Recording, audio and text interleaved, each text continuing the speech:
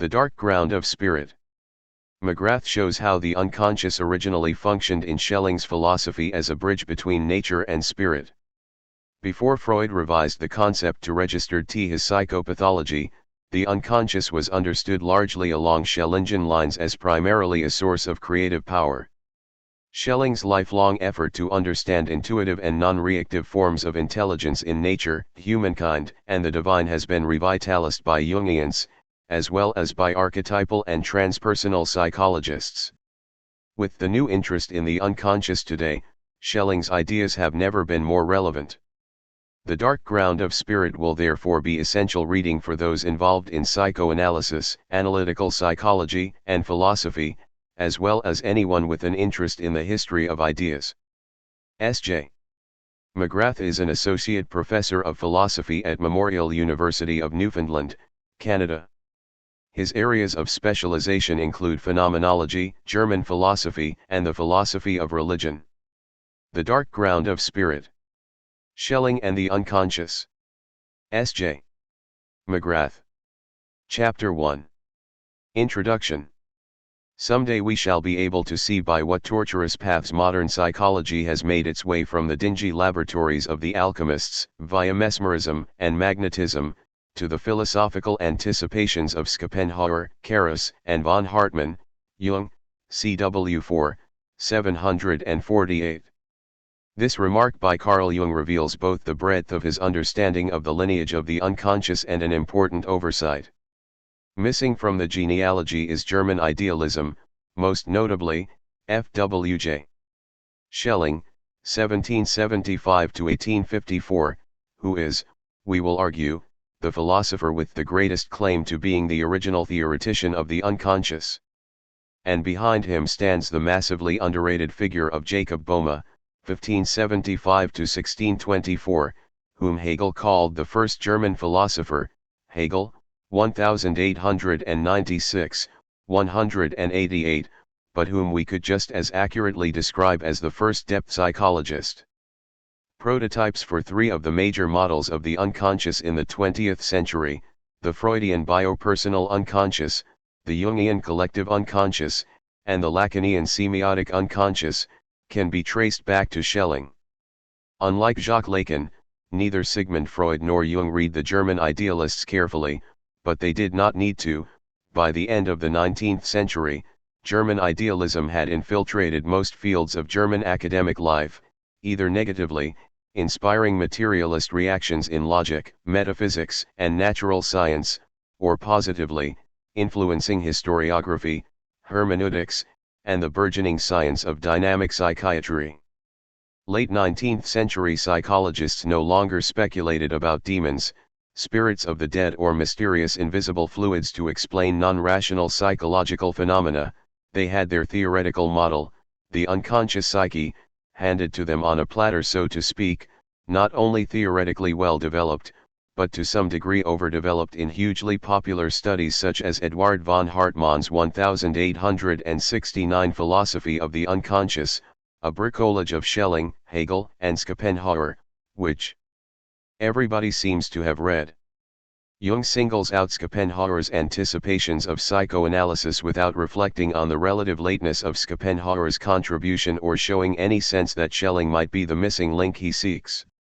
The historical claim of this book is that Jacob Boehme's alchemico-theosophical psychology, modified and given metaphysical grounding by Schelling, is the origin of the psychodynamic notion of the unconscious. The unity of Schelling's thought. The interpreter of Schelling faces a particularly difficult hermeneutical challenge. As soon as Schelling had developed a workable theoretical frame, say nature philosophy or identity philosophy, he seems to have abandoned it. Schelling appears to have been repulsed by the prospect of settling down into a system, as though the real always beckoned to him from the far side of whatever set of categories were recommending themselves, compelling him to leave for others the frame he had constructed while he continued his restless search for the logical and historical relation between the infinite and the finite. For Heidegger, Schelling's flagrant neglect of the canons of consistency and coherence is not a sign of the weakness of his thought, but exactly the opposite. Thinking, according to Heidegger, never enjoys arrival, certainty, or stability. Heidegger, 1971. Schelling, whose philosophy was always underway, is the quintessential Heideggerian thinker. 1. Schelling's inconsistencies notwithstanding, we can discern a set of recurring concerns in Schelling's collected works, leitmotifs, which do not a system make, but constitute a style of philosophizing which we can call Schellingian. First in appearance is a theme most characteristic of Schelling's nature philosophy, but which also plays a central role in the philosophy of freedom and returns in the Trinitarian metaphysics of the late lectures, the notion of polarity. Schelling remains convinced, from his earliest treatises to his last lectures, that all intelligible structure, mental or material, physical or metaphysical, finite or divine, is characterized by polarity, opposition, and the creative and dynamic tension between incommensurables, a tension which must not be abrogated in a spurious logic that presumes to deny the principle of contradiction, Hegel's. The production of being in Schellingian ontology is not by means of Hegel's qualitative differentiation, the collapse of the identical into the play of contradictories and the subsequent negation of and reinscription of difference into a higher standpoint, but by means of quantitative intensification of power, generation of difference within an essential identical being through progressive potentization, which renders the latent power of anything available. For Schelling, contradictories are never fused, and the opposition between them highlights the primacy of will over thought, for in the face of incommensurable options, thinking can go no further until the will decides. However, Schelling is not Kierkegaard. All polarities are undergirded by a concealed commonality, a deep ground of unity that makes the opposites possible, for only that which is in secret alliance, according to Schelling, can be truly opposed. Thus the other side of Schellingian polarity is the crucial notion of teleology. Polarity is never something that just happens to be, it is always something that has come to be for the sake of a higher development, be it life, consciousness, the personalization of God, or the production of love. The one divides into two so that it might give birth to a one that knows itself as such and can be lovingly related to others. The second recurring theme in Schellingian thought is the finitude of human experience, which is, for Schelling, neither a dogmatic assertion nor romantic schwärmerei, but an experience of the crucifixion of thought against the real. The sense for finitude draws the middle Schelling to theosophy, but the late Schelling will reconsider this move, distancing himself from theosophy because the theosophist's enthusiasm for the non-rational is too cheaply purchased. For Schelling, the understanding must go the distance with thought, concept, and logic, a distance which cannot be measured a priori but must be traversed to be known. The late Schelling stages a critique of negative philosophy, rationalist idealism, which he more or less invented and Hegel perfected, but he nonetheless insists that the passage to positive philosophy, the philosophy of existence, is only by means of negative philosophy. We cannot deduce existence from concepts, but neither can we understand existence without concepts. 2 Carried as far as it goes, the understanding discovers unsurpassable limits, whether this be the subject-object identity of the early Schelling, the contingencies of history of the middle period, or, in the later Schelling, the existence of reason itself, but these are not concepts.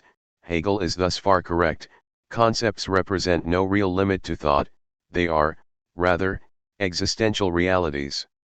For the early Schelling, an anticipation of the real shows itself in the symbolic and aesthetic patterns of experience, which always disclose more than reflective reason can ever comprehend.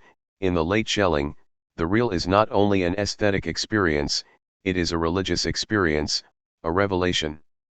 The resistance of the real to idealization is at the heart of Schelling's dispute with Hegel. To make the rational coextensive with the world, that is, to correlate logic or the symbolic with the whole of nature and culture, may in fact be an inevitable move for philosophy, which finds intelligibility everywhere it looks, structure that appears to be little more than an expression or exteriorization of the implicit logic of reason itself. But Hegel's absolute idealism explains nothing, for the whole of the rational is not intelligible in terms of itself. It does not explain itself, as the brute fact of intelligibility, it is as absurd as it is meaningful. 3 In the light of this fundamental antinomy of the existence of reason, The late Schelling regards logic as negative, a non-knowledge, a play of concepts, the significance of which remains opaque to philosophy. The third Schellingian theme is contingency. The teleology of spirit is undergirded, qualified, and to some degree undercut by the formlessness of matter. Older than order is accident, more basic than necessity is freedom. About this proto-existentialist/proto-materialist/proto-Marxist Schelling, much has been said. 4 Schelling's irrationalism can be overstated. Without order and necessity, thought cannot exist, for the ordered, the ruled, and the necessary constitute the proper medium of thought, the warp and woof of the ideal. From his earliest rebellion against subjectivistic interpretations of transcendental philosophy, to his re-evaluation of negative philosophy at the end of his career, Schelling rejects any suggestion that ideality, however insufficiently explanatory, is illusion, virtual, a merely subjective synthesis. Ideality is one face of the absolute, it is not the whole, but neither is it merely reflective of the hard wiring of the mind. The absolute manifests itself in the ideal to some degree, and therefore order and necessity are undeniable on a certain level of experience. In the maximum reach of the understanding, every order is revealed to be in fact contingent, grounded in something ruleless, something out of which order has been brought but which is not itself ordered. We see these three motifs, polarity, finitude, and contingency, in the early Schelling, especially in the nature philosophy. We also see them at play in the middle Schelling, in the dialectic of ground and existence and the combustive interaction of the three potencies, and in the late Schelling, the motifs come to mature expression in the last version of the doctrine of the potencies and the distinction between negative and positive philosophy. That said, Schelling's work can hardly be described as a continuous evolution of thought. A sea change separates the later from the early Schelling. Schelling's thought was transformed when he moved to Munich in 1806, whether this be because he came to a new appreciation for the Catholic Middle Ages, Lafland, 2007, or discovered the significance of Jacob Boehme for the question concerning nature, Foermans, 1954, Brown, 1977, or had a religious experience, Horn, 1954-1997, or perhaps all three.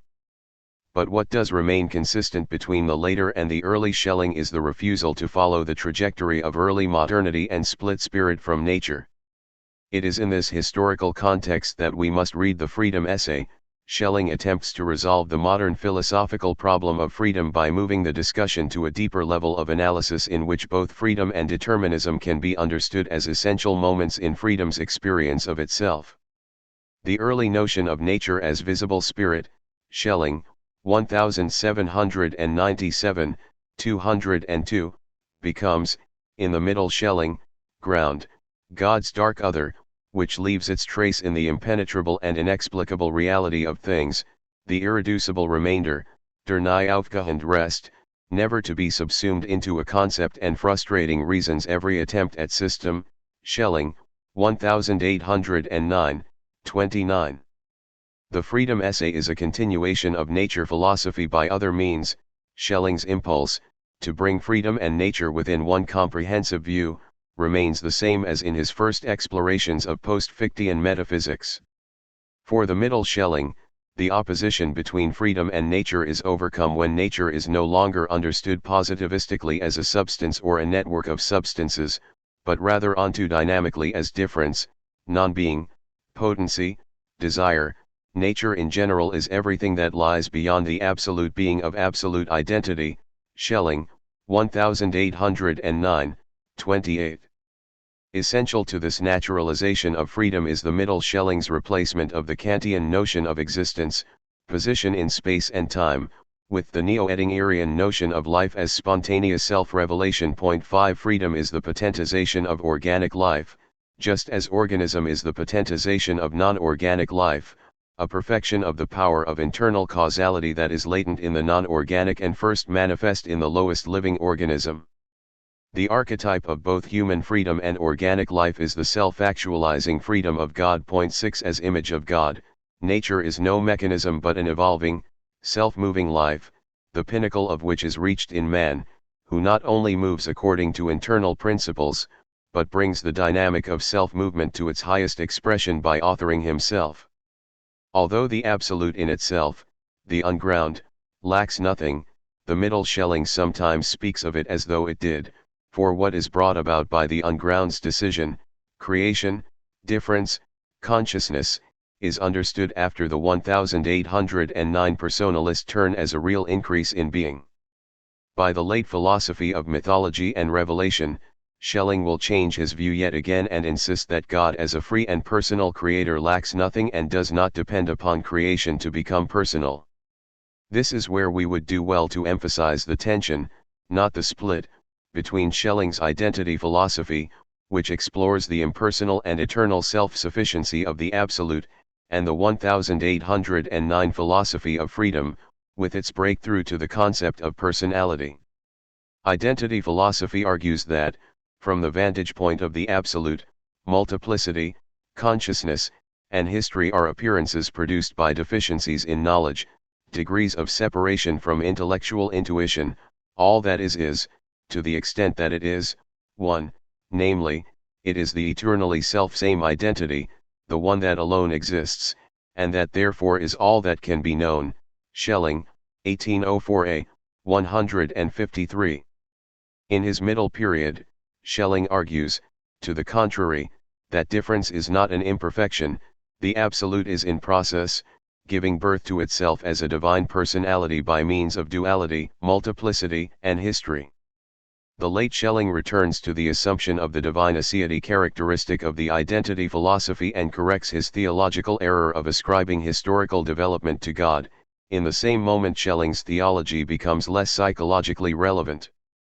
If we suspend the theological problems resulting from a God who begins imperfect and creates the world to perfect himself and, for a moment, follows Isaac in interpreting the theogony of the middle Schelling as a metapsychology, or better, a speculative psychology, a metaphysical analysis of the structure of personality by means of a projection of these structures onto a model of the absolute personality.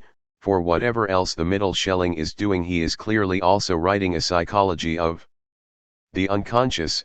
We discover a narrative that anticipates not only Lacan and the resolution of the Oedipal complex in psychoanalysis but also the birth of the hero in analytical psychology, a being that begins in unconscious unity with the system that produces and initially sustains it, achieves personal consciousness, individuality, and freedom by dissociating from that system and establishing a conscious relationship to it.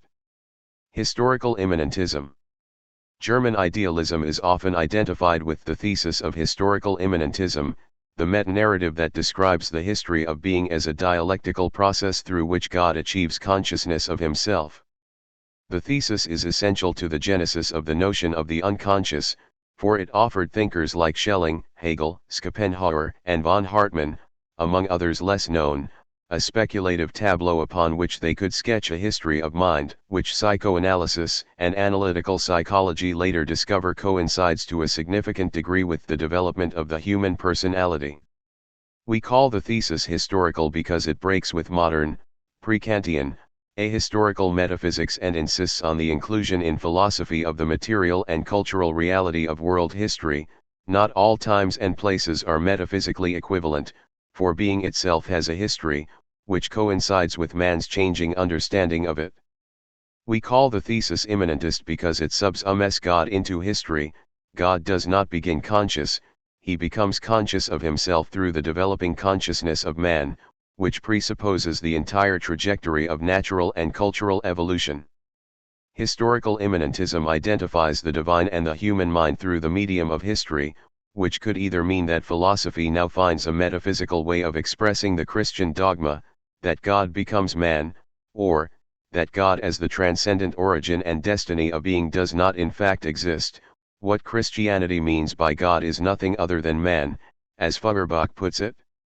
Historical immanentism is arguably the young Schelling's invention, even though Hegel deserves full credit for developing the thesis into a working system, an invention which came to haunt Schelling, for as Hegel makes clear, it implies that there are no real contingencies in the world just as there are no real limits to reason. 7 The late Schelling breaks with the thesis, the freedom of the individual, the real contingency of material and cultural history, and the finitude of reason, not only in the face of matter, but in the light of revealed religion, strike him as too high a price to pay for a system of nature and history. And yet historical immanentism, reconceived as negative philosophy, remains for Schelling to the end of his career the only adequate system of philosophy. Its inadequacy to reality grants him the decisive impetus he needs to transcend the boundary between philosophy and religion in the philosophy of revelation. The thesis of historical immanentism is founded upon the presumption that a system must comprehend all things as a unity, not simply a collection.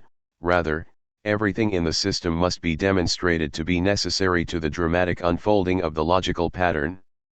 The unity of being cannot be static. This was the mistake of Spinozism. It must have the character of an event. All things, material, cultural, spiritual, must be conceived as moments in a developmental process. History cannot be merely a theater of accidents and arbitrary acts of will. It can only be a logical development, a movement from a lower or primitive ontological position to a higher standpoint, which includes the lower within itself even as it overpasses it. The significance of the existence of the individual being as such disappears behind its mediating role in bringing the whole of being into actuality. The idea, as Hegel puts it, is the truth of the individual, the truth that the individual as such has no truth. Historical immanentism can hardly be described as indifferent to theology. The whole of material and cultural history is grounded in the being of God. However, the historical immanentist's God is no longer conceived as ens perfectissimum or actus purus, whole, complete or perfectly actual being, following Fichte's notion of the self, and receiving decisive impulses from Eckhart. God needs me to be God, the Kabbalah, the doctrine of divine contraction or Zimzum, and Boma, God gives birth to himself. Historical immanentism conceives of a God who becomes God by positing his other and becoming self-conscious by means of his opposition to it. Historical immanentism is the entry point for the first philosophical figure of the unconscious in the Western tradition, the unconscious as the divine abyss out of which God emerges as an infinite drive for self-knowledge. Henceforth dissociation from a primitive fullness of being, the introduction of lack and absence into the infinite, is understood to be essential to the growth of personal identity. God only acquires self-knowledge by dissociating from his eternity, his infinite and undifferentiated unity with being, and inaugurating the drama of creation, posting another to himself, contracting himself from unrelated infinity into one who has another and finding himself in it. In human self-consciousness, God achieves his goal, consciousness of himself. Therefore God's consciousness is not other than man's consciousness. God's desire for consciousness drives world history. His dissatisfaction with his own unconsciousness is the driving force of being, for consciousness requires duality, the opposition of self and other. God cannot remain in his primordial state of undifferentiated self-identity, for without the infinite, finite duality, God is less than fully actual. He is driven by the inadequacy of his initial state of being into dialectical development. The paradox at the heart of the thesis is the notion of the imperfection of infinity. God without world is less perfect than God with world.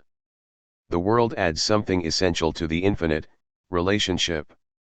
The creation of the world, therefore, is not a free and arbitrary act that adds nothing to God, but neither is it a spontaneous emanation. These two alternatives, respectively classical theism and classical pantheism, are fused in historical immanentism. Creation for the historical immanentist is like an emanation insofar as it is an emergence of being ex deo, not a creation ex nihilo, but it is not simply an involuntary process such as the emergence of light from the sun.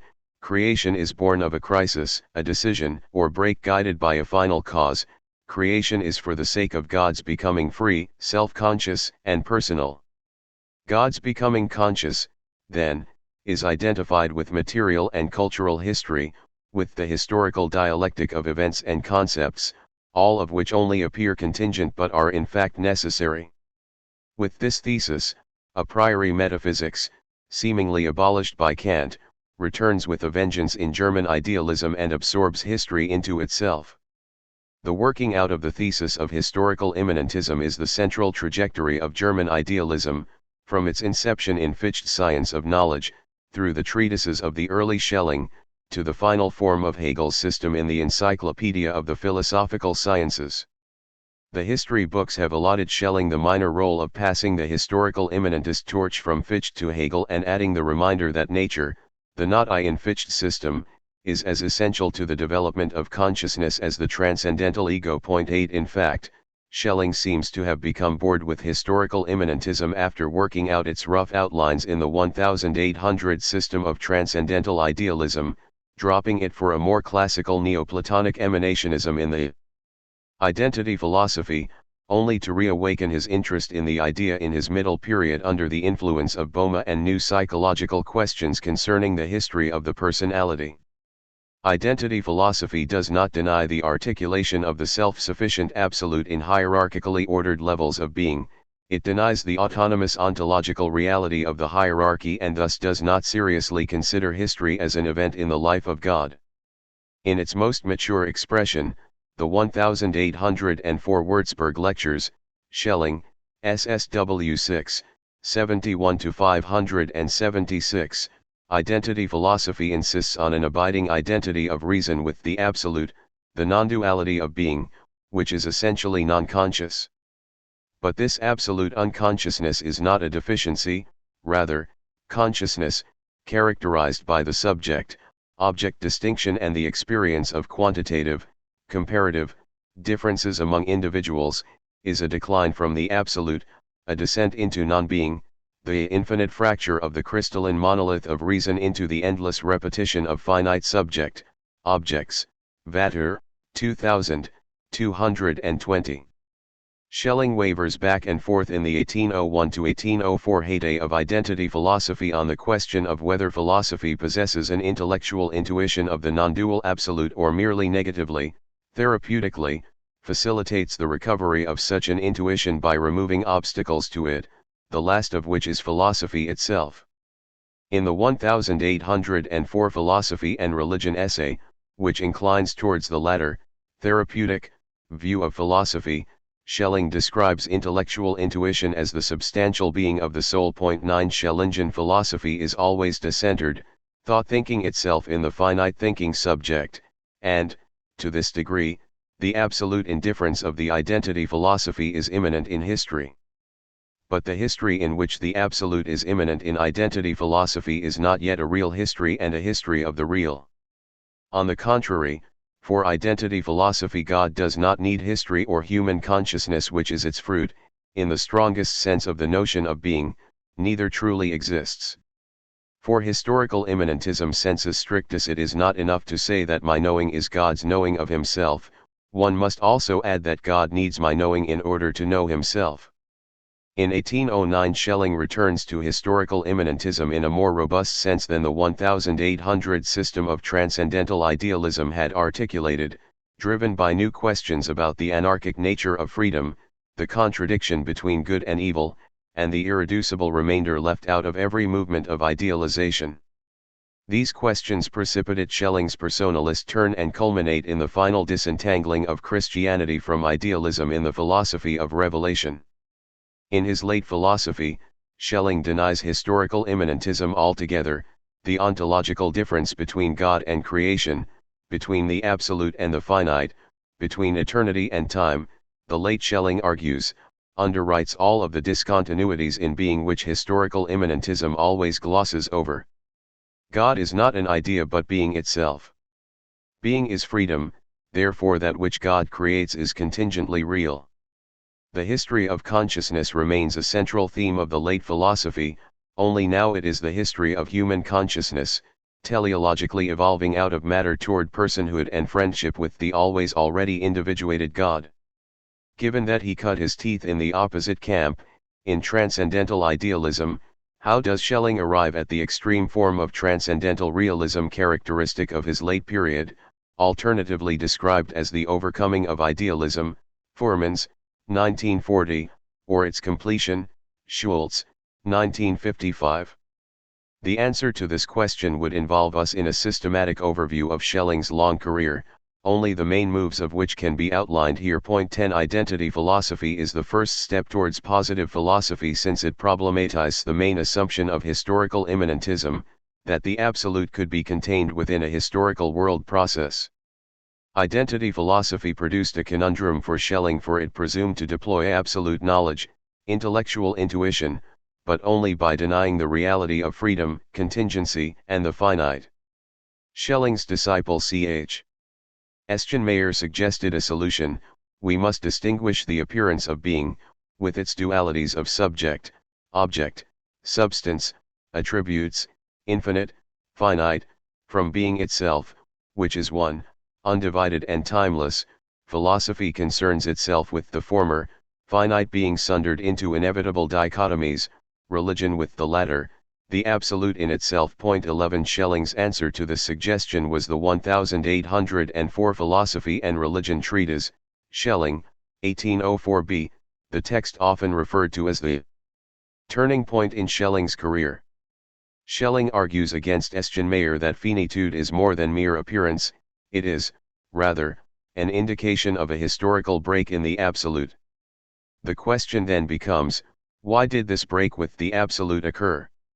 The answer Schelling provides in 1809 is the great thought of his later period, perhaps his one great thought, which had to be wrested from his own pantheistic inclinations: being is free and freedom is anarchic, the capacity for good and evil, ein Vermogen de Guten und de Bösen, Schelling, 1809, 23. The unity of the absolute is not necessary to spirit, and the break with unrelated infinity ushers in not only human self-consciousness and responsibility but all of the evils of finite existence, sin, disease, madness, and death. The 1809 turn in Schelling's thought is not merely a qualification of the identity philosophy's impersonal notion of the absolute, the timelessly undifferentiated, it is also the dawning of a new concern in Schelling's work. The real problem for philosophy is not the absolute as such but the freedom which has deprived us of it. Why does such freedom exist? What purpose does it serve? It is clear enough to Schelling in 1809 that freedom must be able to disrupt the absolute, otherwise nothing would exist. But since such disruption must be possible, the monism of identity philosophy is thrown into question. Only a real power can disrupt reality. The existence of such freedom, Schelling concludes, cannot be known a priori, hence the identity philosophy, which aimed at the construction of an a priori system, was not wrong in denying the existence of negative freedom, it was only wrong in assuming that idealist philosophy could be adequate to reality. The existence of negative freedom can only be discovered a posteriori, in real history, especially the religious history recounted in the Old and New Testaments. In the Bible, philosophy discovers a religious solution to its problem, albeit one that still needs to be thought through philosophically. The break with the absolute can only be the result of a rebellion of freedom. Evil now becomes a real issue for Schelling, and he sympathizes greatly with Jacob Boehme, for whom it is the only issue, one that drove Boehme to overhaul conventional understandings not only of God, but of the nature of the human being. Evil is not simply a power of self-destruction original to man, as Kant would have it, it is the primal otherness in being for which God himself must be ultimately responsible, else he is not God. Schelling's 1809 turn pivots on a new assessment of personality, relationality, and self-differentiation, no longer conceived as departures from reality, degenerations of the absolute, or surface distinctions that do not apply to the depths of being. They are now regarded as conditions of the possibility of love. It is in this personalist context that Schelling sets to work on what Foermans has aptly named a teleology of evil in the 1810 Stuttgart Seminars, Foermans, 1940, 43. Schelling asks, how could evil make the revelation of the divine possible? How could evil be in itself contingent but historically necessary to the revelation of God? If it is not to lead to a Gnostic dualism of equal and opposing forces, the reality of evil must be a later development in being, which once again must be understood to have a history. Evil cannot be something which develops necessarily out of being, the way the essential properties of a thing develop necessarily out of the concept of the thing. It can only be an event, a disruption in excess of its occasioning causes. The immanentist stream of an a priori history is dashed against the surd of sin. The reality of evil means that history cannot be understood as a continuous development but only as a series of ruptures, and, to that degree, as irrational, but nevertheless culminating in something glorious, the incarnation of God. The concept of the individual also changes under the force of Schelling's new questions. No longer a mere medium of spirit, the person becomes a godlike being with anarchic power to disrupt the ideal, a self-determining and absolutely responsible being. By means of these ideas, which Schelling explores in a patchwork of small publications between 1809 and 1815, Schelling arrives at his psychodynamic concept of personality. The self, of course, was a constant theme of German idealism, but under the scrutiny of the later Schelling, the elaboration of the theme changes.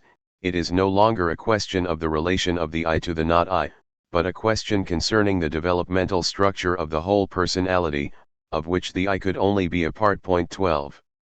The Schellingian unconscious. The three leitmotifs of Schellingian thought, polarity, finitude, and contingency, underscore the centrality of the concept of the unconscious for all phases of his thinking. The unconscious is the other pole of consciousness, the limit to the ego, and the abyss of unfathomable freedom at the ground of culture and nature. At its base, the Schellingian unconscious is non-dual, but since consciousness presupposes duality, first a developmental logic and then a voluntarist teleology are introduced to explain the transition from the monism of absolute being to the dualism of personal being. For the unconscious to give rise to consciousness, unity must divide itself, and the one give rise to two, so that the one might know itself and become capable of relationship. Uncovering the secret of this happening, above all explaining why it should have happened, the ultimate purpose served by the Absolute's break with itself, is the fundamental impulse of the second half of Schelling's career. Although Kant and Fichte provide arguments for the notion of an essential duality in consciousness, Schelling's real guide here is Boehme. Without duality, Boehme argues, there can be no self-revelation. Boehme, BSS 7, 3.22, and what else is consciousness, Schelling adds, but the self's revelation of itself to itself? The one divides so that it might be revealed to itself, and thereby love itself, that is, so that love might be. My ego contains a being that precedes all thinking and representing, Schelling declares in his first major philosophical work, On the I, SSW 1, 167. The young Schelling's idea of a non-representable and precognitive other of the self is little more than a development of Fichte's assumption of a primordial act at the foundation of transcendental subjectivity, which is in turn an elaboration of Kant's conclusion that the activity of the noumenal ego, which can never be fully recovered by reflection, grounds all subjective synthetic acts. The inception of the Schellingian unconscious is therefore a Kantian figure, but Schelling develops it in ways unanticipated by Kant or Fichte. The unconscious act of self-constituting subjectivity is connected to the Fichtean not I, empirical nature in Schelling's nature philosophy of 1797 to 1799. This first original form of the Schellingian unconscious, visible spirit/invisible nature, is succeeded by the absolute identity of subject and object in the 1800 system of transcendental idealism, in effect two variations on a theme. For the early Schelling the unconscious is emphatically impersonal. What Schelling discovers in Boehme in 1806 is the volitional unconscious, the unconscious of drives, as distinct from the epistemological unconscious, the Kantian unconscious of dark representations. 13. After the personalist turn, the other of subjectivity is no longer merely the real, the not I, but drive, desire, and will. Femans, 1954, 230.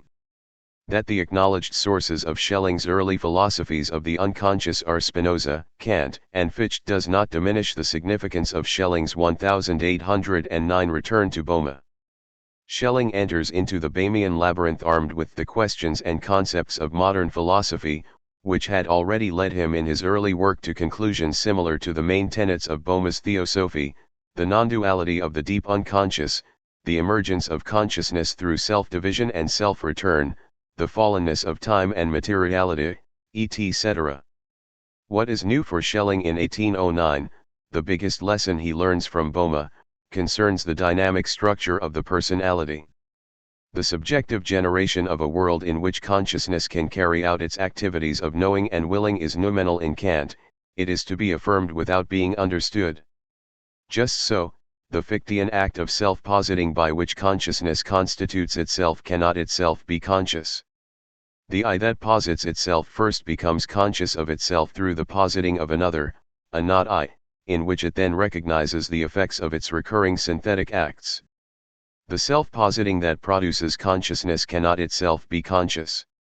Fichte understands the significance of this point to be primarily moral and practical, because the I can never recover the primordial act of its being posited. It is called to infinitely strive against that which resists reason, order, and the good. Schelling understands the point in a predominantly metaphysical way, lacking a full and transparent possession of the act that brings it into being. Reason can never arrogate to itself mastery of the conditions of its own possibility. Schelling reconceives Fichte's self-positing I along the lines of Spinoza's substance, as a non-dual absolute, the original indifference of subject and object. Only the I that stands limited by an object, by nature, is conscious of itself. Hence, in order to become a self-conscious I, the absolute I had to generate an opposite to itself and then forget that it had done so, for the I's positing of the not I cannot be conscious if the latter is to truly function for it as a not I. Conversely, the absolute I can never become an object for a knowing subject. When the absolute I becomes conscious of itself, it is no longer absolute. Schelling's Ideas on a Philosophy of Nature, 1797, and on the World Soul, 1798, mark the beginning of his turn from Fichtean idealism to an increasingly desubjectified nature philosophy. Fired up by his Swabian sense for nature and a strong affinity for Spinoza, Schelling undertakes to show that nature is just as much spirit as subjectivity, only in a different sense. Nature is spirit prior to self-consciousness, an unconscious subject out of which self-consciousness emerges. Kant had shown that nature must be thought of as an organism, a self-organizing teleological whole. Such an organism requires a principle of organization, that is, a world soul. Inorganic and organic forms develop through a natural process that mimics the dynamic Fichte describes as the law of subjectivity, mediated self-return through the overcoming of antitheses.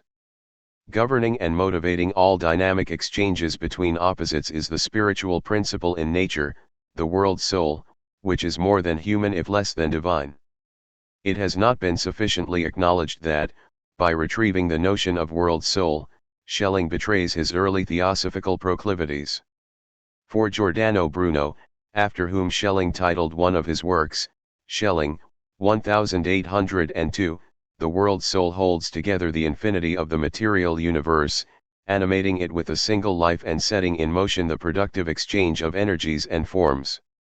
The Brunoan world soul is the vitalizing power that holds sway in the whole as much as in every part, a daemon that influences everything through love and hate, the motivator of all sympathy and antipathy in nature, all attraction and repulsion, and the condition of the possibility of natural magic. 14 Similarly for the early Schelling, nature is an organic whole. The teleology that animates nature is not the result of a Kantian transcendental synthesis, an imposition of form upon matter that encases subjectivity in its representations. Rather, it is an indication that what modernity holds to be exclusive to subjectivity, purposiveness, design, spontaneity, and freedom, is also found to a lesser degree in matter, which can and must be considered in some sense a subject in its own right. The Fichtean works and the nature philosophy had led Schelling on the hunt for a conception of unconscious knowledge, that is, knowledge without reflection and its inevitable dualisms, subject, object, mind, body, spirit, nature.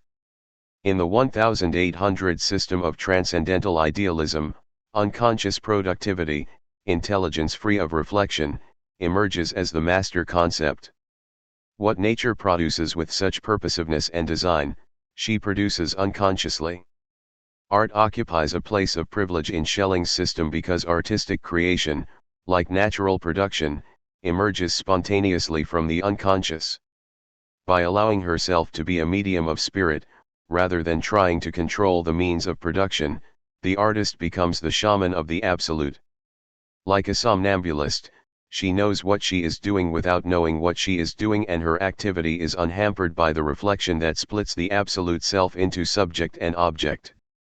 It is often noted that a turn in Schelling's thought already occurs in the 1804 Philosophy and Religion treatise, Schelling, 1804b.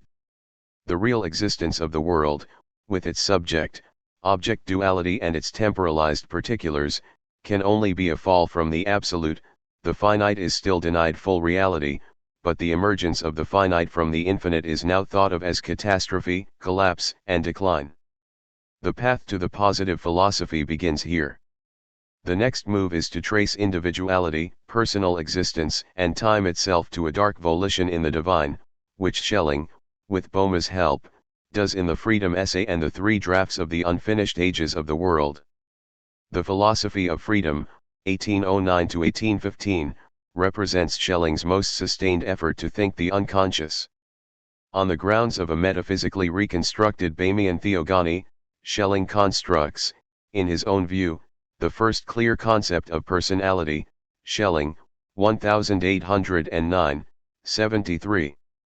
In the Freedom Essay, Schelling struggles to draw analogies between the God who births himself from darkness and the human personality which is beholden to an unconscious decision for good or evil. The fall of the absolute into finitude is now conceived as God's decision to allow for something rather than nothing, which God accomplishes by contracting his being and distinguishing within himself an unconscious ground and a conscious personality. This decision is then repeated in the prehistory of the individual, who contracts a character in an unconscious decision that marks the subject's descent from possibility into actuality. In the Ages drafts, the three potencies are distinguished from the will to revelation, which is latent in the unground and becomes manifest in third potency.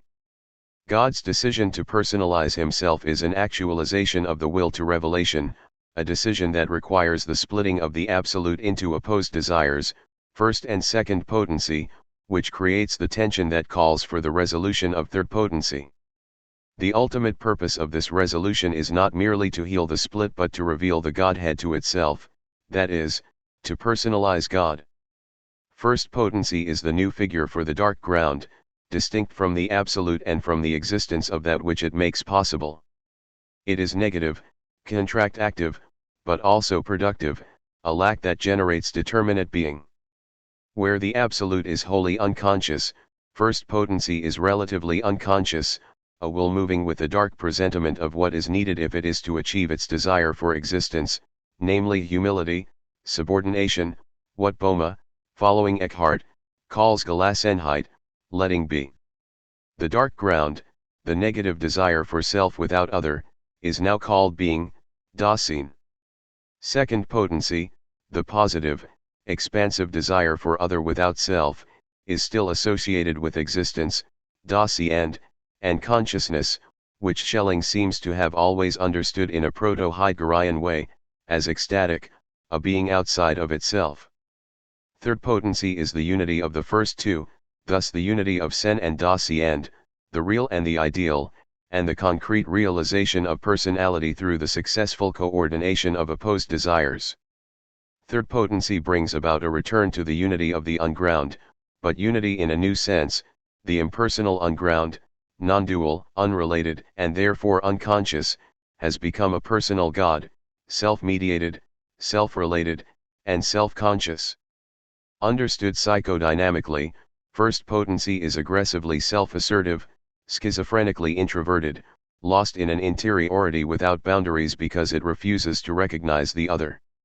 Second potency is ecstatically self-abnegating, a hysteric, whose whole identity is transferred to the other, to whom it differs in everything. First and second potency both lack boundary and psychic definition, but for different reasons.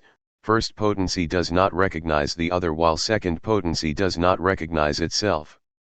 Third potency achieves a functional relation of self to other by integrating these opposite tendencies, it alone is capable of love in the genuine sense of the term.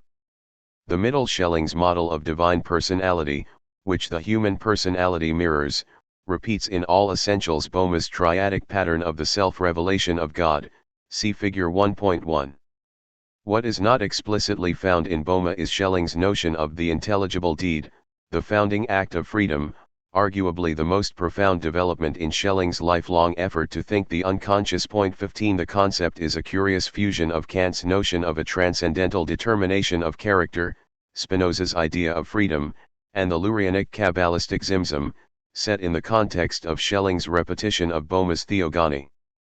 The greatness of the concept, often missed by commentators who see in it nothing more than an eccentric position on the relation of freedom to determinism, consists in its capacity to condense these diverse historical influences into a new paradigm for thinking the self.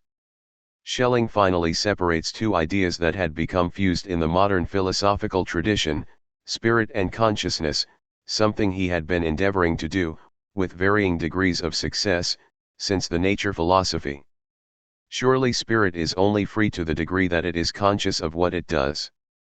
But Schellingian spirit is not conscious of what it does when it makes the choice that determines its character, and thereby all subsequent choices the unalterable decision for good or evil. Just as self-evelation comes out of the ungrounded separation into two wills, consciousness emerges out of but, does not precede, its fundamental choice. To be conscious is to be aware of who you have become, and by means of consciousness of having become someone, to have a past for the first time. 16 The decision by which an individual becomes the person he or she is destined to be separates time into a finite period prior to the decision, the eternal past, and a present that begins with the decision. Such an act must remain unconscious. To make it conscious would be to undo consciousness itself. Figure 1.1. The intelligible deed is a finite repetition of the self-constituting act by which God becomes God, the decision by which the ungrounded chooses to be revealed, a decision that entails allowing for the differentiations within it necessary for self-revelation and creation, in short, allowing for the basic duality of self and other. God comes to be a creator and self-conscious being in the same moment that the pre-personal divine retreats into the unknowable abyss. In the ages of the world, God's unprethinkable decision is described as the abrupt and arbitrary break with the rotation of opposed drives in the absolute, which, left to themselves, would endlessly repeat the succession of mutually exclusive emerging into prominence and withdrawing into latency. No beginning would be possible without this violent break with eternity, this fall from the absolute, for in the eternal tripotentized divinity no potency is strong enough to hold its ground against the other two. But creation comes at a price. God can only create free persons if he allows them the possibility of evil, which is the possibility of self-willed psychosis. On the level of the finite, personality has the option of refusing the transition into light, of deliberately staying in the chaos of mutually antagonizing drives.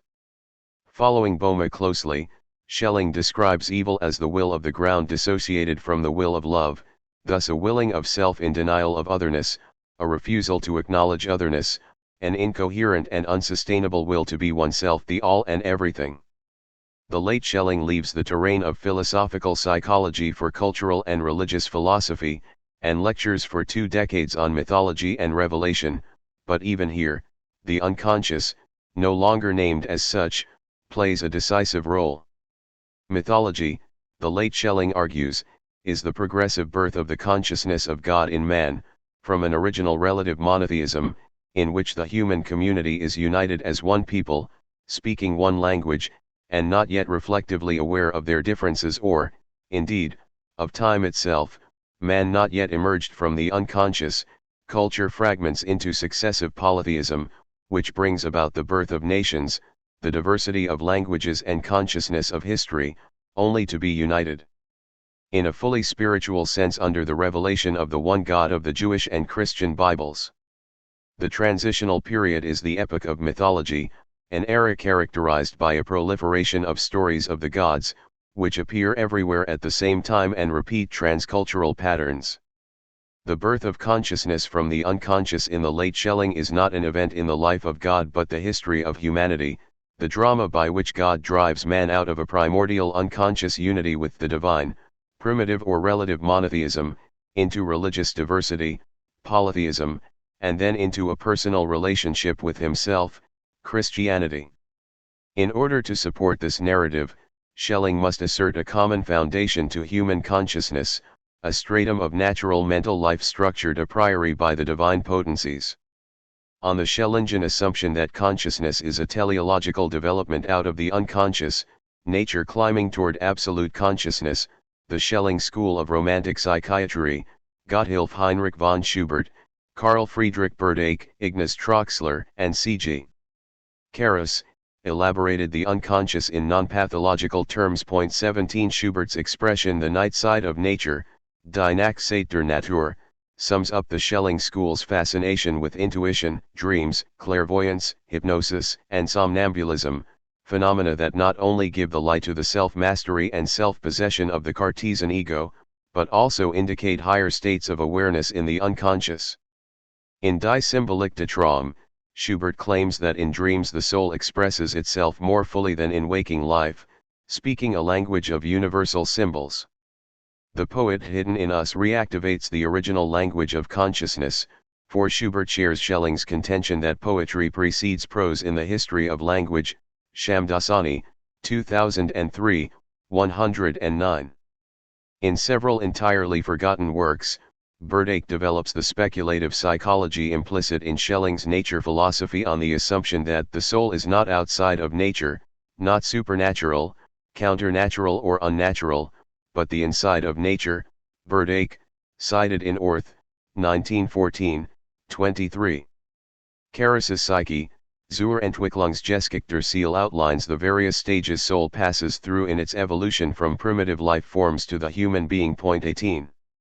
The elevation of certain unconscious states, inspiration, aesthetic experience, mystical experience, intellectual intuition, above reflective consciousness by Schelling and his followers inaugurates the era of romantic psychiatry. Bookend between the pathologizations of early mesmerism, with its diagnostics of magnetic diseases, and early psychoanalysis, with its institutionalized hysterics and schizophrenics, romantic psychiatry lasted 75 years, from Anton Mesmer's 1776 defaming of the exorcist Joseph Gassner, whose spectacular exorcisms Mesmer reproduced and explained in scientific terms, to James Braid's 1851 coining of the term hypnosis. Just as Mesmer took the steam from the Baroque industry of exorcism, so did Baird take the steam from animal magnetism, with its occult notions of invisible fluids and spiritual energies.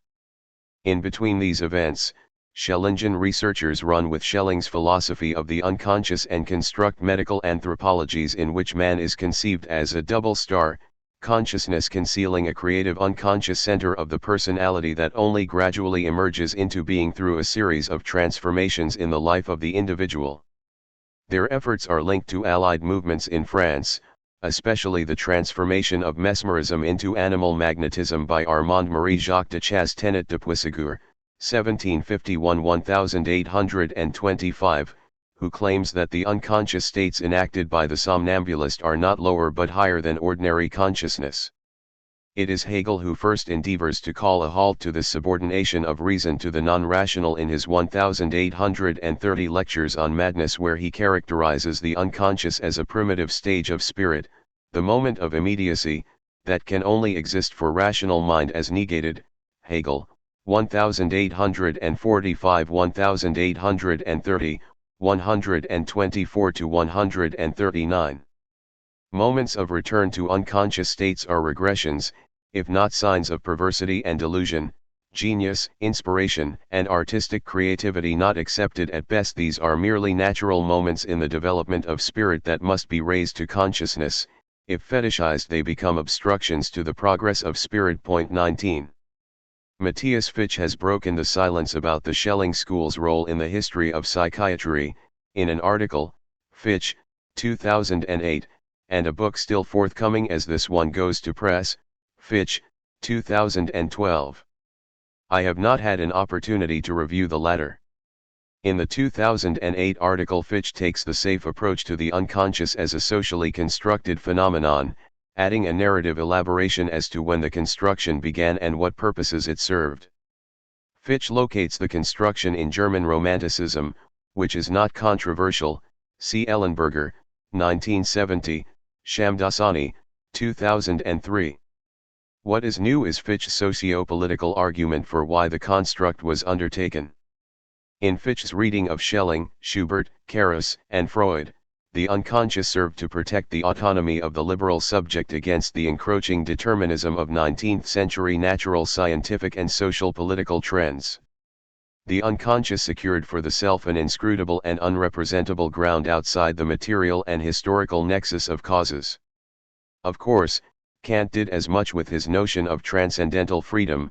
The Romantics added that freedom was not merely an ideal of reason, a practical belief necessary to the rational synthesis of moral life, it was also a trans-rational experience.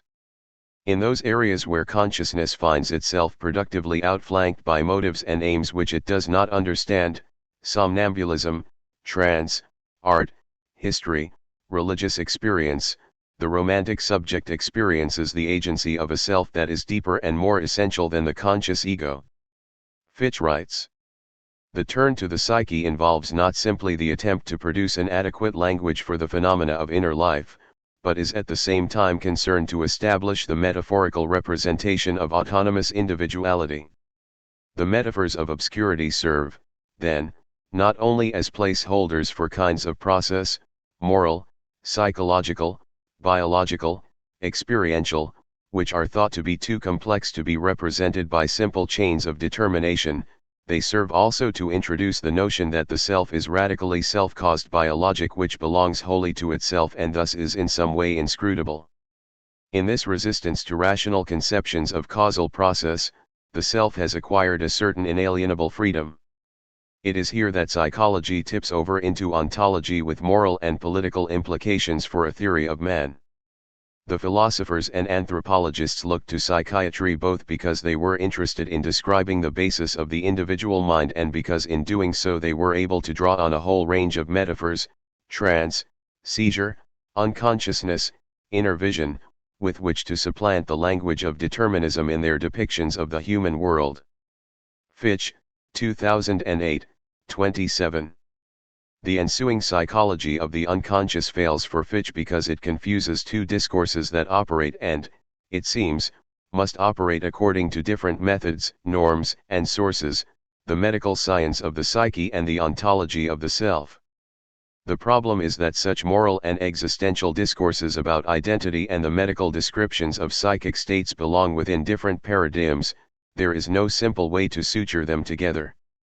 These different languages of self-presence cannot simply be joined together by hypothesizing some innermost link or yet to be discovered substance. This is one reason why the language of the psyche remains bound to a kind of obscurity and liminality. It remains inconsistent, in its very essence, and this inconsistency can't be easily dispensed with. Fitch, 2008, 25. In a refreshing change from standard English-speaking practice of treating only primary sources, as though no one before had written anything worth consulting, Fitch brings heavyweight scholarship to his argument. The Freudocentric reading of the history of the unconscious must be put to rest once and for all, and in this regard Fitch's project is allied with our own. However, Fitch's socio-political argument leaves something to be desired. Does Fitch not more or less concede that psychology must be quantitative and reductively empirical, an assumption that can only result in the abolition of precisely that which depth psychology ventures, an account of psyche from within? Isn't Fitch in effect capitulating to clinical psychology and psychopharmacology and denying the possibility of psyche or soul altogether? Schelling is presented by Fitch as attempting artificially to fold medicine into metaphysics when in fact what Schelling attempted was to build up a new medicine upon metaphysical grounds. Depth psychology is crypto-metaphysics, to be sure. One solution to this is to free it from metaphysics, overhaul the whole enterprise in the direction of clinical and statistical work, by and large the general trend in post-Freudian and post-Jungian psychology, thereby attempting to rescue Freud's and Jung's common dream of psychoanalysis as an empirical science. But another option is to follow the immanent logic of depth psychology and make its crypto-metaphysics explicit, perhaps even to improve it, not by more precise accommodation to clinical results, but by creating more adequate speculative concepts. This is what the Schelling school ventured with respect to the medical psychology of their day, mirroring in medicine the method of Schelling's nature philosophy or speculative physics, not to deduce metaphysical principles from empirical results or hypothesize metaphysical structure only insofar as the empirical results warrant the hypothesis, but rather to fuse the a priori and the a posteriori element in psychology and approach the empirical through the metaphysical. This approach is still valid, however unpopular it might be in psychology departments. A speculative psychology would not grant empirical psychology its presumed metaphysical neutrality, on the contrary. The implicit metaphysics of empirical psychology, by and large Cartesianism, would be exposed and deconstructed, a critique that would happen on not only historical, but also explicitly metaphysical terrain. We do not deny constructivism, for clearly the unconscious is a constructed concept, bearing the imprint, and the limitations, of modern presuppositions and values. But we are not so sure that its constructed nature means that it does not in fact reference a real phenomenon, which was experienced and named otherwise in different cultural epochs, the Dionysian in Greek religion, the mundus imaginalis in medieval Arabic thought, the desideratum naturae in Aristotelian scholasticism, the will in medieval voluntarism, the anima mundi in Renaissance Hermeticism. The problem with constructivism is that it generally presupposes nominalism and rules out phenomenological and experiential sources of concepts, instead finding only political motives behind the construction of the stories we tell about ourselves. Thus we read in Fichte that the agenda of the liberal self, to shield individual autonomy from representation, is the hidden and somewhat desultory motive of romantic psychiatry. When one notices the strong strain of pantheism in German romantic thought, one wonders if this could indeed be true. For the romantics seem equally motivated by a desire to restore nature to the divine status which it lost with the ascendancy of the liberal self. Even the early Freud enthuses about nature as a transpersonal nexus of forces, to which the psyche belongs and by which it is to some degree ruled. Bishop, 2009, 14-17. Schelling's strategy is neither to opt for the subject nor for nature but for an absolute which grounds both. Fichte does not seem to consider seriously the possibility that the Romantics had an experiential basis for their reflections, that something which Enlightenment science and philosophy ignored was pressing on the Romantic psyche and demanding to be expressed. We will argue in tension with Fichte's thesis that Schelling's notion of the unconscious originates in Western esoteric discourses, that is in pre-modern or alter-modern traditions. After decades of abuse in theology and pop psychology, the term esotericism is gaining respect in non-foundationalist academic circles. Emboldened by the work of scholars such as Gershom Scholem, Francis Yates, Gerhard Ware and, more recently, Antoine Favre and Wouter Hanegraaff, and in the postmodern absence of authoritative arguments for continuing to exclude whole genres of Western literature from more canonically respectable studies in religion and philosophy, Western esotericism has established itself as an interdisciplinary domain in its own right. 20 The admittedly vague term Western esotericism refers to a stream of alternative Western religious and philosophical discourses which have been influential in the development of European thought, but which until now have found no venue for academic study. 21 These include Gnosticism, Neoplatonism, Hermeticism, Kabbalah, alchemy, theosophy, especially as these discourses merge at various nodal points in European history, for example in the Renaissance, Paracelsus, Ficino, Pico, Boma, in 17th and 18th century secret societies, Freemasonry, Rosicrucianism, 19th century Romanticism, early 20th century occultism, and, more recently, in New Age religions and self-help therapies. What is increasingly recognized is that, while Western esotericism is not reducible to any single doctrine or system, the major texts display certain easily recognizable common features. Favre has summed these up under 4 headings: correspondences, living nature, imagination, transmutation. Favre, 1994, 10-14. Correspondences refers to the macro-micro homology typical of Hermeticism and alchemy, the revived ancient metaphysics in which the universe is assumed to be a complex, hierarchically structured material spiritual whole within which lower levels image higher levels and seemingly unrelated things resemble or correspond to each other. The medicinal qualities of certain plants, for instance, correspond to the qualities of certain metals and their allied planets, and more generally, everything corresponds in one way or another to qualities of the human being, the microcosm. Living nature refers to the notion of nature as an organic whole animated by a world soul.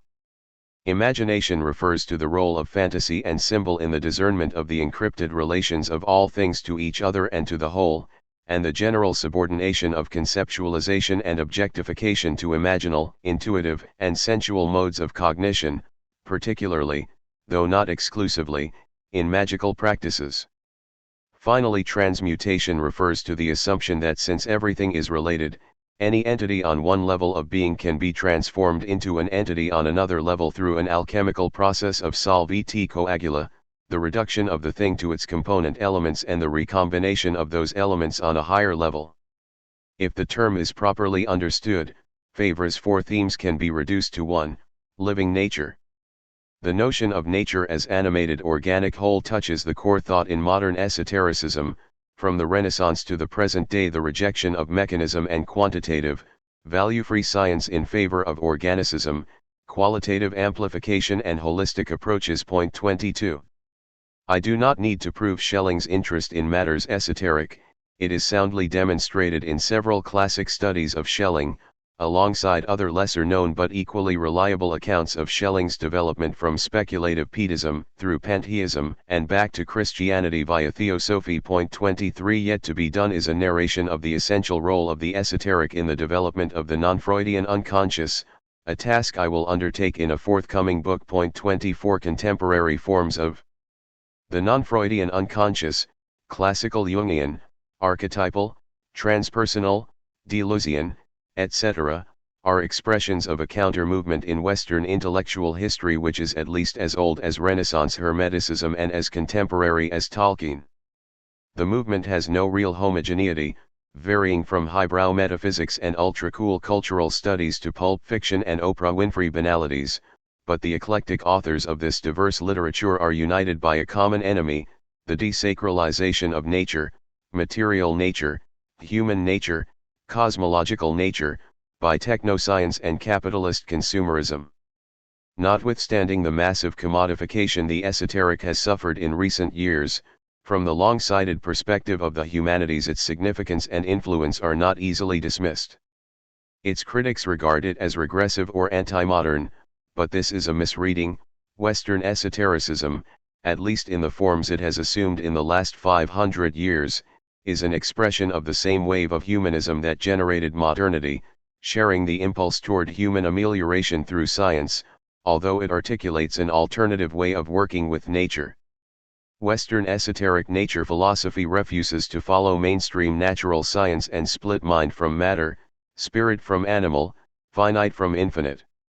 Esoteric modernity is a road not taken in the history of science. Here we depart from the Yeats thesis that Hermeticism is the ancestor of modern science.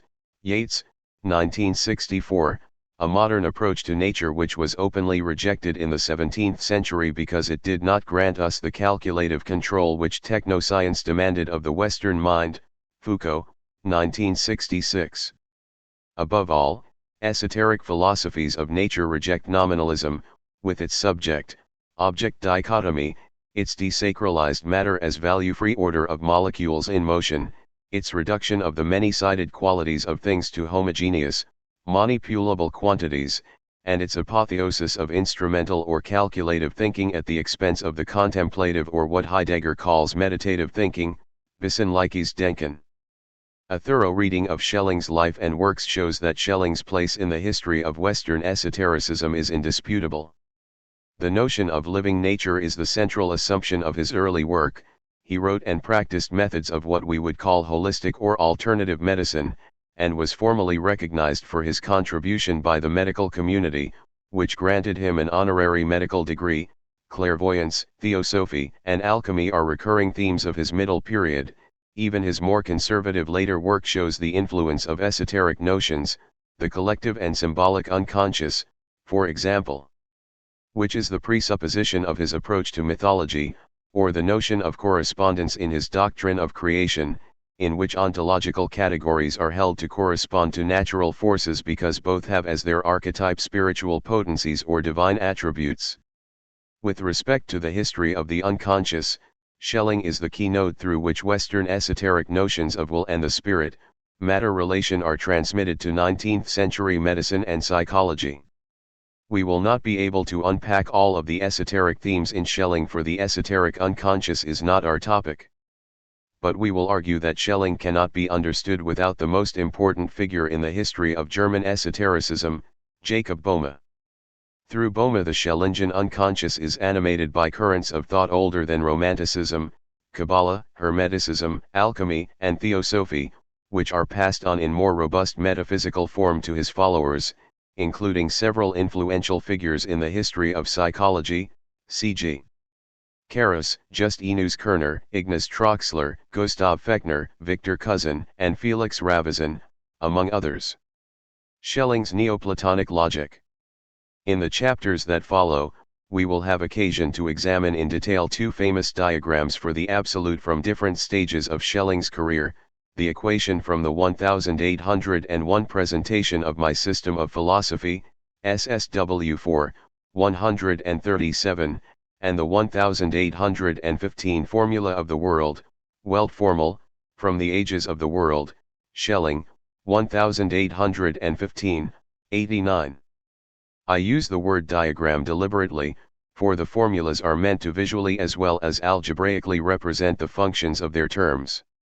While the diagrams represent quite different versions of the ideal, real relation, the 1801 diagram condenses Schelling's early monistic understanding of the relation. The 1815 Weltformel, by contrast, is an expression of the later Schelling's historical realism. They are nevertheless structured by a common logic, which is Neoplatonic in origin. This logical presupposition is key to understanding Schelling's difference from Hegel and the difference between the Schelling unconscious and the Lacanian unconscious. Let us put the two diagrams together and tease out the common logic. The 1801 formula of the absolute. The 1815 formula of the world. The principle structuring both diagrams is the Platonic argument that any two opposites must be grounded in a third term which is their relation and which makes possible their opposition by transcending it. Two can only be essentially opposed if they share some common ground which cannot be reduced to either one of them. The idea here is that opposition is not only disidentification, it is also a mode of relation. The one is related to its other as to that which it is not, and all such relations are only possible on the supposition of commonality. Thus the large can be opposed to the small because both are possible qualities of a body, which is in itself neither large nor small. Or in a more Schellingian key, mind can be opposed to matter because both are possible forms of some unknown order of being which is in itself neither mental nor material. The Neoplatonists used such arguments to make a case for spaceless and timeless forms as the ground of the variety of opposite determinations of beings we experience. Schelling uses the argument to overturn Cartesian dualism and to disidentify the absolute from concrete determinations that are proper to subjectivity, self-reflection, consciousness, immateriality, etc. The latter point is crucial to Schelling's rehabilitation of nature as spirit in another modality. For so long as spirit is confused with subjectivity, nature remains without dignity, autonomy, and spiritual standing, save as the negative of the subject, the object which the subject needs in order to be a subject. Modern philosophy cleaves being into two opposed structures, subject and object, without indicating why the distinction is necessary or showing what makes it possible. The Cartesian systems of philosophy, Descartes, Kant's, and Fichte's, remain stuck in this unexplained duality, where all that is said is that subject is not object, even if it is never without it, a point we will formalize thus: S is not equal to O. Schelling's argument is that the subject-object distinction presupposes a common ground of the subject and the object which is neither subject nor object. X is indifferent to but not identical with S and O, therefore X can ground both S and O. Thus is the oppositional relation of S and O explained even if X remains inscrutably mysterious. In fact, its inscrutability is essential to its explanatory power, a point which becomes clearer in the 1815 Welt Formel. To see how this Neoplatonic logic is also at work in the 1815 diagram, more exegesis is required, see page 141 following. Suffice it to say here that A2 and A3 must appear sequentially after A equals B is posited, because the duality latent in the first potency, A equals B, requires us to posit a third term which is neither A nor B but which could ground both. A2 is the ground, the condition of the possibility of A equals B, but since this reinstates another level of duality, that of A2 and A equals B, A3 must be posited as the ground of the possibility of that opposition, and in order to avoid an infinite regress of grounding, B must be posited, or rather not posited although always already assumed, as the unground, the ground which is never made explicit, the ground which presupposes no ground, which has no opposite, and which is necessarily presupposed in any systematic relation or system of relations, but which can never be brought before consciousness, can never be objectified as a term in the system. To explain A equals A, if it is not a tautology, means A is not equal to A or A equals B. But A equals B introduces manifest opposition, for on some level A is not equal to B. Hence out of the monad, A, emerges the dyad, A2, where A2 equals A equals B. The same argument which requires us to see A equals A as an implicit dyad, as A equals B, compels us to recognize A2 equals A equals B, as dyadic, that is, as the positing of two opposed terms, A2 and A equals B. A3 then is the synthesis of the explicit antithesis between A2 and A equals B. Out of the dyad comes the tetrad. But why not look for a further level, for is the tetrad not opposed to the dyad just as much as the dyad is opposed to the monad? Why not continue potentizing to infinity? Because an infinite regress explains nothing. If the potencies are to be sufficiently explanatory, there must be one excluded term, a non-potency, a ground which is never foreground, objectified, and made conscious in any equation. Just as the transcendental subject never becomes an object to itself, or as Wittgenstein puts it, the I can never be given within its own visual field, just as the axiom upon which a Gödelian system rests cannot be explained but must be presupposed by that system, so does the Schellingen unground, the ground which is not itself grounded, withdraw from all positing and presentation. The fourth term, B, is not, then, the next level of potentization after the A3, but rather the always unmanifest ground of every potency. For this reason, it is outside the brackets in the Welt Formel, i.e., outside the system of potencies. Hegel, Lacan, and Zizek break with this Neoplatonic Schellingen metaphysics by following nominalism and refusing the move from opposition to common grounding in a third term. Opposites are merely the same thing in a process of necessary self-differentiation. Hegel's alternative logic is, S is not equal to O means S equals O. The second formula, S equals O, is not a mystical conjunctio oppositorum, rather, it is a reinstatement of Cartesian dualism, but with a twist. The subject must alienate itself in a posited object because the subject is nothing other than that which intends an object, that which objectifies itself by disidentifying with its immediate experience. The subject by definition has no substantiality, but directs itself towards substance, either epistemically as knower or psychologically as desirer, and in both cases in an impossible intention toward a union which can never be fulfilled, for fulfillment would mean the extinction of the one who intends the union. The truth of Cartesian dualism, according to Hegel, is the claim that residential cogitans and res extensa are dialectically related, one and the same being in a process of self-alienation and disidentification. S is not equal to O means S equals O, where O is S at a later moment of development, Hegel, or subjectivity in disavowal of itself, a constitutive repression, which cannot be undone without undoing subjectivity, Lacan/Zizek. For Hegel there is no logical necessity to posit a hidden ground of duality. The ineffability of the Schellingian X undermines the rationality of the real, only if reason's other is reason in a constitutive, dialectical, act of self-differentiation, the negative of reason, subjective genitive, only then can we say that the real is rational, that there is nothing outside the system of reason, which could render the system fragile, epistemically suspect or merely relative to our finite cognitive capacities.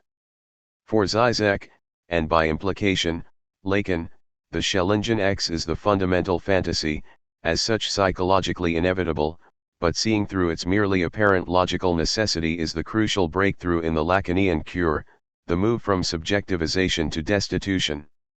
To take X for something real outside of the subject, object dyad is ideologically to hypostasize the big other. Hence Zizek's reading of the Welt formal as the very image of constitutive repression. B is not the unground in the Bamian Schellingian sense but the excremental remainder giving the lie to the symbolic, the Lacanian real, that which must always be excluded if the symbolic is to function as a substitute for natural life. 25 Schelling, according to Zizek, has correctly hit upon the formula of fundamental fantasy, but he does not see it as fantasy. Hegel does, hence his superiority. Reading Schelling against Schelling? In spite of his impact on 19th-century psychology, Schelling is scarcely mentioned by historians of medicine. 26 In one of the few studies that exist on the Schelling school of psychology, Schelling's eclipse is attributed to the non-teleological character of the exact sciences, which, following Herbart, was taken as a methodological ideal for psychology at the turn of the century, Orth, 1914, 3. In philosophy, Schelling has enjoyed a modest revival of late, but hardly enough to redress the century of neglect he suffered at the hands of Hegelian historians of philosophy.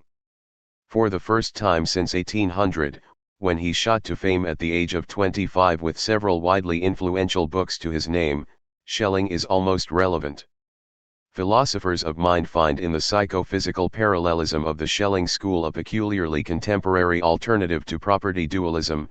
Heidelberger, 2004, speculative realists discover in Schelling resources for supporting their ongoing war on correlationism. Grant, 2006, Lacanians find in Schelling the father of the disjointed subject whose recoil from reality founds its own existence.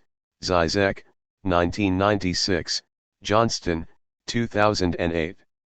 That these retrievals are sometimes in direct contradiction to each other is testimony to the fertility and breadth of Schelling's oeuvre. Yet another arena of relevance for Schelling has opened up with the advent of Web 2.0, personal identity theory. We appear to be moving beyond the era of self-psychology into an era of personality psychology. Identity is no longer primarily understood in terms of a substantial unity, the monolithic self with its hidden essence, but in terms of historico-geographical dissociation and social connectedness. No longer defined by place and time, personality is as multiple as its social contexts and exists to the extent that it is linked. 27 With the exponential increase in information access, everything available all the time, and, especially, the new forms of exchange and social role-playing made possible by participation in virtual communities, personal identity is now conceived wholly in terms of relationality. Schelling's relevance to this discussion lies in his insistence, against pantheist, subjectivist, and mechanist impersonalism, on a positive sense of dissociation. Every act of becoming conscious is, for Schelling, a dissociation from that of which we are conscious. Dissociation in this sense is not an obstruction to personal identity but the condition of its possibility. Only he who dissociates from who he once was emerges from the past and is able to establish a living relation to the present and the future. Schelling, 1813, 120. Positive dissociation must be distinguished from negative dissociation, Where the former enlivens the relation to time, the latter encloses the personality in the past by dissociating from the dissociation life is demanding of the personality. Negative dissociation is willful unconsciousness or what is commonly known as repression. The divide in the personality demarcated by consciousness, unconsciousness is, for Schelling, not so much a rigid binary as the axis around which revolve the multiple centers of the dissociative self. To be a personality in a Schellingian register is to be inextricably involved in such processes of dissociation and re-identification, of dialoguing with difference, and of consolidating an identity only to have time itself splinter the personality into an ever greater number of constituent members. Like the divine persons of the Holy Trinity, each of the members of the dissociative self is defined by its relations to others. A certain face of the person emerges into the light of consciousness only at the expense of another receding into darkness. The Schellingian personality thrives in self-diversification much as living organisms grow by division and self-pluralization. 28. We have Zizek to thank for reminding us of Schelling's continued psychological relevance. Zizek, 1996, 1997a. Although Zizek's interpretation of Schelling as a misshapen Hegelian is slanted at almost every turn by his allegiance to Lacan's peculiar brand of transcendental semiotic materialism, Zizek's Schelling studies nevertheless support the thesis of this book, that Schelling is the master architect of the notion of the unconscious, for not only can classical Freudian and Jungian thinking be traced back to Schelling, but to some degree so can Lacan's structuralist overhaul of Freud. Zizek shows how Schelling's neo-Kabbalistic notion of the contraction of being, which makes the finite order possible, God's decision to become a creator and thus bring an end to eternity, mytho-metaphysically dramatizes Lacan's developmental psychology, after the cut of the logos, the interdiction of the father, le-nom/non du père, the pre-Oedipal unity of the child with the mother contracts into the ineffable and inassimilable real so that symbolically mediated ego life can begin. To be sure, Zizek does not claim that Lacan's psychoanalysis is based on Schelling, rather, he claims that Schelling can be fruitfully read through Lacan. There is however more to the story. Zizek never mentions Lacan's collaboration with Alexander Koyer, the foremost interpreter of Böhme in the 20th century, and he repeatedly underplays the significance of Böhme for Schelling. Lacan had read Koyer's Böhme as early as 1929 and participated in Koyer's seminar in 1934. The two became close collaborators in the 1950s, Burgoyne, 2003, 77. These historical facts are essential to understanding why Zizek's cross-reading of Schelling and Lacan works so well. Böhme's Theosophy or Christian Kabbalism is a common denominator between Schelling and Lacan. 29. Essential to Zizek's Lacanian reading of Schelling against Schelling is the discontinuity Zizek sees between the middle Schelling's Lacan-friendly notion of ground and the early Schelling's proto-Jungian notion of nature as unconscious spirit. Ground is interpreted as the fictionalized origin of God, the signifier, which stabilizes the symbolic by excluding itself from it.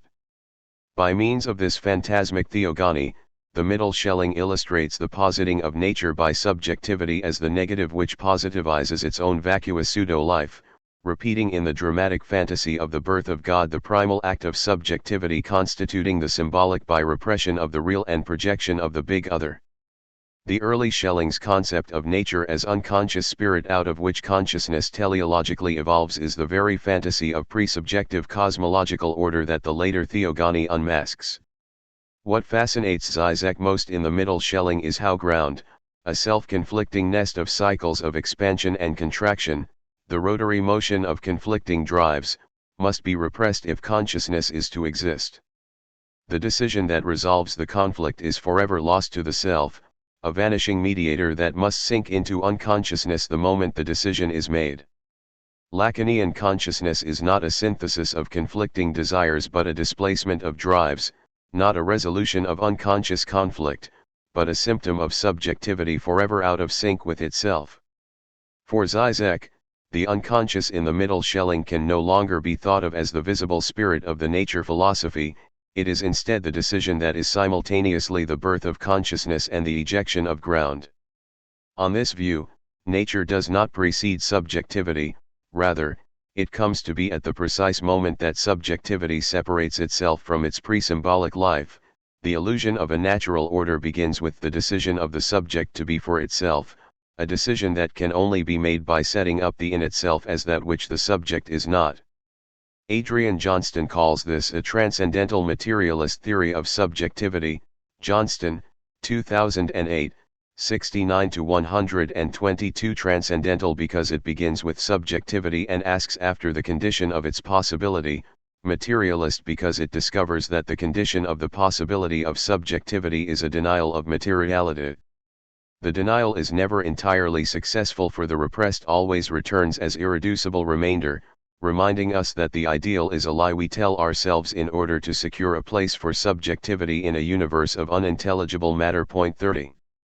In Zizek's reading, the eternal cycle of potencies in Schelling's God, the rotation of three mutually exclusive possibilities for will, becomes the infinite reflection of a primordial psychotic subject who cannot decide who or what it is, divided as it is by conflicting drives and incapable of authentic action because it lacks the requisite self-identity to act. Schelling's manifest argument, for Zizek, is that God can only be self-conscious if he allows for difference in being, that is, if he allows for the division of himself from his ground, of himself from creation, of every creature from every other. Psychoanalyst, the latent meaning of Schelling's argument is that subjectivity must repress its Oedipal psychosis if it is to exist at all. The life of the subject can therefore only be a divided life in which subjectivity stands over and against itself on some level, threatened, haunted, and erotically drawn to that which it is not, the pre-verbal mother, infant dyad, hypostasized as nature, that with which it could be united only at the expense of itself. Zizek's psychoanalytical reading of Schelling, more accurately, a psychoanalysis of Schelling, highlights the radically of the middle Schelling's ontology, which breaks with traditional metaphysics by grounding being in drive. Zizek helps us to see how and why ground is not an ontological foundation in a traditional sense, not a substance or a natural network of causes. Ground is less real than what it grounds. Beneath that which exists lies that which does not exist but longs to. To say ground exists prior to being is to make a category mistake, applying a category, existence, which is an ideal determination, to the real.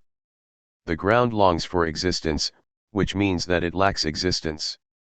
Where for Boehme and Schelling this indicates a mysterious purpose hidden in the deep unconscious of God, requiring limitation, negation, and finitude for the sake of love and community.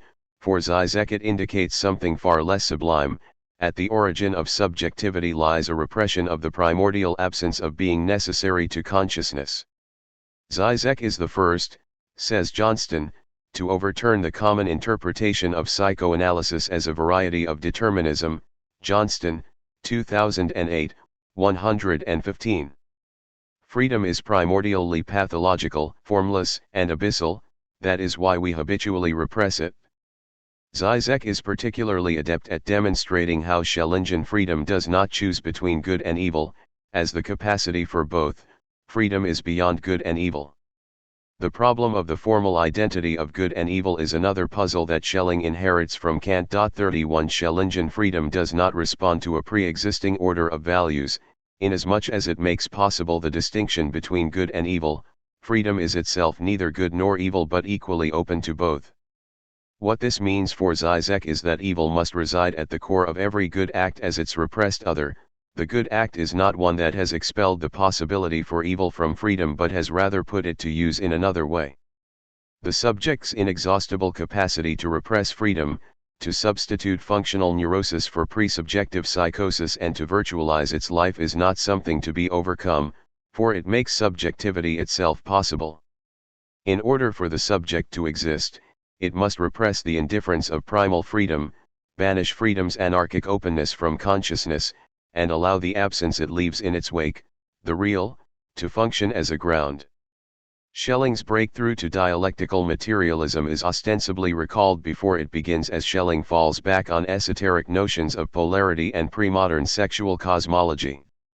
What Schelling truly discovered, says Zizek, eluded him. The real is not stuff that is idealized but the gap or break in the symbolic that indicates the contingency of the ideal. The ideal generates the real as the condition of its impossibility. The two cannot be grounded in an indifferent absolute without obfuscating their intimate dialectical entanglement with each other. For this reason Zizek ultimately prefers Hegel to Schelling, albeit a Hegel also standing on his head, not the arch-rationalist herald of the March of Spirit but the thinker of negativity par excellence, the one who carries forward Schelling's breakthrough to the essential role of the negative in the construction of identity. Zizek, 1996, 98. Zizek's Hegel is an atheist masquerading as a Christian, not because Hegel is hiding from the truth, but for the sake of performatively unmasking the dissimulation inherent in all theories of the transcendent. Schelling's failure in Hegel's eyes is not, as is commonly said, to have resolved the ideal, real dyad into a point of indifference between them. Their indifference is Hegel's clue to their dialectical entanglement with one another. Rather, Schelling's failure is to have hypostasized this point of indifference into the Godhead outside of all dialectical process. 32 Schelling's absolute indifference is an instance of Lacan's big other, the fantasy by which subjectivity both consolidates itself by negation of the real and conceals its own inherent negativity from itself, constitutive repression. Only Schelling fails to recognize the vacuity of the construct. In Zizek's view, this Schellingian fantasy of transcendence is corrected by Hegel, for whom the dialectic of the ideal and the real is purely immanent. The Hegelian third, repeatedly misinterpreted by Hegelian rationalists as a purely affirmative synthesis that restores identity, replaces Schelling's indifferent absolute with a spirit that is eternally out of joint because it has absorbed the real into the ideal and rendered it a constitutive moment of itself. Zizek calls the breakthrough that slips through Schelling's hands into Hegel's ready grasp die Grundoperation Deduction Idealismus, a single insight working its way through Kant, Fichte, and Schelling until Hegel finally gets it right, but one that can only be fully understood in light of Lacan, the notion of the primordially repressed vanishing mediator which generates the very difference between the real and the ideal. Zizek, 1996, 112. In the Schellingian theogony the negative is the moving principle of life and mind. God introduces negativity, first potency, lack, so that something positive might come to be as a result of the effort to overcome it. But the something that comes to be is not simply a return to the God that posited the negativity in the first place. What returns is something other than God. Hence the negative is not merely cancelled, it is also preserved as the mediator of the next level of structure. Schelling, in Zizek's reading, misses the merely transitive significance of negativity and hypostasizes the negative into the dark principle essential to the luminosity of the light principle. For Zizek this represents a regression to pre-modern dualistic cosmology. Hegel corrects Schelling in this respect, for the Hegelian dialectic abandons transcendence in favor of an immanentized absolute. That which moves the first moment into division is not its incompleteness when measured against the prior fullness of an absolute that is neither the one nor the other. Rather, the movement is the logical result of the incompleteness of the first to itself. Hegel does not need a transcendent ground because Hegelian logic moves, a principle can be othered in itself, contained within itself as its own negation. 33 The negative has no place outside the dialectic of the three principles. That which makes mediation possible, the negative, disappears in the mediation itself, proves itself to be not different from what is mediated. Negativity drops out as a distinct moment in Hegel, shows itself to be nothing but the one side of the absolute in transition to the other side. Negativity is not overcome, as in the mainstream reading of Hegel, but revealed to be the truth of the whole. Zizek concludes that the Schellingian absolute is an idealist ideological fiction related to pre-modern banalities about the complementarity of light and darkness, or to Jungian New Age libido theory. The Schellingian idealist ideological dialectic insists on a conjunctive sense of the end, darkness and light, feminine and masculine. The end here conjoins two really distinct and opposed structures, which can only be distinguished by positing the indifferent absolute.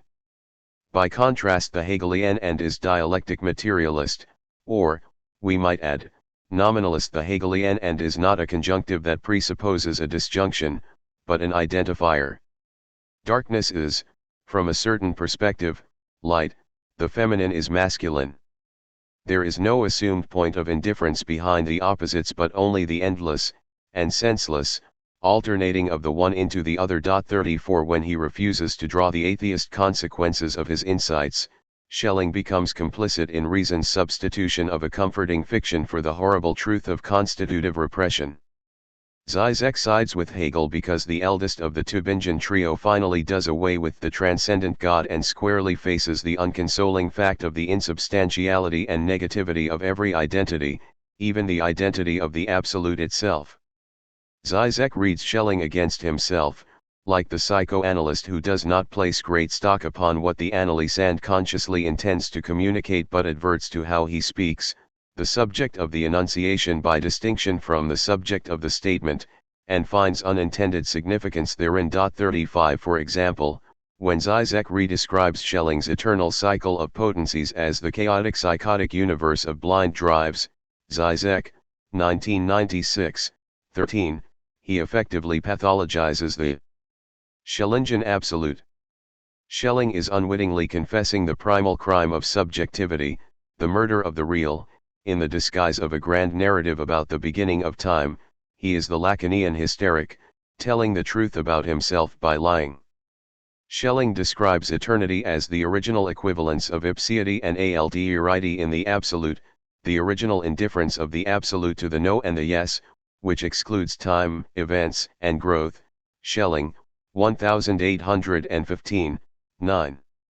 Where Zizek sees this as the original psychosis of infancy, which must be repressed if ordinary neurotic subjectivity is to function, Schelling describes it as the bliss and harmony of heaven which must be left behind if life in time is to begin. In Schelling's understanding of it, eternity is not a being at war with itself, but just the opposite, a being free of contradiction and strife. It follows that the psychology of dissociation founded upon this metaphysics does not assume constitutive repression. The Schellingian self must divide if it is to grow and live, and division means that some aspects of the self inevitably sink back into unconsciousness as others take center stage, but this dissociation is not subjectivity defending itself against horror by substituting the safety of the symbolic for the chaos of the real. Rather, the dissociation is for the sake of becoming conscious in a new way, that is, for the sake of an increase in being. We introduce the notion of positive and negative dissociation, which is only implicit in Boehme and Schelling, in order to amplify the therapeutical significance of Boehmian Schellingian metaphysics. The tendency in psychoanalytical and psychotherapeutical literature is to speak of dissociation in a purely negative sense. To dissociate from X is to render X unconscious and so a threat to the ego. Lacanian psychoanalysis demolishes ego psychology, but goes to the other extreme, into a merely negative theory of subjectivity as lack, constitutive repression, the self's necessary and tragic absenting of itself from itself. Positive dissociation is the growth in consciousness made possible by the contraction of some aspect of the individual's identity, which henceforth becomes the past, a dissociated other which is never sublated by consciousness, cancelled and preserved, but subsists in the self as a grounding potency. Positive dissociation is not only the production of unconsciousness but also and primarily the production of consciousness. To dissociate from X is to render X an object of consciousness or to make X conscious, for when X is attached to the I in such a way that the I has no distance from it, consciousness of X as such is not possible. Consciousness presupposes dissociation from that of which it is conscious. Negative dissociation is the dissociation that does not produce life and consciousness but the opposite. The dissociation from the dissociation growth is demanding of us, or willful unconsciousness, the paragon of which is Boehme's figure of Lucifer. Boehmian Schellingian dissociation is teleological, the dissociated parts of the self working together behind the scenes for the sake of the flourishing of the whole in which they inhere. Jason Wirth describes this as the conspiracy of life, the breathing out of the dark abyss of nature into form and the simultaneous inhaling of this ground, the retraction of things away from themselves. Wirth, 2003, 2. The metaphor of conspiracy is perfect, for the dissociated parts of the self are really distinct and in no way determined to work together, and yet, when the Schellingian personality thrives, they surreptitiously collaborate in the production of consciousness. Most problematic for classical Schellingians is Zizek's acosmic reading of the middle Schelling, which effectively divorces the middle from the early Schelling. Schelling published the Freedom Essay in 1809 as an appendix to his first collected works without announcing any axial divergence from the thrust of his early work. It would seem that he regarded the Freedom Essay as continuous with both the nature philosophy and the identity philosophy. In the 1827 Munich lectures, Schelling summed up his philosophical career thus far as a sustained investigation into the being of nature without any breaks or reversals. There is no doubt that the phases of Schelling's work do not cohere into a system, but this is not to say that the work is marked by violent breaks. Even the 1809 personalist turn, with its sudden appropriation of Böhme, is continuous with the central aim of the early work, to overcome the modern divide between nature and spirit. Böhme's great achievement, doubtless aided by the fact that he did not read the philosophy of his contemporaries, which was moving via Descartes in the opposite direction, is to think matter and spirit as one. The point of Böhme's positing potency, drive, and desire in God is to set up divine archetypes for natural processes and thus to overcome the Jewish Christian tendency to deny an essential connection between materiality and divinity.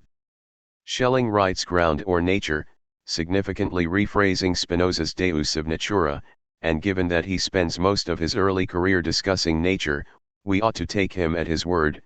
Schelling, 1809, 27. The split-off part of God, the excised other of subjectivity, is nature in the full cosmological sense of the term, matter, potency, force, drive, the nonverbal material order that precedes and exceeds subjectivity. For Zizek, by contrast, there is no nature in this cosmological sense, no order that precedes subjectivity. The notion of nature as the infinite material matrix of possibilities is the romantic fantasy produced by the constitutively repressed subject for the sake of sustaining its virtual existence, the subject in effect concealing its own virtuality from itself behind a cosmological screen. There is no productive cosmological polarity generating a hierarchy of being, no teleology directing the evolution of consciousness from the unconscious. Modern science, which discloses matter as the residue of an unthinkable accident, is the truth of matter, the truth that matter has no truth, there is no nonverbal order of things, no meaning or purpose served by life and the appearance of consciousness. In Schelling's later emphases on the violence of beginnings, the contingency of reality, and retroactively posited origins, Schelling ostensibly expresses this axiom of disenchantment without knowing it, like the Freudian dreamer enjoying his repressed secrets in a censored form acceptable to consciousness. Schelling, in Zizek's psychoanalytical reading of him, actually discovers that the nature which obsessed him in his early work is nothing but the trace of the repressed life of the presubjective subject, essential if the latter is to be conscious of itself, that is, he discovers the flaw in his early naturalism, but he disavows the discovery by constructing a meta-narrative of God's birth from ground.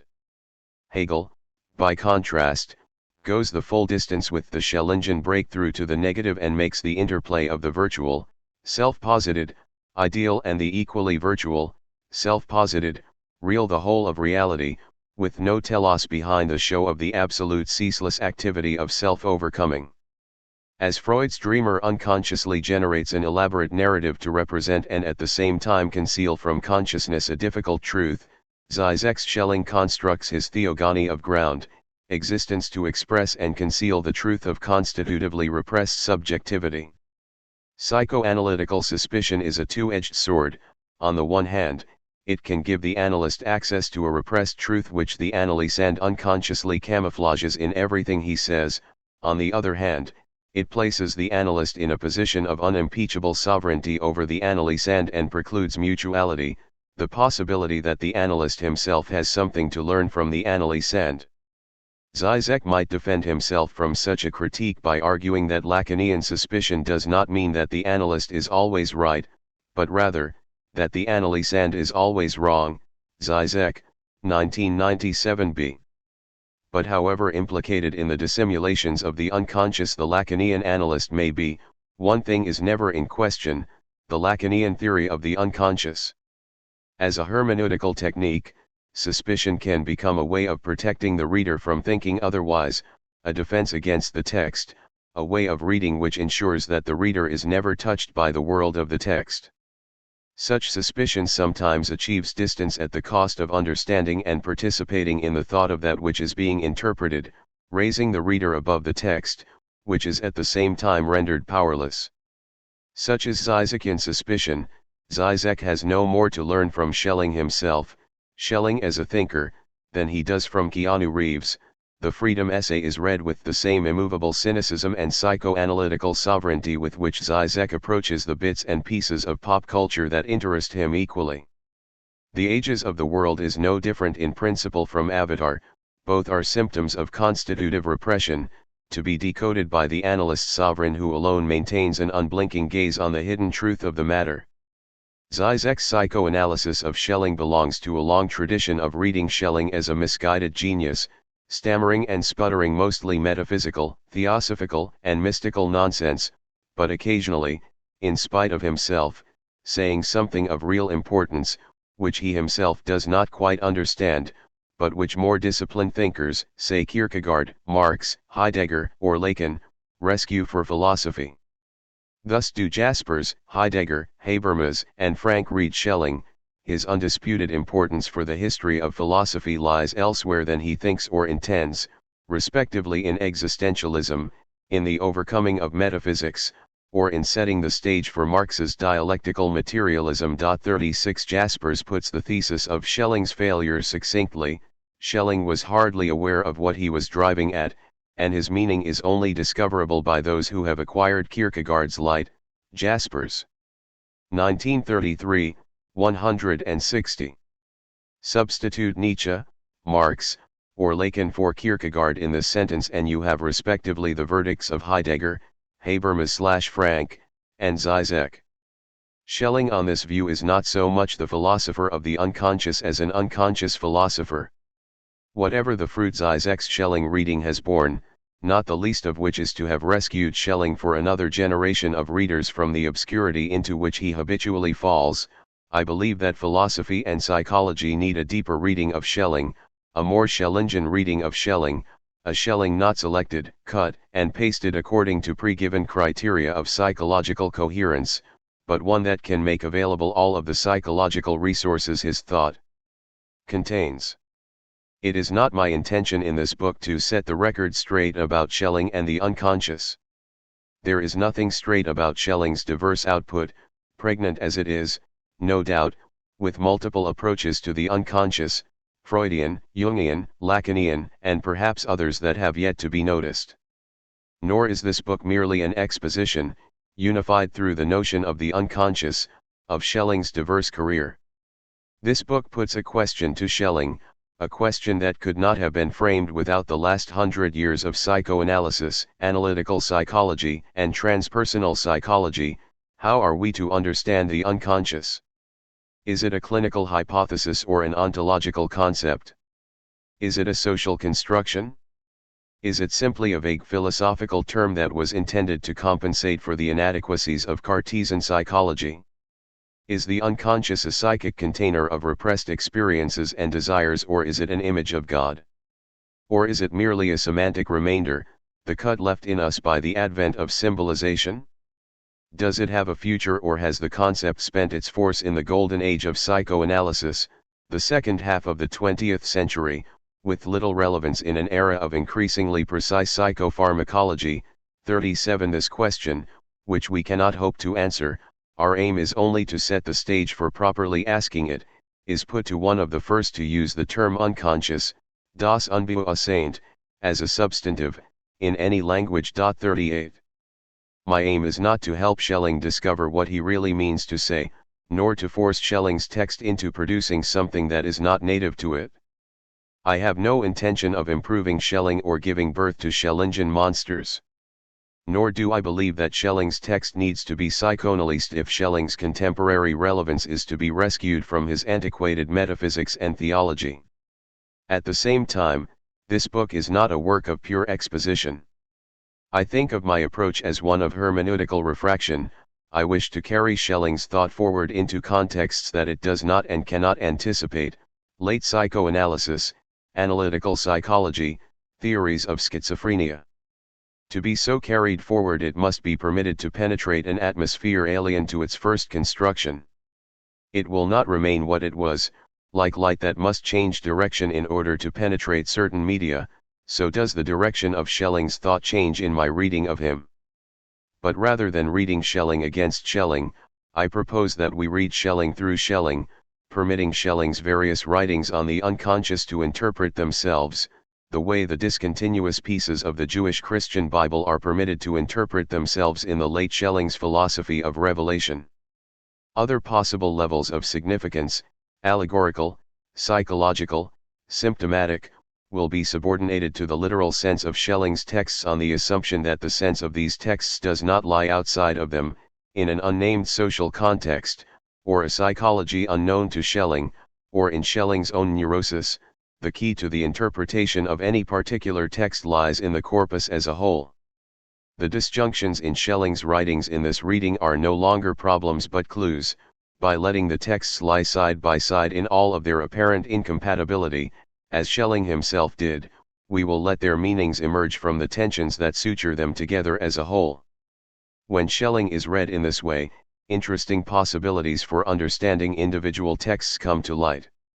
For example, Zizek's stark alternative between the system of transcendental idealism's teleological unconscious, on the one hand, and the freedom essay's self-constituting unconscious on the other, is shown to be a choice that Schelling himself urges us not to make. When we place the early Schelling in dialogue with the later Schelling on the unconscious, we see that two perspectives are possible: a realist perspective, which would see matter as prior to consciousness, a cosmological matrix of potency, and a transcendental perspective, which would see consciousness as prior to matter, positing it for the sake of its own self-definition. Both perspectives are justified because the unconscious decision to be a subject is at once a free decision of self-positing spirit and an event in the history of nature. 39 The unconscious as a natural stratum teleologically giving rise to self-conscious spirit is spirit described ad extra, from a third-person perspective. To the metaphysician's gaze, it can only appear as the material latency of spirit, which evolves into consciousness through a natural process of division and recombination, the way life evolves from the division of cells. The unconscious as contracted self and ejected past which founds the individual's identity is spirit described ad intra, from a first-person perspective, transcendentally experienced, not as some night of being that precedes the self. How could that be experienced, but as the self's act of separation from that which it is not, the act that has always already occurred and is continually being repeated, which spirit experiences, paradoxically, as a free act. That this presupposes the self's being present at the moment of its coming into being is one of the temporal conundrums in which we inevitably entangle ourselves when we attempt to think freedom. Which view is more accurate? Both and neither, and here we return to the early Schelling's original impulse, to give both a transcendental philosophical account of the absolute, ad intra, and a natural philosophical account, ad extra. When we interpret Schelling's various versions of the unconscious as stages in a developing theory, we discover an unusual convergence of metaphysical, psychological, and theological positions. Metaphysically, Schelling is a coherentist. We coin the word to describe a position on the relation of mind to matter which is neither idealist nor realist and which cannot be identified with the psychophysical parallelism of his followers, example Gustav Fechner. For Schelling, matter and mind are really distinct but coherent. They are neither causally reducible to each other nor do they mirror each other. Rather, matter coheres in mind as its substance and ground, and mind coheres in matter as its formal logical structure. Psychologically, Schelling is a dissociationist, in the lineage of Paracelsus, Boehme, Janet, James, Peirce, and Jung. For the dissociationist, multiple identities are not a problem. Everything depends upon the relations of the personalities to one another.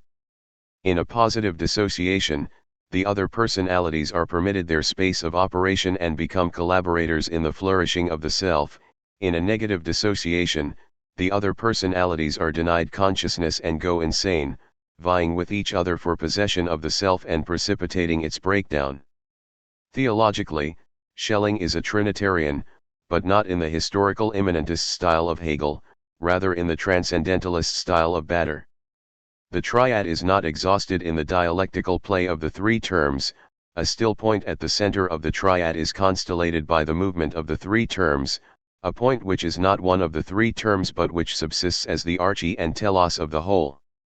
Finally, in this sympathetic reading of Schelling through Schelling, a coherent psychology of the unconscious comes into view, a speculative psychology of the unconscious, i.e., one which begins in metaphysics and finds confirmation in the empirical, by distinction from a metapsychology, which forms hypotheses on the basis of the empirical. Its fundamental thesis is as follows: negative, subject-oriented desire, neither death drive nor narcissism but introverted life drive, obstructs positive, object-oriented desire for the sake of a precarious production of that which is irreducible to both the ego and the other. Just as in the nature philosophy negative force obstructs positive force so that infinitely productive nature, natura naturans, might be revealed, just as in the philosophy of freedom, ground obstructs existence so that love might be revealed, just as, in Schelling's late philosophy, first potency obstructs second potency, literally crucifies him, so that God might be revealed, the negative features of the human psyche, the inferior qualities, selfishness, vice, insurmountable neuroses, etc., are not accidents, absurdities, or reactions of the subject to a universe that has no place for it, but conditions of the possibility of finite personality. Our vices fuel our virtues, our complexes are key to our character. Such a unique psychology, it shares features of Freudianism, Lacanianism, Jungianism, and even behaviorism, without coinciding with any of them, is relevant in its own right and on its own terms. Chapter 2. Tending the Dark Fire. The Bahmian notion of drive. If the all were only one, the one would not be revealed to itself. Boehme, BSS 7, 3.22. The Theosophical Root of the Unconscious. Where the role of Romanticism and idealism in the history of the unconscious is not disputed, the influence of Western esoteric discourses, in particular Theosophy, is more controversial. Point 1. Theosophy enters the history of psychiatry through the mediation of the German Romantics and plays as decisive a role in the development of the theory of the unconscious as do the widely referenced remarks in Leibniz and Kant concerning dark representations. 2. The importance of Theosophy for Schelling's philosophy, especially that of his middle period, is well known in the German literature and almost completely overlooked in the surge of recent English studies of Schelling. 3. Schneider, 1938, and Benz, 1955, argue that Schelling is already appropriating theosophical insights into the nature philosophy of 1797 to 1799. They suggest that the early Schelling's inspiration for problematizing Fichte subjectivism with a brazenly revamped nature philosophy is Oettinger's post-vitalist neo-Bahmian theology. According to Oettinger, the common enemy of theology and philosophy is mechanism, which elevates the lifeless causal interaction of discrete particles into an ontological paradigm. Modern natural scientific discoveries, Oettinger argues, need to be interpreted in a biometaphysical context that appreciates the absolute not as first cause or highest being, but as self-revealing life. The then new sciences of electricity, magnetism, and chemistry, with their interest in the ability of matter to act from a distance, exemplified for Oettinger a theological principle largely forgotten in modernity but central to the thought of Jewish theosophy, Boehme, and the Renaissance Kabbalists. Life is only possible in the antagonism and resolution of polarities. Ostensibly baptized into Friedrich Christoph Oettinger's speculative Pietism, Schneider argues that Schelling was already skeptical of the transcendental turn, even when he was actively contributing to the Fichtean idealist movement. Transcendental philosophy needed the complement of nature philosophy because it inflated consciousness to a place that could only be occupied by life. If Schneider and Benz are correct, we could make an even stronger case for the theosophical root of the Schellingian unconscious and by implication the theosophical origins of the psychodynamic unconscious of the 19th century. We could then argue that both Schelling's early and middle concepts of the unconscious, which are distinct and responsible for different impacts on 19th century psychology, are theosophical in origin. The argument for the influence of Oettinger on the early Schelling is unfortunately largely speculative. Point 4 Because both Schelling's father and grandfather were pastors in the Württembergian pietist tradition, Benz, 1955, 41, it is assumed that Schelling would have read Oettinger's Biblisches Wörterbuch, a compendium of theosophy and biblical theology written as a study guide for lay people, Oettinger, 1776-1999. What we do know is that at the age of 10 Schelling was sent to Nürtingen for Latin school, and lived for a time in the house of his uncle, who was known as a fiery disciple of Oettinger's, Schneider, 1938, 8. There Schelling met Philipp Matthias Hahn, the most important follower of Oettinger, who impressed the boy so deeply that he was inspired to compose his first poem on the occasion of the great theologian's death, Schneider, 1938, 8-9. Schelling's early exposure to speculative Pietism does not prove that the young philosopher who turned abruptly from Fichte's transcendental philosophy to nature philosophy was already formed in Bahmian theosophy. Much of what the early Schelling says about nature as a productive strife of opposing forces, about organicism, and about the unconscious activity by which consciousness generates itself is already anticipated or developed by Kant and Fichte. Point 5 What no one can deny is the influence of Franz von Baader on the middle Schelling. During the early years of Schelling's first Munich period, 1809–1821, Baader exposed Schelling to an extensive theosophical and occult literature. While Schelling was aware of Boehme's significance and had most likely read him before 1806, it was Baader who showed Schelling that Boehme's theosophy could be brought to bear directly on contemporary philosophical problems such as theodicy, freedom, and the relation of the infinite to the finite. Always reluctant to acknowledge his sources, Schelling admits his debt to Baader. Schelling, 1809, 35, fn. 6. It is Viaduct Schelling's freedom essay that theosophical themes first enter mainstream 19th century philosophy, if they are not already there, and contribute, through philosophy, to the psychodynamic horizon of late 19th century Europe. Point 7. The Bahmian distinction between a contract-active, wrathful dark principle and an expansive, loving light principle is the paradigm for Schelling's distinction between ground and existence in the freedom essay and the doctrine of potencies in the Stuttgart seminars and the Ages of the World. In the second draft of Ages, the distinction is developed as the difference between universal being, seen, and determinate being, das and, Schelling, 1813, 126–143. Universal being is associated with potency, the pronominal, the non-subjective, that which is not, das Nichtse and, i.e., that which withdraws into itself. Determinate being is associated with actuality, predicative being, the subject, that which exists, i.e., that which stands outside of itself. This distinction succeeds Schelling's earlier distinction between negative and positive natural forces. But something decisive happens between the early and the middle Schelling. Universal being is associated with affectivity, with desire, longing, and passivity, that is, with qualities that metaphysics had typically regarded as secondary, derivative, and inferior. This is nothing short of a reversal of the historical relationship between act and potency, a century before Heidegger. The freedom essay is a decisive moment in the genesis of the psychodynamic notion of the unconscious. The genealogies of the unconscious that focus on the contributions of Leibniz, Kant, and the early Schelling are missing something crucial that comes to birth in late, theosophically influenced, German idealism. The epistemic dark side of the mind is only one aspect of the unconscious, and from the perspective of psychoanalysis and analytical psychology, it is not the most important aspect. Subliminal perceptions and lost memories are only the surface of the unconscious. Far more significant is the sense of a dark drive at the basis of personality. This thought is not a contribution of modern philosophy as such, it is foreign to Spinoza, Kant, and Fichte. Its origin is theosophy. The theosophical reversal of the scholastic understanding of the relation of will to being is the key to this largely untold story. Scholasticism stipulates that a thing must first be before it can desire or be desired. Theosophy holds, on the contrary, that drive for existence precedes being itself.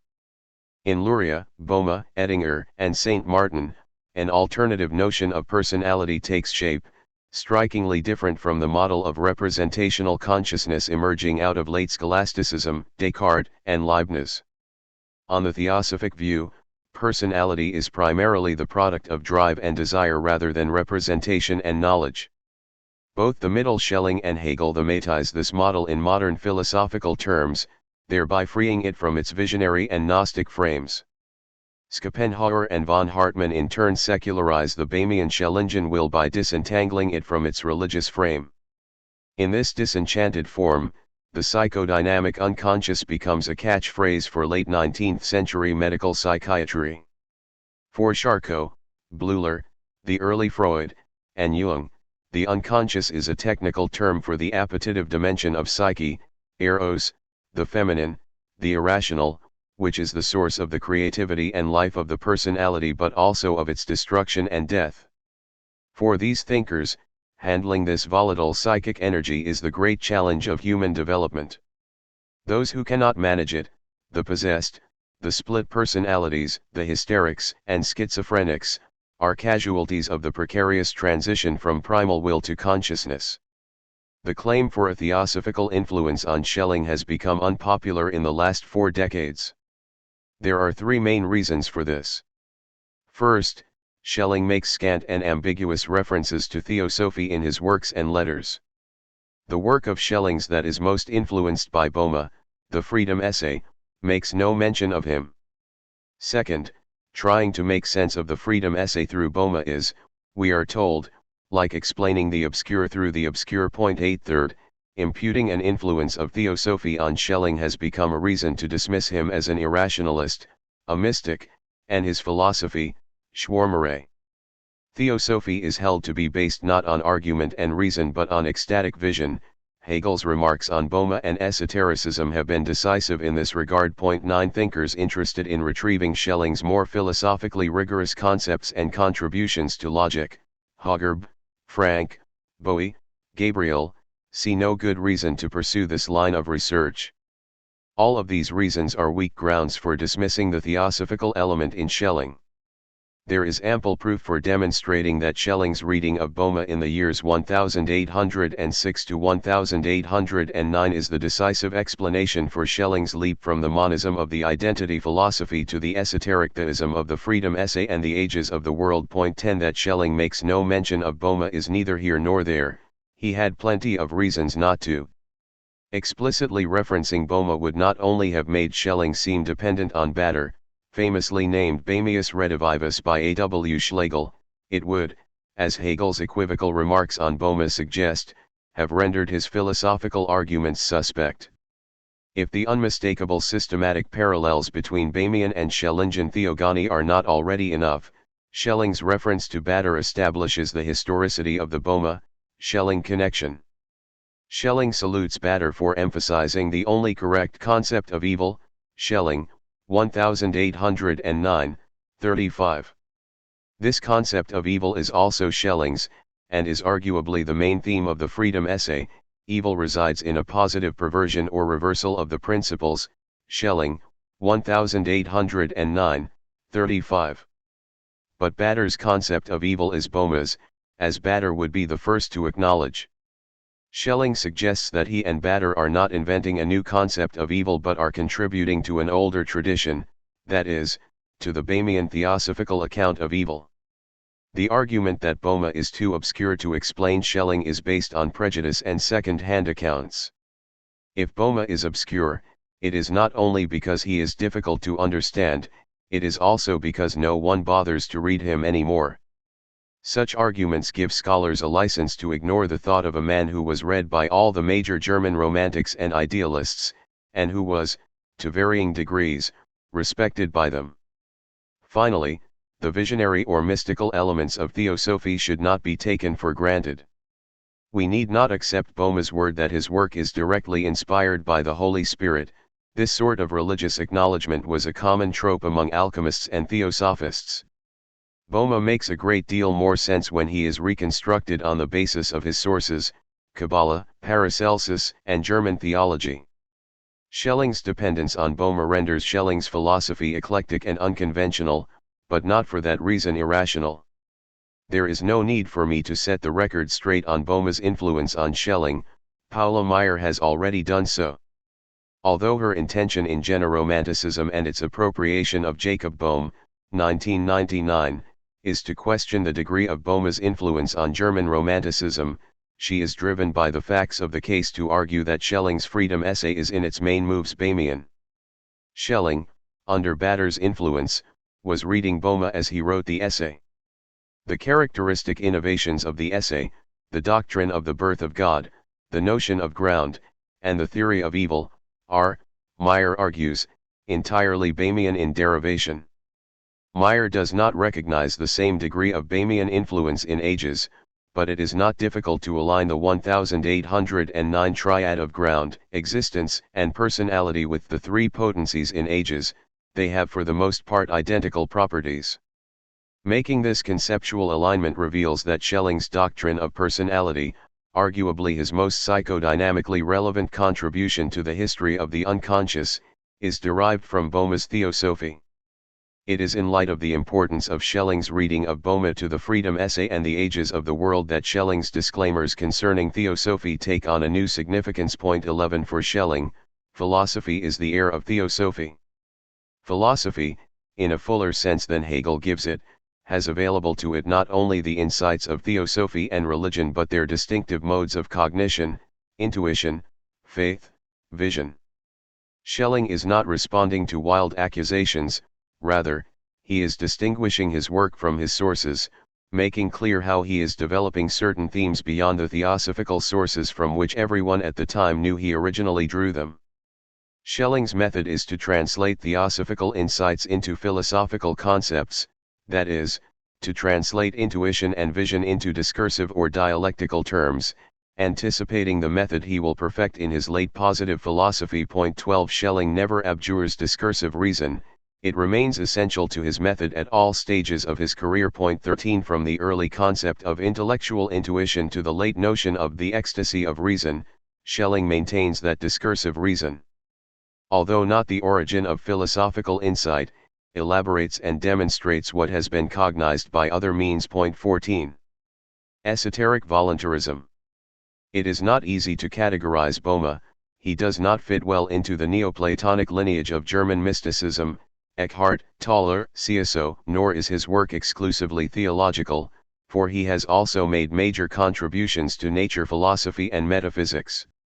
He is associated with the reform of the Reformation, the upsurge of spirituality in 17th-century Protestantism that was largely a reaction to the return of dogmatic scholastic legalism in the Lutheran Church, Sebastian Frank, Valentin Weigel, and Caspar Schwenkfeld.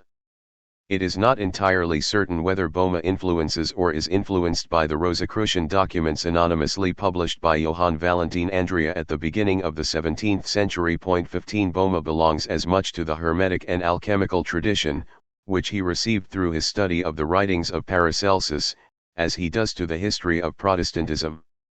The Kabbalistic influence on his thought equally situates him in the tradition of the Christian Kabbalism of Johannes Reuchlin, Pico della Mirandola, and Cornelius Agrippa von Netzheim.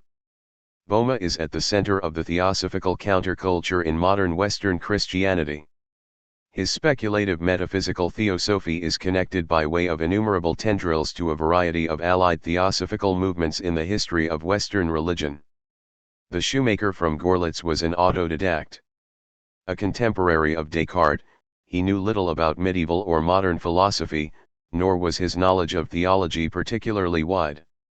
Relatively few were the materials he had at his disposal: the Luther Bible, a second-hand knowledge of German theology, Eckhart, CSO, Toller, the Theologia Deutsch, Paracelsian alchemy, and the Kabbalah, when he combined them into a totally original form. Boehme's many-sided writings revolve around a single thought: God is a will to revelation. 16 Nature is both the product of God's original revelation and a repetition of the internal dynamic of that revelation. For anything to be revealed to itself, it must become doubled, dividing into something that withdraws and hides itself and something that comes forward and shows itself. According to Boehme, withdrawal from relation is the root of evil, whereas self-showing, relatedness, is knowledge and love. But the self-showing is only possible on the ground of withdrawal. The condition of the possibility of self-revelation is therefore also the condition of the possibility of evil. Life calls for a careful negotiation of the self-withdrawal necessary to self-manifestation, a tending of the dark fire of the first principle. The dark fire must be held latent in love.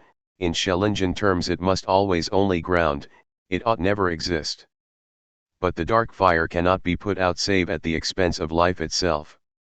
The motive of Boehme's vast output is to explain how evil could appear in a creation that is ex deo, a direct expression of the divine life. Boehme speaks of seeing a disturbing coincidence of good and evil in all things in this world. He observes the suffering of the just and the apparent triumph of injustice, experiences that originally made him sick with melancholy. 17 Following the Kabbalah, Boehme argues that evil is rooted in a creative duality in God. The simplicity of the ungrund supports a dialectical play of wrath and love, darkness and light, which Boehme describes as two conflicting wills, a self-assertive and a self-diremptive will. This polarity becomes concretized in creation as cold and heat, hard and soft, fire and water. In human beings and angels, these essential opposites are capable of being separated from one another. The separation of the self-assertive will, without which nothing could exist, from the self-diremptive will, which eternally tempers it in God, is the origin of evil. Boehme is not without his contradictions, but certain recurring misinterpretations of his thought are not infrequent. The first misinterpretation to be avoided is the argument that Boehme naturalizes the divine, transposing upon the infinite the finite truths of nature, for example, the play of polarity, and therefore of potency. This argument misses what is for our purpose the most important feature of Boehme's methodology. Boehme does not configure the divine life on the model of the natural world, but instead conceives nature on an analogy with the human psyche, which he believes to be an image of God. In the tradition of Christian Kabbalism and Hermeticism, Boehme takes man, the little world, or little God, as Boehme sometimes describes him, as his reference point both for his nature philosophy and his theology. As his followers St. Martin and Bader make clear, the theosophical move is not to explain man through nature but to explain nature through man. We must, as St. Martin says, explain things through man and not man through things. Il ne faut pas expliquer l'homme avec les choses mais expliquer les choses avec l'homme. 18 This point is crucial for recognizing Boehme's importance to the history of psychology. Boehme's Hermetic assumption of man as microcosm, combined with his Christian interpretation of the biblical doctrine of imago Dei, compels him to attend to himself, to his interior life, with an intensity and seriousness perhaps not seen since Augustine. The divine personality is conceived on an analogy with the human personality, which is understood introspectively.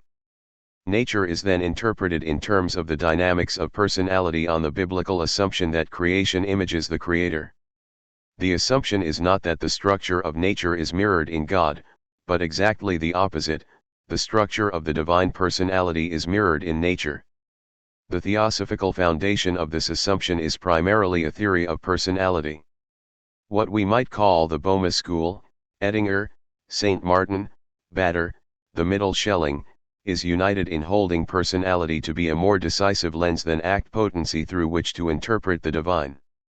A second misinterpretation is that Boehme represents a regression to ancient Gnosticism. 19 This misinterpretation leads to the obscuring of one of Boehme's most distinctive contributions to the Christian tradition, his emphasis on embodiment as perfection. Nothing could be stranger to ancient Gnosticism than to hold such a view. While Boehme shares with Gnosticism a substantive and productive account of evil, to be elaborated below, he shares nothing of the Valentinian or Manichaean matter-vilifying dualism. On the contrary, Boehme's cosmology is one of the most affirmative philosophies of nature in the history of theology. 20 Personality is for Boehme essentially embodied. Boehme has little time for Gnostic otherworldliness, or the milder, and more orthodox, Neoplatonic denigration of corporeality characteristic of Christian mysticism. Rather than turning away from the body, the appetites, and matter, dismissing them as less than real, Boehme turns toward the body as the visible manifestation of the inner life of God. Boehme's theosophy is charged with a sense for the divine source of the vitality, energy, and manifold physical qualities of the natural world. To call this nature mysticism is not precise enough, it is life mysticism, born of an alchemical conviction that the processes of transformation in the natural world are not accidental to the life of God. Nature is rather an outward sign, signatura, of the divine personality. The energetic, volitional, and corporeal side of the human being, passion, feeling, appetite, and will, has a divine significance, it mirrors the volitional side of God. Mastery of passion is no longer enough. Boehme calls for a total mobilization of all the natural drives of the human being, for their consecration toward a single transcendent goal. This positive approach to the body is at the heart of Boehme's most idiosyncratic concepts, the dark and reactive side of God, the quasi-material element in the divine, harshness, tone, figure, and, finally, his ambiguous use of the term ipseity, selbstheid. For Boehme, body is the seat of ipseity. Without ipseity the body could not exist. Essential to embodiment is boundary, separation, enclosure from the environment. Boehme does not advise us to transcend the body, nor even to master it, the body must rather be tended to carefully so that it can become the medium of revelation. A third misinterpretation of Boehme is that he is an unlearned mystic who gives spontaneous utterance to his visionary experiences. This argument is made not infrequently the ground for a philosophical dismissal of Boehme's ideas. The complaint is that private visionary experiences can never be grounds for philosophical claims. This judgment, which Boehme's rhetoric encourages, overlooks the dependence of Boehme's thought upon alchemical, Kabbalistic, and Hermetic sources. Boehme did not undertake a formal course of study, but study he certainly did. Van Ingen, 1997, 803.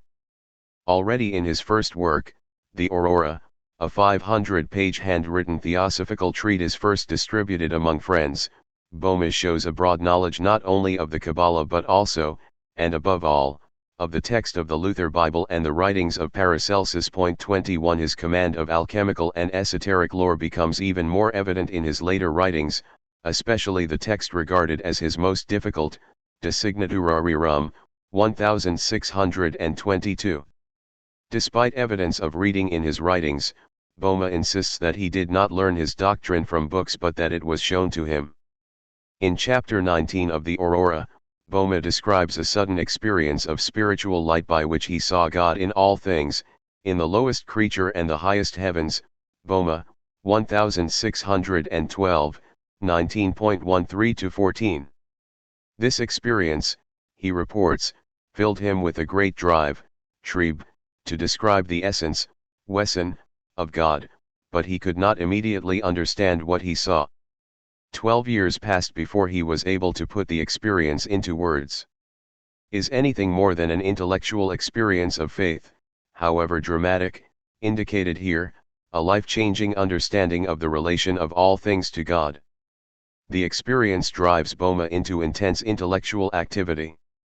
Boehme does not describe dramatic visions, voices of angels, or other paranormal phenomena, he speaks instead of suddenly seeing everything differently. Worth noting in the Aurora passage referenced above is Boehme's own references to comprehending in reason, in meaner Vernunft begriffen, as Boehme puts it in his Baroque German, and correct understanding, Recht Verstand.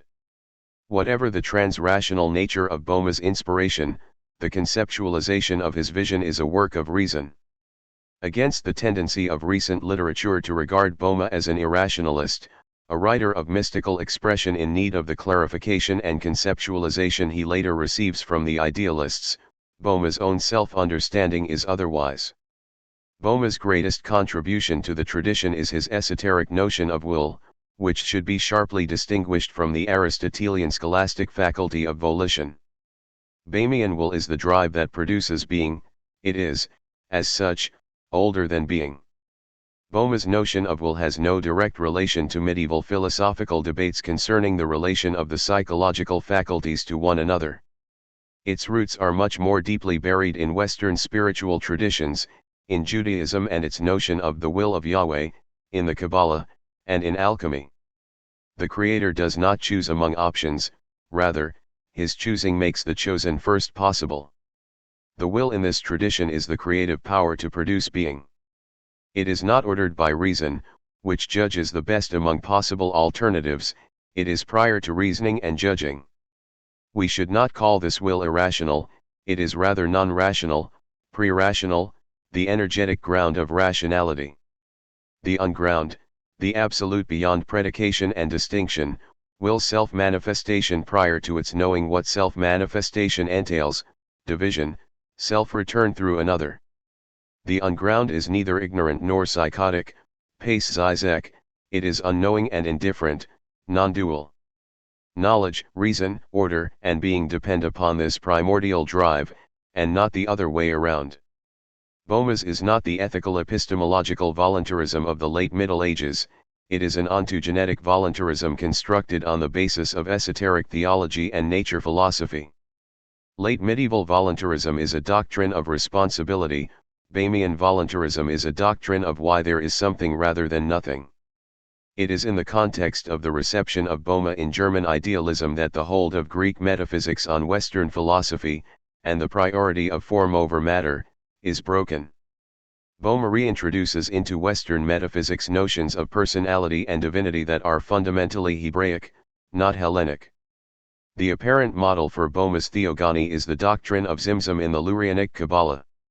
According to the Renaissance Kabbalist Isaac of Luria, the infinite, Ein Sof, contracts its being in order to create the nothing in which the finite can emerge. 22 The contraction is initially a negation, a withdrawal into self, a self-limitation, and self-concealment. The negation is also an implicit affirmation, for it happens for the sake of letting another be, or better, letting otherness itself be. The first act in the Boehmian theogony is a negative moment of contraction, the unground negates its own infinity. In the wake of its infinity, two countervailing wills are introduced into being, a dark will asserts itself over and against a light will. The dark will finitizes the divine by withdrawing into itself and demarcating itself, the light will counteracts this contraction by self-donation and expansion, that is, by reversing the direction of the dark will. Only because the dark will has contracted the divine is it possible for the light will to establish expansion, love, and self-donation as laws of being. The dynamic of contraction and expansion, of something unfolding on the ground of something withdrawing and contracting, is carried forward as a basic principle of consciousness through Boehme, Ettinger, and Schelling. Boehme's unground is the ineffable, non-dual, and incomprehensible darkness of the Godhead out of which the light of self-consciousness emerges through a dialectical interplay of opposites. The unground in itself lacks the duality necessary to revelation. Boehme repeats, like a mantra, that without distinction and duality there can be no manifestation. Without duality an eternal peace would reign in the Godhead, but the eternal nature of the Godhead would not be revealed. Duality emerges out of the non-duality of the unground in the form of hunger, the eternally quiescent nothingness of the Godhead suddenly gives rise to a second form of nothingness, nothingness as lack and hunger for something, begeerd zum etwas, ultimately for a revelation of itself. Boehme, 1623b, 1.9. Boehme's meaning cannot be that some external law of nature imposes necessity on the unground, as though the unground must allow for difference, or is coerced into differentiation as a condition of its becoming manifest to itself. The freedom of the unground is the foundation of Boehme's thought. It is more accurate to say that by dividing and mediating itself to itself, the unground establishes the law of revelation, consciousness, and personality, this law is mirrored on a lower level in the polarities that animate all living things. Why the unground will's self-revelation ultimately cannot be answered. To give an answer would be to ascribe a cause to that which has no ground, that which is absolutely unconditioned and free. Boehme says only that the unground churns with a drive, Trieb, for a relation with itself. The aseity of the divine is not contradicted by the unground's desire for a likeness. God does not need to be othered or revealed to himself, he chooses to be. The doubling necessary for revelation is not a perfection, not the actualization of a potency or the completion of the divine being. To put it in Deleuzian terms, the drive to revelation is not desiring lack but desiring production, the desire of the artist who wills the artwork not because he needs it to be complete but because he wishes that it be so for its own sake. Point 23. What the unground finds, that is, generates for itself, is nothing other than its own search for a self, the hunger, which is itself. Boehme, 1622, 2.7. The first principle of the eternal nature arises, a will that has nothing that it can will but itself. Boehme, 1624a, 3.7. Point 24. By desiring itself the will makes itself into its own object. It longs for the fullness of self-manifestation, which it can only have insofar as it has another to whom it can show itself. Thus God must allow for another, wholly other than it, to which it can be revealed, and in being revealed, through which it can come to know itself. The first principle is sometimes described by commentators as the principle of egoity. Boehme does not use this Latinism, but rather Selbstheet, but in truth it is too unconscious to say I. Better to describe it as a principle of ipseity. 25. The unground desires to give itself a ground. Out of this desire emerges the dark principle, which Boehme calls by many names: cold fire, the center of nature, dark fire. It is composed of three qualities that perpetually struggle against each other. The three dark qualities image the three divine principles, but in an unresolved state. The dark fire is therefore pain, unappeased desire, and anxiety. Boehme describes it as the corporeality of God, Leiblichkeit, but it is not in itself God. In order for God to be born and for self-revelation to occur, the dark fire must be tinctured by its opposite, the light fire. In the second principle, the countervailing opposite will opens itself up and affirms and mirrors all that is exterior, willing only that the other be. The second principle is light fire, the principle of love and alterity. The dark fire and the light fire are bound together by the law of being that binds all binaries to one another. Out of their antagonistic rotation around each other, a circular motion caused by alternating attraction and repulsion, a middle ground is described that is neither light nor dark but the center that makes both possible, the third principle, which mixes the dark and the light. The opposed principles must differ essentially from one another, they must be determined by opposed intentions. The light fire or hot fire is the antithesis of the dark and cold fire. Where the dark fire closes in on itself, the light fire opens out onto the other. The dark fire hungers only for itself, the light fire hungers for another.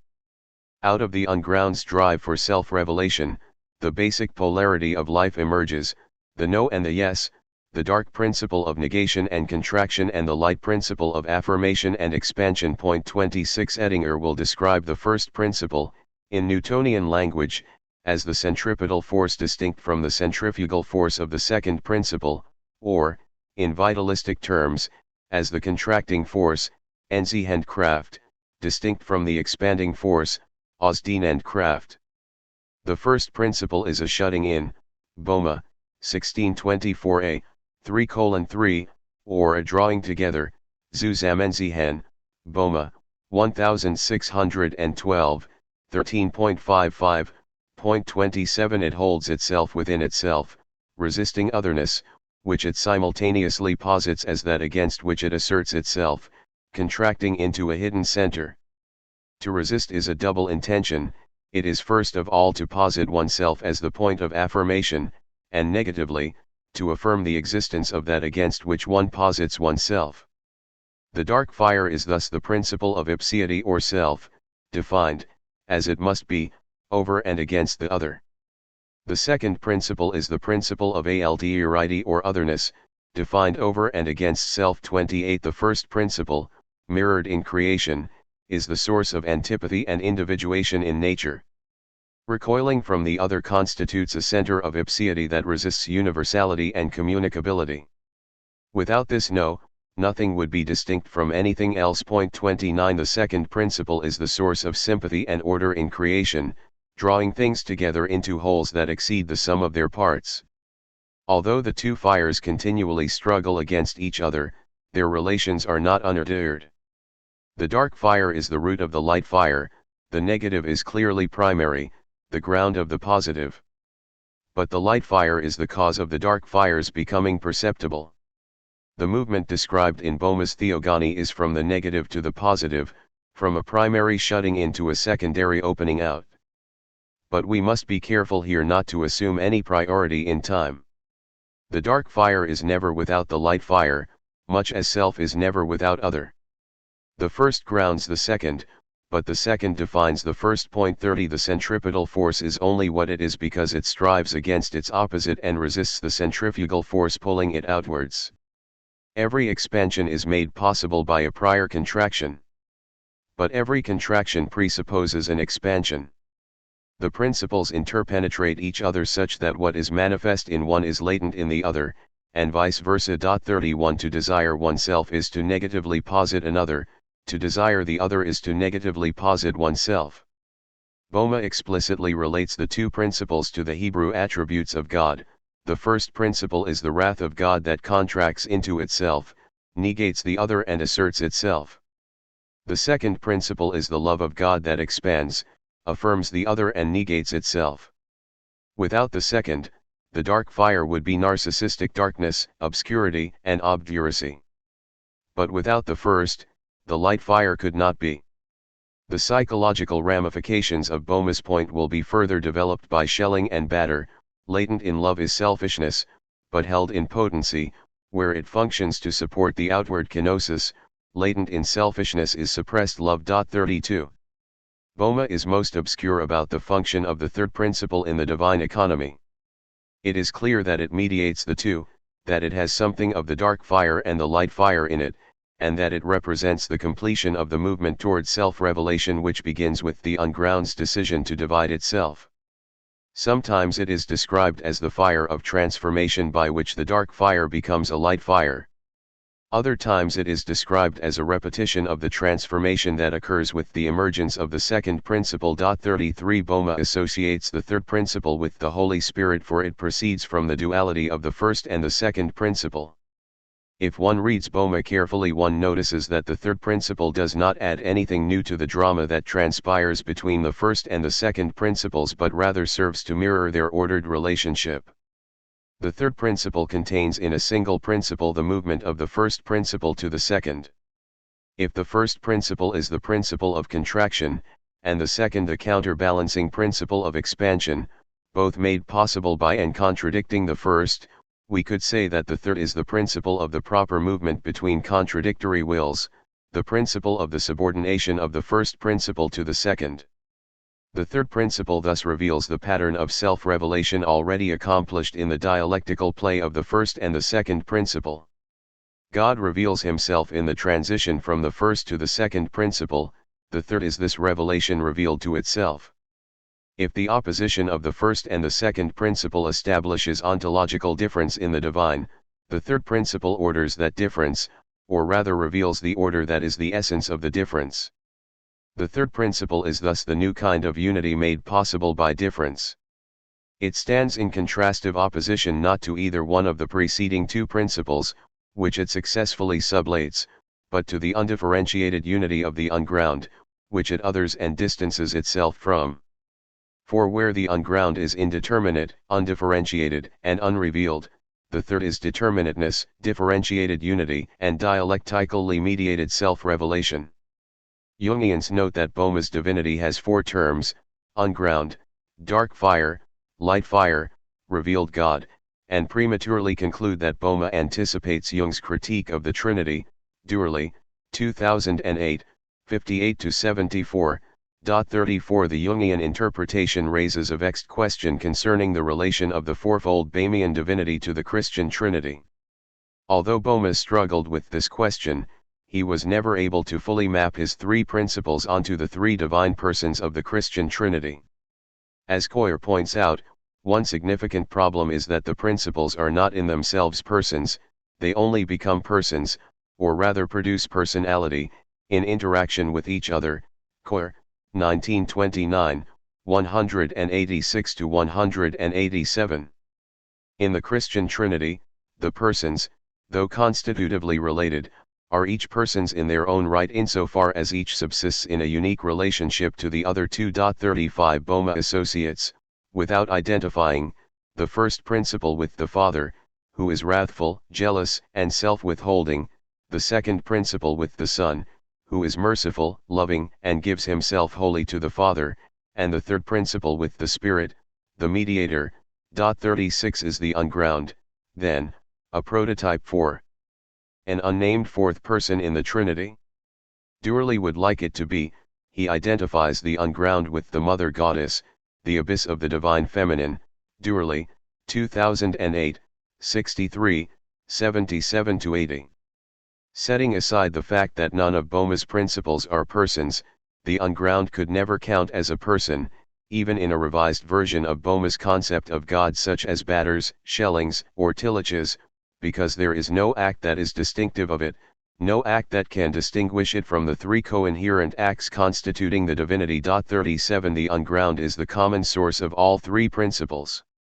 The unground is not a fourth person of the Trinity for the same reason that the divine nature in Orthodox accounts of the Trinity is not a fourth person. Non-duality, indifference, and indeterminateness are not positive features capable of lending the unground a distinctive personal identity.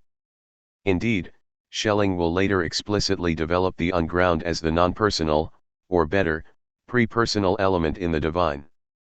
The Schellingian unground, the Godhead in ages, is absolute indifference. Schelling, 1809, 68, the will that wills nothing. Schelling, 1815, 24. As such, the unground/Godhead stands in marked contrast with the three potencies, each of which are distinguished by their characteristic acts of will, willing self without other, willing the other, willing both self and other.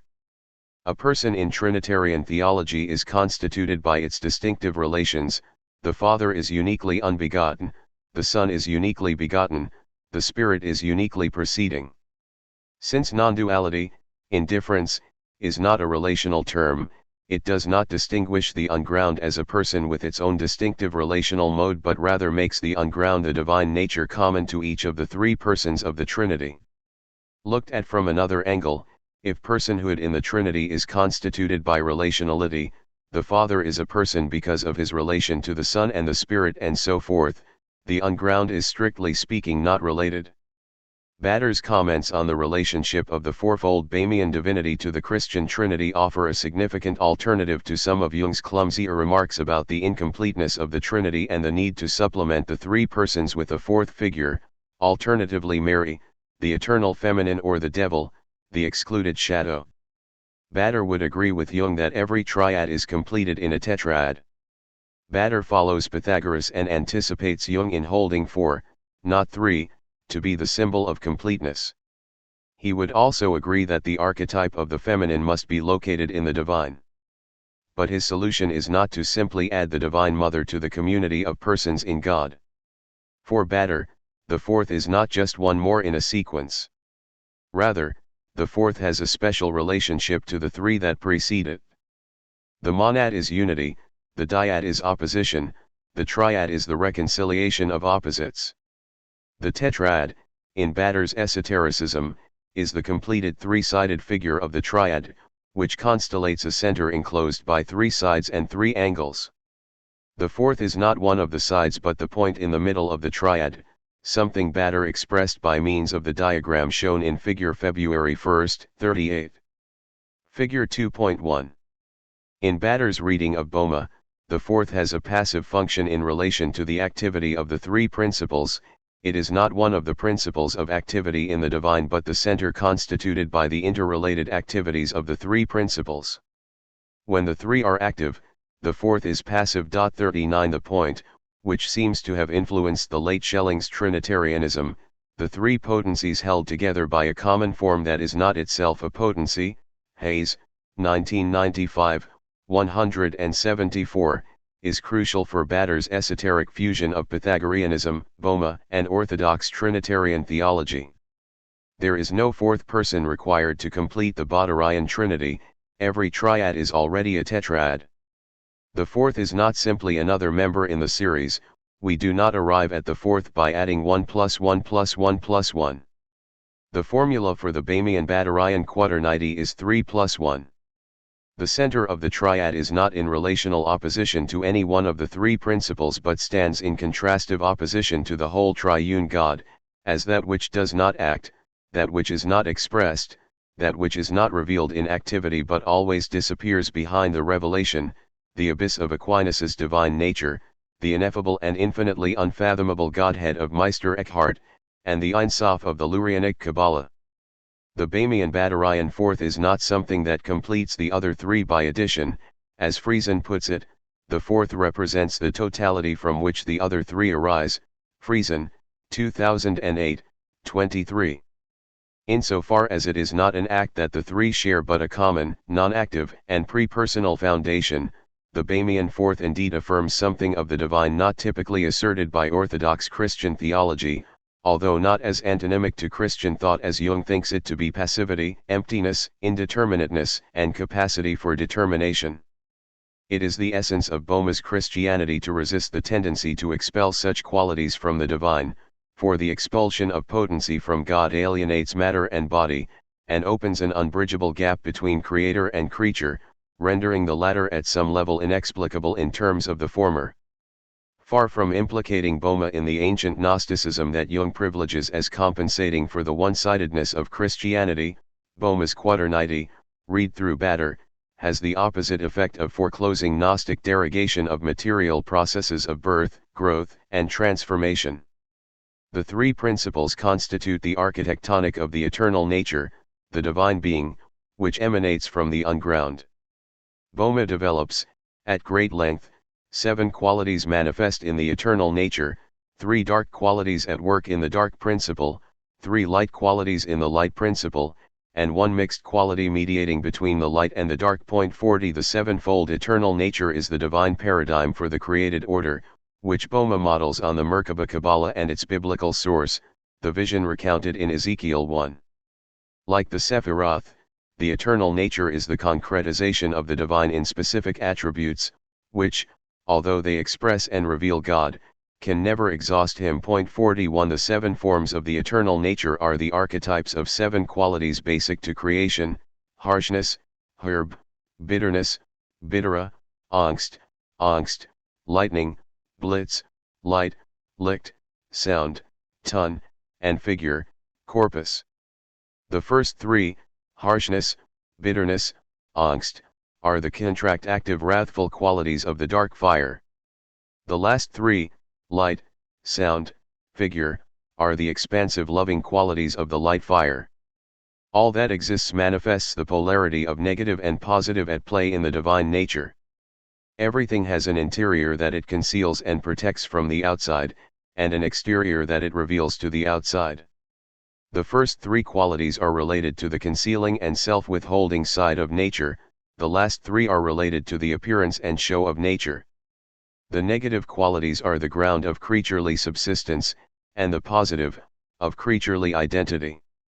The negative qualities set everything in motion, for without negation, as Schelling will say, there can be no beginning.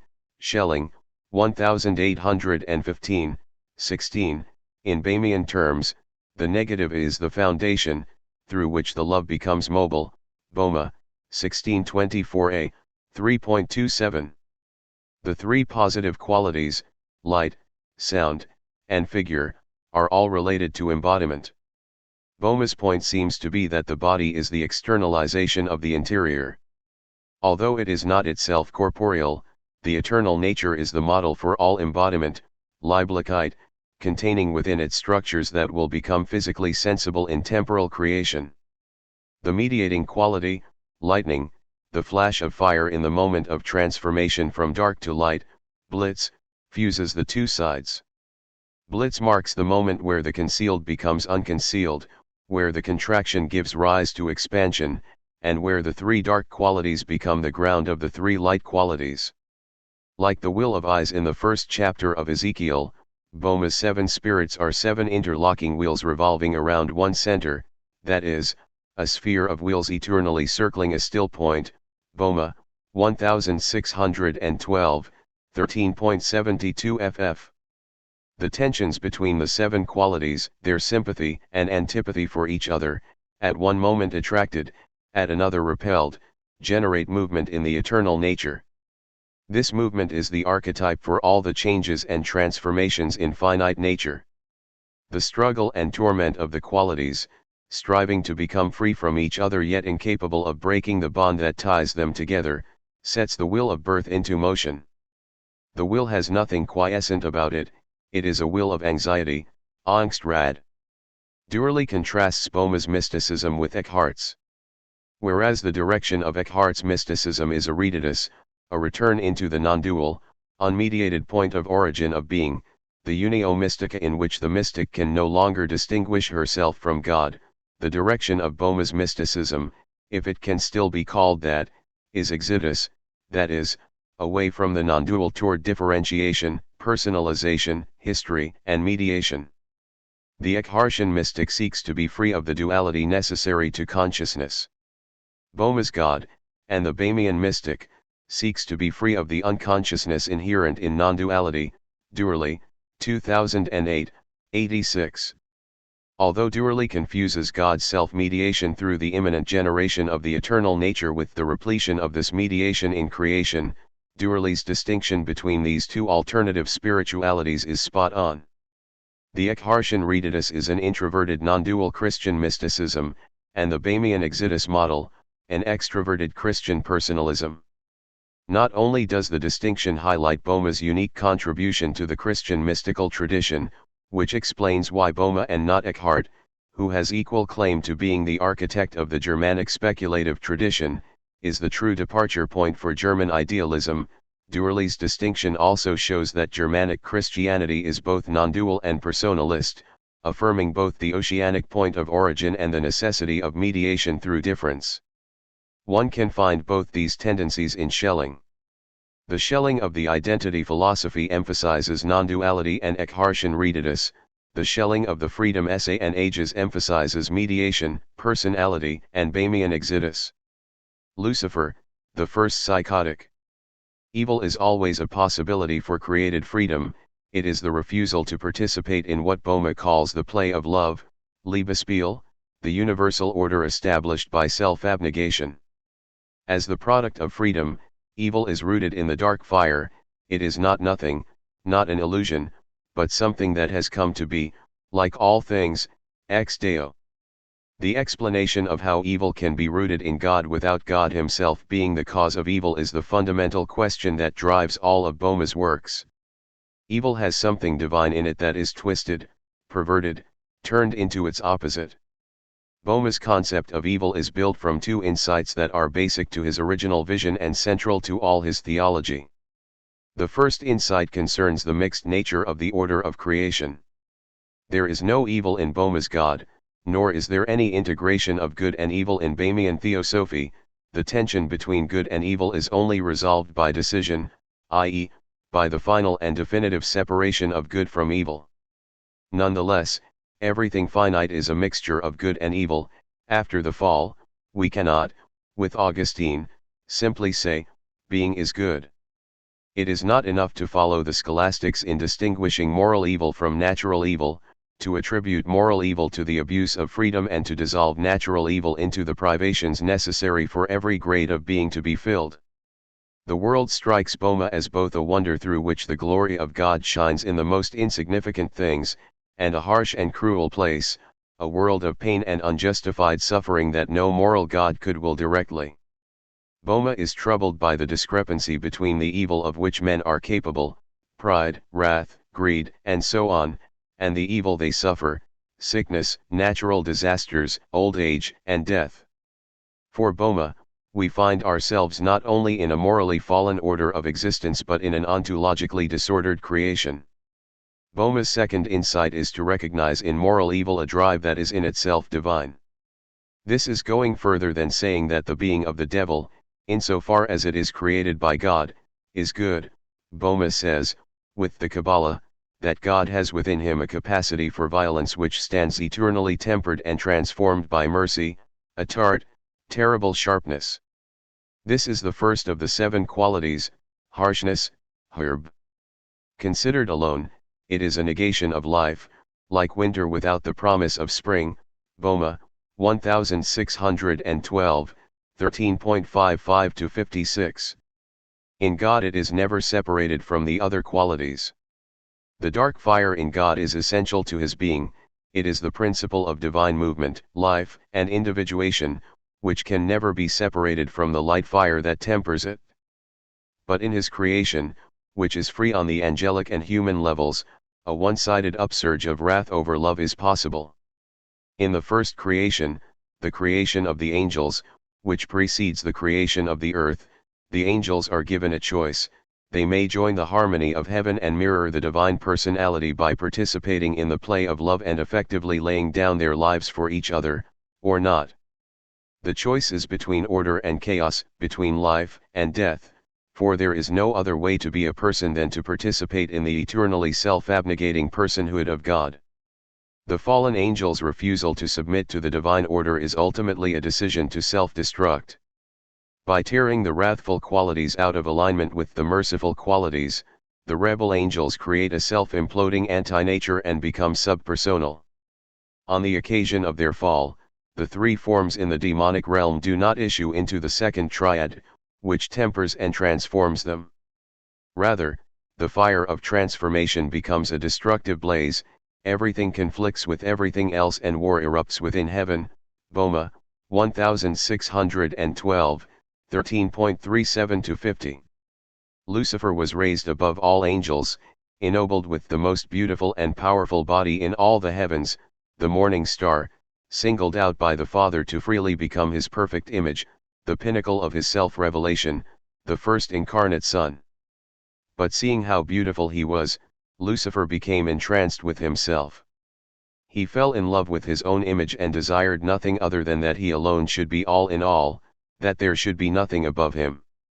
He willed only himself, and the principle of darkness, the perpetually sublated harshness of the Father, possessed him, upsetting the balance, temperature, of his own nature and disrupting heaven.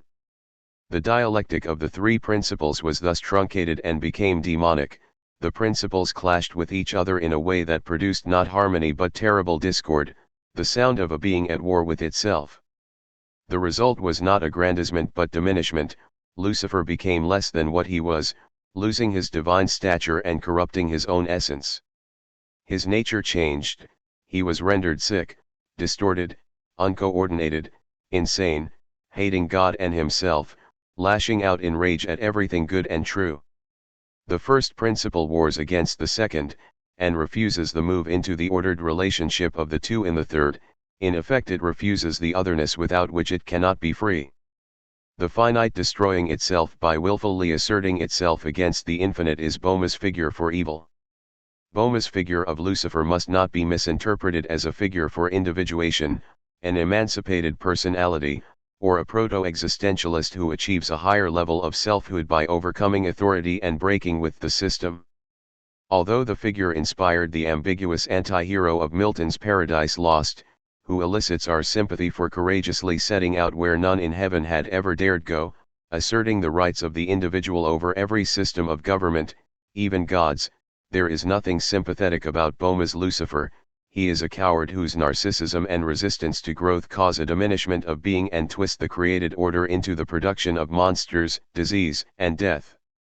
Boma's innovation is to take the biblical figure of Lucifer, the antagonist of Job, who seems to play an important role in God's court, Job 1, 6-12, or the tempter of the Gospels, who appears to have been created precisely to test us and so drive us to perfection, Matthew 4, 1-11, Mark 1, 9-13, and reconceive him within a dynamic ontology in which personhood is not ready-made but must be achieved through a difficult process of self-birthing. Invited to give birth to God's Son, i.e., himself, Lucifer resists and gives birth to an abomination. Called to become something more than he was initially created, called to become the Christ by ordering the forces inside of him, subordinating his ipseity to love, or in Schelling's terminology, subordinating the first potency to the second potency, which does not destroy the first potency but perfects it, Lucifer devolves under the pressure of his narcissism. He does not simply forsake his place at God's right hand because he prefers to reign in hell, than serve in heaven.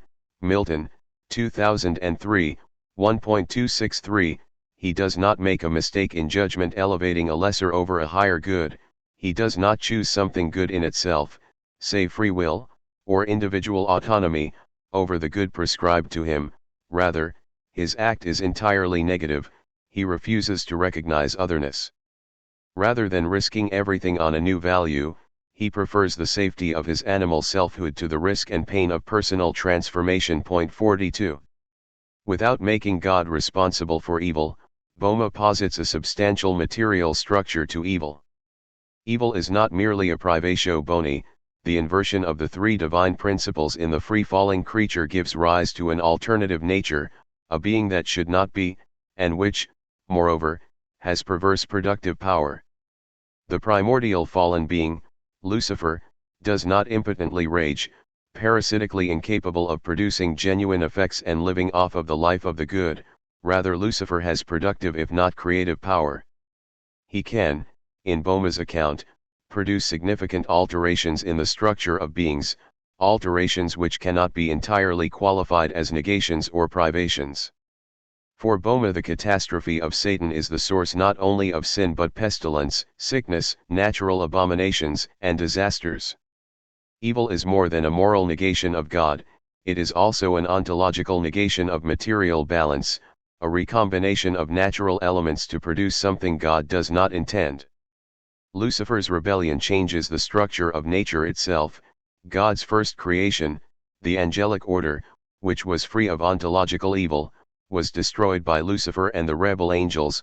God's second creation, the earth, was disfigured from the beginning by the interference of Satan in the process of its creation. 43 Adam was meant to take Lucifer's place, to become the new morning star, the image of the Father, but he succumbed to the temptation of the serpent, and the tragedy of the first fall repeated itself. Christ redeems both orders. First, he does what Lucifer ought to have done and becomes the true Son of God. Second, he redeems material creation and restores humanity's lost image of God. Granted that it has been redeemed, there is nonetheless some sense to the proposition that for Boehme material being as it exists ought not to have been. If we call Gnostic any theology that holds creation to be to some degree God's antithesis, the negation of not only his infinity but also his goodness, then it is undeniable that Boehme approximates something like what Origen calls a Gnostic return, Origen, 2002. However, Boehme's point is not the Manichaean one, that material creation is in itself evil, as though matter could only exist as the negation of God, but rather the more subtle claim that creation as it has historically unfolded includes elements that are indeed evil and not the direct product of God's design. Boehme does not maintain that materiality, temporality, and embodiment are evil. How could they be since they mirror divine processes? His point is that material being has fallen under a spell and is now subject to productions and processes that are not directly of God. When Schelling suggests in the Freedom essay that material creation is the result of a moment of madness in the divine life, the madness of genius, God letting the devil loose, so to speak, allowing his nature or ground to move independently of his heart or love, for only in this way can individual beings come to exist in their own right, emancipated as it were from the infinite, he is articulating this Boehmian point. Schelling, 1809, 45. Creation in the Freedom essay is God bringing goodness out of a perversely disoriented material order, a world infected by evil which he himself unleashed for the sake of making possible his masterstroke of redemption. 44. In Boehme's Theosophy, The harshness of the Father, the first of the 7 forms, is the principle of the materiality and individuality, ipseity, of things. Without it a thing could not hold itself together and be differentiated from other things. Ipseity is not evil in itself. If things did not assert themselves against the infinitely attractive power of God and against all other created things, they could not be. God invests his creatures with a will to selfhood, a contracting principle that protects each being from its environment and encloses it around a pulsing middle point that animates the whole organism with an overpowering hunger to live, to preserve itself, to be what it is and nothing else. Suffering arises from the apparently inevitable conflict between individual essences, not only between individual beings but between principles within a single being. Sickness, pain, and death have their roots in a conflict of wills, a collision of self-asserting forces. Health is a precarious détente between warring elements, a momentary image of the eternal balance between contraction and expansion achieved in the heart of God. At the center of everything is strife and struggle. If there were no such oppositions, nature could not be, for only in movement is there life and only in opposition is there movement, or as Boehme puts it, nature is only made manifest in war. Boehme, BSS 6, 2.4.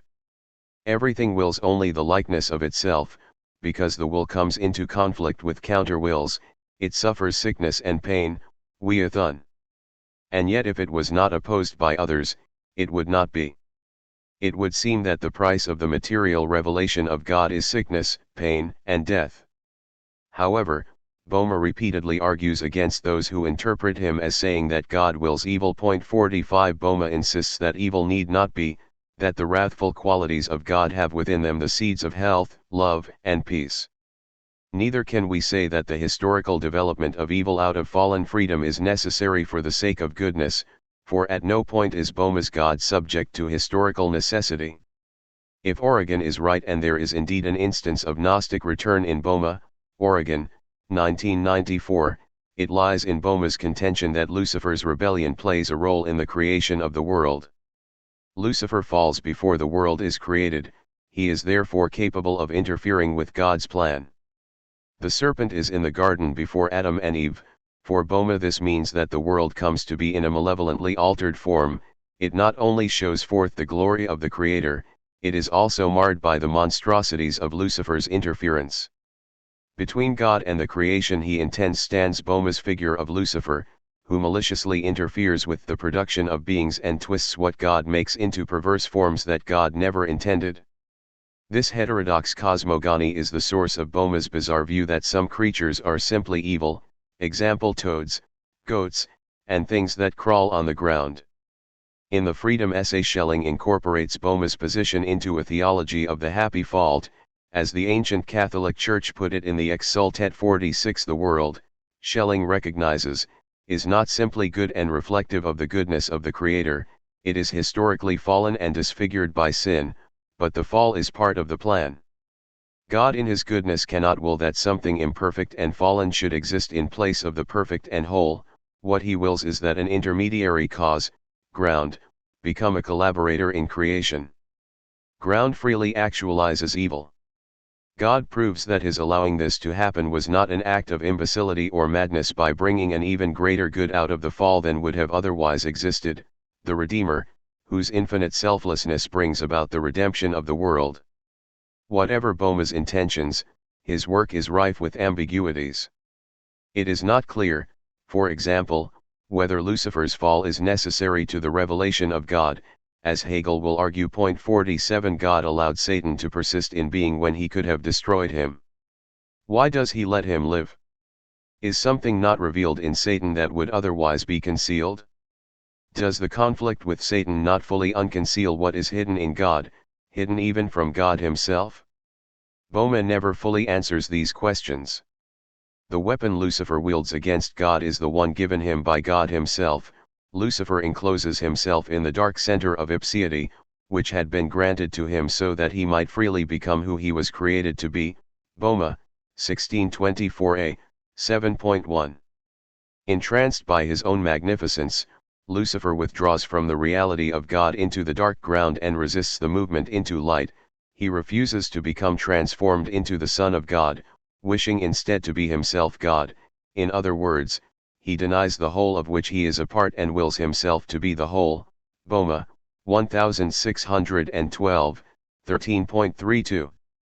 The dialectic of love, the play between the two principles, ought to lead to the subordination of the no to the yes.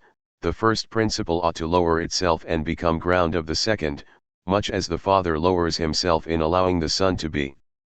But Lucifer refuses to submit, and that which should become ground elevates itself as a whole. 48 Lucifer goes mad striving to overthrow the order of principles, he wills chaos, even though doing so can only be accomplished at his own expense. 49 The result is an unleashing of things that should not be, powers that are eternally hidden in God, in whom they function as the ground of love, are dislodged from their proper context, just as neutrons detached from uranium in fission become powers of destruction. 50 The devil is individuation gone awry, the principle of self become a principle of absolute separation. Far from being a romantic anti-hero, Boma's Lucifer is a figure of insanity. His defection from the good has no reason and can have no reason, for it is free and self-destructive at the same time. Boma sometimes describes Lucifer's sin as an act of self-displacement, the prince of the angels losing his bearings, his proper position in the order of things. Lucifer is driven from his place at God's right hand. Aus sanum loco getrieben, Boma, 1612, 13.53, 1624b, 2.8. Boma's use of the Latin for place, loco, is not unrelated to the Spanish expression volverse loco, to go crazy. Lucifer forsakes his place in the divine order and in the same moment loses his mind. He is a forerunner of the Lacanian psychotic who has lost his place in the symbolic. Better, he is the paradigm of what we call negative dissociation, the dissociation from the dissociation life is demanding of us. Lucifer is called to dissociate from the dark principle, which is not to repress it but to posit it as the ground of his being, to become conscious of it and at the same time other than it. He refuses to so transform and chooses instead to remain enmeshed in the first principle. He effectively wills unconsciousness over consciousness, self over love, himself alone rather than himself participating in the divine order, and this drives him mad. 51. Bamian evil is the dark fire misdirected, misused, removed from the general circulation of the conspiracy of life. Worth, 2003, 163, and allowed to consume the soul in a holocaust of narcissism. What the inflamed self destroys is first of all the soul in which it rages. Evil is intrinsically suicidal. But before extinguishing itself, its logical outcome, it attacks all health and life outside of it. Boma's devil is no Jungian hero who transforms himself by breaking with the system, he is rather the miserable shut-in who refuses to transform. He is the personification of the no to love, the resistance to life and growth that is latent in the ground, where as potency it serves the subsistence of being, become perversely manifest and carried to its extreme at the price of the wholeness of its host. Lucifer is the first psychotic, only he goes mad voluntarily. Nothing could be further from Boma's thought than the Hegelian notion that Lucifer's corruption is necessary. Lucifer freely falls, and God brings goodness out of the catastrophe. When Boma is consistent, he insists that God does not need Lucifer's fall in order to achieve goodness or self-revelation, nor does he predetermine Lucifer to fall. He could have achieved his ends otherwise, yet he wills that his design be accomplished collaboratively, even if his creature abuses that generosity. Lucifer's self-disruption infects the whole created order, from the physical level, where we see life corrupted by disease and death, to the psychic level, where self-division and madness disfigure personality. Sophia, the mirror of God. The dialectical play of the three principles does not conclude the drama of divine self-revelation, it achieves the self-actualization of the divine personality, with the ordered relation of the two aspects of wrath and mercy, but the full showing of God requires a further step.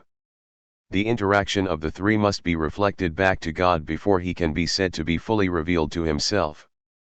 Boma personifies this reflection in Sophia, the divine feminine or the mirror of wisdom, Spiegel der Weisheit, associating her with the Hebrew myth of a feminine helper pre-existing creation, playing before the throne of the Almighty, and assisting God in his design of the world. Wisdom 7-8.52. In the nothing of the unground prior to the birth of God, a will arises that longs for itself without knowledge of itself because it exists without the duality necessary for knowledge. The will's longing generates an image of itself, an image that reflects its longing back to itself, an image of longing itself. Sophia is the mirror in which the divine image is generated. She is at once the medium by which the divine longing is made manifest to God and the manifestation itself which satisfies the longing. 53. The unground's non-agonic self-differentiation occurs when the will to self-knowledge first generates this mirror of itself. Thus Sophia is the principle of differentiation in the divine. In her mirror the archetypes of all things possible first appear. 54. Boehme describes the mirror of Sophia as a swirling play of unfixed forms, of colors and sounds that come and go without cohering into anything actual or solid. Gazing at her, God not only knows himself for the first time, he knows all that he might do. He thus dissociates from the unground and identifies with the image reflected back to him, the image of a creator, a God who is no longer isolated in his immovable perfection but self-related and revealed in his productions. For Boehme, the pre-existence of Sophia proves that God does not need creation in order to know himself. He is already differentiated and revealed within himself before he creates the world. Thus Boehme is not strictly speaking a historical immanentist, as Bader, in his polemic with German idealism, points out. Bader, BSW 13, 66. The mirror of wisdom is not yet creation, the images reflected therein are unstable and indistinct, a dreamlike play of possibilities. Everything that God could will, God imagines in Sophia, and his imagination, the magic act par excellence, translates into images the infinity of his mind. Cor.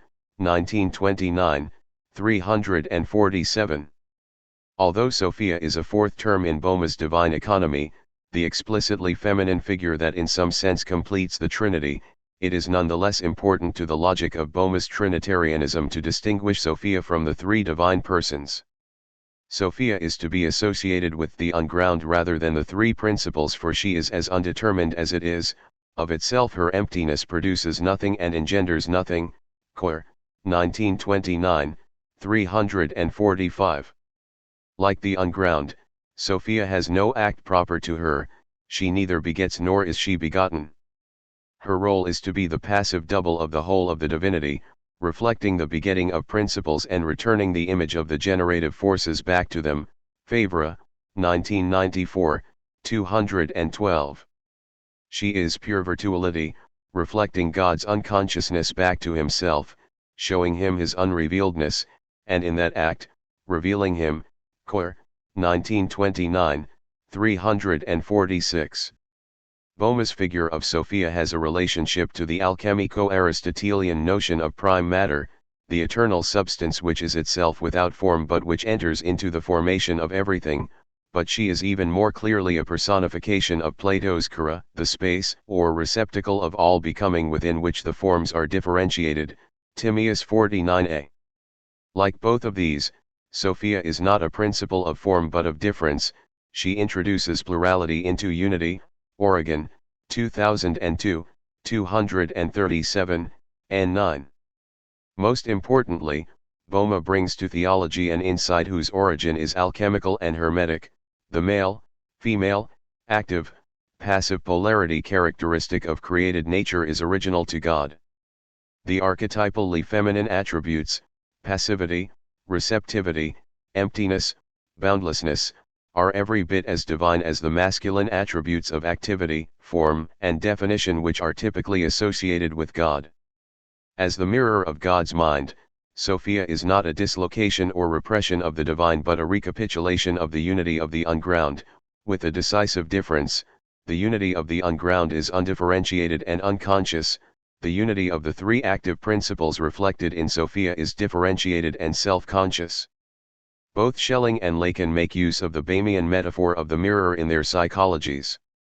We will discuss them in order, beginning with Schelling. Like all of his borrowings from Boehme, Schelling's appropriation of the Sophia figure is unacknowledged and concealed behind a veil of metaphysical terms that are foreign to Boehme, even if the sense of the whole in which they inhere is thoroughly Boehmian. The Sophia figure can be teased out of Schelling's freedom essay in the passages in which Schelling gives primacy to the feminine. For example, man is formed in the maternal body, and only from the obscurity of that which is without understanding, from feeling, yearning, the sovereign mother of knowledge, grow luminous thoughts. Schelling, 1809, 29.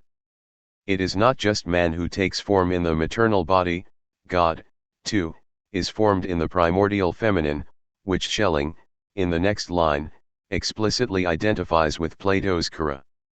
Thus we must imagine the original yearning as it directs itself to the understanding, though still not recognizing it, just as we in our yearning seek out unknown and nameless good, and as it moves, divining itself, like a wave-wound whirling sea, akin to Plato's matter, following dark, uncertain law, incapable of constructing for itself anything enduring. In this phantasmagoria of possible forms, like the dreamer emerging from the depths of dreamless sleep into the play of the dream, Schelling's God first apprehends himself as God. But, corresponding to the yearning, which as the still dark ground is the first stirring of divine existence, an inner, reflexive representation is generated in God himself through which, since it can have no other object but God, God sees himself in an exact image of himself. This representation is the first in which God, considered as absolute, is realized, although only in himself. This representation is with God in the beginning and is the God who was begotten in God himself. Schelling, 1809, 29. Schelling locates the archetype for all natural becoming as well as for the birth of personality in the auto-generation of the self-aware God from the mirror image of himself. In the second draft of Ages, God's vision of the contents of his mind is explicitly identified with the Old Testament figure of wisdom.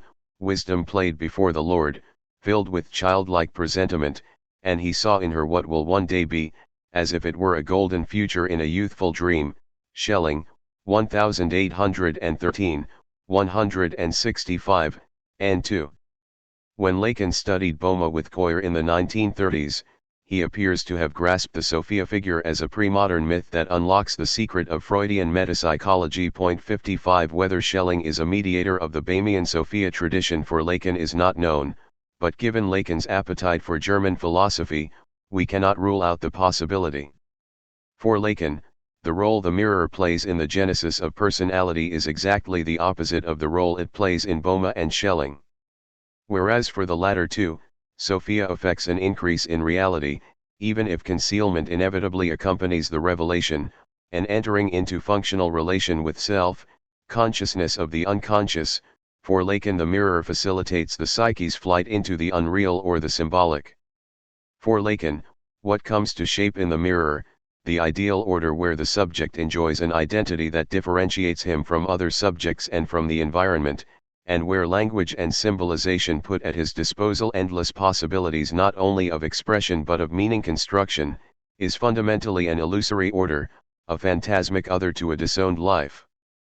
The infant seeks release from the chaos of its uncoordinated body by disidentifying with its felt experience and re-identifying itself with the unified but alienated body revealed to it in a mirror. 56 The structure of Lacan's mirror stage formally repeats Boehme's theory of the divine non-agonic self-mediation. Sophia allows Boehme's God to disidentify with the undetermined unity of the unground and re-identify with the personality structured by the dialectical interplay of the three principles, and reflected back to him as a glorious whole in her mirror. Where the analogy between the two theories breaks down is in the necessity that drives the Lacanian infant into the disidentification.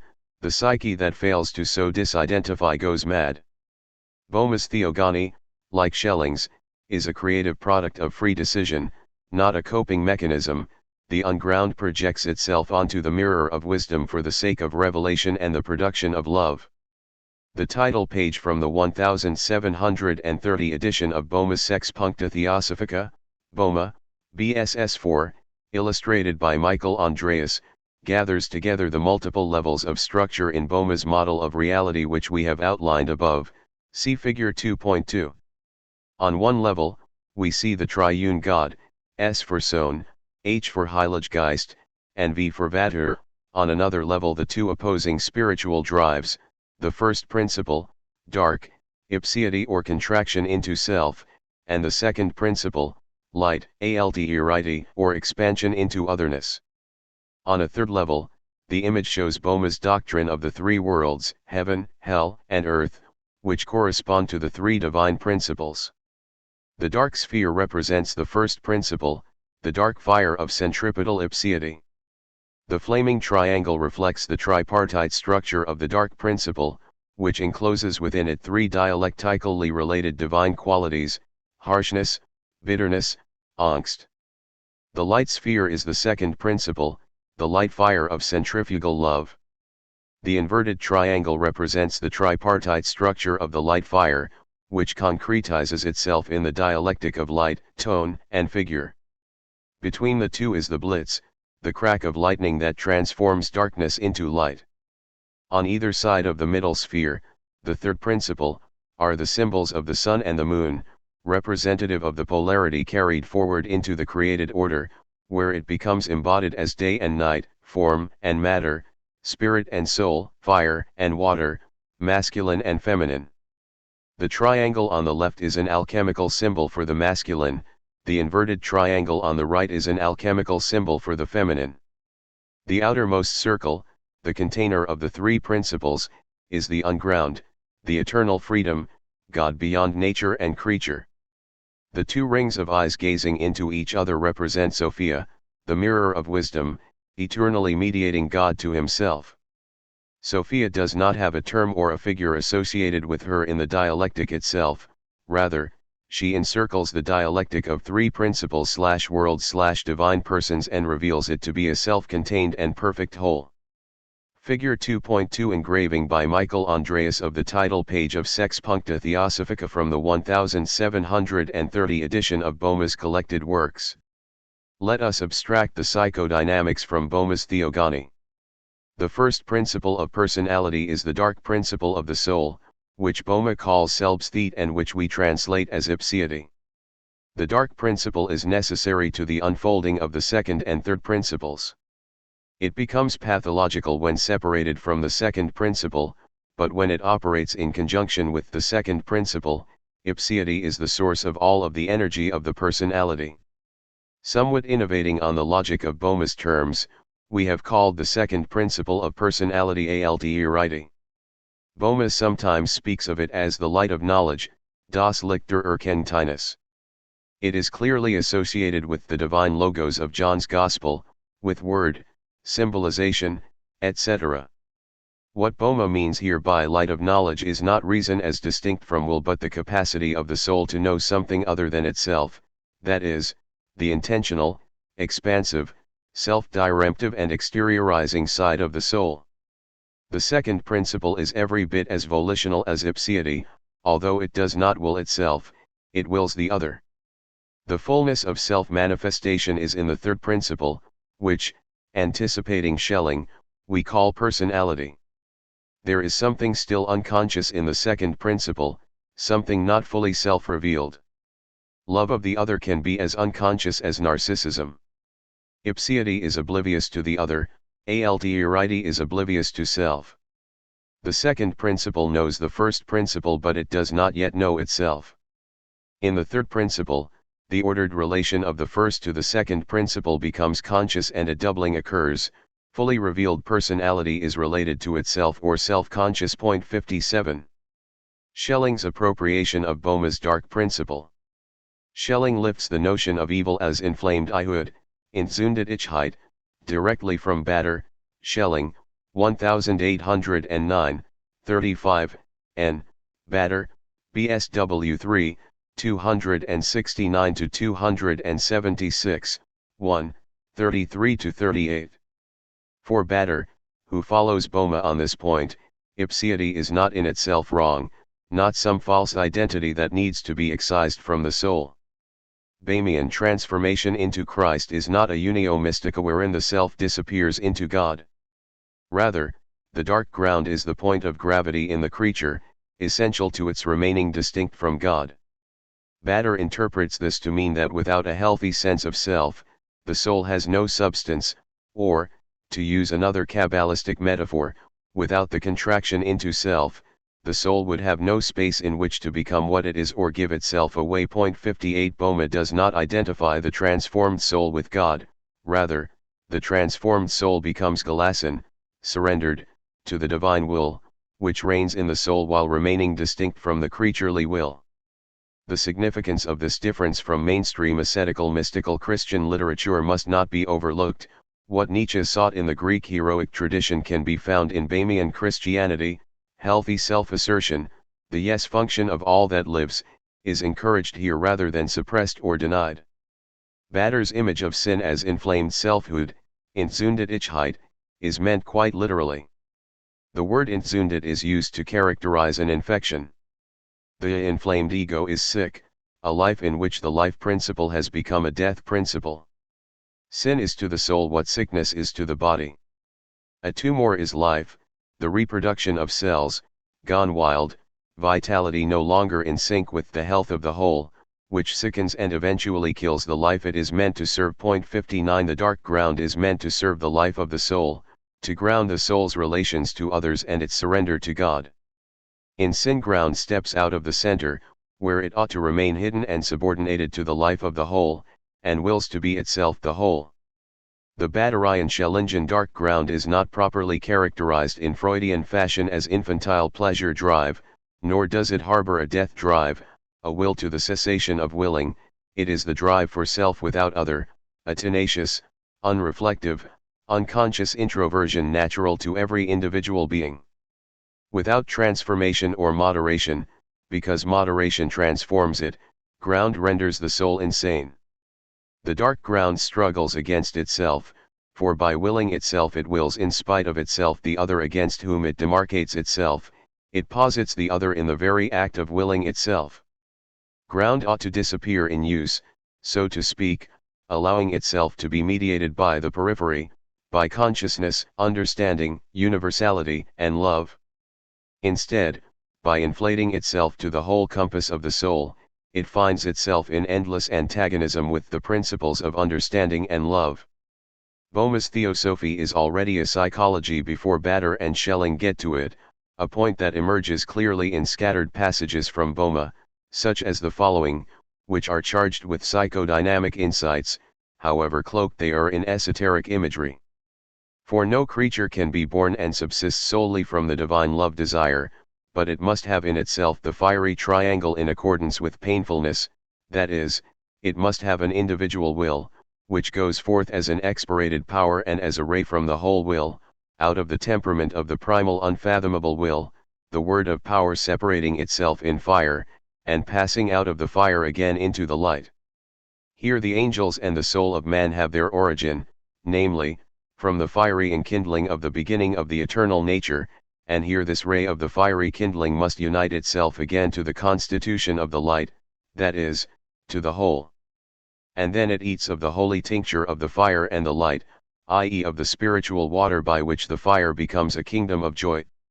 For the spiritual water is a daily mortification of the fiery enkindling, whereby the fiery kindling along with the fire of love becomes a temperament, and then there is but a single will therein, which is to love all that has its subsistence in this root. Bohme, 1623a, 2.38-39. The divine love desire and the fiery triangle in accordance with painfulness are the opposite vectors of desire necessary to life, the basic ontological polarity of love and wrath, light and dark, light fire and dark fire. No creature can be born or subsist solely in the love of God because in the Godhead there is no distinction, no space that could permit another to be. This is the nub of Bohme's answer to the question of evil, the single question behind all of his works. Evil exists because God has something in him that is not identical to his love, something that makes creation, ontological difference, possible, but that also makes evil possible. The dark fire is a fiery triangle of painfulness, a triangle because it mirrors, in darkness, the Turner or triadic structure of Bohme's Lutheran God, described alternatively as the dark cold painful fire. Bohme, 1623a, 6.9, The Origin of Eternal Nature, and the Cause of All Being, Boma, 1623b, 6.14. Within the dark fire are the first three dark or wrathful qualities, warring against each other without resolution, in pain because the pleasure of resolution is reserved for the second triad, the triangle of love, or the three light qualities, from which the wrathful qualities are eternally separated by the crack, blitz, of the mediating quality. The tension generated in this eternal antagonism makes subsistence and ontological difference possible. Individuality is pain, separateness, and antagonism, but the pain is only for the sake of the pleasure of union. The dark fire empowers beings with an individual will. In the angels and in human beings, this individual will becomes freedom as Schelling defines it, the capacity for good and evil. The temperament in the above passage refers to the functional relation of the opposites to one another in God, wrath never without love, the dark fire eternally transmuted into the light fire or love desire. The temperament emerges out of the primal unfathomable will, out of the unground, the Godhead beyond Trinity, beyond personality, i.e., the divine unconscious. All rational creatures are hence commissioned with a task, a quest, the goal of which is to actively realize through free decision their potency for love. This ray of the fiery kindling must unite itself again to the constitution of the light, that is, to the whole. When this happens, and it can only happen freely, a Eucharist occurs, the fiery kindling, the dark fire, eats of the holy tincture of the fire and the light. In other words, the dark fire is transmuted. Out of the coniunctio of fire and light the spiritual water is produced by which the fire becomes a kingdom of joy. The tempering of the dark fire of individual will is individuation and sanctification. A single will emerges from the coniunctio, but as Schelling makes clear, it is not a singularity that excludes duality, rather, it is a singularity that unites that which could be apart but wills not to be. The single will wills one thing, love for all that has its subsistence in this root. But since everything that exists has its subsistence in this root, the single will loves everything. The key to Bohm's metaphysics, to the theogony as much as the esoteric psychology, the ascetical mystical theology as much as the philosophy of nature, is this original notion of the productive negative. Dark fire burns without illumination, it is a fire that consumes itself, feeds off itself, and generates its own heat.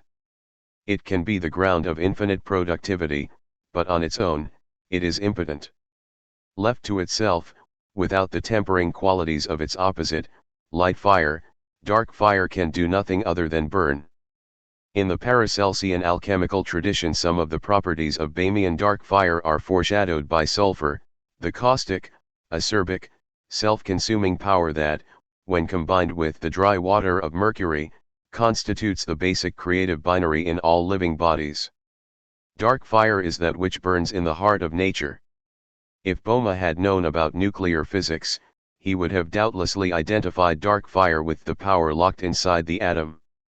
Dark fire is energy that needs to be transmuted by the crack of lightning, blitz, before it becomes light, but even so transformed dark fire does not disappear, rather, it withdraws into the light, burning steadily there, the root and source of its power and heat. Chapter 3. The Night Side of Nature. The early Schellingian unconscious. Nature's highest goal, to become wholly an object to herself, is achieved only through the last and highest order of reflection, which is none other than man. Schelling, 1806. Within nature there was something nameless and frightful, something toward which, with a dreadful desire, she sometimes felt drawn and sometimes repelled. Schelling, 1810b, 21. In stark juxtaposition, the two citations above display an ambiguity that divides Schelling's early and later approaches to nature. Insofar as nature is the code word for the Schellingian unconscious, the ambiguity runs through his notion of the unconscious. The early Schellingian unconscious, developed in the nature philosophy and the identity philosophy, is impersonal and immanent. It is not yet the dark side of God unveiled in the freedom essay, not the underside of the personality of the Stuttgart seminars, not the doorway into the spirit world of Clara.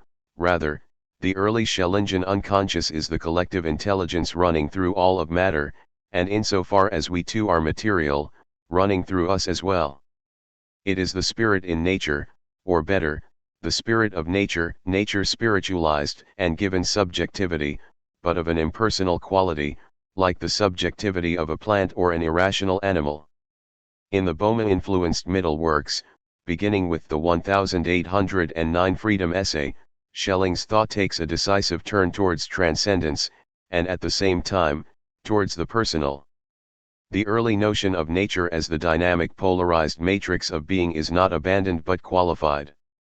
For the later Schelling, nature is no longer the one and the all, rather, discentered from the place of prominence once granted it, nature becomes the dark ground of spirit, its whole raison d'être focused in its precarious teleologico-volitional subordination to the personal.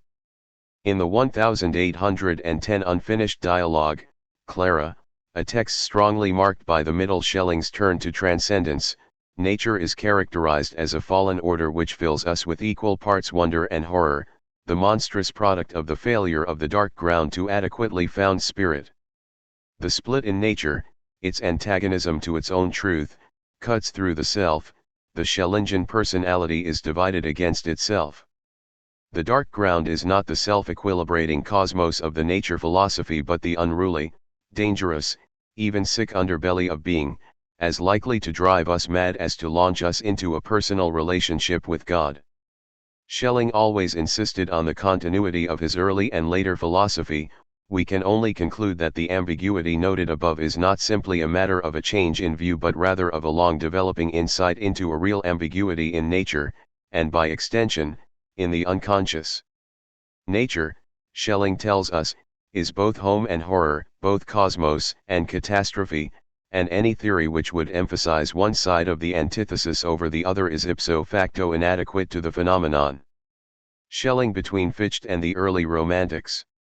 The Romantics had a love-hate relation with Fichte.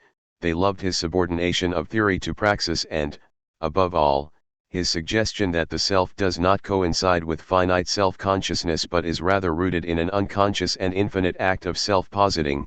They hated his utilitarian approach to nature and his Enlightenment agenda of totalizing reason. Schelling spoke directly to these concerns. To the first point, once the eye is no longer merely a mirror of the external world nor simply a synthesizer of sense data but a producer of reality, thriving in conflict, setting up resistance so that it might have something to strive against and overcoming opposition with its endlessly productive energy, a path opens to the reconsideration of all areas of philosophy, from logic to aesthetics. The Fichtean self posits itself by positing a not-self and finding itself in it. The product of this act is consciousness, but the positing itself is unconscious. The unconsciousness of the ground of the self remains for the most part unthought by Fichte, and it is here, on the dark side of Fichte, that Schelling, Novalis, and Hölderlin find their point of departure for the exploration of the irrational, the mysterious, the world of feeling, intuition, and dream. To the second point, Fichte's reductionist and instrumentalist view of nature is intolerable to early Romanticism. For Schelling, nature cannot be reduced to a mere not-I required for the self-mediation of the ego.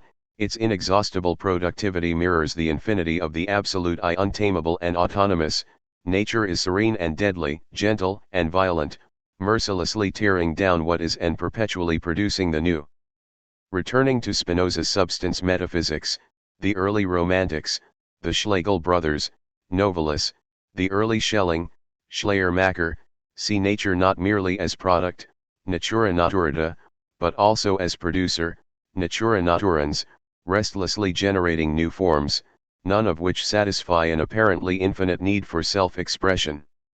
All natural forms are provisional mediums of the inner infinity of an eternal life, which never rests in the creation of any one form but endlessly overpasses what it has produced by producing something new.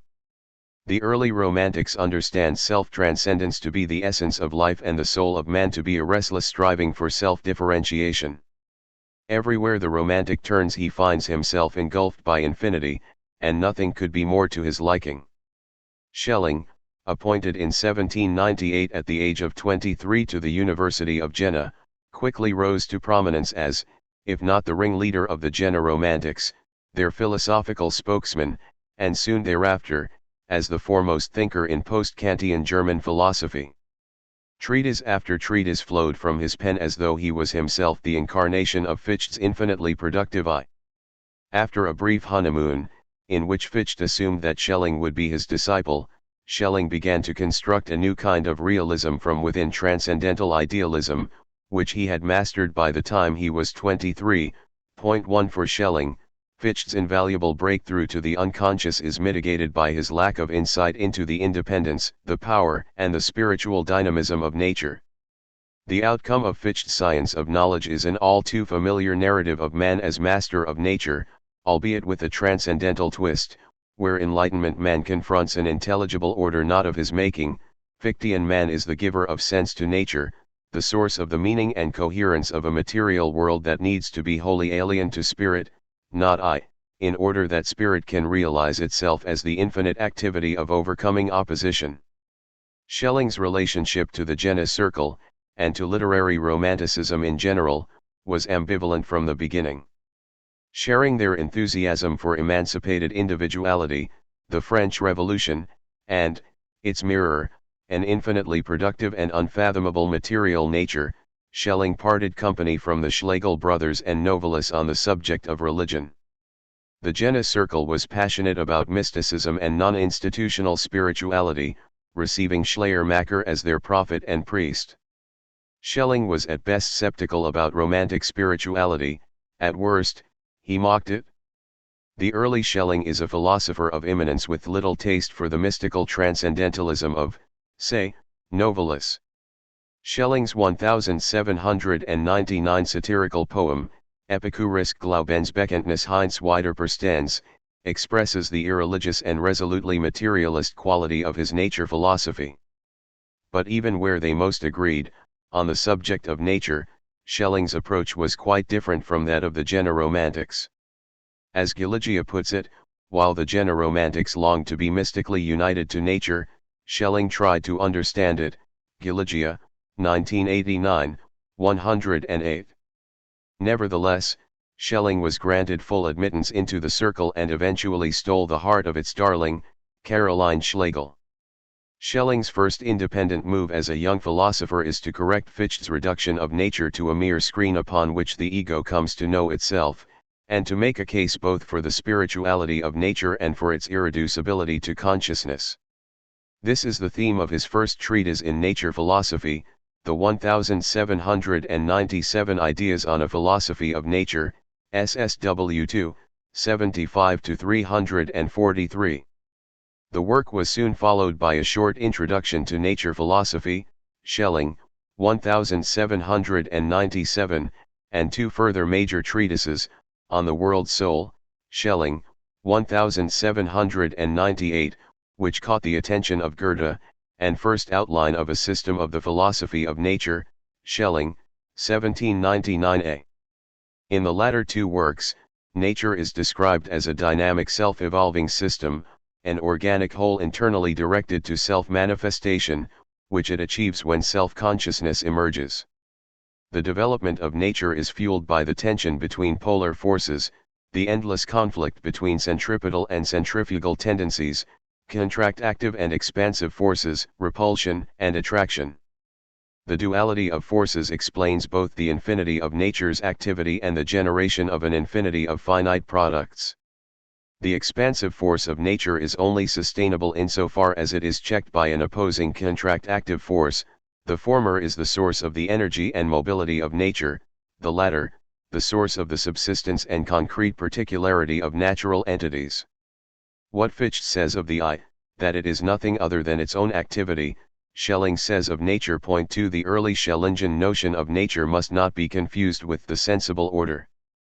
Sensible forms are only the surface show, the finished product, natura naturata. Nature itself, natura naturans, is invisible and hidden from empirical view. It is not a thing and cannot be known as a thing. Schelling introduces something like an ontological difference between nature and natural things, nature never appears as a thing, but it never exists without things, which simultaneously reveal and hide it. What is needed is a specifically transcendental approach that will intuit the hidden structure that makes both forms of nature and forms of consciousness possible. Weiser distinguishes three phases of Schelling's early nature philosophy. It begins with a Fichtean phase, in which transcendental philosophy retains the primacy over all other areas of philosophy. Nature, as Spirit's posited other, is understood in terms of a priori organizational patterns implicit in subjectivity. Very soon thereafter Schelling enters a post-Fichtean phase, culminating in the first outline of a system of the philosophy of nature, in which nature is no longer explicated through spirit but is thematized on its own terms. More than merely a concrete externalization of subjective principles, nature is a parallel revelation of the absolute. The parallelism of transcendental philosophy and nature philosophy finally gives way to an anti-Fichtean phase, culminating in the monism of the identity philosophy. Nature is configured as the absolute itself, not only the hidden ground of the external world but the ground of spirit as well, in no way reducible to transcendental force structure or dependent on human subjectivity. Weiser, 2002, 483. In a reversal of the position taken in the 1797 Ideas, transcendental philosophy is subordinated to nature philosophy in the 1799 First Outline, which breaks up Kantian subjectivism by emphatically affirming an intelligible universe the structure of which subsists independently of consciousness and categorical perception. Point 3. Divided desire and infinite productivity. Despite the progressive turn away from transcendental philosophy, Schelling never abandons the transcendental method vouchsafed to consciousness by virtue of its capacity to self-reflect. Reflection may be ultimately inadequate to grasping the absolute, but it remains the principal tool of philosophy. Philosophy must use it until it can no longer proceed and reflection itself begins to reveal its own limits. Spinoza's lack of a transcendental method causes him intractable problems. He grasps the ideal only in contradistinction to the real. Both are merely given for Spinoza without any clear sense of why they are given, that is, of why the ideal, real opposition exists in the first place. In Schelling's view, Spinoza's crucial insight into the correlativity of the ideal and the real should have led him into the depths of his self-consciousness. Instead, Spinoza literally loses himself in the object. Schelling, 1797, 186-187. Even in the 1799 First Outline, where Schelling attempts to explain everything on the basis of natural laws alone, transcendental method remains central. Schellingian natural laws are not empirically deduced, rather, as self-explanatory principles, they can only be transcendentally deduced. What we call reason is a play of necessary, unknown natural forces that are higher than us, Schelling writes, but this never becomes a license for him to abandon transcendental method. Schelling, 1799a, 31. It is precisely because reason is a play of the unknown natural forces responsible for everything that it has access to them. Schelling's transcendental deduction of natural laws proceeds on the assumption that the subjectivity that intuits their necessity is equally their product. Point 4. When we no longer assume a mind-matter dichotomy but rather assume that mind and matter are two sides of one preconscious reality, the a priori ceases to be purely reflective of subjective conceptualizations and mind-dependent patterns of organization. Fichte had shown that if one takes away the ghost of a thing in itself which forever relativizes a priori judgments, the categories of reason become categories of being. Schelling's and Hegel's objective idealism is founded upon this move. But where Hegel hitches the Fichtean revolution to a rationalist trajectory, Schelling sees in it the undermining of every rationalism, no longer a secure possession of the self-reflecting subject. The a priori is the ground that always recedes from the reflective gaze, instead of serving as the transparent logical pre-structure of the Cartesian I think. The a priori coincides with the unconscious, or at least that part of it that can be indirectly deduced. Material nature now tells us as much about the structure of the subject as the structure of the subject tells us about nature. The theory of infinite drive manifesting itself in natural polarities is not a scientific hypothesis based on empirical facts, but a metaphysical hypothesis based on transcendental facts. Point 5. Schelling's application of transcendental method to nature philosophy is worth dwelling upon because it underscores the role of psychological introspection in Schellingian nature philosophy, indeed the origin of the latter in the former. Without introspection, nature philosophy is scarcely possible. The positive force first awakens the negative. Therefore, in the whole of nature, no one of these forces appears without the other. In our experience, there are as many singular things, likewise particular domains of force, as there are different degrees of negative reaction. The common attribute of everything earthly is this, that it is opposed to the positive principle that streams from the sun. In this primordial antithesis lies the seed of a universal world organization. This antithesis is merely postulated by the doctrine of nature. It is not capable of empirical but only of a transcendental deduction. Its origin is to be sought in the primordial duality of our spirit. Schelling, 1798, 91, italics mine. It is not that we understand nature on the analogy of transcendental patterns of consciousness, or vice versa, it is rather that the dynamic of production through polarity, which is empirically and externally experienced in natural processes, is transcendentally and internally experienced in consciousness. Where early psychoanalysis hypothesizes the laws of psychic energy on the analogy of physical energy, Schelling assumes the non-difference of psychic and physical energy. What we deduce about mind through introspective or transcendental methods holds true for matter because only the identity of mind and matter can explain both. The dynamic play of polarities, which is the secret of natural productivity, is hidden from both empirical cognition and reflection, but the hidden side of nature is also the hidden side of the subject. Subjective idealism mistakes the ratio cognoscendi of nature philosophy for a ratio essendi, because the subjective idealist understands himself and nature through consciousness, he mistakenly assumes that consciousness is the foundation of reality. Point 6. When mind and matter are quantitative differentiations grounded in a third term, access no longer indicates a founding relationship. Point 7. Allied to Schelling's transcendental restoration of the non-subjective intelligibility of nature is his ontological extension of Kant's notion of teleology.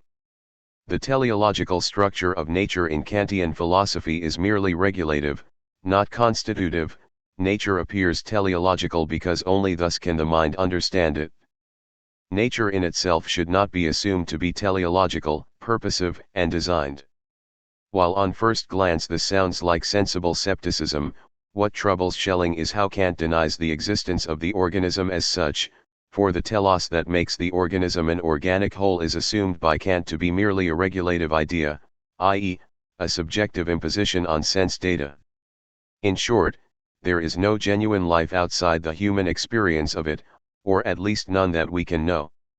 The experience of life as such, self-organized being, every part of it teleologically oriented to the whole of which it is a part, and every whole in turn oriented to nature itself as part to whole, cannot, in Schelling's view, be explained by Kantian subjectivism. The organism cannot be reduced to the sum of its parts because it is only the life of the whole which explains the existence of the parts. The parts cannot be simply efficient causes of the whole, for were they not guided to a single end, the organism would never have come to be. The notion of the organic whole is a conceptual structure, and as such, ideal. This much of Kant Schelling agrees with, but subjectivity experiences this structure as given in matter, it does not impose it upon it. A flower, a tree, or a bird, reveal themselves to us as life unfolding out of itself, life living on its own terms, in no way merely the effects of a subjective synthesis of sense data. As Schelling puts it in a trenchant phrase, it organizes itself. Schelling, 1797, 190. We experience telos in nature because we must think teleologically about nature, but teleology is not only regulative, it is also constitutive. The mystery resides in the fact that teleological form is not arbitrary, imposed, or merely projected, it manifests itself in our thinking because nature actually is so designed. Point 8. This notion of constitutive teleology allows Schelling to expand Kant's nature philosophy into what Grant describes as a properly dynamic, field-theoretical theory of nature. Grant, 2010, 65. Every finite organism is related to every other upon which it to some degree depends, such that nature itself must be regarded as a self-enclosed whole, an organism in its own right, a being which is the cause and effect of itself. Such organization is not explicable physically or mechanistically, only the hypothesis of a single principle of life explains it. Schelling, 1798, 68-69. We are to overcome the mechanist, vitalist dichotomy and the related separation of the inorganic from the organic by understanding the universe itself as a living whole, an unconscious subject which intends the anorganic as the condition of the possibility of the organic.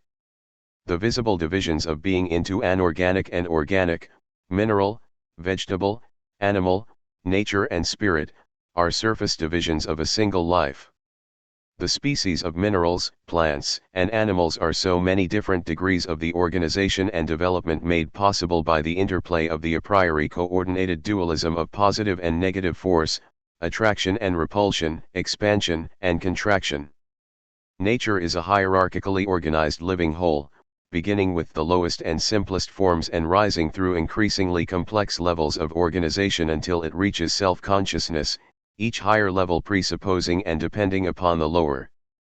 The difference between mind and body is one of degree, not kind. Spirit is the highest degree of organization of forces active in matter, matter is the lowest degree of organization of forces active in spirit. The decisive question becomes, what is the organizing principle behind the dual forces of nature? The answer Schelling proposes underscores the unity of nature philosophy with both the transcendental philosophy that preceded it and the philosophy of freedom that succeeded it. The principle is self-manifestation. Nature is driven to reveal itself, a goal it can only fully achieve if it gives rise to self-consciousness.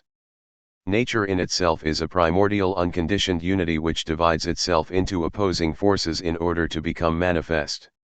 One force is expansive and directed outward to infinity, the other is contractive and directed inward to a single point. The opposed forces collaborate in striving to bring about a return to the original unity and, at the same time, in blocking that return by producing finite beings. The end result is endless manifestation and concealment, ceaseless activity, which consists in tension, blockage of flow, and release, freeing of flow. Nature is never more active than in the self-opposition between production and product, flows and forms. Just as the Fichtean subject posits the object as the resistance point it needs in order to actualize itself as an act of infinite striving, nature posits itself by setting up an infinity of points of resistance, productivity congealed into products, which it then continually destroys. The infinite activity of nature manifests itself to the degree that it is inhibited by individuals. The expansive power of natura naturans is infinitely countered by the contractive power of natura naturata. An endlessly expansive force can only sustain itself by limiting or inhibiting itself. Where there is no unity of form, there is also no real opposition, and where there is no real opposition, there is no productive power. Schelling, 1798, 225.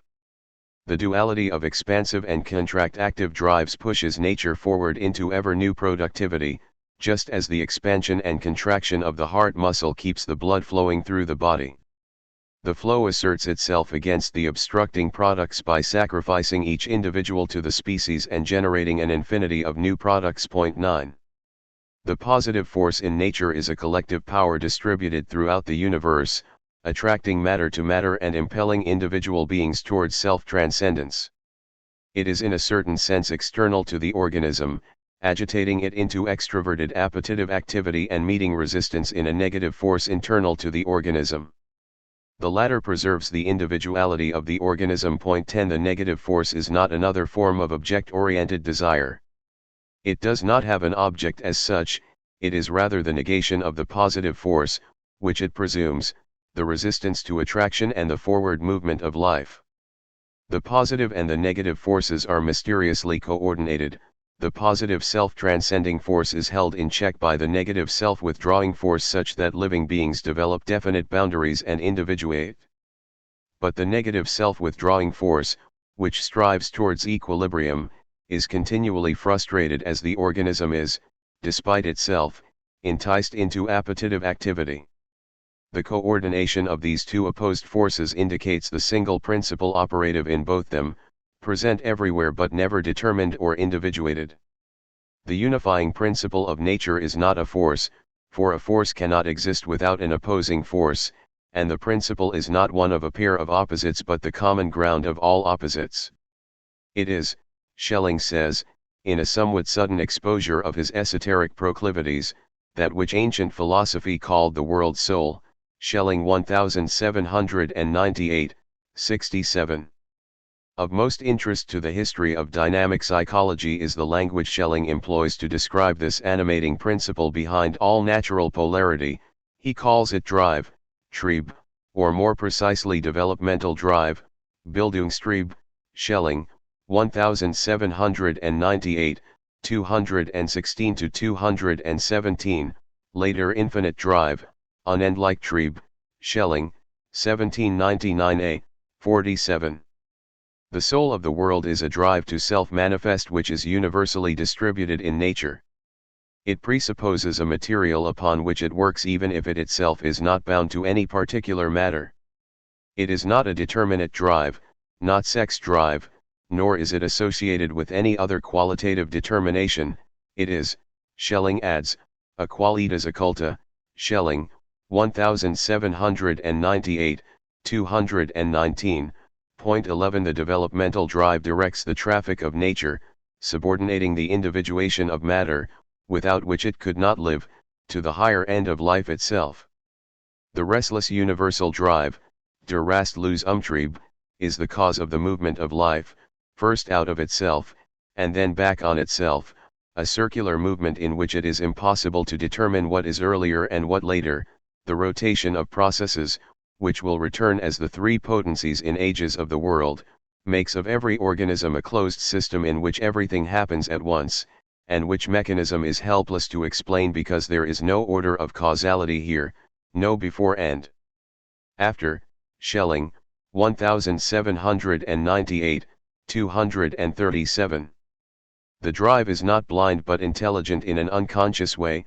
Schelling, 1798, 253. It must be ubiquitous, even though it is only effective where it finds a determinate receptivity. It must be formless since it can take on any form. It is identical with the innermost essence of the living being, an ever-active drive of internal feeling.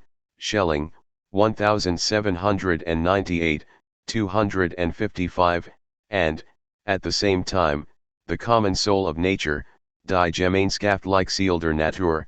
Schelling, 1798, 257. The drive keeps nature itself alive by engendering a basic instability of forces. Nature cannot rest either in the single product or in plurality and diversity, but must endlessly seek to return to unity, which means it must also endlessly disrupt that unity by pluralizing. The conflict between the two forces is a disequilibrium which the organism naturally tries to overcome, but the achievement of equilibrium would represent the end of life. Everything finite resists change and development to some degree and organizes itself around a static center, a knot of inert identity. At the same time it harbors within it an impulse toward infinite development that impels it out of itself in the direction of endless self-differentiation. If these opposed tendencies were equal, they would cancel each other out.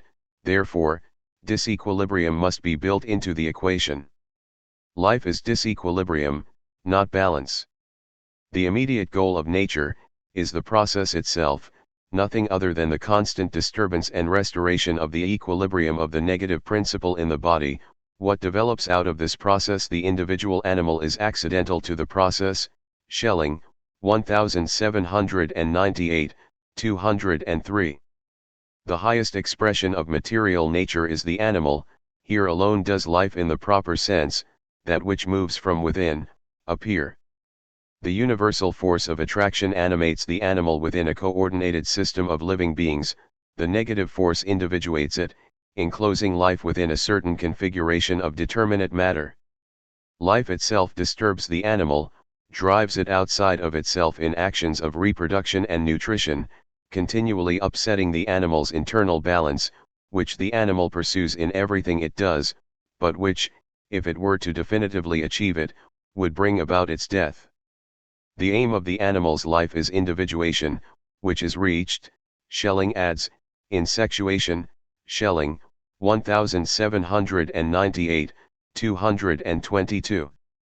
The division into sexes is the last stage of individuation, the one and the same homogeneous principles externalizing into two opposed principles, and in effect repeating the condition of the animal's genesis, the antagonism of opposites, Schelling, 1798, 224. After the division, the equilibrium is restored via the production of the offspring. Sexuation serves a double purpose of life and death. It is the means of inhibiting natura naturans, through the production of natura naturata, but also serves the end of freeing the flow and destroying natura naturata, for the result of sex is not the self-preservation of the propagating individual but the propagation of the species, not the survival of the reproducing organisms but their sacrifice and overcoming. Despite its resistance to diversity, each thing enacts the pattern of infinite production by tirelessly seeking to reproduce itself. 12 At the moment of its most profound individuation in sexuation, the animal begins to dissolve again back into the universal, it births its own replacement. 13. Isn't Schelling saying the same thing that Freud will say a century later, that the goal of life is death? Hasn't Schelling broken through to the death drive with his notion of a negative force that resists the positive force, with the result that the individual organism wills in effect its own death?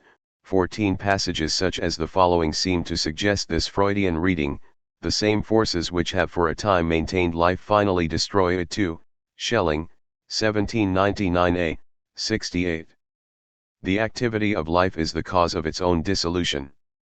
It is extinguished as soon as it begins to become independent of external nature, i.e., unreceptive to external stimulus, and so life itself is only the bridge to death. Schelling, 1799a, 69. But on closer reading there is no true analogy with Freud.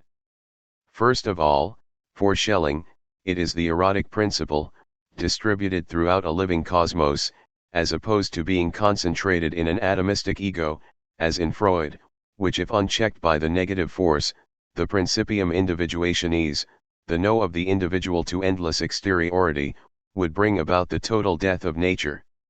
It indeed sounds paradoxical, but is no less true, that through the influences which are contrary to life, life is sustained.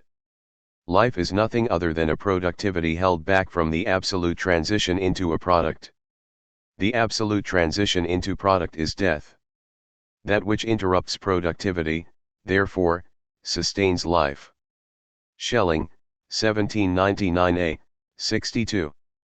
The negative force is not a resistance to life but a will to individuation, a will to concrete, determinate existence, which, by blocking the ecstatic flow of natura naturans, congeals eros into a finite being and prevents it from totally emptying itself into natura naturata.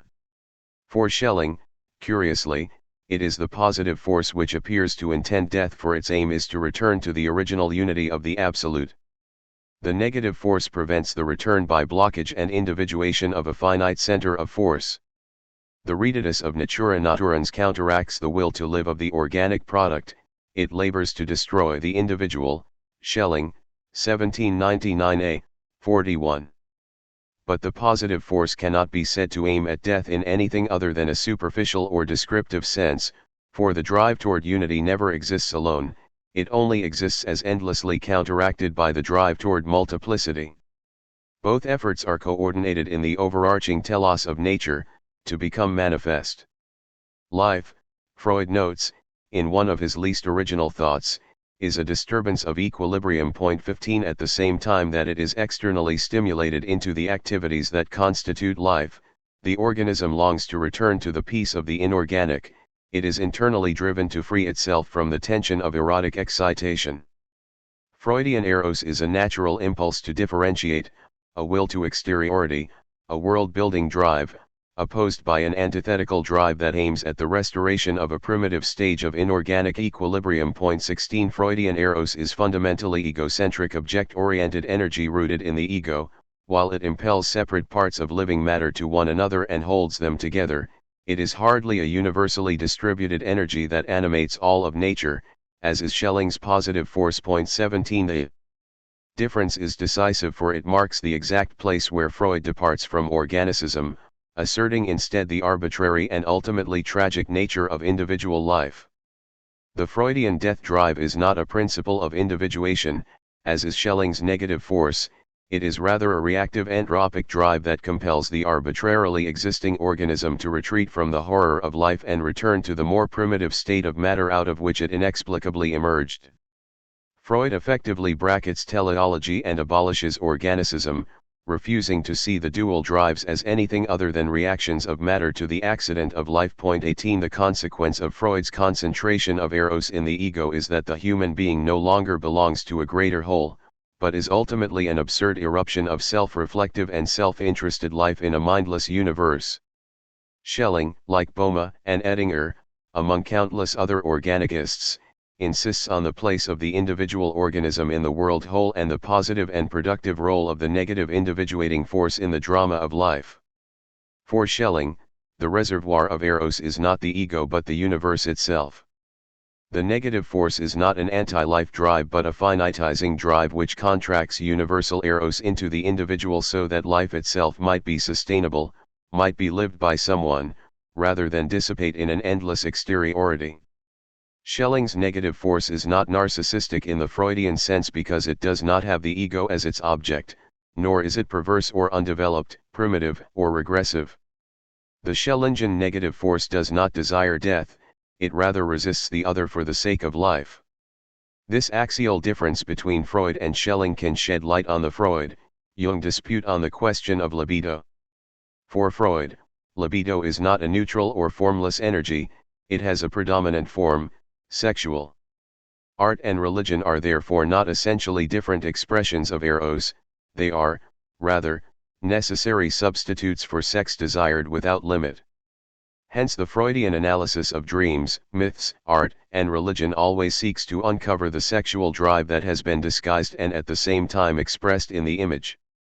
The dream is not fully analyzed until all of its complex imagery has been unmasked as subtle subterfuges by means of which the psyche satisfies its need to express an essentially simple drive in images acceptable to the dreamer. Thus also are artworks to be interpreted, thus is religion to be interpreted. Ultimately civilization itself is to be interpreted as an elaborate substitute for sex, a system of libidinal control, i.e., sublimation/repression. Just as the ego forbids the expression of certain excessive sexual desires by generating an image that seems to be about something else, the dream, but which in essence is formally identical with the sexual desire, so does civilization forbid us our sexual excesses while offering us a substitute in the form of art, philosophy, cuisine, drugs, religion, etc. For Freud, sexual libido is formally identical to artistic and religious libido. What the artist, the mystic, the philosopher desires is originally sexual. Jung objected to this reductive approach, which seemed to him to exaggerate the significance of the sex drive and underestimate or deny altogether the other forms that psychic energy can take. For Jung, libido has no predominant form, it is not structurally or qualitatively determinate, rather it is a neutral energy that animates the psyche and can take any number of different forms. The difference from Freud does not consist in Jung's claim that libido takes many forms, of course Freud agrees on this point, the difference consists in Jung's claim that these alternative forms of libido are irreducible to each other. The differentiations of libido are to some degree not merely manifest but essential. Artistic, religious, and sexual libido can be irreducible to one another, really different determinations of libido for Jung, because Jungian libido in itself is, to use the Schellingianism, indifferent to art, religion, and sex. Jung, CW 8, 3-66. Jung's hypothesis of libido as a general, indeterminate état vital is based on precisely the same Neoplatonic logic which we have identified as essential to Schelling's thought. Any set of beings that are differentially related must share a common ground which is not identified with any one of them. If any two entities are opposed, then they must be both related and different, that is, they must manifest opposed configurations of some common element. For Schelling, nature is oppositionally different from spirit, positive natural force is oppositionally different from negative natural force, object is oppositionally different from subject, an individual entity is, in its individuality, oppositionally different from any other individual entity. There must be some common ground which relates all beings and orders of being while being different from each of them. This common ground is the absolute, which is indifferent to the various forms it takes, that is, it is indifferent to nature, spirit, you, me, etc. This does not mean the absolute is the same as, formally or structurally identical to, each of its manifestations. Indifference is not sameness. Because the absolute is indifferent to the nature which it grounds, there is no contradiction in it also grounding nature's opposite, spirit.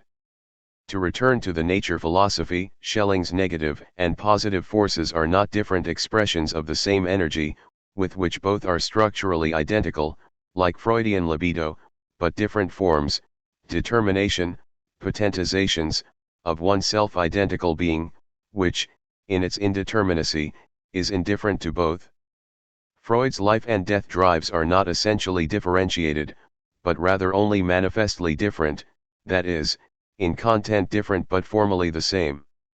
There is nothing wholly other to Eros expressing itself in death drive is just the diminution of Eros become uninterested, losing steam, antropically bottoming out. Hence there is no need to posit a third term beyond the opposites of life drive/death drive, and Freud's libido theory does not lead to metaphysics, as Jung's does. Schelling's opposed natural forces, by contrast, like Jung's various forms of libido, are essentially or formally different, that is, they are wholly different directions of force or will. The positive force wills the one, the negative force wills the many. The two opposed intentions are directed, however, by a deeper telos, that spirit should become visible. To return to Jung, cultural forms are formally different manifestations or determinations of libido, which must therefore be understood as in itself formless, indeterminate, and indifferent to the many forms it can take. This metaphysics of libido situates Jungian libido theory squarely in the Schellingian trajectory. Notwithstanding his refusal of teleology, Freud's speculative biology is situated squarely in the German philosophical tradition, a point of which Freud seems to have been to some degree aware. 19 There has been much said about the unfortunate translation of Trieb in Freud as instinct by Strachey. For our purposes, the problem is not that, as Lacan would have it, the translation naturalizes the Freudian drive. Freud's naturalism strikes us as an essential feature of his thought. The problem is that the translation conceals the continuity of Freud's metapsychology with German philosophy. Trieb is the centerpiece of the German idealist and post-idealist traditions. Bohm's meaning when he speaks of the Trieb which impels the unground to divide itself into opposing directions of will would be entirely obscured if we translated Trieb as instinct. Similarly, when the early Schelling speaks of the primordial movement towards self-manifestation which coordinates all natural forces, the world soul, as Trieb, he is plainly not speaking of instinct. Schellingian Trieb is instinct-like in as much as it is unconscious intention, but it is prior to instinct and more basic than any object-oriented intention. It intends the infinite. It is the will that is responsible for the existence of animals and instincts, the will that is no longer associated with the subjective capacity to choose but which the middle Schelling identifies with primal being, Ursein. When one includes Fichte, Schopenhauer, and Nietzsche in this heritage, one can say without exaggeration that classical German philosophy, pre-idealist, idealist and post-idealist, is Trieb's metaphysik. The speculative biology of Beyond the Pleasure Principle underscores the intimate historical and systematic relationship between nature philosophy and psychoanalysis. But Freud's is a nature philosophy without telos. The first organisms arose out of the inorganic because of some external event, an accidental cosmic excitation. Freud, 1922, 47-49. They lived for a short time and then returned to their former inorganic state. For no reason at all these primitive organisms were compelled to repeat the conditions of their birth, to recreate the tension of external excitation and the pleasure of release from tension, a compulsion that is countered by the opposite drive, to return to the inorganic. In Schelling, by contrast, we are working in a theologico-metaphysical key. The emergence of the polarity of forces which makes life possible is no accident but the means towards the self-revelation of absolute life. Non-duality. Schelling's identity philosophy, both the culmination and the heir of his nature philosophy, is a metaphysical elaboration of idealism without a subject, knowledge without consciousness. The project, which occupied Schelling for 6 of his most productive early years, aims at nothing less than the abolition of the Cartesian ego, the object-intending self-reflective subject ostensibly at the foundation of all human experiences. Point 20. At the high point of the identity philosophy, the 1804 Würzburg lectures, Schelling puts it thus. In truth, there does not ever nor anywhere exist a subject, a self, or any object or non-self.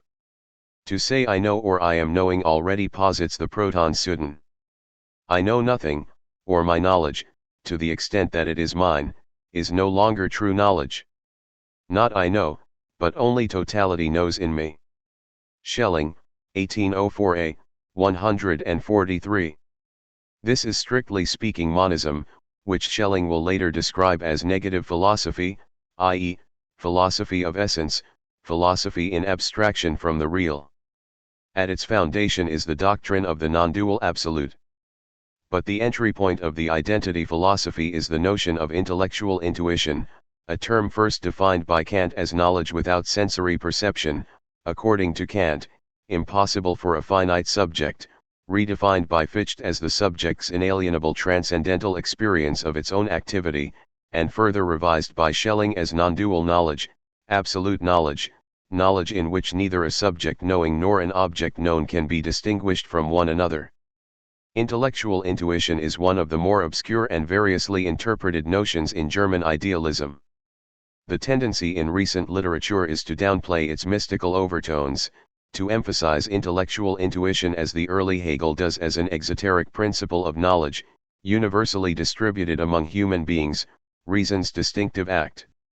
Schelling sometimes describes intellectual intuition prosaically as the intellect's act of seeing the part in the whole and the whole in the part, reason's grasp of the thing in its concrete universality. Point 21. In contrast with the discursive understanding, which subsumes particulars under universal categories, intellectual intuition operates independently of the principle of sufficient reason. It does not deduce or explain what it knows by reference to other things. The intelligibility of the known shows itself all at once, as it were. This is, in Heideggerian language, the aletheic moment in the German idealist theory of knowledge, the contemplative act of seeing the thing in the light of its essence. Beiser wishes to assure us that there is nothing mystical about this. Beiser, 2002, 582. Unfortunately, the matter is not so simple. Intellectual intuition is not a cognitive act of consciousness, not a particular mode of the subject's cognizing an object. Nor is it, as in Kant's conception of the faculty of reason, a synthetic act that knits particular conceptions into a coherent whole, which is a functional prerequisite of all rational activity. In intellectual intuition, a subject is no longer distinguishable from its object. There is therefore no act of seeing or cognizing as such. This is not an eye enjoying an immediate grasp of the essence of an object, for what the eye sees in the intuition is that it is identical with its object. Intuition signifies immediacy between knower and known. In a sensible intuition there is no gap between sense organ and sensation, the sense organ sensing is its sensation. Just so in intellectual intuition, there is no gap between the intellect and the absolutely intelligible, they are, to use Schelling's preferred term, indifferent. Intellectual intuition, therefore, could never be reflective. It is not a self-conscious act, not a representation accompanied by I think. It is not the subject's cognitive grasp of the absolute.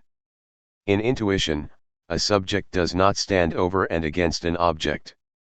In any subject-object relation, neither the knowing nor the known are absolute.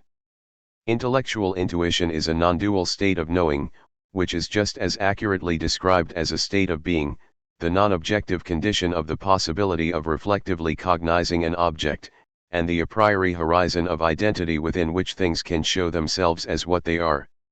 Ordinary consciousness only functions by exiling itself from this unity. The reflective I is, to use the Lacanianism, a barred subject, a constitutive lack. Consciousness departs from the non-dual absolute for the sake of knowledge, and thus finds itself always deprived of the final term of all of its intentional acts, the unconditioned, by virtue of a foundational, self-constitutive negation. Point 22. In the system of transcendental idealism, Schelling argues that since the unconditioned is not a thing, the only candidate for what it could be is the self, that which is intrinsically non-objective. Schelling, 1827. Here Schelling picks up on Fichte's notion of intellectual intuition as the self's grasp of itself as spontaneous activity. But for Schelling, intellectual intuition is not self-consciousness, not what Descartes defines and Kant and Fichte elaborate as the condition of the possibility of experience. The self is pure act. It only becomes an object of knowledge when it catches itself in the act of knowing. The object known is in intellectual intuition the subject knowing, or a knowing that is simultaneously a producing of its object. Schelling, 1827. Since the subject only is insofar as it acts, and since its act is to know itself, the self itself is a permanent intellectual intuition. Schelling, 1828. But the intellectual intuition is in no way subjective or purely introspective. The essences of things are co-known in the act of the subject knowing itself. Clearly, this subject is not the ego of self-consciousness, it is identical to the universe, containing within itself the forms of all things. Schelling is making something close to the Vedantic point that Atman, the self, in its original state, is identical with Brahman, the ultimate reality in Hindu metaphysics. Point 23. But Schelling's approach to non-duality is not Vedantic or in any way informed by non-Western sources. Schelling does not seem to have shared the early Romantic passion for the East. Schellingian non-duality is in fact wholly Teutonic in origin, having much in common with Meister Eckhart's claim, the eye through which I see God is the same eye through which God sees me, my eye and God's eye are one eye, one seeing, one knowing, one love. Eckhart, 1955, 216. Schelling appropriates into philosophy the mystical thesis at the foundation of German thought, the primordial identity of the activity of the soul with God. Intellectual intuition, however, is not a graced moment of unio mystica. It is, Schelling is as emphatic on the point as is the early Hegel, reason's distinctive act, even if common law thinking is continually forgetting it. Is this a domestication of mysticism or a destruction of rationalism? In any event, it is clear that intellectual intuition is never a conscious act. Consciousness presupposes the subject-object duality, it defects and departs from intellectual intuition in order to be. Much as in Lacan's developmental psychology, in which the symbolic order that gives the ego a position in language is attained at the price of the infant's identification with its life, Schelling's theory of consciousness renders the I think an achievement of individuation at the expense of being. The I think becomes a subject, distinct from the object and other subjects, at the price of the fullness of the intuition, I am. Michael Vater has it exactly right. Intellectual intuition is an unconscious principle of consciousness. Vater, 1978, XXIII. It is an absolute knowledge hidden in the subject's unconscious, that undifferentiated unity that consciousness has always already left behind but that continues to make possible everything the ego knows. As such, it is never directly defined or reduced to a reflectively known content. It can, however, be expressed. Art is intellectual intuition become objective. Schelling, 1800, 229. The inception of Schelling's philosophy of art is the sixth and final part of the 1800 system of transcendental idealism, the famous conclusion in which Schelling discusses for the first time the unconscious as a peculiarly human experience of the hiddenness of the mind to itself. He had begun to lecture on the philosophy of art the year before and would intermittently continue to do so for the next 2 decades. To understand the exalted role art plays in Schelling's early philosophy, one must keep the epistemological situation in view. The task left to Schelling by the transcendental philosophies of Kant and Fichte is to think necessity/objectivity as also the product of spiritual activity, as the other side of the self-identical spirit. Both Kant and Fichte vigorously assert the freedom of consciousness, but only by extracting the transcendental subject from all objective context, leaving the subject isolated in a purely internal realm of ideal freedom, and the object, an inassimilable residuum outside of subjectivity, either an unthinkable thing in itself in Kant, or a factum brutum in Fichte.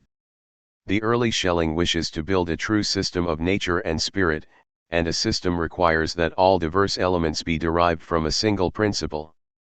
If the principle is substance, objectivity, or the nature investigated by empirical natural science, the causal network of ironclad necessities, the inevitable result is Spinozism and its transcendentally inadequate denial of the freedom of the subject.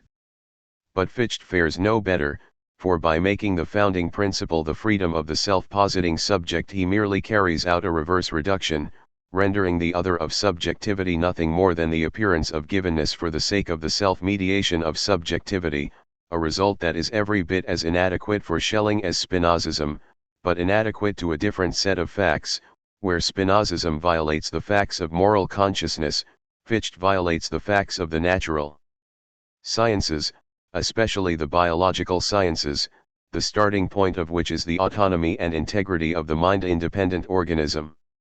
Schelling's solution to the conundrum is the notion of absolute indifference. The duality of subject and object is underwritten by a non-dual origin, which is neither free, subjective, and conscious, nor necessary, objective and non-conscious. The absolute unity of subject and object shows itself in that which is objective in the subject, the inner necessity and unconscious compulsion that guides the subject's decisions and productions, and equally, in that which is subjective in the object, the design and purpose exhibited in nature, which appears to be the product of conscious intelligence, but plainly is not and cannot be. But it is not enough to assert that nature and consciousness are two sides of the absolute, the identity must be demonstrated, a demonstration which faces a considerable, for Kant, and, for Fichte, impossible, task of grasping the subject and the object as identical in their primordial origin, or to put it yet more formally, to grasp freedom as necessity and necessity as freedom. To achieve this, the two primordially opposed activities, the free activity of consciousness and the necessary activity of nature, must be experienced by the philosopher as a single phenomenon. 24. On strictly transcendental grounds this is impossible, for something could only become an object for consciousness by falling outside the subjective activity of consciousness, that is, by being experienced as necessity. The unconscious activity by which objects are generated for consciousness is, according to Kant and Fichte, the unsurpassable limit of consciousness. I grasp an object as given, and the condition by which it appears to me as such is precisely that I oppose it to myself, distinguish its substantial being from the spontaneous self-generative being of consciousness. On the other side, the freedom of the subject could never be experienced as an object, for it has no phenomenality in the causal nexus, it is always and only interior. By calling subjectivities other the unconscious, Schelling's work is half done, for by unconscious Schelling does not mean simply without consciousness, wholly other than spirit and subjectivity, but rather, spiritual activity which is not self-aware. Schelling assumes that the alienation of spirit from nature is to some degree mere appearance, everything that is, in whatever mode, is the product of spiritual activity. But the contradiction of subject and object on the phenomenal level remains. If it is experienced as object, it is experienced as necessity, not freedom. The contradictory characteristics of spirit could only coexist in a temporal succession, a succession which is not a simple juxtaposition, but a dramatic manifestation of identity. The manifestation could only occur at the point where one of the opposed activities is caught, as it were, at the moment where it turns into its opposite, a point of time outside of time. The intuition of the identity of subject and object must begin in consciousness and end in the unconscious. The moment where productive activity congeals into product and freedom becomes necessity. Reflection is barred access to these depths of the absolute, yet it finds traces of it everywhere. In the system of transcendental idealism, Schelling outlines three theaters of unconscious production: nature, history, and art, but it is art alone, the art product and its peculiar conditions of genesis, which reveals the original unity of subject and object. To be sure, what is coming to manifestation in art is not different from what is at work in nature and history. Schelling's nature philosophy had already established how visible nature, natura naturata, exhibits features typical of rational beings, but without consciousness, design, teleology, purposiveness without a purpose, etc. Plants reach toward the sun without conscious deliberation, insects carry out complex operations without reflection, birds know how to build their nests without returning to themselves through the I think of self-consciousness. Like the shoot reaching through the soil to the sun, nature reaches unconsciously toward consciousness, an end it achieves in man. However, this teleological view of nature is not an intellectual intuition. Nature can just as easily be seen as pure external causality, just as the ends of history, the progress assumed to be directing otherwise random events, always remains merely a hypothesis and never becomes an experience. Historical events, which the early Schelling is convinced progressively converge on an ideal of human harmony, are providential acts of deliberating agents, but they can be equally seen as random and absurd. In the art product alone, intellectual intuition becomes concrete. The consciousness of the artist in its unity with the art produced concretizes and externalizes the absolute in a singular fashion, the unity of subject and object at the foundation of all culture and nature. The convergence of unconscious processes with goal-oriented activity makes art an inverse image of nature. Natural entities appear deliberately designed but are unconsciously produced, artworks appear unconsciously produced but are deliberately designed. Art and nature are therefore complementary revelations of the indifference of consciousness and unconsciousness in the absolute. A human being is never more natural or effective than when she acts intelligently but without purpose, for reflection is then no longer permitted to obstruct the creative flow of natura naturans. Later Schelling will describe this as a lively understanding, a controlled, restrained, and coordinated madness, beherrschter, gehaltner, Jordnader Wanson, Schelling, 1810a, 233. In the system of transcendental idealism, he calls it simply genius, the division in the self, the coincidence of conscious and unconscious production, of freedom and necessity, exhibited in the conflicted subjectivity of a great artist.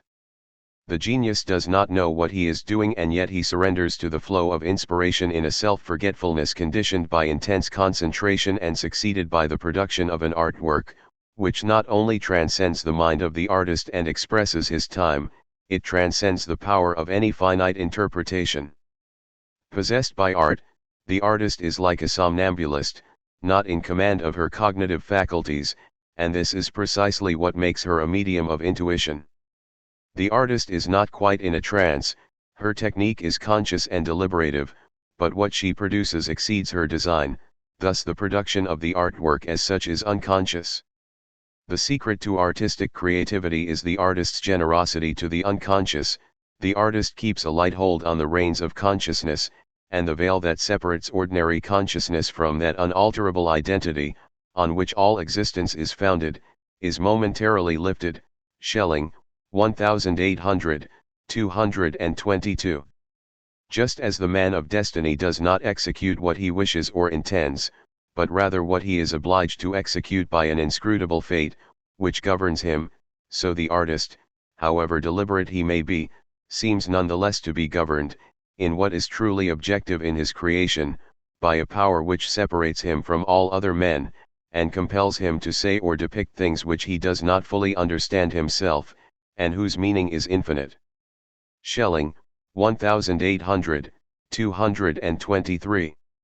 The subjectivity of the artist is not enough to prove a genius at work. A conflicted mind coupled with artistic ambition is a common enough human trait. The subjectivity of the genius must be corroborated in the produced object, which proves by its intrinsic qualities that it is a work of timeless artistic value. The artwork is inexhaustibly significant, capable of being expounded ad infinitum, as though it contained an infinity of purposes. Schelling, 1800, 225. It is nothing short of a revelation, a symbol of the identity of universality and particularity, of subject and object, and of consciousness and the unconscious in the absolute. The relationship of philosophy to art in Schelling is complex, and Schelling's position changes somewhat between the system of transcendental idealism and the major work of the identity philosophy, the 1804 Würzburg system, SSW 6.71, 576.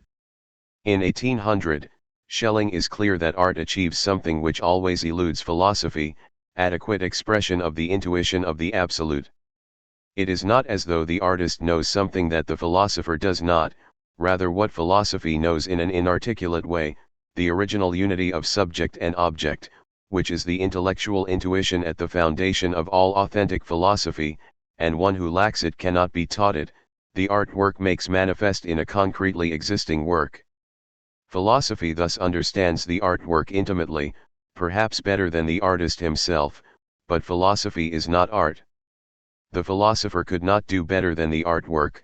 He cannot systematically and conceptually define what the artwork depicts, and herein lies the decisive difference with Hegel. Philosophy is always a less adequate expression of the absolute than the artwork. If the philosopher were to adequately express the intellectual intuition which lies at the basis of all of his reflections, he would have to himself become an artist and produce an artwork. The system of transcendental idealism was followed a year later by the presentation of my system of philosophy, a 100-page treatise published in Schelling's self-edited Zeitschrift für Spekulative Physik, SSW 4, 105-212. Here Schelling replies to critics who cannot discern any systematic unity to his various writings that their miscomprehension is due to the originality of his thought.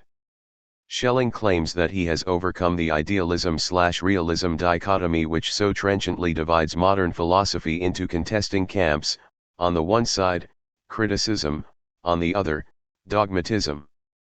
Fichte's transcendental philosophy is a subjective idealism. The entry point and foundation is the self-reflecting subject. Nature philosophy, by contrast, is an objective idealism. Its foundation is not reflection but material production. Both transcendental philosophy and nature philosophy remain one-sided perspectives on a whole that has not yet been adequately expressed in philosophical form. Now Schelling wishes to move beyond all one-sided systems and construct an absolute system of philosophy, one that can contain all opposed starting points, ideal and real, subject and object, by giving priority to none of them. In the presentation of my system he no longer believes philosophy is incapable of expressing intellectual intuition. The absolute system, or the system of the absolute, privileges neither being nor thought. Both are grounded in an original identity which is neither thought nor being, the total indifference of the subjective and the objective, SSW 4, 116. The indifferent absolute is not the cause of the universe but the universe itself, which has no cause and is no longer to be flattened into an order of causality. The universe is rather the manifestation of a hierarchy of potencies, quantitative differentiations in a univocal order of being, all of which exist simultaneously in the absolute. The mistake of idealism is to have given primacy to one potency, the ideal, and made all others causally dependent upon it. The later Schelling will retain this insight into the logical simultaneity of potencies, tracing time and historical development to a non-logical break with the absolute, a fall or a decision. In 1801, however, time and history itself are denied any real existence. Schelling's identity philosophy can be summed up in the following four claims. 1. Only one indivisible being exists, the universe itself. All apparent differences in being, subject, subject, subject, object, object, object, are merely quantitative variations of ontological intensity in the manifest absolute. 2. The universe is identical with reason, the absolute is identical with knowledge of the absolute. 3. The absolute infinitely knows itself by positing itself as subject and object. 4. Time and development are mere appearances, all potencies exist simultaneously and eternally in the absolute. 25. The duality which was the central theme of nature philosophy is now traced back to an original identity of all opposites, negative, positive, subject, object. Subject is distinguished from object not on the basis of qualitative differences but on the basis of degrees of identity. If qualitative differences were real, opposition would exist in being, and the absolute would not be self-identical. Since the absolute must be self-identical, differences cannot be qualitative. Subject, the ideal, and object, the real, are not essentially different forms of being, they are rather different degrees of the same being, with subjectivity predominating in one, objectivity in the other. The subject-object difference is essential to the existence of the absolute. It can only be in itself if it posits itself as both subject and object, but the difference is not itself an essential difference. The same being is posited in the one case as subjectivity or mind, in the other case as objectivity or matter.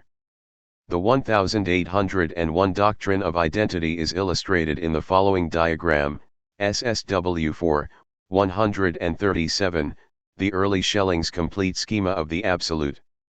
A equals A, the absolute in itself, posits itself as A equals B with a surplus of A, or subjectivity, on the one side, and as A equals B with a surplus of B or objectivity on the other side. Schelling insists in 1801 that this Neoplatonic monistic system was the philosophical presupposition of his early works on nature philosophy and transcendental philosophy, SSW 4, 107-108. In his later works, which depart so dramatically from monism, Schelling defends the rationality of the identity philosophy while just as emphatically insisting on the necessity of going beyond it towards a philosophy of history.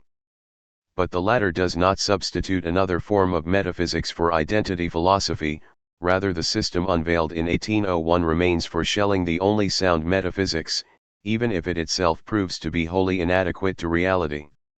Hegel's alternative, which presumes to absorb history into metaphysics and identifies the absolute with human self-consciousness, is, for Schelling, a confusion of things that must be held apart. We must not mistake Schelling's notion of absolute knowledge with self-consciousness. Schelling's absolute is as much unconscious as it is self-consciousness, or rather it is neither. If the absolute is to be absolutely knowing, it must be expressed as the perfect adequacy, identity, of subject and object, or A equals A. But such an adequation must distinguish what it identifies, thus the distinction between subject and object, consciousness and unconsciousness, A and B, is one which is posited by the absolute itself. The difference cannot therefore be a difference in essence, but neither is it merely a subjective appearance of difference, it is rather a difference in intensity. What is given in surplus in one potency is deficient in the other and vice versa. Mind is being which lacks objectivity, materiality, determinateness, matter is being which lacks subjectivity, relation to itself. The absolute in itself can ground both because it is indifferent to both, it is as indifferent to matter as it is to mind. What advance does Schelling make on the notion of the unconscious in the identity philosophy? Consciousness is disidentified from knowledge and so renders knowledge itself an essentially non-conscious state. If I think I know something, say a particular state of affairs, I thereby prove that I know nothing. Because subject-object duality is essential to consciousness, the absolute in itself, knowledge, never emerges into the orbit of consciousness at all. Schelling's argument is alarmingly simple. To know, in a finite sense, means to identify a subject with an object, A is B. How is this identity to be conceived? If it is the identification of the subject with a pre-existing object, if the subject is a passive mirroring of the object, as in naive realism, then the thing in itself rears its ugly head. The object is not known in itself, only its effects on the cognitive faculties of the subject are known. If it is the identification of a subjectively constituted object with the subject, as in subjective idealism, nothing is really known at all. But we can only deny an identification of subject and object at the expense of denying knowledge altogether. Schelling's extraordinary conclusion is that knowledge is not an identification of subject and object but their original and indissoluble identity. To make any knowledge claim, Schelling concludes, no matter how trivial it is is to implicitly affirm this absolute identity of subject and object. Point 26. All of the tortured arguments of empiricism and rationalism, which seek to explain how the subject climbs out of itself and reaches the object, are therefore dead ends. Reason is not the faculty of an individual subject standing over and against other individuals and peering out at an objective order through the spectacles of the senses. Rather, the subject is merely the organ of the absolute self-recognition. Schelling, 1804a, 149. Consciousness, already displaced from the center by nature philosophy, is wholly demoted by identity philosophy. It is now associated with error, illusion, and unreality. Point 27. The challenge in interpreting Schelling's identity philosophy is that it seems so antithetical to the philosophy of freedom that succeeded it. All is one, difference is illusion. There is only one timeless being, and it is the universe. Within the absolute there are no essential distinctions. Schelling's conclusion is as non-dualist as the Hindu Vedanta. Metaphysically speaking, particulars do not exist. The experience of multiplicity is the result of a fall from intellectual intuition. Viewed in the light of the works that followed, the identity philosophy seems to be a sustained reductio ad absurdum. The conclusion Schelling draws in Philosophy and Religion, written the same year as the Würzburg Lectures, is that if there had not been a breach in the absolute, there would be no things, no finite reality, and no philosophers who could search for knowledge of the absolute. Since it is clear that things and philosophers exist, there must have been a breach. In the light of the philosophy of freedom to which it gave rise, the point of the formal metaphysics of the identity philosophy is to make clear that, 1. Time could only be a fall from eternity, as Schelling first argues in Philosophy and Religion. 2. Consciousness could only be a negation of identity, and 3. God could only reveal himself in the finite by doubling himself, on the one side, disappearing into the ineffable, and on the other side, entering into self-division, contraction, and process. The question that remains open in Philosophy and Religion is, why would God allow this break to occur? The answer Schelling first ventures in the 1809 Freedom Essay, so that the absolute might become a person. Each of the above three theses made Schelling receptive to the theogony of Jacob Boehme, which he studied carefully in his first Munich period, 1806 to 1809, an experience which has justly been regarded as the key to the personalist turn in Schelling's thought. For in Boehme, as in the Lurianic Kabbalah, the absolute itself does not enter into the finite order but absents itself from it, withdraws into inaccessible depths so that the play of multiplicity can occur. To be sure, a stratum of non-duality remains in Boehme's model of God, and in Schelling post-1809, the unground does not enter into the interaction of opposites that makes self-revelation possible, much as in the later Schelling, the Godhead is not one of the three potencies.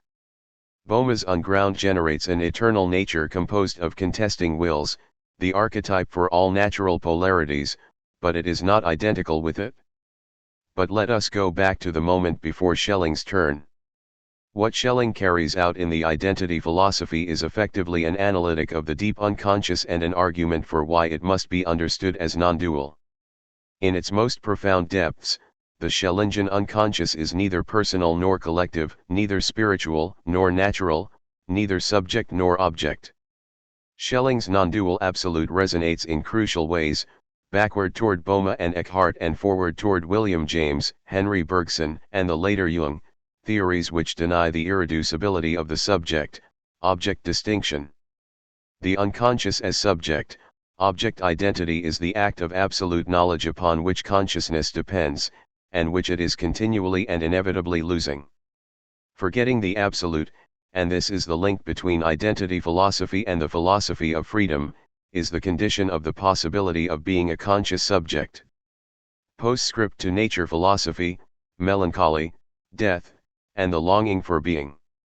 Schelling's most romantic piece of writing, the unfinished dialogue Clara, it is assumed to have been written in 1810, shortly after the tragic death of his first wife Caroline, and thus belongs to his middle period. 28 While Schelling's theme is still nature, specifically the forms nature takes after death, the personalist ontology informing the dialogue is founded in Schelling's celebrated freedom essay published the year before. The text expresses the crucial transition in Schelling's thought about nature, the qualification of his early pantheistic optimism by a religious sense for the fallenness of being. Clara thus serves as a fitting schluss to his early philosophy, in both senses of the term, a conclusion and a 90-degree turn. Nature for Schelling in 1810 can no longer be thought merely as self-revealing cosmos, it is also the residue of a spiritual catastrophe, not only home but also horror. Older than being is ground, a dark center of possibility which longs for existence in itself, but which can only exist as the subordinated foundation of something other than itself, a self-immolation which it continually resists.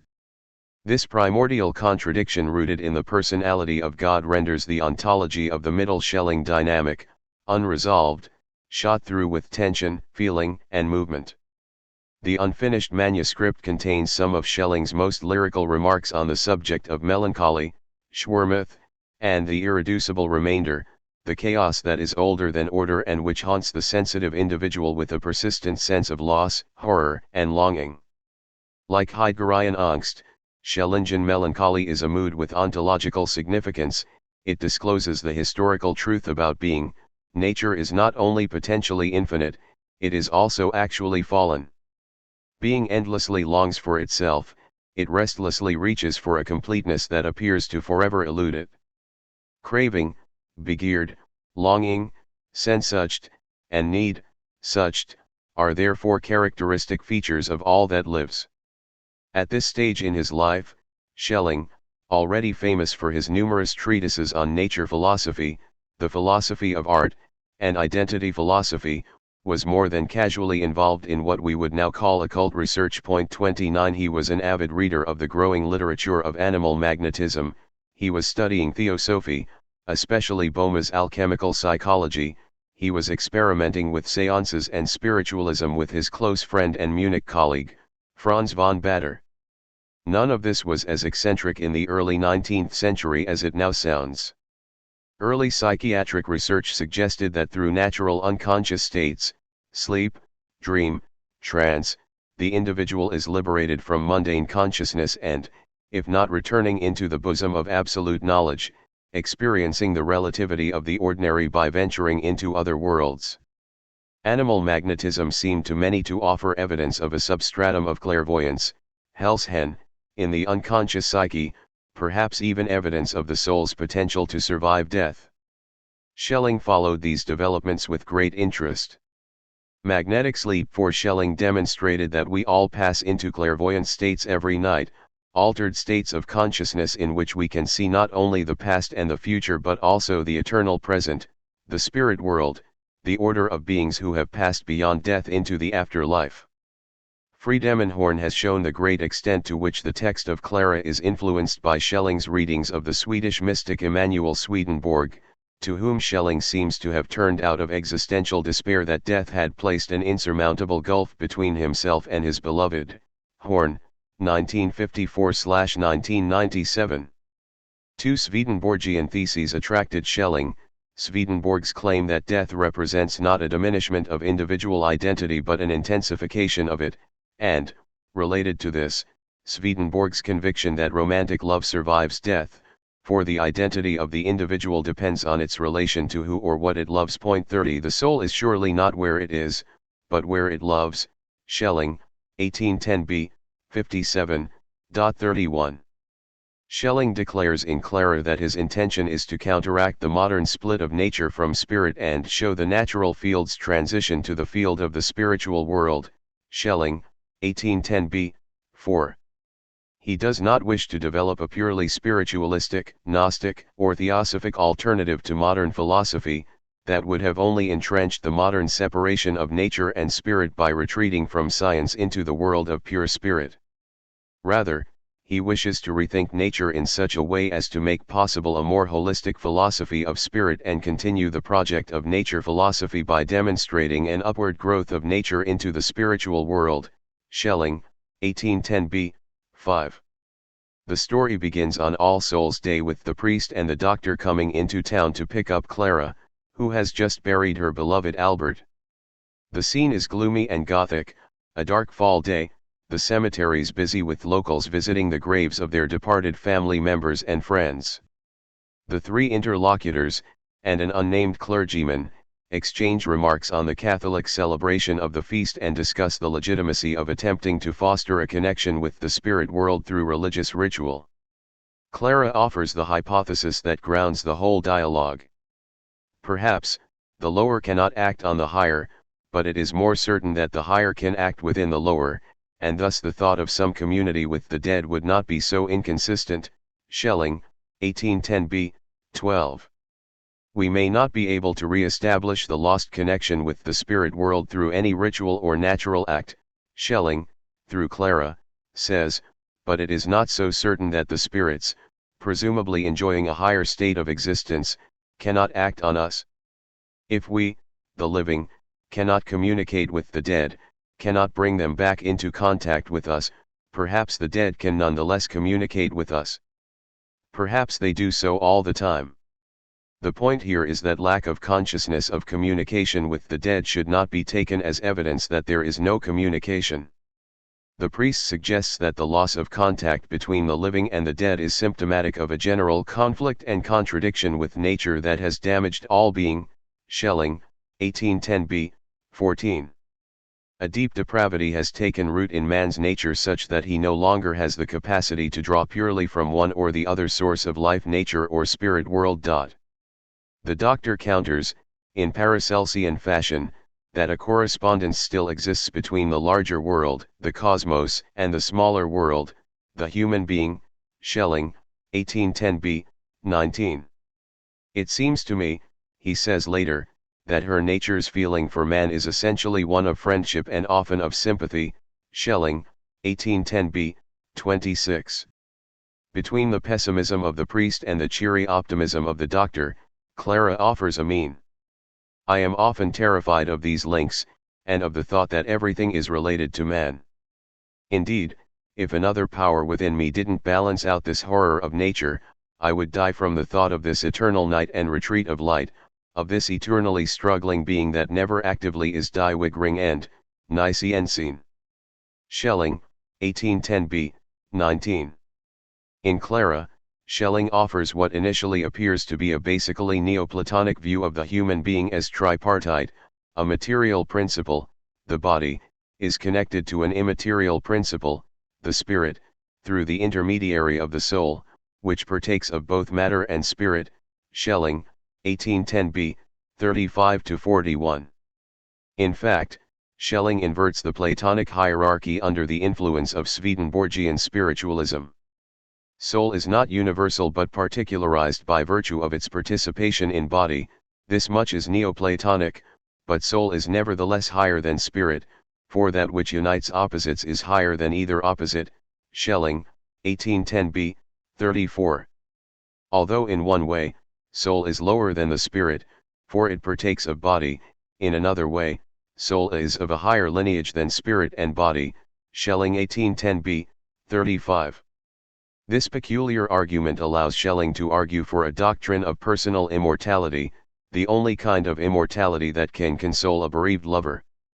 Where the standard Neoplatonic doctrine of immortality would have the universal and intellectual part of the human being survive death, the immortal soul in Neoplatonism being somehow a universalized individual, like an angel in medieval theology, for Schelling, it is the singular soul that survives death, the soul of the person which remains eternal and unchanged in the individual, while body and spirit are constantly changing. And since soul is nothing without body and spirit, the immortal soul possesses some type of body in the next life, just as it possesses some type of intellect and will, albeit transformed and elevated. Spirit on its own is rather repellent, Schelling argues. Soul is a milder essence, that part of the individual which we love above all, that draws us, as it were, in a magical way, Schelling 1810b, 33, 35. All three powers must be active in the living person, just as all three divine potencies in the middle Schelling's theology are essential to the divine. The whole person thus represents a kind of living rotation, wherever one thing reaches into the other, neither of the others can leave, each requires the other, Schelling, 1810b, 35. The soul, however, has preeminence over spirit and body, it is the essence of the person, the actual innermost germ of life, which is intensified in death, Schelling 1810, 36. Schelling's qualified Neoplatonic anthropology allows him to make a case for the necessity of death.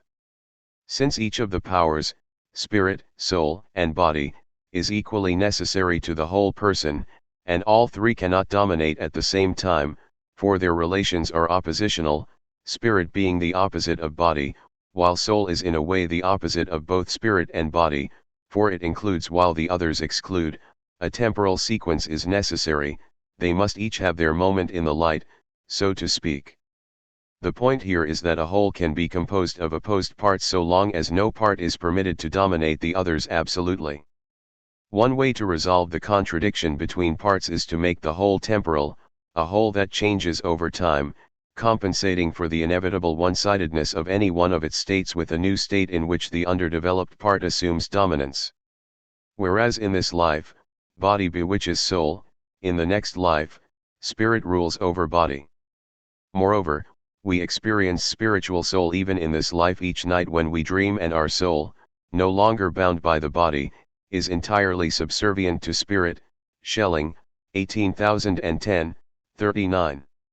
What Schelling has in mind here becomes clearer when we recall that by spirit, Schelling does not mean passionless intellect or thinking in abstraction from feeling, on the contrary, the essence of spirit is feeling, desire, and will. 32 Thus Schelling's offhand remark about dreaming betrays a sophisticated psychology of sleep.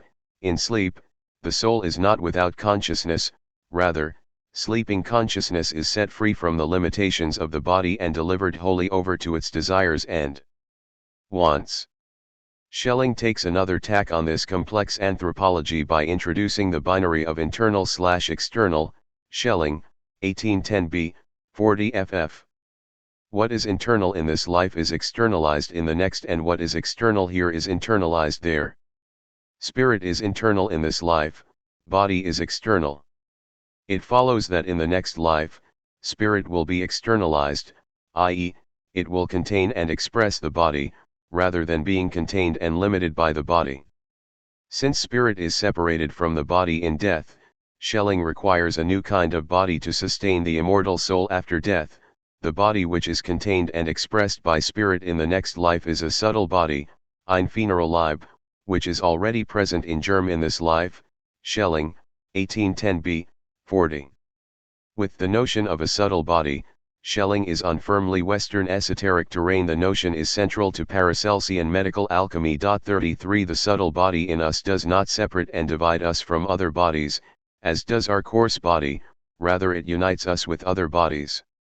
After a vague reference to the electrical interplay of forces or to chemical transformations which seem to indicate a deeper connection and exchange among bodies, i.e., alchemy, Schelling offers a definition of death. Death is the release of the inner form of life from the external one that keeps it suppressed. And death is necessary because those two forms of life that couldn't exist together at the same time had to exist one after the other instead, once nature had sunk down into the purely external, Schelling, 1810b, 41. Clara is marked by Schelling's exploration of the notion of a fall from the absolute which he first postulated in philosophy and religion. Ideally, the external should be a perfect expression of the internal, the body should express and reveal the soul rather than hold it back and conceal it. But something has happened to the human being, indeed to nature itself, such that the ideal relation of the internal to the external is disturbed. In this life, the external suppresses and obstructs the internal, matter does not mediate spirit but obstructs and distorts it. In death a transmutio occurs and the internal is released from its oppressive and obfuscating external shell. Schelling, 1810b, 41. Death is not dissolution of the self into the absolute but a reduction of the individual to its essence, an essentification. Horn, 1954/1997, 58. 34 When death frees the individual's essence from the material shell that is maladapted to it, the person does not become less of what he was, but more. 35 Death is not the extinction but the intensification of the individual identity constructed in time, for even the drop of water submerged in the sea still remains the drop it was. Far from being dissolved, individual existence is raised to its greatest profundity when it is united with the divine. Schelling, 1810b, 52. 36 Schelling's ontology of ground/existence provides for an essential distinction between the finite self and God, which is notably missing from the identity philosophy. Even when this dark and obscure speck of our existence is completely liberated and transfigured, it nevertheless always leaves something behind in us that was not from God. Schelling, 1810b, 53. The irreducible remainder in the transfigured soul images the dark ground in God which is not identical with God himself, nature, not that which is actively in God, but that in God which always strives to be without ever attaining actuality. Schelling, 1810b, 54. In this life the struggle with the dark ground is thus inevitable. Without this recalcitrant quasi-material core, the soul would have no individuality and no possibility of blessedness. But this same dark ground is responsible for all the evil in the world.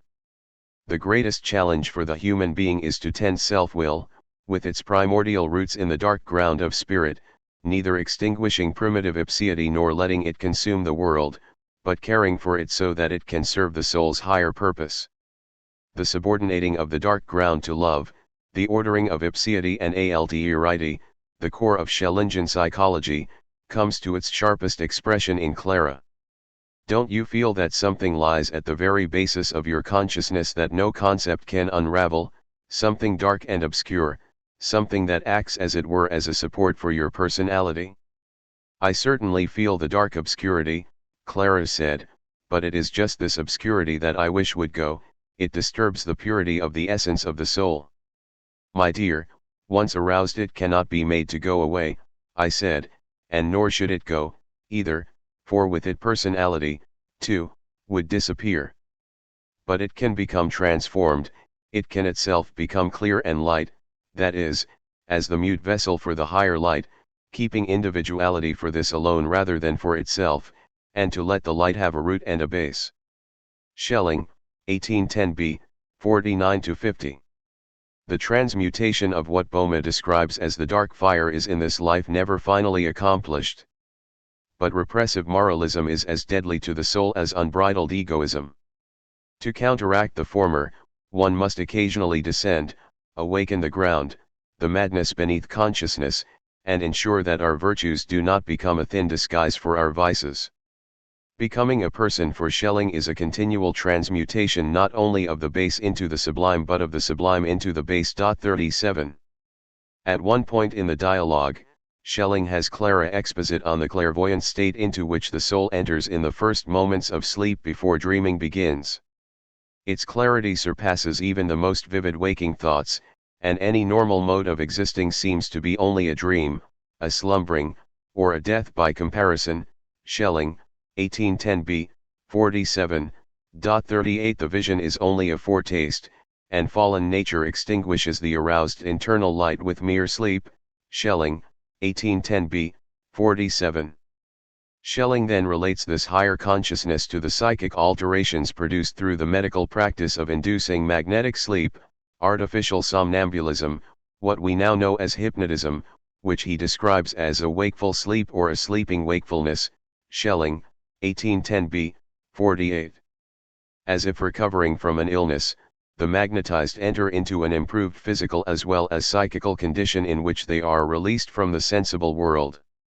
They have an indescribable sense of well-being. All the strains of illness fade from their features, they look happier, more spiritual, often younger. All traces of pain fade away from the gladdened face, at the same time everything becomes more spiritual, especially the voice.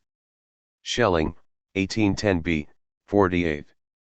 They retain a connection to the external only through the influence of the magnetizer, whose psychic rapport holds them captive. The release from the tyranny of the present frees up the past and the future, which now become wonderfully available to them, as if their whole essence were pressed into one focal point that unites past, present, and future within itself. Schelling, 1810b, 49. Schelling connects the magnetized condition to death. In artificial somnambulism we get a glimpse of the seed of life, buried in the unconscious, which only fully blossoms after death. The idea is further developed in the second draft of The Unfinished Ages of the World, written 3 years later, in which Schelling endeavors to explain magnetic sleep and clairvoyance in terms of the triadic ontology of ground/existence/personality. Ground individuates the person, it is the universal hunger for being seen, at the foundation of the personality. Existence lends consciousness the power to unify the inner forces. It is determinate being, Dasein, or the form of the self. In sleep an alteration of the ground, existence relationship occurs such that the external unity of the conscious personality is suspended and a second, unconscious personality becomes manifest. A freely willed sympathy takes the place of an externally determined unity. Schelling, 1813, 158. Sleep is a relaxation of the determinate being of the self and the release of the dark ground. The alteration does not bring about the death of the individual, for the life of the mind is not identified with the activity of the conscious personality. Rather, sleep awakens what Schelling's disciple Schubert describes as a second self. 39 Consciousness is external to the life of the individual. When it is weakened, as in hypnosis and sleep, the free inner relations of life are set loose, and another dark center of selfhood emerges into prominence. Schelling, 1813, 158.40. Following Schubert's 1808 Ansichten von der Nachsicht der Naturwissenschaften, Schelling distinguishes grades of sleep, from partial unconsciousness, which is still sentient, to a state that is completely cut off from the sensuous world and entirely removed to a spiritual realm. Schelling 1813, 159.41. Most interesting here is Schelling's sketch of a psychology of dreams. Referencing the ancient distinction between divine or clairvoyant dreams and mundane dreams, Schelling elaborates ascending stages of clairvoyant dreaming.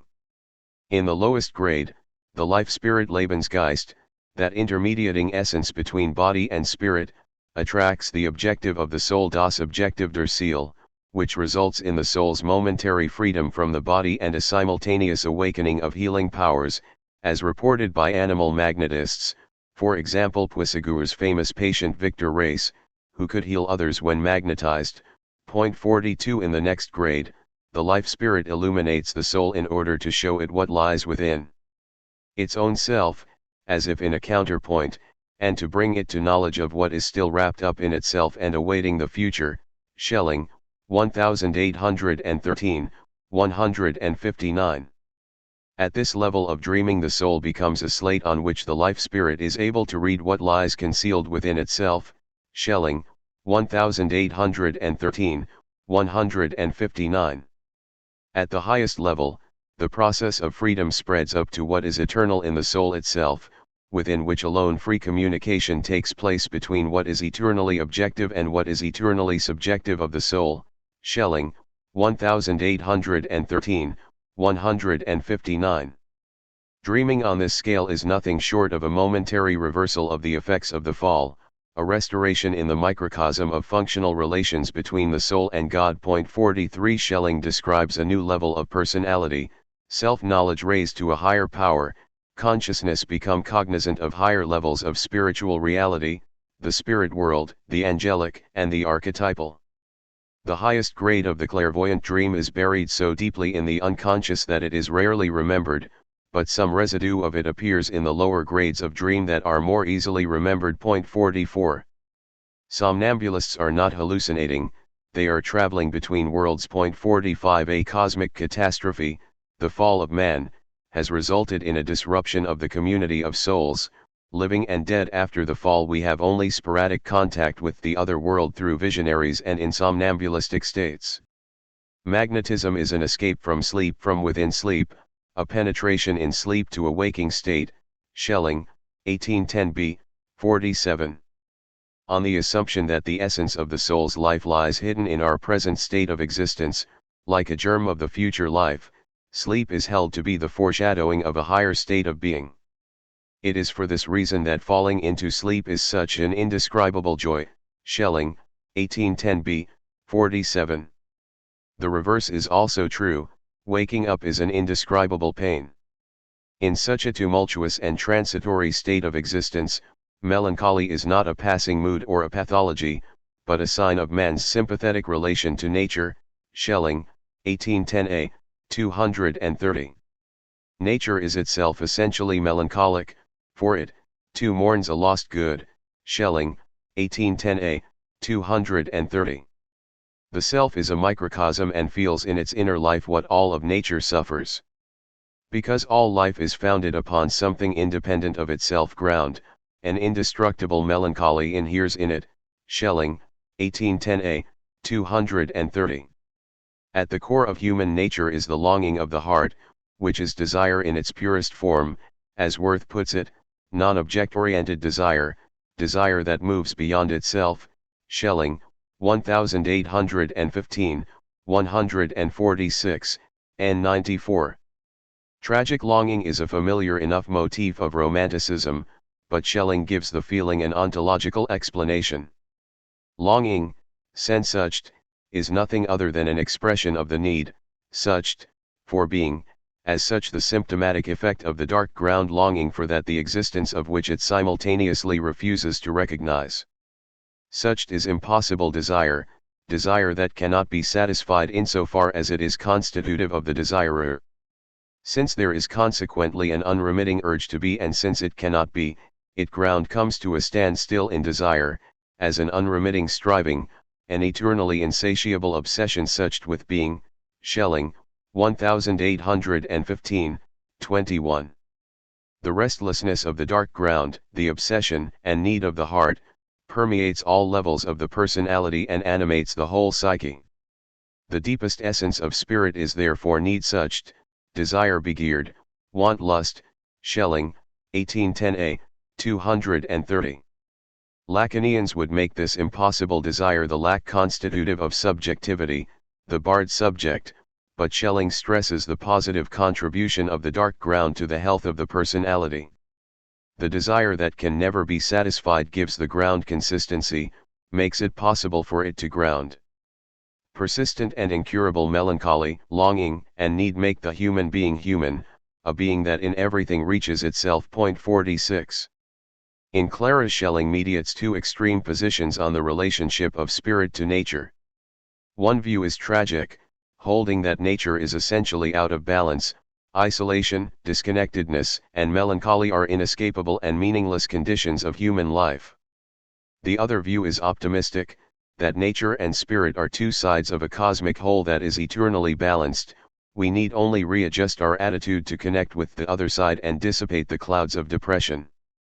Schelling rejects both the extreme pessimism of the first view and the naivete of the second. Nature and spirit might have originally been in cosmological balance, but they are no longer. Something has happened to disrupt the unity. Momentary ecstatic foretastes of restoration, like sporadic communication from the other side, are not impossible, but are not the rule. In this life we must reckon with the horror of nature and the dark implications of correspondence. If everything is related to man, then it follows that the sins of man affect the whole. The eternal night and retreat of light, the desperate struggle of being to achieve actuality, are signs that things are out of joint.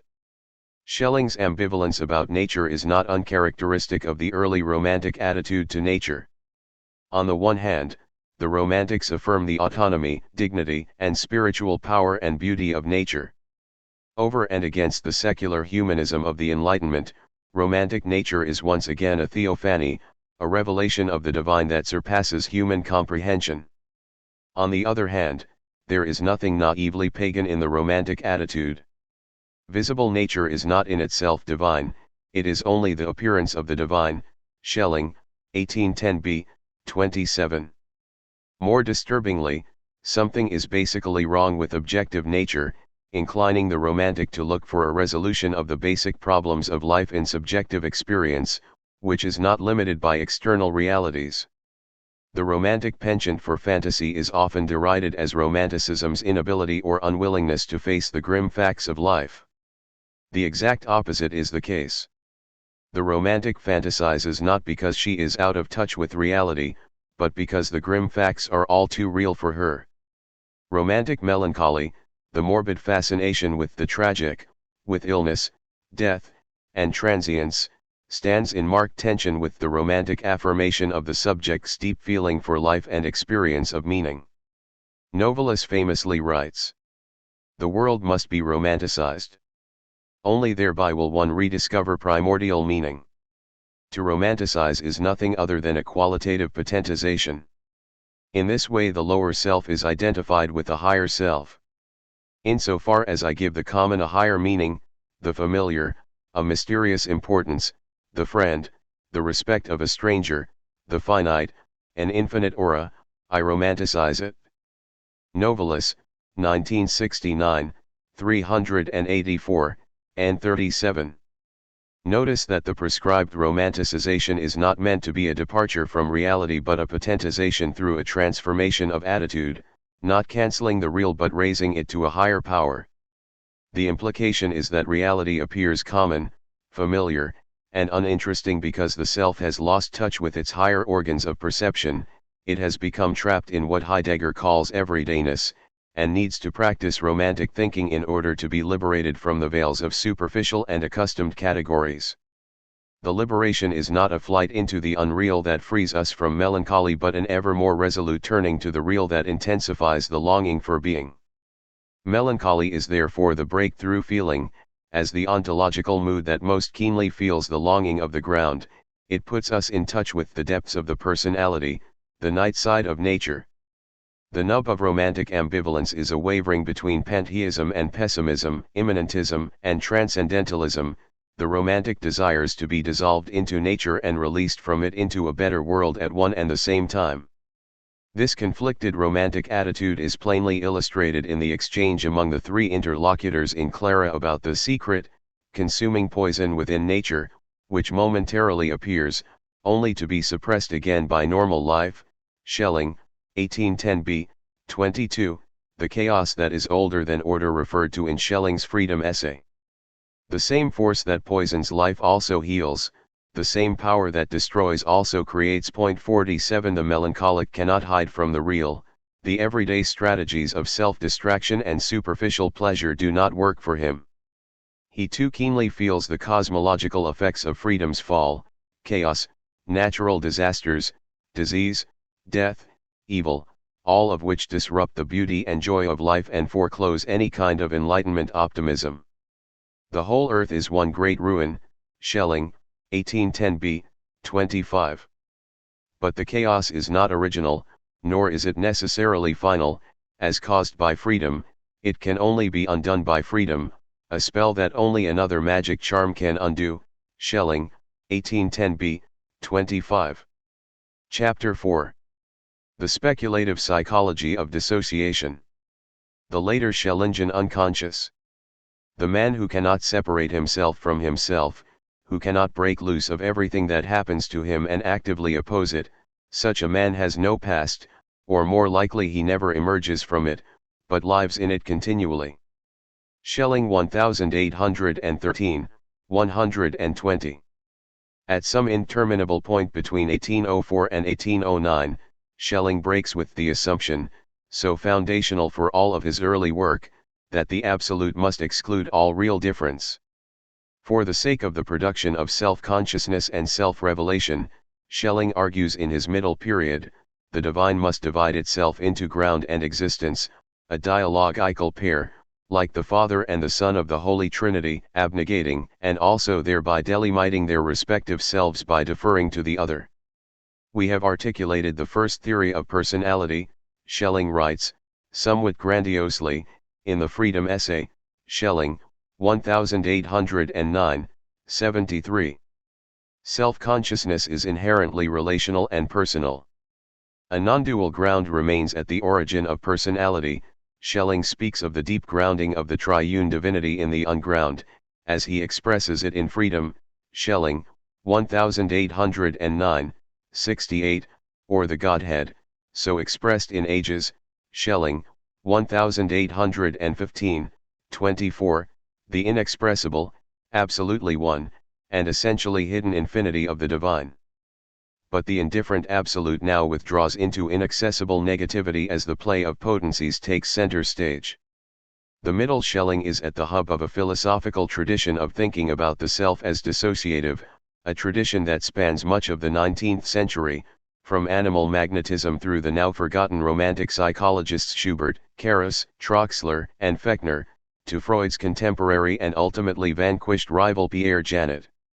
Something of the dissociative tradition survives in Freud's triadic typology, ID, ego, superego, and, more markedly, in Jung's theory of complexes. Dissociationists regard personality as constitutively split, but the split is not necessarily repressive or pathological. Personality is not monolithic but plural, a network of relations among alternative centers of cognition and desire. Successfully negotiating functional relations among these centers is the basis of mental health.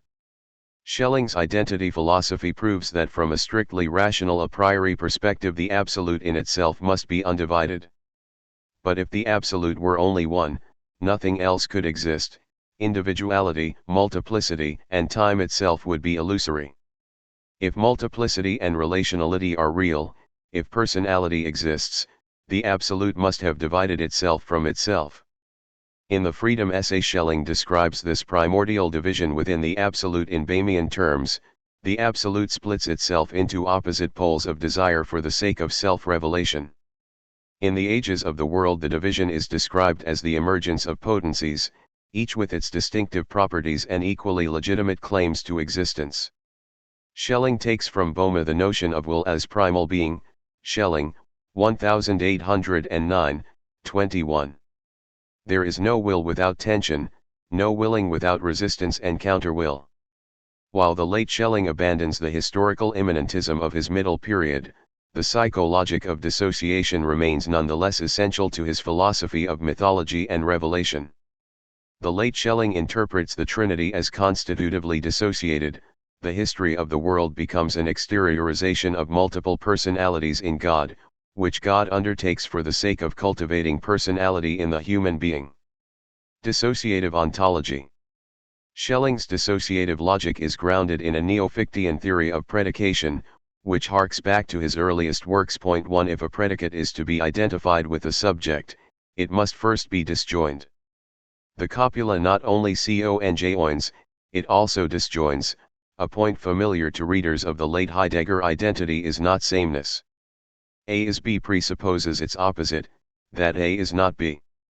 It is only because there are two distinct terms, A and B, only because the subject, A, is not the same as the predicate, B, that predication itself is possible. Applied transcendentally, to the theory of subjectivity, the logic yields the following result: any act of becoming conscious of myself, any act of self-identification, and all self-consciousness is self-identification. For example, I am a man, I am a woman, I am young, I am old, etc., is founded upon a dissociation of myself from that with which I identify. It is only because the I is not the same as man, woman, young, or old that it can be identified with it. Predication is only possible because a third unnamed term in which the subject and the predicate participate withdraws into the pre-predicative background. A can be identified with B because some unknown X is in one respect A and in another respect B. It follows that in all acts of self-consciousness or self-identification, some aspect of the self goes unnamed, an anonymous indifferent ground withdraws from the identification and is never denominated by either the subject, the I, or the predicate, whatever the I happens to identify itself with.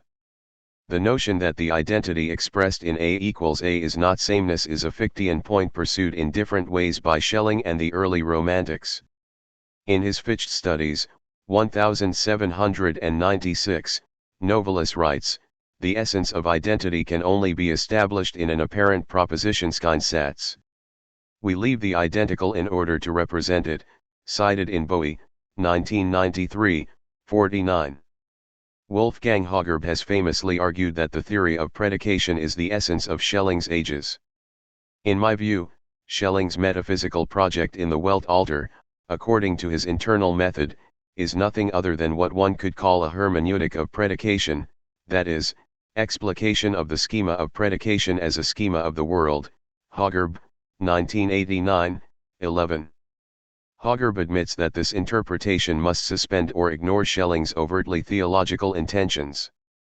But for Hagerb's secularist reading, such theological intentions can only be accidental to Schelling's contribution. When formalized, the three potencies of ages become pronominal being, a, the being of the subject, in the logical sense of bearer of the predicate, which can only be indexically pointed to, predicative being, a2, the being of whatever attributes are predicated of the subject, and propositional being, a3, the being of the conjoined subject and predicate. Pronominal being, a, is distinct from any of its predicates, grasped in a pre-predicative experience of sheer givenness and disappearing behind any predicate applied to it. The thing contracts into itself as its objective properties expand into predicative being. Marcus Gabriel has carried Hagerb's formalization of Schelling's ontology further into a rereading of Schelling's freedom essay. To the unground, non-predicative being, so often ignored by commentators such as Heidegger or Zizek, who see in it nothing more than a recursion to ontotheology, becomes in Gabriel's reading as essential to the logic of predication as pronominal being, ground, and predicative being, existence.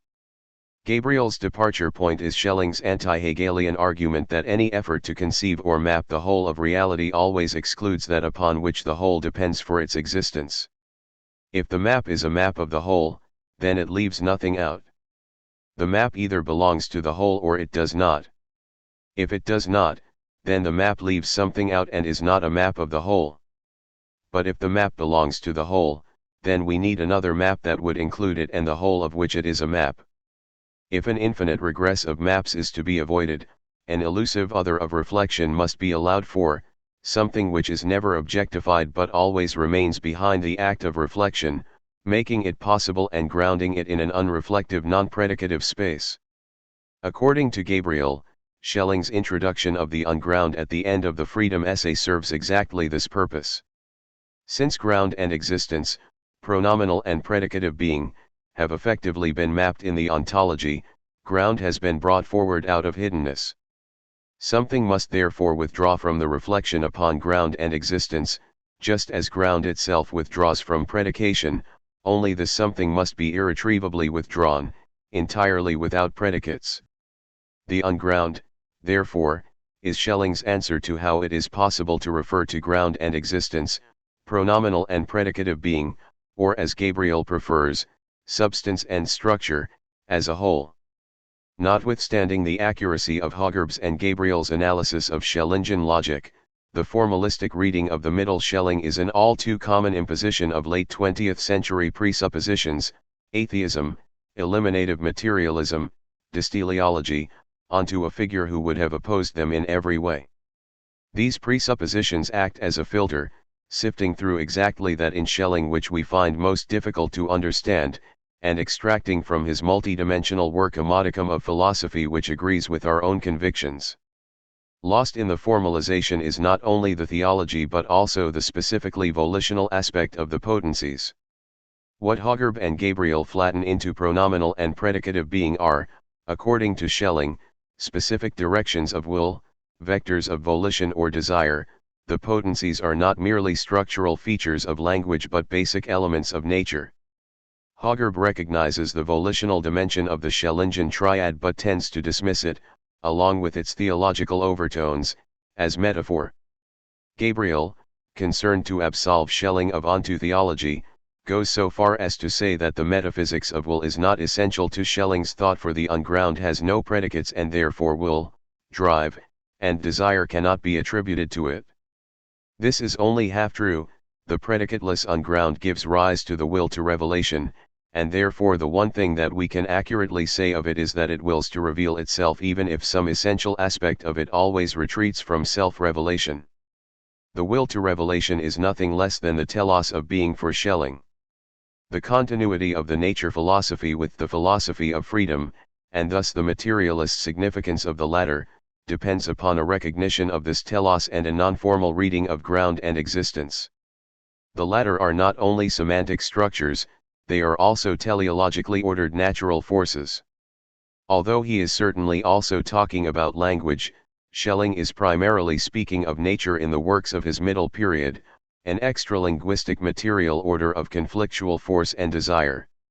Nevertheless, Gabriel has given us a solid argument for the necessity of positing the unconscious, for the unground presupposed in every act of predication is the unconscious in itself, the unconscious that can never be made conscious and upon which all acts of consciousness depend. No doubt, the transcendental logic of predication is an essential feature of Schelling's psychology of dissociation. He returns to it in all the major treatises, but logic itself is too static to express the point Schelling wishes to make, and he finds himself driven by the necessity of the subject matter itself into mythotheological language, sketching the law of self-revelation through dissociation by modeling its highest instance, the becoming personal of God. Högberg and Gabriel question how essential God is to the story Schelling is telling. Can the speculative psychology be reconstructed without God? Is a purely immanent reading of Schelling coherent? Or is God for Schelling more than a mere scaffold, more than a thought experiment or screen upon which ontological principles are enlarged for the sake of being understood? Högberg's and Gabriel's formalization of Schelling leads to a trivialization of Schelling's speculative metaphysics, the three potencies reduced to grammatical forms. Schellingian philosophy is essentially theological and cannot be reduced to a theory of language.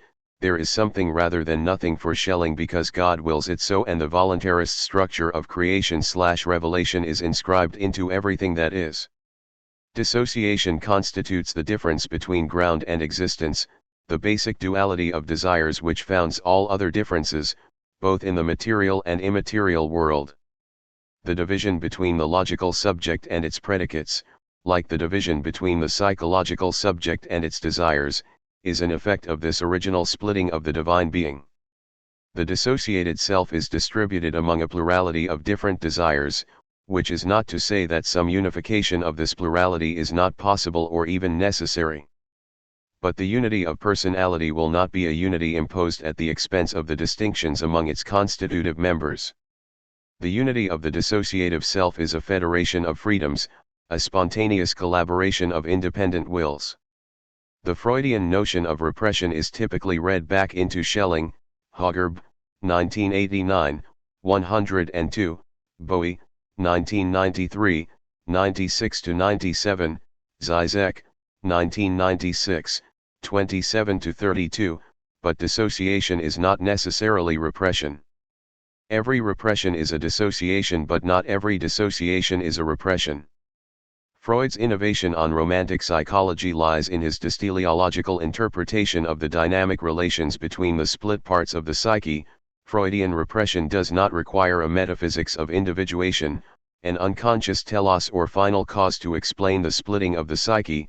The splitting can be understood as entirely an effect of the past, a reaction, not in essence different from the mechanical effect of one external force upon another, plugging a spring of water with a rock.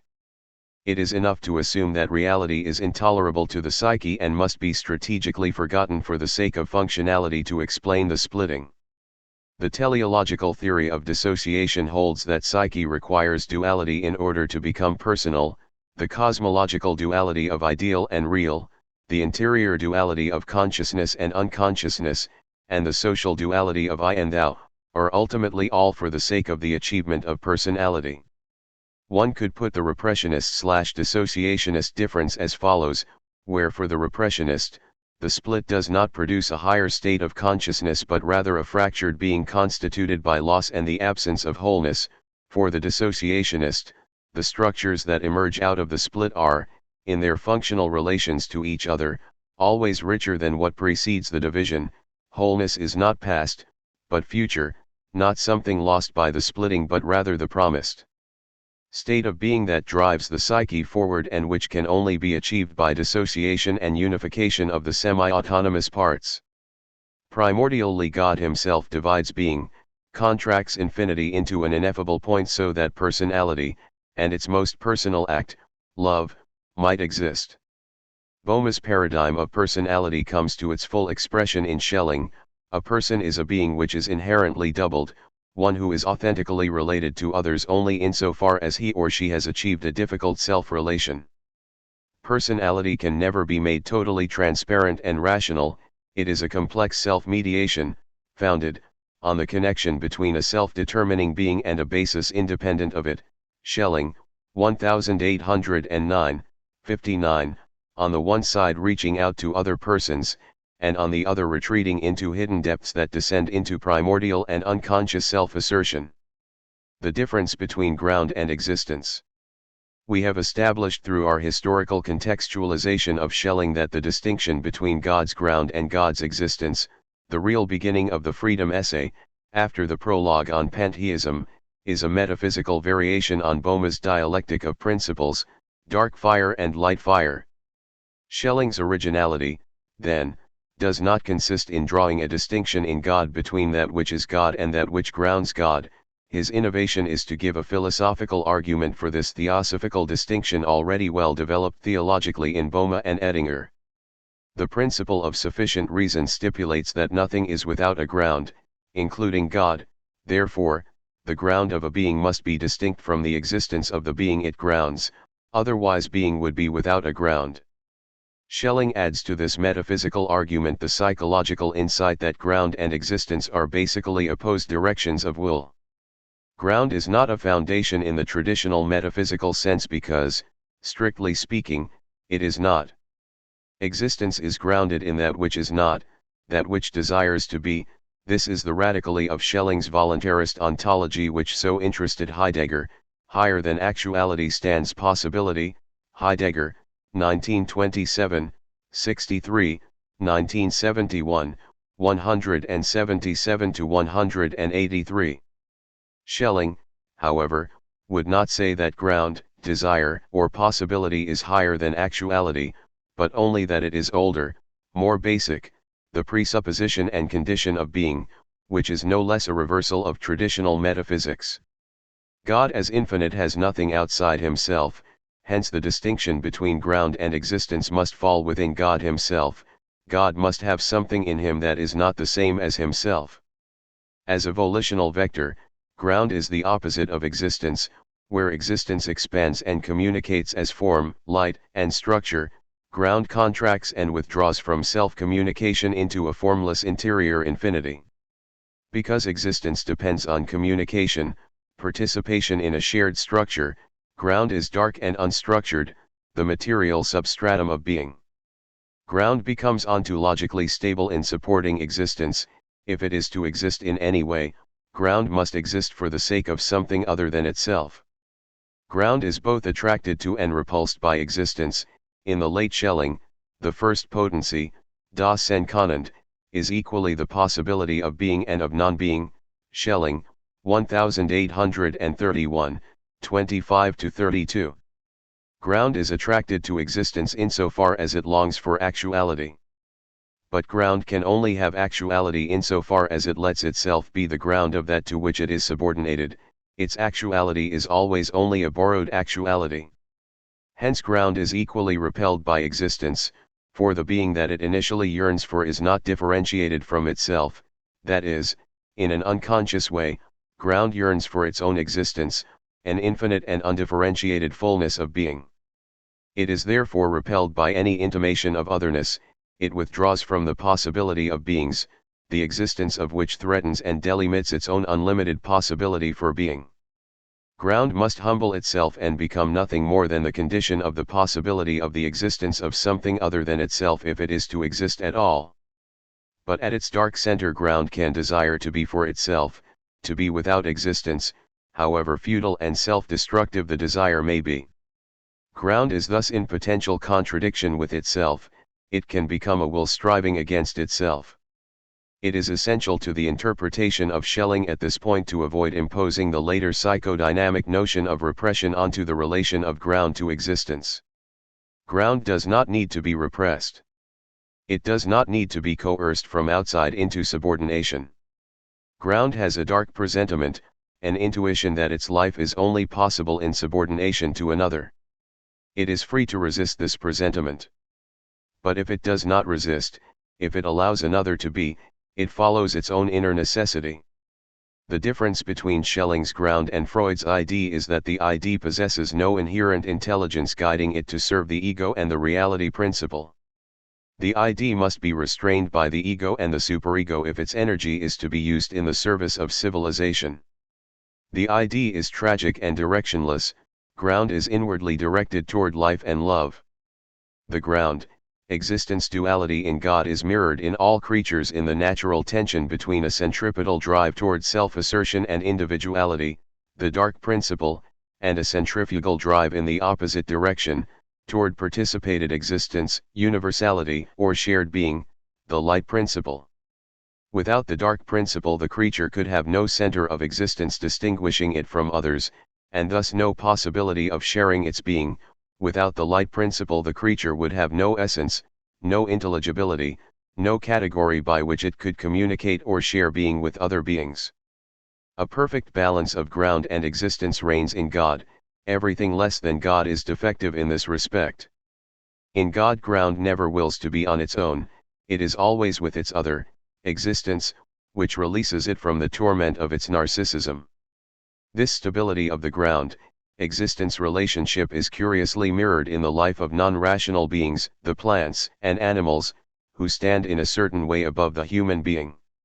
Here the relationship of ground to existence is stable because it is externally determined, never having suffered the crisis of self-determination. The stability of existence is purchased at the price of the fullness of personality, while they image one aspect of God, the harmony of interior order. The non-rational animals are wholly lacking the primordial freedom which undergirds God's existence. Insofar as the unity of ground and existence in non-rational life is fixed, non-human organisms are not given the opportunity to freely determine their existence. Spirit, on the other hand, possesses freedom, which means it is grounded in the possibility of a definitive disruption of ground and existence. The relationship between these two countervailing wills in personality is always the product of free self-determination. Spirit chooses whether it will turn in on itself in self-destructive narcissism, or out toward others in participation in a wider world. Because personality gives birth to itself freely, it can freely abort itself. Ground can detach itself from existence and assert itself as something independent, but this act of will remains a mere assertion because it is impossible for ground to exist independently from the being which it grounds. When this negation of existence happens, evil comes to be. The principle of darkness, animated by a demonic and stolen life, separates itself from the will of love and declares a pseudo-independence, setting itself up as a counter-absolute and bringing about its own dissolution. Schelling, 1809, 34. But there are two forms of evil in the freedom essay, every bit as destructive of the life of the self as the swamping of the understanding by the selfishness of the ground is the suppression of ground by the categories of the understanding. Such a bourgeois overmanagement of passion eviscerates the self and brings about the rule of the merely reasonable. Die Herrschaft der Verstandesmenschen. 3 The self needs a lively understanding if it is to thrive, which is nothing other than a coordinated madness. What, then, is the foundation die basis of the human spirit in the proper sense of the word foundation? Answer, the irrational das Verstand los. The most profound essence of the human spirit, nota bene, only when considered in separation from the soul and thus from God, is madness der Wahnsinn. Hence madness does not originate but merely surfaces when what is properly non-being, i.e., the irrational, becomes an actuality and seeks to attain an essence and existence. In short, it is the irrational itself that constitutes the very foundation of our understanding. Consequently, madness is a necessary element, albeit one that is not supposed to manifest itself or become an actuality. What we call the understanding, if it is to be an actual, living, and active understanding, is therefore properly nothing other than a coordinated madness geregelter Wahnsinn. The understanding can manifest itself and can become visible only in its opposite, that is, in the irrational. Human beings devoid of all madness have but an empty and barren understanding. Here we find the source for the inverted proverb, nullum magnum ingenium sine quadam dementia, attributed by Seneca to Aristotle: no great genius has ever existed without some touch of madness, as well as for the divine madness alluded to by Plato and the poets. That is, when madness is dominated by the influence of the soul durch Einfluss der Seele beherrscht ist, it is a truly divine madness, and it proves the foundation of enthusiasm and efficacy in general. More generally, the understanding, if only it is a vigorous, living one, is properly speaking but a controlled, restrained, and coordinated madness beherrschter, gehaltener, geordneter Wahnsinn. To be sure, there are instances when the understanding is no longer capable of controlling the madness that slumbers in the depth of our being. Thus the understanding proves unable to console us when we feel intense pain. In that case, when spirit and temperament exist without the gentle influence of the soul, this primordial, dark force das Anfang like dunkel Wesen surfaces and seizes the understanding, i.e., a non-being relative to the soul, and madness emerges as a terrifying sign of the will when separated from God. 4. 1810a, 233.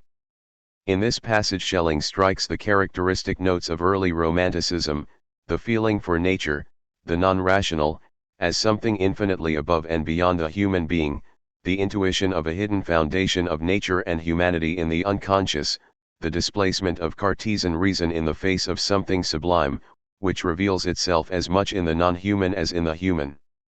But this is also the beginning of Schelling's turn toward the personalist realism characteristic of his later work. The conflict at the heart of being is now understood to be a crisis in the subject's experience of the real, a crisis out of which personality is born. Two ways of going wrong are possible: the ground dissociates from the understanding and selfishness without boundary mangles the self, or the understanding suppresses the ground and the soul dies from depletion. Most of the freedom essay is concerned with the first form of evil, which Schelling carefully distinguishes from the privatio tradition, the Neoplatonic notion that evil is parasitical on the good and has no being in itself. The tradition is right, he acknowledges, in holding that evil never is, yet always wants to be. Schelling, 1809, 54. Nonetheless, the language of privatio boni is, for Schelling, too caught up in the Neoplatonic error of identifying evil with matter, imperfection, and ignorance. Privatio, at least in its conventional formulations, overlooks the spiritual nature of evil. Schelling reads the Jewish Christian scriptures as asserting that the ground of evil is not something base or material, but rather spiritual. Sin does not appear as unintelligent and low, a mere absence of goodness. On the contrary, it appears in the uppermost tier of the angelic hierarchy, seething with dark inspiration and intelligence. 5 Lucifer is the highest of all creatures. Good and evil are formally different configurations of the same basic material or elements. To some degree, understand each other, for each contains what the other has, albeit ordered differently. The positive dimension of evil is the will of ground, eternally contained in God, run amok in nature, and become a constitutive part of every entity. Ground is the potential for evil, it is not evil as such.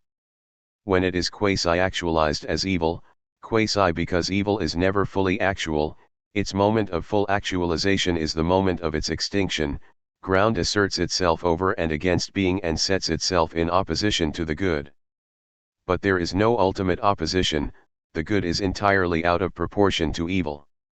Ground must be mediated by being if it is to become a principle of life rather than a principle of death. In evil, a borrowed and derivative existence becomes an instrument of the rebellious ground, and a state of madness ensues that can only end in the individual's self-destruction. The individual in the grip of evil is possessed by a natural longing to be.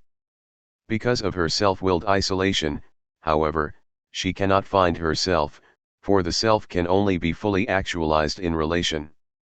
Consequently, evil plunges the possessed into depression and madness. There is no Hegelian equivocation between finitude and evil in the middle Schelling. Evil originates as a free and absurd choice on the part of finite spirit to abort participation in being. 6 Unlike Hegel, who must ultimately argue for the necessity of evil even while recognizing contingency and irrationality as essential moments in its unfolding, for only thus is the real rational and the rational real, the middle Schelling holds evil to be contingent and unfathomable. Where Hegel sees the no of evil as continuous with the negation of finitude, necessary if God is to be revealed, Schelling distinguishes evil from finitude. 7 While finitude is, for Schelling, necessary to the revelation of God, evil is not. De facto, finitude has become evil in the rebellion of spirit, but the result of this defection is disease and absurdity, not higher harmony. God in fact reveals himself in this situation, and we cannot but stand amazed at what beauty and glory he has achieved through what appears to be a deeply flawed creation. The question is, does God need a flawed creation in order to reveal himself as love? This is the core of Zizek's perverse reading of Christianity. 8 According to Zizek, the Christian God abandons the creature to self-denigration only so that he can forgive and heal him, like a 5-year-old who hits a younger child to make him cry so that he can then play mommy and soothe him. To be sure, Schelling is far from clear on the issue in the Freedom essay. While the historical revelation of God as love is bound up with the degradation of the creature and the actualization of evil, God does not need actual evil as the other that mediates his self-revelation, the finite as such other's God. Evil is finitude fixated on itself and refusing to be God's other. At root, it is a denial of finitude. Finite being at the highest echelon of development, spirit, nature become conscious of itself, must freely be itself, which means it can also refuse to be itself and reject its position in the whole. For Schelling, this anarchic quality of finite spirit remains integral to the structure of freedom. Insofar as evil must remain a free act, there can be no necessity to the actualization of evil. Finitude, made possible by ground, reaches its highest point of development in this possibility of self-negation. Schelling, 1809, 33. The upshot of the underwriting of necessity by contingency is not only a more robust notion of freedom but also a turn to a more Christian notion of God than is found in Kant or Hegel. Schelling's God makes himself vulnerable to the creature, he implicates himself in the free choice of a finite being who is, if not destined to fail, as likely to fail as to succeed. The creature cannot impede God's self-revelation, but it can modify it. God wills to be revealed in the free decision of his creature. The history that results from this decision is a product of two freedoms, the freedom of God in willing to be so revealed, and the freedom of the creature to collaborate or attempt to confound the revelation. Historically, the creature decided on the latter course.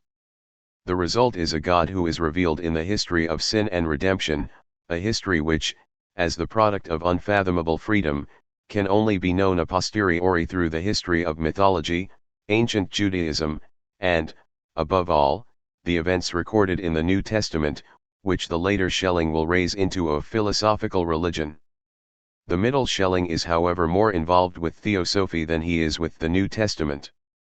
In an uncharacteristic acknowledgement of debt, likely because the one to whom the debt was owed was carefully reading the text as it developed, Schelling argues that Batter's view of evil as an inversion of the principles of being is the only correct one. Schelling, 1809, 35.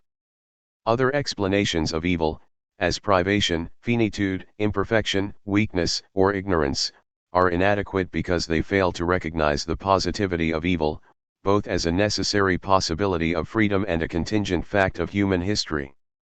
As coextensive with the moral and physical suffering of human beings, evil could never be described merely as an absence of goodness. It is above all an inversion of goodness, an abuse of freedom, with tragic material and spiritual consequences. On the other hand, Gnostic dualism, which posits evil as a counter-striving force equal to the good, explains nothing, for the duality of the two forces remains a mere side-by-sidedness of two opposites without any higher principle of unity to explain them. As personalities striving to be without relation, evil is an impossibility and a contradiction, thus wholly out of proportion to the good. It always fails to achieve unity and is pulled apart by warring appetites. Schelling, 1809, 34. Schelling speaks of evil as a kind of spiritual disease. Although it feels real, it is in fact nothing essential, a phantasm of life, a mere meteoric appearance of it, a hovering between being and non-being. 9. Ground is the reason for the gaps in reality, what Schelling calls the irreducible remainder, der nie aufgehend Rest, that which is left over after every calculation and cannot be reduced to any lower term. On an epistemological level, the excessive positivity and singularity of things; on an anthropological level, the contingency of freedom; and last but not least, on a psychological level, the unconscious motives, complexes, and inspirations that hinder and guide human action. Schelling's genius here is to have gathered together these surds of the history of philosophy under a single index-icle and so referenced them to one recalcitrant ontological principle. The clue to the real is not, however, the tension between universal and individual, or even the tension between unconscious and conscious activity, but the tension between freedom and reason. A free act has no sufficient reason, it is not reducible to concept or ideality. In philosophy and religion, Schelling argues that multiplicity, finitude, and time itself could only be the result of a break with the undifferentiated identity of the Absolute, a fall which does not happen necessarily or arbitrarily but as the result of a free act of the Absolute's image of itself, which is granted the autonomy and dignity of the Absolute itself. Point 10. The thought is further developed in the Freedom essay, in which creation is described as God activating the ground, letting it loose. Apparently going mad, the madness of the artist, not the psychotic, and acting in a way that strictly speaking defines evil itself. Schelling, 1809, 45. For the activation of the ground independent of being, the elevation of ground above being, is Schelling's formal definition of evil. God let ground be active in its independence, or expressed in another way, he set himself in motion only in accordance with his nature ground and not in accordance with his heart or with love. Schelling, 1809, 45. In Ages we read how, in the act of creation, God decided simply to be the no, and emerged into his blind, dark nature, which was concealed within him and which could only become manifest through the Caesarean. Schelling, 1815, 84. God makes himself into nature, that negating potency, spirit that has become substance, a blind, unconscious, necessary, and, so to speak, instinctual intellect. Schelling, 1815, 88. The late Schelling will return to a more traditional notion of God as actus purus but will still insist on this heterodox view of creation as ex deo. Creation in the late Schelling is the dissociation and materialization of first potency, das Senkonnend. This decision produces the material order with its intrinsic flaws, the poison of life that needs to be overcome, yet without which life would pass away. Schelling, 1815, 89. That which should have remained below ground, in Ages, first potency, is elevated above the higher. The temporal order comes into being as an inversion of eternity, where ground and being remain functionally related to each other, precluding any discontinuities, events, or temporal succession.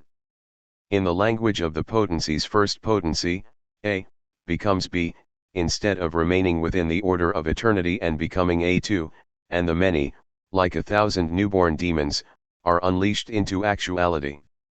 Matter, as if posited in a self-lacerating rage, shatters into individual and independent centers that, because they are also still held and driven by averse forces, likewise move about their own axes. Schelling, 1815, 91. This cataclysmic event is the beginning of time, the whole because it is one with being, lacerates itself as one in discontent says, I would like to tear myself to pieces.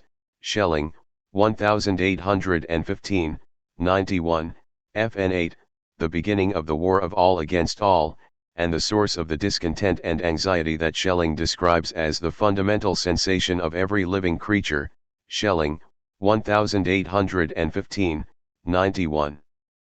But Schelling is not as Gnostic as he sounds here. Creation is not the botched project of an idiot demiurge, something that ultimately ought not to be. A teleological movement cannot be judged statically, ahistorically. Purpose and value of the movement can only be discerned in its end or telos.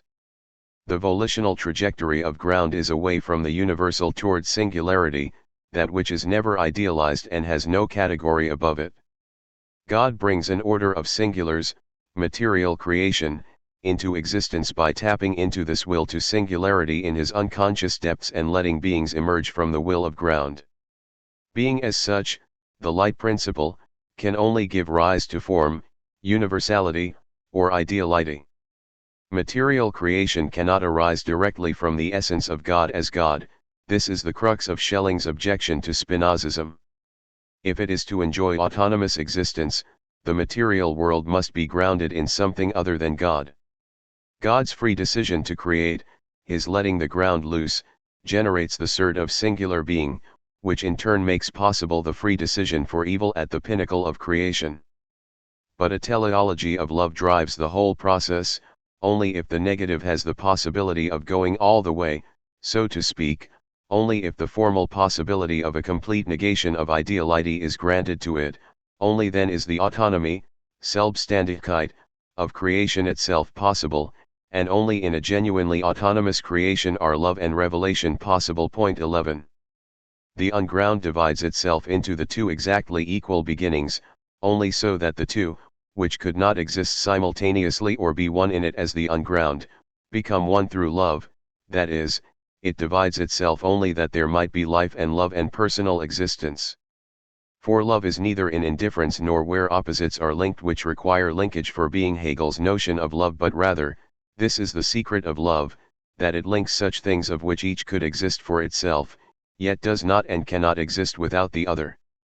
Schelling, 1809, 70. In both the middle and the later works, Schelling attributes multiplicity, contingency, materiality, and time to God activating the ground, the first potency, or, more accurately, letting itself activate. In the middle works, the telos of this seemingly arbitrary act is God's becoming conscious, still working within the German idealist model that he helped to found. Even if Hegel had perfected it, Schelling for the moment endorses a realist historical immanentism, the idealist version of which is most associated with Hegel, that the absolute begins unconscious and incomplete, in a state of empty universality or being in itself, and creates his other, his negation, the world, for the sake of returning to himself through it. That is, God needs the world in order to become self-conscious and fully actual, being in and for itself, and the history of the world is nothing other than the history of God's becoming conscious. Point 12. In the late Schelling's polemic with Hegel, which involves a reappraisal of his own early work as negative philosophy, a priori conceptualism that never touches real history, Schelling comes to see that a world upon which God depends for his becoming conscious is not historically real, not an order constituted by contingent events, but necessary, and a God who so depends on the world is not originally free or personal, only a world that is created by freedom, for freedom is a genuinely historical world. Point 13. Despite this rather crucial change of view, the point remains as true for the later Schelling as for the middle Schelling, that there is no consciousness without dissociation, a dissociation that is not an end in itself but for the sake of revelation or self-knowledge. In the middle Schelling, the dissociation of God from himself is identified with the creation of the world.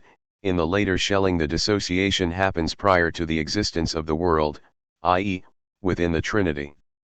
The negative moment that initiates creation in both accounts is inconceivable without the subsequent two moments, the checking of the rage of the activated ground, first potency become B, by the self-donation of existence, second potency, and the self-appropriation of both ground and existence in the full self-revelation of God, third potency. There is no birth without a contraction and negation of the all, a singularization of being. It is as though every finite being must initially arrogate to itself the act of existence that is common to all, selfishly identifying it with itself by disidentifying it with everything else. This cutting off or dissociation then makes possible a new kind of association, which ultimately culminates in self-awareness. Once we notice these two principles in ourselves, that is, when an internal division occurs within us whereby we oppose our own selves, and when the better part in us elevates us above our inferior parts, at that moment consciousness begins. Schelling, 1810a, 207. The act of God by which the duality of ground and existence is made a law of life and consciousness is not the random act of a madman but the stroke of genius, the crucial difference being that the madman produces only pain and suffering, the divine genius produces love. 14. The consciousness achieved through dissociation does not abolish the unconscious, on the contrary, it is precisely the residual obscurity, the irreducible unconsciousness in the self, that constitutes the content, the object, of self-consciousness. Schelling, 1810a, 207. To be a person is to know that one has come to be out of a dark ground that remains a foundation of one's identity. All birth is birth from darkness into light. The seed kernel must be sunk into the earth and die in darkness so that the more beautiful shape of light may lift and unfold itself in the radiance of the sun. Schelling, 1809, 29. The unconscious, which in the early Schelling denotes the collective, impersonal identity of subject and object in the absolute, undergoes massive revision in the freedom essay. Not only does it become the expelled underside of being, it is personalized, becoming the foundation of the individual's psychological identity. The ordering of ground is the key to ego formation. Ground dissociates from existence so that spirit might have an autonomous foundation, and personality, self-consciousness and moral life might exist. 15. This is not Freud, it is esoteric Christology. God allows sin to be so that he might raise divinity out of it. The bass note is introduced into the music of creation so that it might serve as support for the melody of life. It is also Renaissance alchemy, another esoteric interest of the middle Schelling, the essence of which is not gold-making but harnessing the power to transmute the worthless into the precious, showing that the lowest is essential to the production of the highest, in Stercor Invenitor 16. This, and not, as Haugerb would have it, the all too familiar atheist existentialist equation of being with the absurd, is Schelling's Weltgeheimnis. The unconscious decision. The dissociation of ground from existence is only the beginning of a series of dissociations necessary to the life of the personality. The decision for good or evil must also be dissociated from consciousness if it is to serve as a moral foundation for personality. The decision, which Schelling, invoking Kant, calls the intelligible deed, der intelligible Tat, is an act of freedom, which in accordance with its origin, is utterly unconscious. 17. In the decision, a life-generating option to subordinate ground to existence is taken, or refused, with fatal consequences. The decision is pre-reflective, spontaneous, akin to the unconscious design that guides the hand of the artist. Schelling's unnamed departure point here is an observation made in Kant's religion within the limits of reason alone. We judge the morally corrupt person to be someone who is corrupt to the core of their being. Corrupt acts are understood to be expressive of corrupt character, or as Kant calls it, a corrupt disposition, Gesinnung, the subjective ground of maxims. Kant, 1799/1960, 20. And yet we hold the morally corrupt culpable. Because freedom is spontaneity, Kant argues that it cannot appear, it has no phenomenality, no presence in the order governed by causal relations. Our decisions and choices of maxims appear as causally conditioned in the web of nature. Their ultimate condition, the disposition of the agent, does not and cannot appear in time. Hence the paradoxical experience of guilt as both necessary and morally culpable. 18 Because of the dependency of our choice of maxim on disposition, Kant pushes the burden of responsibility further back than he had left it in the Critique of Practical Reason. It is not in my choice of maxim that I am free, but in the authoring of my disposition, which determines my choice of maxim. According to Kant, disposition is the product of a free act occurring outside the phenomenal order, an intelligible deed that precedes all experience and cannot in itself be known even though its effects are everywhere visible in the moral choices of the individual. The intelligible deed is the ground of the exercise of freedom. Kant, 1799/1960, 34, 35.19 Kant does not explain how the self-authoring is possible, only that it must be possible and can only be noumenal, trans-temporal, if we are to concede both the causal dependency of maxim on character and the fact of freedom. Schelling follows Kant quite closely on this point. Idealism actually first raised the doctrine of freedom to that very region where it is alone comprehensible. According to idealism, the intelligible being of everything and especially of man is outside all causal connectedness as it is outside or above all time. Schelling, 1809, 49. Determinism and libertarianism are equally one-sided perspectives on a structure that can only be understood dialectically.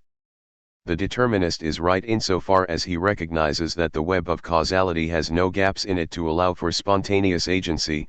The libertarian is right insofar as he holds that the good will authors itself. Both are wrong insofar as they imagine that freedom can be accounted for in temporal causal terms. Schelling speaks of a beginning outside of time, but we should not cling too tightly to the image of a prelapsarian state of being prior to the creation of the world. Rather we should understand that the inside of every moment is a timeless ground that can only appear as always past, otherwise put, that every act of consciousness has a hidden, unconscious ground. The unconscious is not behind the person but accompanies him or her at every moment, it touches consciousness at every point of the line that stretches between the person's origin and end. The free will acts out of the necessity of its nature, a necessity that is not mechanical but teleological. Individual acts unfold out of the ground of the being of the will just as the properties of a being express the essence of the being. 20. What is demolished by this account is libertas indifferentia. Personality only exists as determined, for good or evil.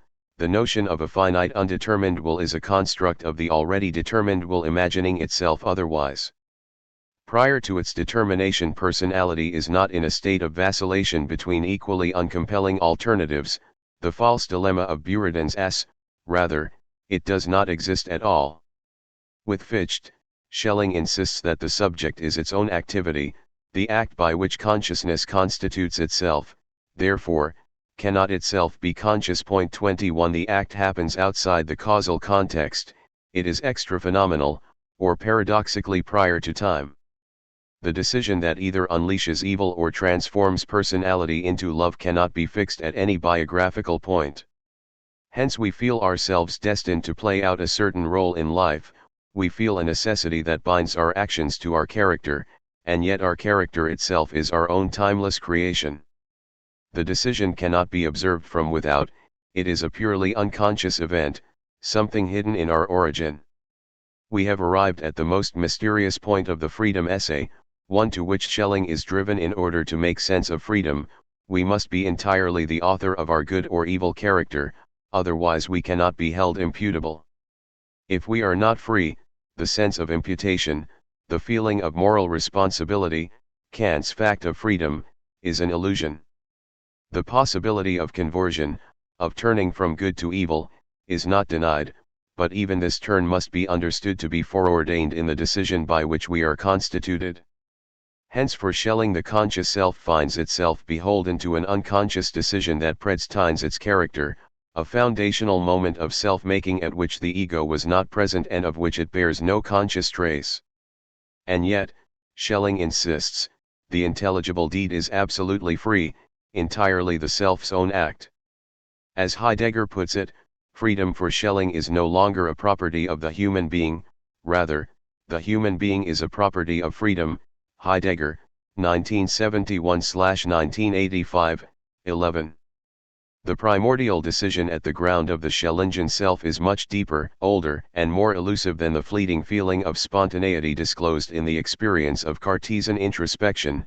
It does not coincide with the I that grasps itself in the act of thinking, but rather with the being that always withdraws from view in any self-reflective act, and which reflection itself presupposes, the sum unthought in Descartes' cogito ergo sum. The decision by means of which I choose myself cannot be self-reflexive, for it is my beginning, and my beginning is never available to me. I did not experience it consciously, for there was no I to experience it, nor can I revisit it in consciousness. The beginning is the past that was never present. The person can only experience a free decision as something irretrievably past, that is, as necessity. The intelligible deed is a contraction of possibility to a single actuality. Only the being that descends into actuality is conscious, for it alone exists for itself, it alone has a history, a character, and a destiny. As Schelling repeats like a mantra throughout the works of his middle period, whoever reserves the right to reverse a decision never decides. To decide is to cut. Decisieren, like the German Entscheidung, is literally a cutting off, to draw a line between oneself and one's past. Only on the basis of such a decision does one have a past for the first time. Point 22. But notice that this decision is not repression, it is not the deliberate forgetting of an act or an experience that is unbearable to consciousness, incompatible with an ego ideal, and destined to return as an irremovable obstruction to life. It is the production of the new. Not the cancellation and preservation of the old, in Erzugung rather than in Aufhebung. The only way to get anything started is by choosing, in an irreversible way and without full consciousness of what is beginning in one's choice. An order of possibility opens up in the decision that was not implicit prior to the decision. Prior to the decision, the possibility did not exist at all. Only by letting the new disrupt the present, by letting personality be pluralized, is anything started. The beginning does not know itself as such. Schelling, 1815, 86. However paradoxical, Schellingian responsibility is close to our everyday moral experience. When I take responsibility for a course of events, say, the influence I have on my child's development, I am not saying that all that I do in this regard I do deliberately, with full knowledge of what I am doing and why I am doing it. Rather I am owning what I do, even though much of what I do not understand. I can neither fully understand my motives, nor can I foresee the consequences of what I do, but the more I grow in self-knowledge, the more I realize that in some fundamental sense I could not have done otherwise. Schellingian responsibility is not self-mastery but self-appropriation. To appropriate myself means to take over the ground of my being as mine and to assume the burden of my willing. This taking over the ground is the act of one who is first of all divided. I can only actively own that which is initially not me. I am called to appropriate the ground because it is other than I am, at first glance alien and foreign. To paraphrase Heidegger, it is not through myself but released to myself that I am called to take responsibility for myself. Point 23. A simple example from the psychology of addiction brings Schelling's point closer to home. The first of the 12 steps in AA is for the alcoholic to admit his powerlessness over alcohol. The fifth is for the alcoholic to take responsibility for his alcohol abuse. On one reading of responsibility, this is a plain contradiction. The alcoholic makes amends for actions that he did not intend to perform, actions that in a strict sense he did not consciously will. On a Schellingian reading, it makes perfect sense. Personality must be dissociated from its ground, but this dissociation happens for the sake of self-appropriation, that is, so that there might be a self to appropriate. Just as the disjunction of the subject and the predicate makes their conjunction possible, the dissociation of personality from its ground, the unconscious, happens for the sake of their conscious identification. The personalization of God. In the Ages of the World drafts, Schelling struggles to make clear what is left at the level of suggestion in the Freedom Essay, that the intelligible deed is a repetition of what has happened in the Absolute itself. Working out the full consequences of the idealist thesis of historical immanentism, with which he will later break, The ages drafts wrestle with the thought that, insofar as the universe of finite being exists, the Absolute must have individuated, dissociated itself from eternity, the will that wills nothing, and become a creator, a will that wills something. In language that directly repeats the Kabbalistic Zimzum and Boehme's Theogony, Schelling's Absolute contracts, withdrawing into inaccessible unconsciousness and thereby making possible revelation, theophany, and consciousness. The intelligible deed reenacts the drama of Ein Sof negating itself so that it can be a self, setting limits to its boundlessness in order to have something to give away. When God creates, he breaks the circle of his infinity and inaugurates the drama of time with a violent, interruptive event. The decision to create is as much a self-limitation, that is, a negation, as it is a self-donation or affirmation. Like personality, which is the ultimate product of God's creative act, God's own personality and the possibility of other personalities, creation is both contractive and expansive, selfish and altruistic, negating and affirming, but not in the same respect. The principle of contradiction remains the inviolable moving force that propels eternity into time. Schelling's assumption here, though clearly a development of the drive theory of the nature philosophy, is entirely Boehmian. As absolute indifference, the unground has no relation to itself, that is, it is not conscious. If consciousness is to be, the unground must establish a relation to itself, which means that it must self-divide internally. The beginning of the personalization of the absolute is the disruption of the peace of the predicateless unground by the will to revelation. This disruption is simultaneously the positing of the indifference of the unground as past and the introduction of contradictory desires, which generate the movement of life and self-revelation. The will that wills nothing transforms into a negative will, a contradictory non-being, a will that actively negates revelation and being, a will that wills nothing. Such a will cannot exist apart from its opposite. Simultaneous with its appearance is the appearance of the opposite will, the affirmative, altruistic will that actively wills something. These two cannot both be active in the same way, since they are opposites.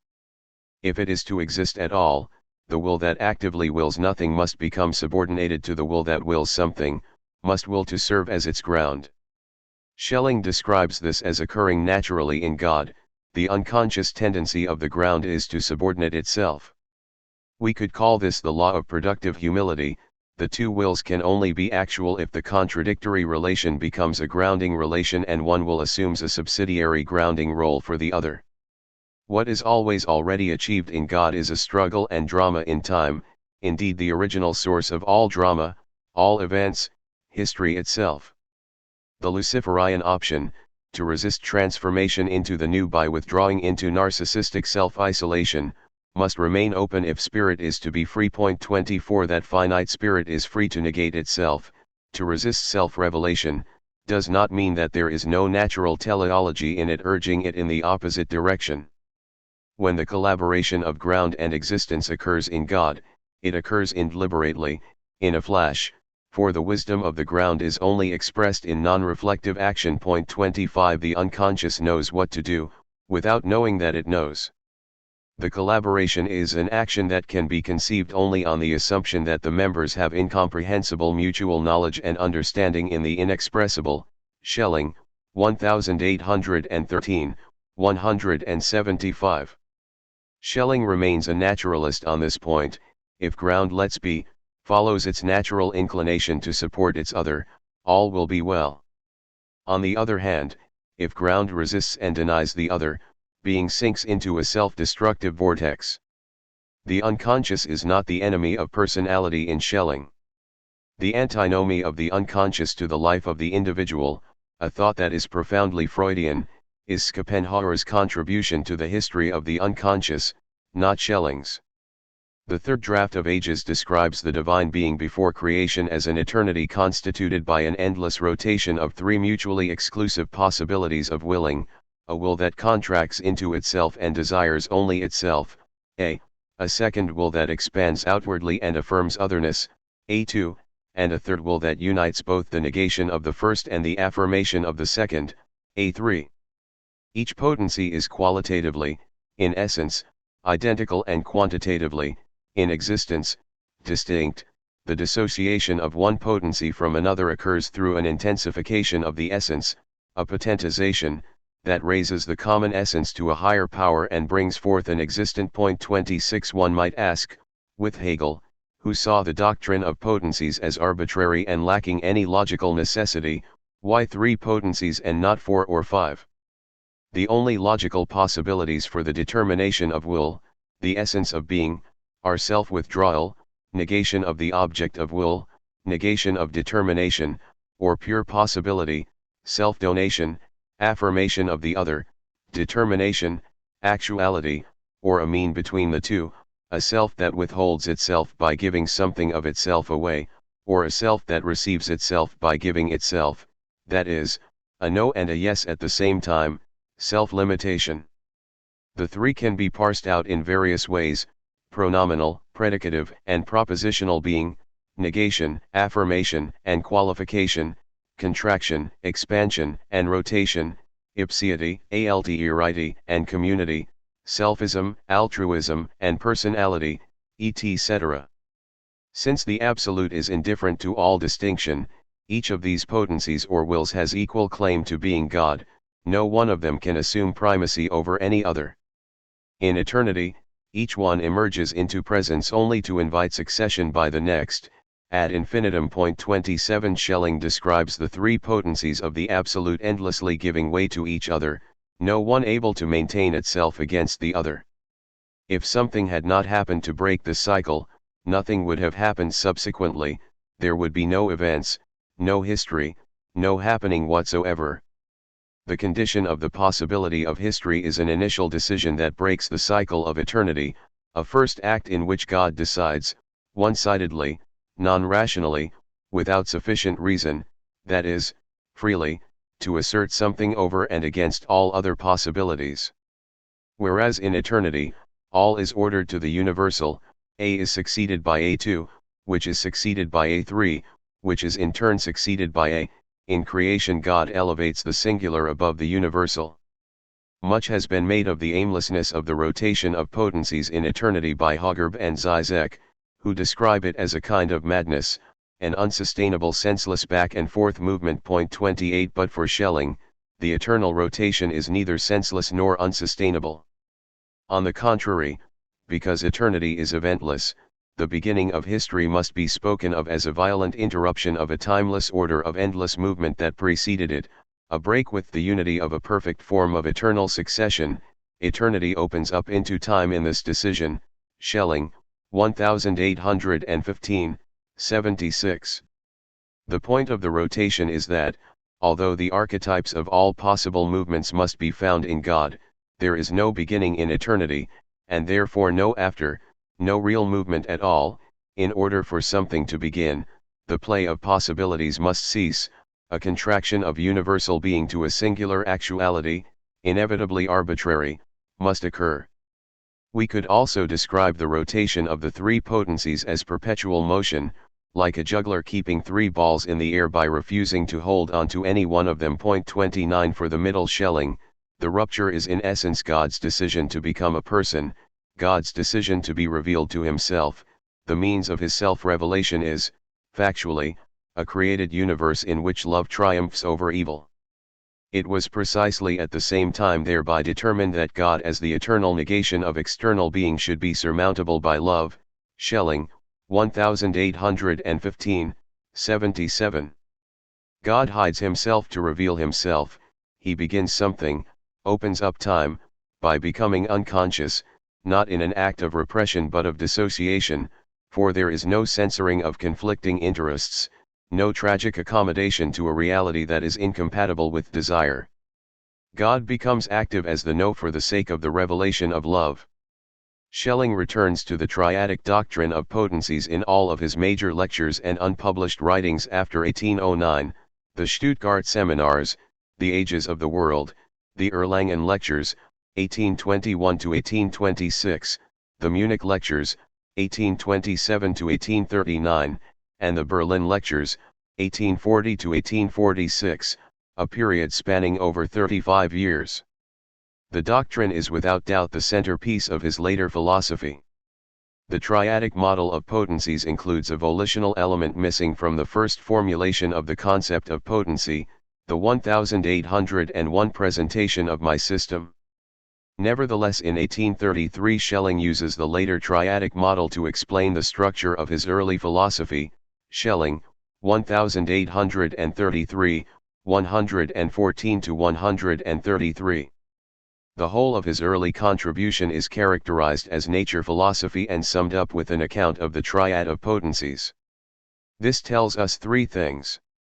1. The doctrine of potencies preeminently describes the ultimate principles of divine being, a metaphysics of God which is indissolubly linked to a metaphysics of nature. Nature is therefore theophany, and only through the metaphysics of God can nature be fully understood. The converse is also true, only through reflection on nature can the metaphysics of God be worked out. 2. Schelling understood all of his work prior to the positive philosophy, and possibly also the positive philosophy itself, as nature philosophy. The identity philosophy is nature philosophy, the philosophy of freedom is nature philosophy, the theogony and metapsychology of ages are nature philosophy. The typical periodization of Schelling's career, which situates nature philosophy in the years 1797 to 1800, the period immediately following his first Fichte studies, is misleading. That Schelling continues to talk about nature as the real that is not reducible to the ideal, not only in the system but in the work most often associated with the identity philosophy, the 1804 Würzburg Lectures, Schelling, 1804a, as well as in the Freedom Essay, where ground is called nature, Schelling, 1809, 27, and in Ages, which Grant rightly describes as nature philosophy, Grant, 2006, 17, should serve to remind us that Schelling thought about nature in much broader terms than the canonical history of philosophy does. Grant is correct, Schellingianism is nature philosophy throughout, Grant, 2006, 5. 3. The algebraic formulae by which Schelling illustrates the doctrine of the potencies, the sense of which has proven elusive to most English commentators, major recent studies such as Bowie, 1993, as well as classic German treatments such as Fumann's, 1954, do not mention it. 30, remain consistent throughout these 35 years of his later philosophy.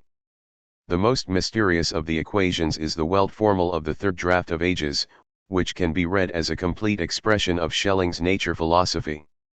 An explanation of what Schelling means by the Welt formel, should one be possible, will unlock the system not only of the nature philosophy, but, since it is on Schelling's own account the core of his thinking, also of Schelling's logic, ontology, and speculative psychology. Schelling's Formula of the World, Welt Formel, Schelling, 1815, 84. Before we venture a reading of the Welt Formel, some preliminary remarks are needed. The triad of potencies is first explicitly introduced in Schelling's middle period as a translation of theosophy into dialectical philosophy, a point that contemporary commentators continually shy away from. This is not only demonstrable on the basis of the clear parallels between the later doctrine of the potencies and Boehme's theogony, with a related but more distant resonance with the Lurianic Kabbalah, we also have Schelling's own word for it. At the time of the composition of the Ages drafts, Schelling's Boehme period, Schelling believed that theosophy exceeded philosophy in depth, fullness, and vitality of content, but that it needed to pass through the dialectic, needed to be mediated by discursive concepts, if it was to count as knowledge. 31 Schelling's close personal and public association with Baader, popularly known as Boehme Redivivus at the time, together with the general popularity of Boehme among the German Romantics, meant that no one among Schelling's literate contemporaries would have missed the theosophic origins of the 1809 turn. Schopenhauer was certainly not alone in believing Schelling's philosophy of freedom to be a plagiarism of Boehme. Given the influence of Boehme on Schopenhauer, this is the pot calling the kettle black. Zovko's suspicion that the Ages project was stillborn not because Schelling could not master the material, but because he did not want to be seen as a follower of Baader, who was lecturing extensively on Boma at the time, is, in my view, well-founded. Zovko, 1996, 121.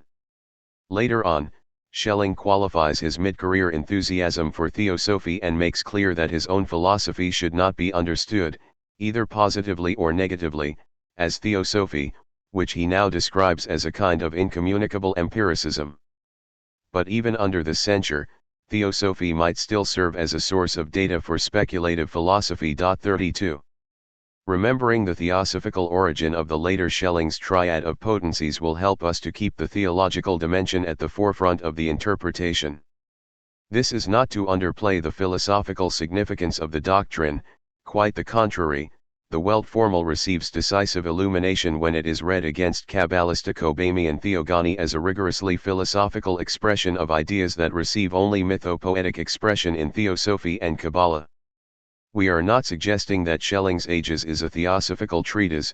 Schelling provides logical, cosmological, and theological reasons for the theogony, which he regards as logically necessary if we are to avoid the Hegelian identification of being and nothingness, the denial of non-contradiction, cosmologically necessary if we are to account for the transition from the one to the many, and theologically necessary if full justice is to be given to the biblical revelation of God as personality, that is, as self-determining freedom. It is also vital to remember from the outset that Schelling's dialectic is not Hegel's dialectic. As Beach has made clear, Schelling's is an Urs dialect, not an Aufhebungs dialectic.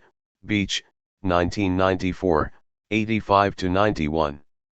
This means that the potencies are not derived from one another by logical necessity, nor do they cancel and preserve, aufheben, one another.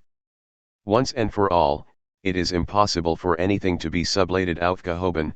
Schelling, 1813, 168. Although sharing a common essence, each potency emerges into existence as the addition of something new to what the other offers, just as each moment in time represents the eruption into being of something that is not entirely prefigured by or causally reducible to the preceding moment, while time itself remains one, identical in itself. First potency, A equals B, 33. The first act of creation, production of difference, is negative. Paradoxically, the new begins in a refusal of newness. 34 First potency refuses the very newness that it initiates, it is a movement that negates movement. Prior to creation the Absolute neither renounces nor affirms the possibility of creation, it is indifferent to both options.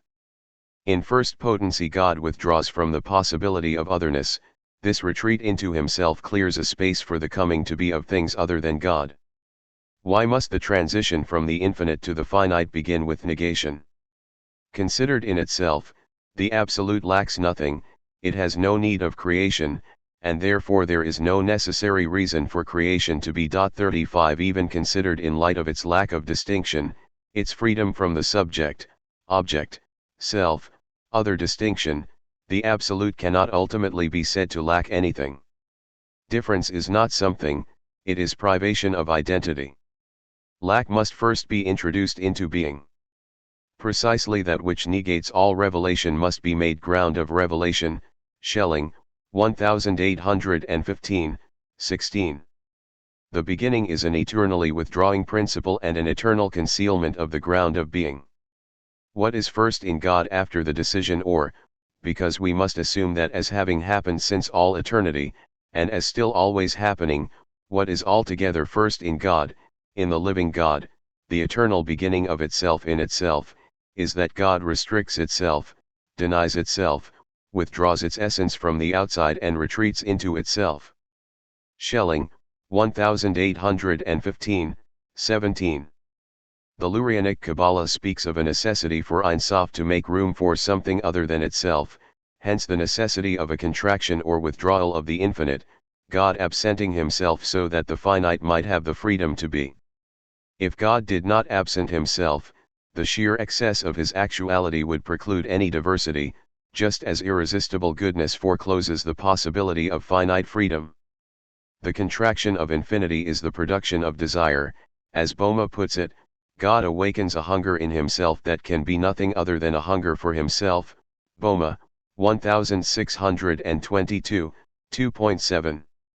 A being cannot negate itself without thereby making itself turn inward and thereby making itself the object of its own wanting and desire. Schelling, 1815, 16. By excising ground from existence and dissociating from his own eternity, God creates the theater of desire, i.e., nature, an endlessly productive finite order. Schelling argues that, because every movement is an effort to redress a contradiction, the beginning of movement can only be a contradiction. Movement is being's effort to avoid the negative, not by annulling it or transforming it into identity, as in Hegelian dialectics, but by moving out of the space divided by the contradiction and evacuating the contradicted being.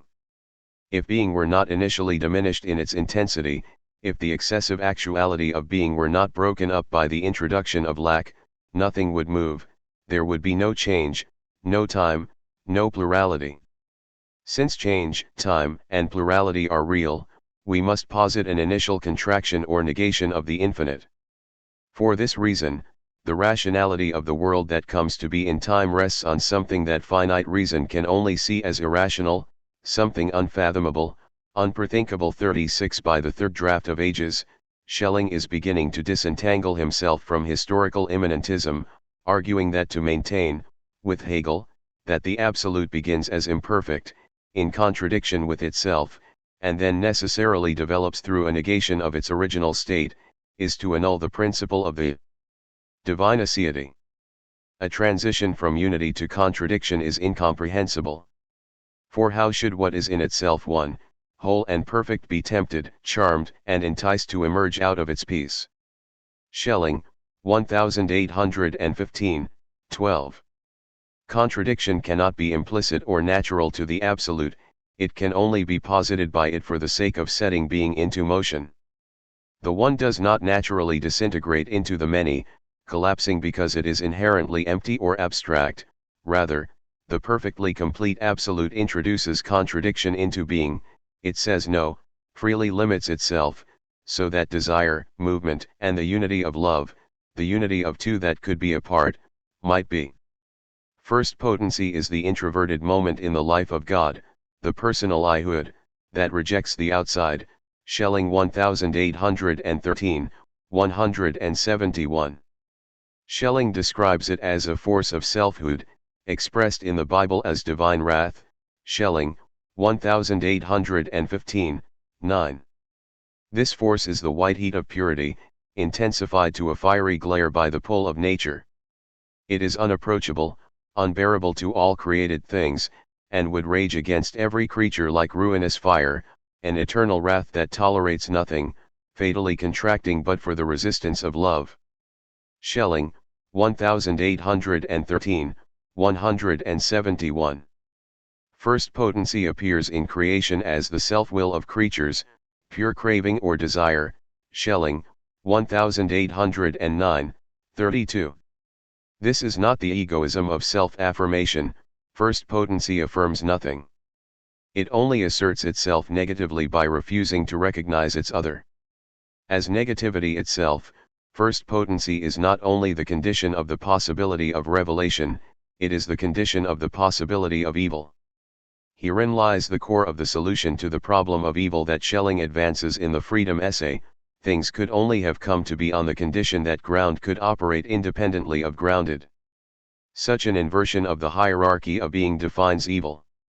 In Ages we read how God introduces lack and negativity into being for the sake of creation/revelation. But the condition of the possibility of there being anything at all is also the condition of the possibility of evil itself. The internal division of the absolute from itself begins with A negating itself by positing itself. A posits A, but that which is posited is different from that which posits, otherwise there is no positing.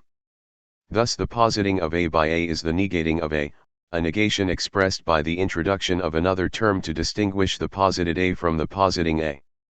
The posited A is signified by B. Thus A equals A posits A, means A equals B, A posits not A or B, 37 The positing of A is the absenting of A from itself, the substitution of B for A, the first, temporal, potency. Difference is older than identity, the affirmative principle, the authentic being or that which has being, A, as not active, that is, as not having being, is posited in the originary negation, Schelling, 1815, 13.38a as such never appears, it can only be retroactively posited as that which is usurped by B in first potency, exponentially doubled in second potency, and exponentially tripled in third potency. Second potency, A2. First potency's introversion and renunciation of otherness calls forth the correction of second potency, the extrovert affirmation of otherness, the expansive moment or the ideal, A2. The tension between these two opposites of negation and affirmation, contraction and expansion, requires, logically, a third potency that both negates and affirms, contracts and expands, A3. Before looking in detail at the structure of A2, it is worth circumventing a likely misinterpretation. Because of the hegemony of Hegelianism, we tend to read Schelling through Hegel. We think of second potency as the concealed truth of first potency made explicit, the truth that first potency has no truth, and that second potency is the synthesis implicit in the antithesis of the first two potencies. We think of the potencies succeeding each other temporally, as though first potency cannot maintain its one-sided stance and sets itself aside, becomes second potency, and so on. We think of the transition between these moments as strictly logical. None of this is faithful to Schelling, who denies that anything can become the opposite of itself. 39 The doctrine of potencies is crafted as an alternative to Hegelian dialectics, which Schelling believed violated the freedom of the absolute, the principle of contradiction, and the contingency of the real.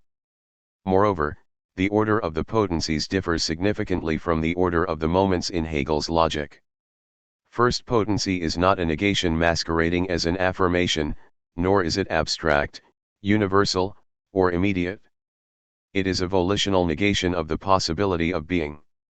It is not just nothing in some abstract sense, the absence of distinction, it is the will that wills nothing, Schelling, 1815, 24. Second potency, which redresses the renunciation of first potency, is not implicit, in the Hegelian sense, in the first, rather, it differs from it in every way. Second potency is the will that wills something. We could say that the will that wills nothing implies second potency inasmuch as it posits it as negated, but this is not to say that affirmation is the truth of negation. Equally important to remember is that contingency, not necessity, reason, or the notion, grounds the Schellingian dialectic. Although the movement from one potency to the other is logical, the whole sequence itself is not. God freely introduces lack into being and sets the sequence of potencies into self-actualization. The contingency, anarchy, and spontaneity of the actualization of first potency undergirds the logical necessity of each of the successive potencies. This is the heart of Schelling's thinking, what Marcus Gabriel calls the contingency of necessity, Gabriel, 2009, 81. The unground's lack of difference is not a deficiency, it is a perfection. The unground in itself lacks nothing, since difference is a modality of nothingness. It is pure excess of being, infinite identity.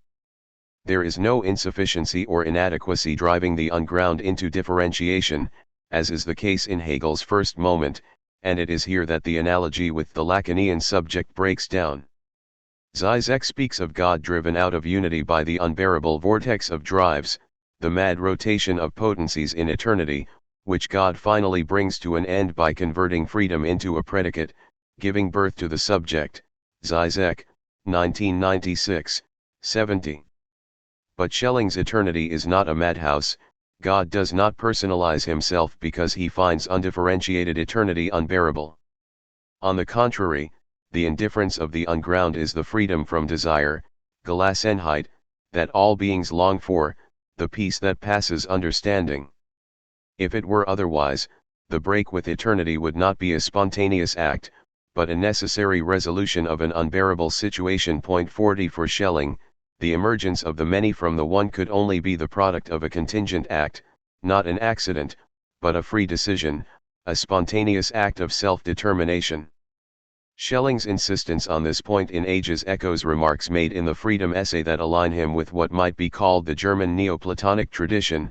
Eckhart, Seil Sues, Boma. The unground is not one of the potencies, it is not involved in the movements determining the transitions from A equals B to A2 to A3. Citing Seil Sues, the gentle Godhead is nothing and beyond nothing. 41, Schelling writes. It the unground certainly is nothing, but in the way that pure freedom is nothing. It is like the will that wills nothing, that desires no object, for which all things are equal and is therefore moved by none of them. Such a will is nothing and everything. Schelling, 1815, 24. To be distinguished here is the will that wills nothing, the indifference and desirelessness of the unground, and the will that wills nothing, the active negation of otherness of first potency. The transition from the former to the latter is precisely the contraction of being that marks the emergence of first potency from the unground. 42. The contingent necessity driving second potency is the need to reassert the A that is lost in first potency. Second potency is not self-affirmative, but self-diremptive, it does not assert itself, but asserts its other. Second potency also fails to simply posit A, for the product of its assertion of A is not A, but A2. Using a word he coined in his nature philosophy, but with a new sense, Schelling calls this finitization or reduction to actuality of a potentization. 43 Second potency fills the gap created by first potency, it is the potency that counters the no of the first with an unequivocal, and equally one-sided, yes.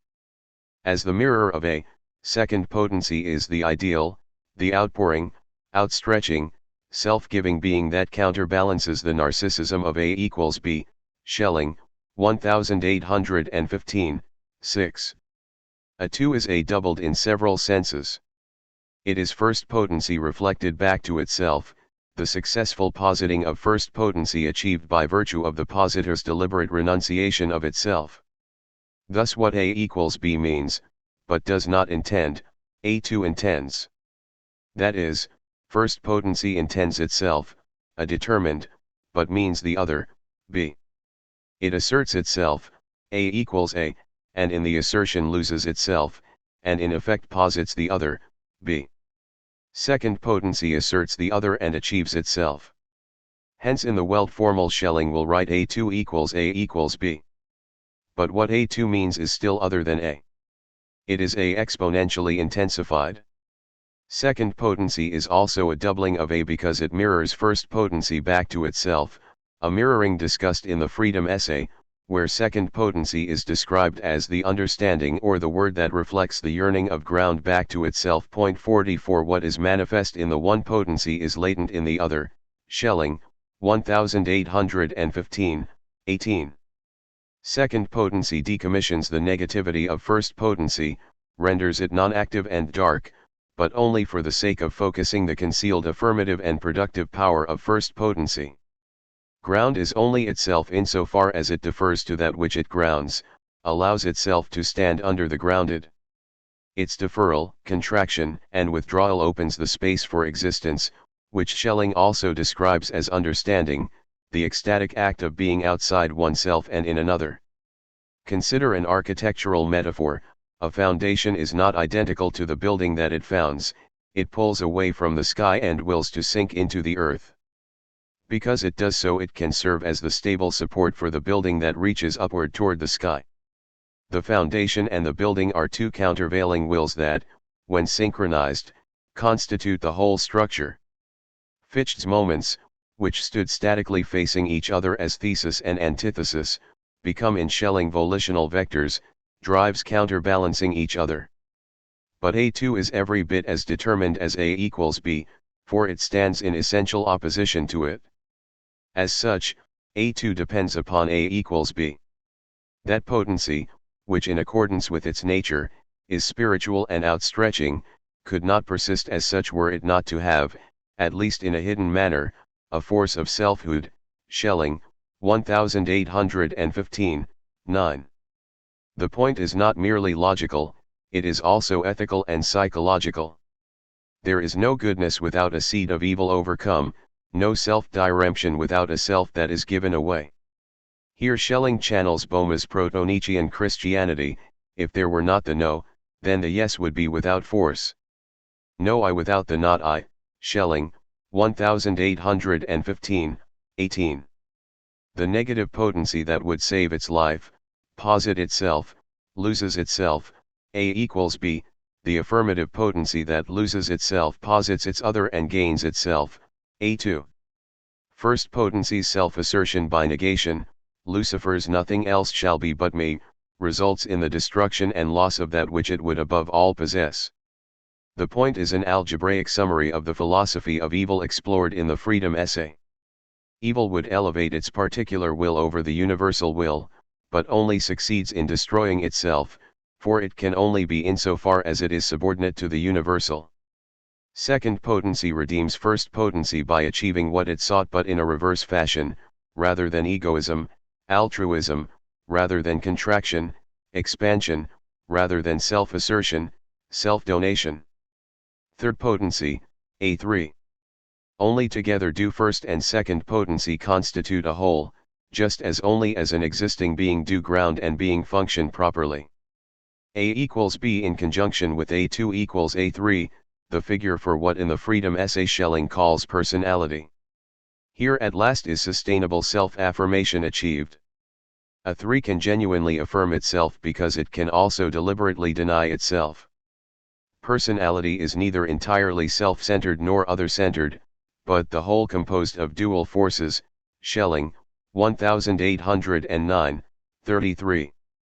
A3 is the unity of the no and the yes, not as a coincidentia oppositorum, but rather as a third that is in one respect negative, in another respect affirmative. 45 Third potency regains something of the indifference characteristic of the unground, Schelling, 1815, 19. But A3 is not merely a return to the absolute. The antithesis of the first two potencies, which was only a possibility in the absolute, is now actual, generating singularities and individuating. A3 is realized personality, freedom, is the capacity for good and evil. The formula of the world. The Welt formel is not an equation but a diagram. Remembering that in Schelling's theory of predication the copula is both conjunctive and disjunctive, equals is also the formula. Could also be diagrammed, less elegantly, but perhaps more clearly, as follows. The line dividing the upper field from the lower field in Schelling's diagram does not indicate division, but rather symbolizes the finality of A3. The formula of the world illustrates the containment of the lower potencies in the higher. In my rewriting of it, each of the sets of brackets, comma comma indicates a distinct level of containment. Each container transcends what it contains, equals is A3 is the container of containers. Beginning in the middle of our version of the diagram above, A2 is the becoming conscious, or containing, of the antithesis between A and B. A equals B does not mean that A qua A is equal to not A, which would violate the principle of non-contradiction. It means that what is in one respect A is in another respect B. A2 equals A equals B, means that what is in one respect A2 is in another respect A, where A is in one respect A and in another respect B. In the same way, A3 is the becoming conscious or containing of the antithesis of A2 and A equals B. It is both identical and different from A2. It equals A2 in that it potentizes or intensifies that which is coming forward in A2, namely the counterbalancing of negativity by positivity, of ipseity by alterity. A3 redoubles the other-centeredness and ipseity affirmation of A2 to the point where it transcends and includes that which A2 excludes, namely the negativity of A equals B. B is in one sense the product of the negation of first potency, the irreducible remainder and the moving principle of the whole formula. It is the self-activated ground, the cleft of difference at the non-tautological core of every judgment, and the duality concealed in every identity. But it is also, or rather it stands in the place of, the unground, the ground which has no ground and can never be represented, rendering every system non-total, excluding one thing upon which everything else depends.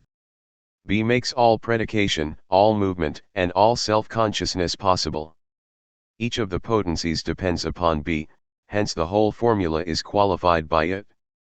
Without the negative, the exclusion, no separation of A from itself would occur, thus no consciousness of A would be possible. The bracketing out of B indicates that everything up to 1, the unground, is idealized, rationalized, and ordered. This is Schelling's great insight, the core of his dispute with Hegel, and the secret to why he refused to build a final system, in the idealist sense of deriving all elements from a self-evident principle. The condition of the possibility of structure, intelligibility, and consciousness is the exclusion of something, B, that the whole structure depends upon. We are not far from Gödel. Every system rests upon an axiom that is not explicable in terms of the system. Or in Hagerb's words, the true is the whole with the exception of 146b gives the lie to every idealist system. The rational is not coextensive with the real, the rational depends upon an exclusion, the absence of precisely that which makes it rational. B is the symbol of unground, of irreducible remainder, of the eternal past, the deep unconscious, etc. But nothing Schelling says justifies Zizek in describing the exclusion of B as a Freudian repression, Verdrangen, 47, unless we are already with Nietzsche and Freud, for whom every dissociation is a way of managing a reality that is in essence horrible and senseless. B is the split in the self necessary for consciousness, yes. B is the incomprehensible presupposition of every system of comprehension, yes. B indicates that personality is constitutively dissociated, yes. But why does personality dissociate? Nietzsche and Freud say personality dissociates in order to manage. Schelling says personality dissociates for the sake of self-knowledge and love. The Nietzschean Freudian answer can be fused with the Schellingian answer only if we have already decided that self-knowledge and love are fundamentally illusions, that reality is absurd and tragic, and that the subject constructs myths of self-knowledge and love as a means of coping. After inserting the formula into the third draft of Ages, Schelling adds the following. Hence from this point forward, we step into the path of time. The contradiction is decided by the exuberant deed similar to the one in which a person decides to be utterly one thing or another. From this point forward, God is exclusively singular. God is only negation with respect to being. As this negating force, God is fire that draws being into itself. Schelling, 1815, 83-84. The principle of sufficient reason requires that we posit a ground of God. The principle of identity requires that we identify God with his ground, for every dependency is an identification of the dependent with that upon which it depends. The principle of non-contradiction requires that we separate the time of the divine ground from the time of the divine God, for two opposites cannot be predicated of the same thing at the same time. The ground, B, is God's unconscious. 48b, then, is not just a figure for the excluded negative, it is a placeholder for the absent God. B is a trace of the Deus absconditus, the sign of the unsignifiable, the absenting of which makes the world possible. We are back at the Zimzum of the Lurianic Kabbalah, the absence of the infinite, the contraction of Ein Sof into an unconscious abyss is the condition of the possibility of there being anything at all. The dynamic that structures the inner life of God also structures God's relation to creation. God stands to the world as its excluded ground, the hidden ground that must remain inexplicable in intra-worldly terms. God is the unconscious of the world. Viewed from the perspective of the world, from the perspective of finite things, from which we can say this or that is, God is not. 49. This is not to say that God does not exist. Indeed, the existence of God is the presupposition of the world. But what existence means in application to God is something quite different from what existence means in application to inner-worldly beings. The negative theological language applied to the finite person could be translated as follows. The person is intrinsically temporal, enjoying self-consciousness by virtue of the dissociations essential to life in time. In its innermost core, the person is an ineffable singularity, negation with respect to being. As such, the person stands in an erotic relationship to the universal or the whole, is drawn to it and draws it to herself, even as she necessarily dissociates from it. The person's singularity is for the sake of the achievement of a union of love with all that is, a union that does not abolish the distinctions among beings, for love unites that which is really distinct, but fulfills them on a higher plane. The unconscious is the past, dissociated from the person's present identity for the sake of the growth of consciousness, that is, for the sake of the future. The God outside God. At the same time that he distanced himself from idealism with its more or less explicit divinization of human reason and became increasingly interested in a real that is not simply experienced as the other side of the absolute but as that which reason can never mediate, Schelling moved closer to Orthodox Christianity. Schelling first makes references to Christ in the Freedom Essay, Schelling, 1809, 46, more directly in the Stuttgart Seminars, Schelling, 1810a, 228, and crowns his career with the speculative Christology of the philosophy of revelation. The foundation of the latter is the philosophy of mythology, a lengthy recapitulation of the essential moments in the history of world mythology, to the extent of Schelling's knowledge of it, as concrete expressions of the ontological determinants of historical consciousness, the three potencies, now reconceived as possibility, das Sein kannend, existence, das Sein mussend, and self-ordering being, das Sein sollend. The history of mythology is for Schelling crypto-Christology, for the unifying principle of pre-Christian paganism, the true subject of all myth, is nothing other than the pre-existing Christ, the Logos, or the second potency prior to its incarnation in Jesus, which Schelling calls, literally, the extra-divine of the divine, das Oerterliche Gottlichen, or more figuratively, the God outside God. Noting how the significance of Christology for Schelling ascends as the significance of identity philosophy decreases, we discern a conceptual association of ideas, the extra-conceptual reality of the world, the contingency of history, the finitude of reason, the personal nature of being, and Christianity. The late Schelling argues that we cannot think any one of these all the way through without the others, they are all mutually implicating. A philosophy such as Hegel's, which presumes to have sublated nature, history, and religion into a system, remains as unhistorical as it is unchristian. When in the lectures on the philosophy of revelation, Schelling declares baldly, Christianity is an eminently historical religion, where there is no Christianity, there is no history, Schelling, 1831, 5, he is not unveiling yet another front of eclectic philosophical interest but rather expressing a hard-won insight into the essential poverty of human reason. Idealism remains as out of touch with the really existing God as it is out of touch with the real, for it presumes to know a priori that which can never be conceptually known, contingent reality, existence, event. Only a philosophy that recognizes this essential poverty of reason, and the only way to know it, the late Schelling says, is by going the full distance with idealism, negative philosophy. Only an experientially humiliated philosophy can also recognize the rationality of Christianity, not the Christianity of Kant and Fichte, which serves as a mere concrete exemplification of concepts that are the inalienable possession of reason, but the Christianity of the New Testament, the truth about man, the world, and God, which could never have been known had it not been revealed. But now that it has been revealed and has become part of history, indeed for German idealism, history is revelation, Christianity can and must be thought by reason, a thinking which will be speculative, autonomous, and fully independent of external, i.e., ecclesiastical, norms. This is what the late Schelling means by philosophical religion, religion without religion, the successor of church-mediated Christianity, and to its inauguration he dedicates the last 2 decades of his career.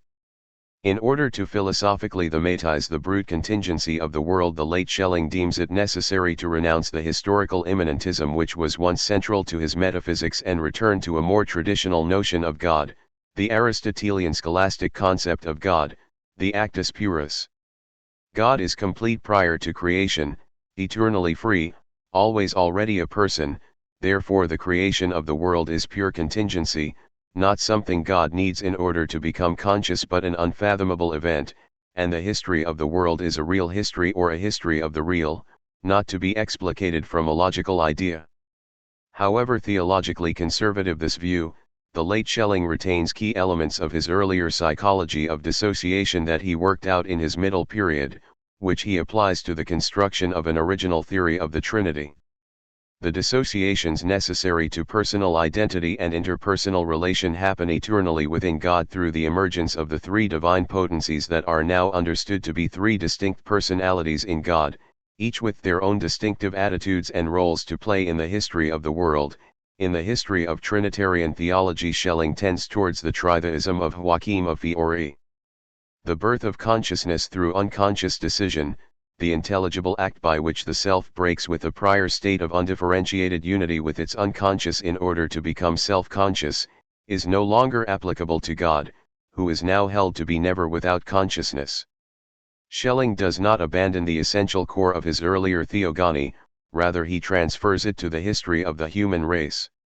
In the history of mythology and revelation, humanity gives birth to itself as free, self-conscious, and personal by breaking with its primitive immediate consciousness of the divine, a merely natural presence of God to the human, which Schelling describes as spontaneous, unfree, and only relatively monotheistic.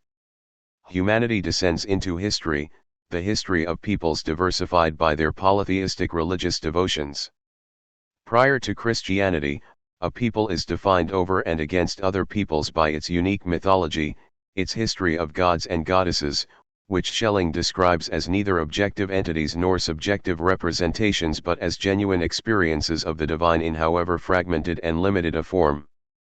The descent into diversity is necessary so that free religion, genuine monotheism, can arise out of history and unite the human race once again under God, but now freely and self-consciously, in a third phase of religious history in which ecclesiastical religion is succeeded by philosophical religion, the epoch of the Spirit.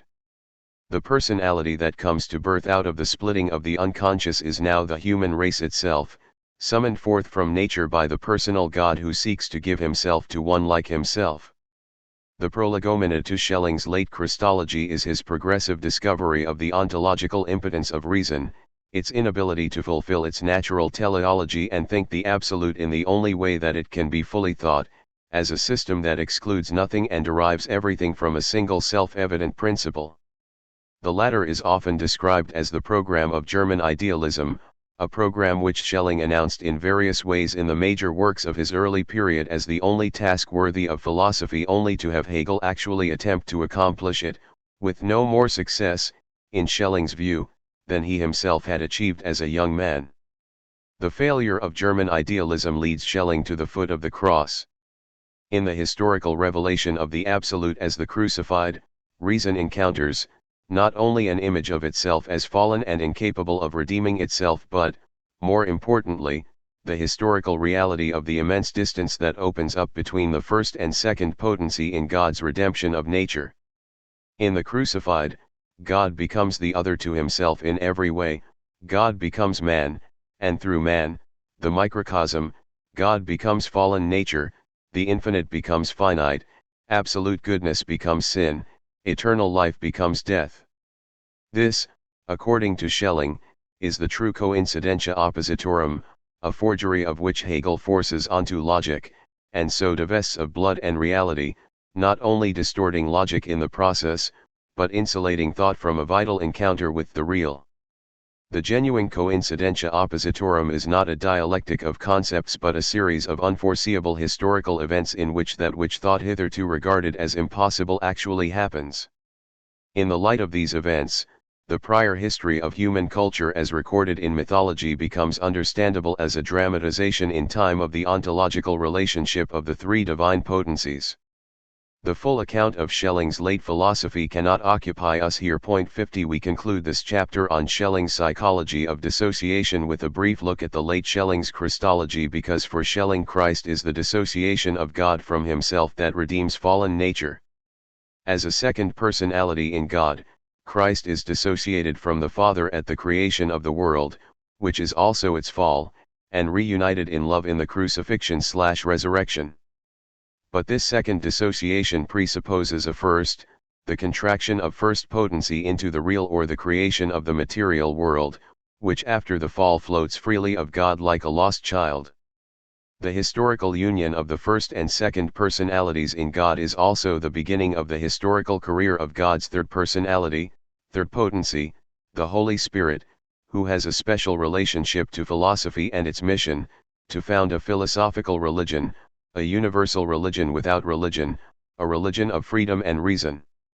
The poverty of reason, its inability to think the absolute and so fulfill itself, does not lead to a deduction of the necessity of revelation, for that would leave philosophy in its negative moment, dialoguing with the concepts that it produces out of itself. Rather, the impotence of idealism leads to philosophy's recognition of the need for positive philosophy, which takes its point of departure not from concepts, but from existence, and above all from the truth mediated by certain extraordinary historical facts.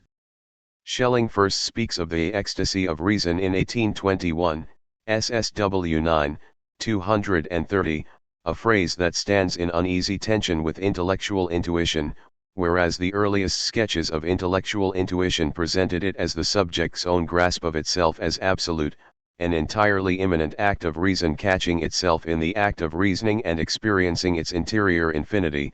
The ecstasy of reason is exactly the opposite gesture, it is the turning outward of the subject, its self-abnegation and confession of interior poverty, the lowering of reason before absolute reality, which makes it ecstatic, open to the truth that comes to meet it from outside. Point 51. Schelling first suggests that reason cannot complete its mission and think the absolute in the Stuttgart seminars. While Schelling has still not broken with historical immanentism in 1810, the Stuttgart seminars is in some ways its apogee, the need for a historical revelation of the absolute, and therefore a history of the real, is first mentioned here. Because we cannot achieve the absolute in our fallen state, Schelling argues in 1810, we need a historical revelation, the culmination of which would be the incarnation of the absolute in time and space as a mediator that could restore our sundered relation to being. Man was intended to be the link between God and nature, he was called to mediate the two by raising nature to God, but instead he identified himself with the lower and damaged his spiritual faculties to such a degree as to have lost consciousness of God altogether. The situation can only be remedied if God not only comes to meet man on his own terrain, in history, but also somehow becomes the mediator between nature and himself. Schelling, 1810a, 228. How did Schelling, the neo-Spinozistic philosopher of immanence, become a philosopher of transcendence in both the realistic and theistic senses of the term? The question is enormous and would require a careful reading of many pages of Schelling's identity philosophy as well as a careful consideration of Schelling's own spiritual history. In his Jugendschriften, Schelling was miles away from Christian philosophy even if he had been well educated in it. We cannot rule out a religious conversion in the tumultuous years that brought Schelling's astonishing publication record to an end, 1809 to 1815, the dark years in which Schelling lost his beloved muse, Caroline Schlegel, to a tragic death, and formed arguably the most important friendship of his life, even if it did not last, with the Christian theosophist Franz von Baader. The steady stream of publications which began when Schelling was 18 years old came to a sudden halt with the short 1815 tract, The Deities of Samothrace, SSW 8, 345 to 369. Schelling's biography, however, cannot concern us here. What cannot be denied is that prior to 1809, Christianity is of no particular philosophical importance to Schelling, while after 1809, Christianity appears in Schelling's writings and lectures as the key to the history of being, until in his last lectures, Schelling dedicates himself, not to the construction of a system that would rival Hegel's, what everyone expected of him, but to the textual and hermeneutical explication of the philosophy implicit in the New Testament, which few were interested in hearing. The gap between Schelling's early non-Christian philosophy of immanence and his later Christian philosophy is bridged by the historical immanentism of his middle period. Although he will later abandon it, historical immanentism provisionally unites the teleological unconscious of the nature philosophy, man is nature become conscious of itself, with the Christian doctrine of the atonement. In this regard the middle Schelling is not so far from Hegel, who does something similar in his encyclopedia. Nevertheless, Schelling's historically immanentist approach to Christianity, at least as presented in the Stuttgart seminars, is markedly different from Hegel's, where for Hegel Christianity is an imagistic, historically dependent first sketch of a rational truth that must be reconceived on a priori grounds. For the middle Schelling, Christianity is the historical, entirely a posteriori, culmination of the becoming conscious of God in nature. The Schellingian absolute is the identity of subject and object, the real and the ideal, but such a concept, however correct, remains merely a concept. The decisive question for a reason that now experiences the depths of its impotence is, can the absolute be affirmed to really exist? Primordial being das Urwesen as the absolute identity of the real and the ideal is itself only subjectively posited. However we must grasp it objectively, it must not remain merely in itself but must also be the absolute identity of the real and the ideal outside itself, that is, it must reveal itself as such, actualize itself, it must show itself as such also in existence. Schelling, 1810a, 200, translation mine. In contradiction to claims he made in the identity philosophy, Schelling argues in the Stuttgart seminars that reason does not innately possess a genuine knowledge of the absolute. The philosophical idea of the absolute is subjective, a merely conceptual understanding of the identity of the real and the ideal. Needed is a real experience of the absolute, not a concept or a proof, but a historical experience, a positive, radically empirical, revelation of God. Clearly Schelling is not talking about traditional philosophical theology and the industry of proving God's existence.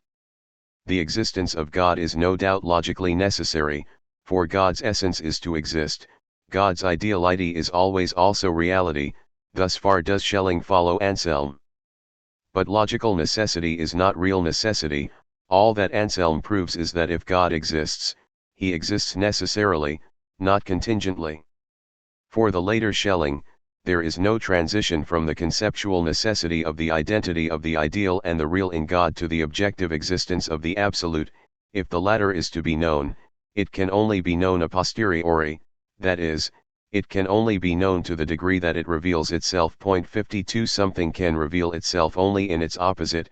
Schelling argues, love is only revealed in its overcoming of hate, light is only revealed in its abolition of darkness. But outside God there is nothing, no opposite, no place where God is absent and in which he could be revealed. However, there is opposition within God, the duality of ground/existence, which Schelling now refers to as the duality of being and being, Sein/Sind, where being is the opposite of a being inasmuch as it grounds it without itself being grounded while a being is always grounded. The question the middle Schelling asks is this: how can this internal opposition in God become an external opposition that would allow God to be revealed to man? The answer to this question leads into his historical immanentist revision of the Christian atonement. In short, God freely creates the world and allows it to fall so as to come to consciousness of himself through the incarnate Christ. The early Schelling had already identified consciousness as the telos of natural history. What the middle Schelling adds is a theogony. The emergence of consciousness out of nature is not a natural evolution or an immanent movement of the lower to the higher, it is rather an unfathomable act of a free God, who seeks to become conscious of himself through the creation of his other. In God first potency, ground/sen, logically precedes and ground second potency, existence/sind. So long as this harmonious dialectic is undisturbed, nothing besides God exists and God remains unrevealed even to himself, i.e., God stays unconscious. If something is to exist and God is to be revealed, the relationship of first and second potency must be disrupted. First potency must dissociate from second potency and its logical priority must become a historical priority, that is, first potency must somehow come to exist in itself. But since first potency cannot stand fully on its own, the existence to which it would give rise in its dissociation from second potency could only be a half-existence, a derivative existence, an order of being that could be just as truly characterized as a modification of nothingness. The Absolute must contract its being so that first potency is expelled from the eternal balance, so to speak, excreted from eternity. If the primal being das Urwesen wills the dissociation die Entziehung of the potencies, it must posit the priority of first potency as real wirklich, the merely ideal or logical priority must be changed into a real priority, that is, it must freely contract itself into the first and negate the simultaneity of the principles as they are primordially in God. Schelling, 1810a, 203, translation mine. As expressed in the Freedom Essay, God lets the ground loose, allows it to try to satisfy its selfish, chaotic, and impossible desire, to exist in itself, so that the simultaneity of the potencies will be disrupted and something other than God come to exist. The contraction does not disrupt the eternal simultaneity of the principles in God, Schelling is careful to point out, for the eternal balance of potencies must remain as that against which the now really existent, first, potency contrasts. Point 53. Because eternal being can only be revealed in its opposite, God allows his opposite to be, he creates finite being, which is in fact existent nothingness, matter, the spatio-temporal order, history, so that he might be revealed in it. The contraction of first potency is at once the creation of matter and the beginning of time, for what pre-exists simultaneously in the Absolute now unfolds dramatically in the three ages of the world, the past, the present, and the future. Point 54. Creation is above all a lowering of God in Herablassung Gottes, Schelling, 1810a, 204, translation mine, the middle Schelling, in an apparent departure from his earlier immanentism, recognizes that to lower oneself, to empty oneself, is not a base act but the highest and most divine of all acts. God lowers himself into the real, contracts himself entirely into it. But there is nothing unworthy of God here. In Christianity the lowering of God is the greatest. A metaphysically immobile God, ein metaphysisch hinaufgeschraubter Gott who cannot lower himself, satisfies neither our head nor our heart. Schelling, 1810a, 204, translation mine. In the version of the Stuttgart Seminars corrected by Schelling himself, the lowering of God in creation is even more clearly aligned with the Christian doctrine of incarnation through the explicit use of the term, as well as the use of the German self-emptying, Entäußerung, which translates Paul's word kenosis, Philippians 2:7. Inasmuch as God contracts himself in the real, so is the beginning of creation a lowering of God, it is an effect of the divine self-emptying in Wirkender. Gottlichen Entäußerung, the becoming man Menschwerdung, the first incarnation of God. 55. The question guiding Schelling's research in the Stuttgart Seminars is no longer, how do we raise the finite to the infinite? The question is, how does the infinite become finite? Rosnaugh, 1985, 88. The highest act of being is its self-emptying, Entäußerung, into the finite. God incarnates himself as world, contracts his eternity, A1 become B, so as to progressively become conscious of himself as God in the history of the world and the evolutionary increase in human consciousness. The end result of this incarnation could not simply be a return to the eternal. What begins as unconscious ends as conscious, what begins as impersonal, the Absolute, ends as personal, the Christ. Man's role in history has changed from what God originally intended it to be, called to become himself the Christ, that is, to freely complete the revelation of God by mediating all that was below him, matter, merely animal existence, the will of the ground, and raising it above him into spirit. Man failed to rise to the occasion, he resisted the transformation of the lower into the higher and actualized the selfish drive of the first potency, Boehme's Lucifer pattern. Point 56. Ancient evil lies. Buried in first potency, unsustainable self-centeredness, the negation of life and existence. If it remains buried, it supports the evolution of consciousness, indeed it is the essential condition of the development of personality. But if it is awakened instead, it destroys itself and aborts personality. This is the essential core of the Proto-Freudian Schelling and the Q4 Zizek's Lacanian reading of the ages of the world. For Freud, repression of drive is the necessary prerequisite for the development of ego. For Schelling, the point is primarily theological.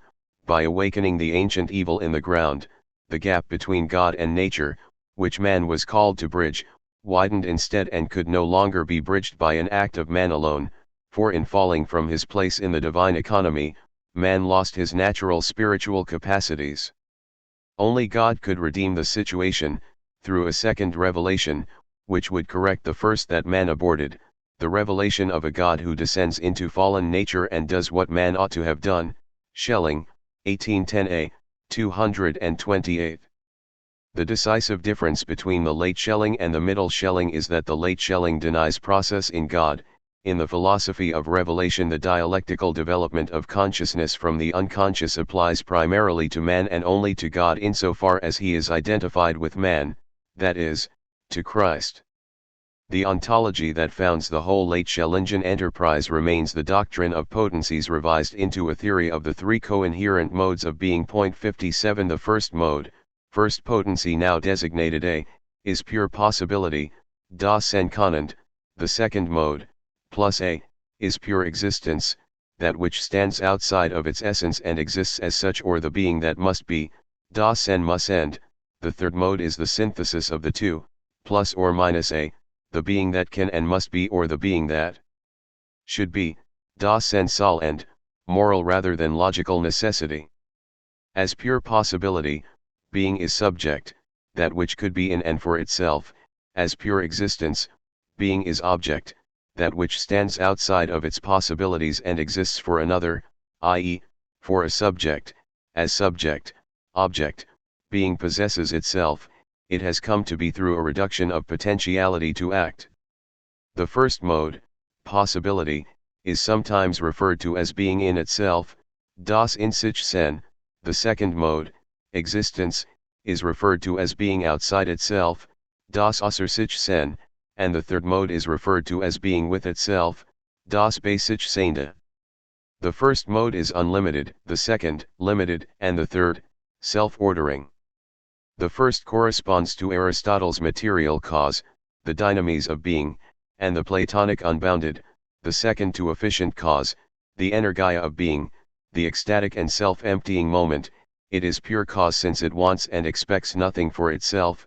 Hayes, 1995, 173, and the third to final cause, the entelligia of being, which brings about order.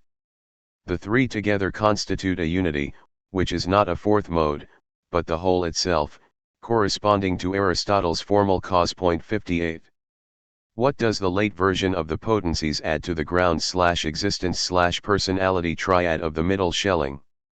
With the retrieval of actus purus as the divine nature and the elevation of the Godhead above all processes, the primordial possibility associated with Boehme's unground is absorbed into first potency, das Senkonnend. Actus purus refers to the complete realization of perfection or goodness understood as kenosis or absolute self-surrender. The triune God resolves and realizes his own nature as perfect love. Why the shift from the Boehmian abyss of possibility, unground, to this apparently more traditional theology?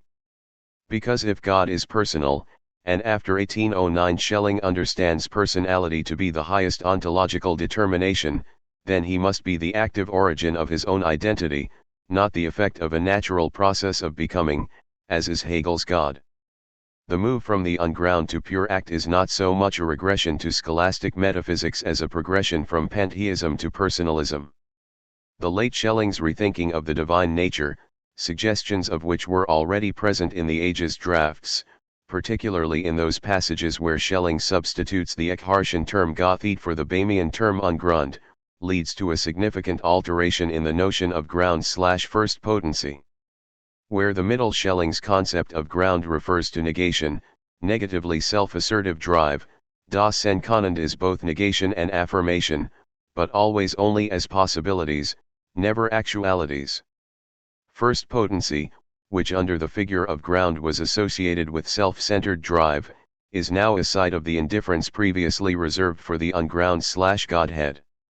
Das Enkanant can be self-centered or it can be other-centered because it is actually neither. The Sartrean overtones in Schelling's reference to first potency as subject, a term he previously associated with second potency, with logos, understanding, etc., have been commented upon before. 59 To be a subject, in both the logical sense of a possible bearer of predicates and the ontological sense of a being for itself, is not to be anything at all. The subject is never fully defined, never to be entirely identified with any particular actuality. Subjecthood is the possibility of being an object, the possibility of being objectified, the possibility of bearing predicates or of being something or other for someone, but not actually being anything at all. Hence Sartre identifies being a subject with nothingness, and being an object with being fixed by the gaze of another. Subjecthood never fully coincides with objecthood, except in God. Thus does a new emphasis on the unconscious as pure possibility emerge in the ontology of the late Schelling. Where the middle Schellingen ground, the eternal past, the decision for being that has always already been made, can be read as the Freudian unconscious which determines the psychological subject from behind. Das Enkanant is and must remain forever open. It is the unconscious, not as determining but as determinable, the unconscious as infinite source of possibilities, the unconscious as forever forward-looking.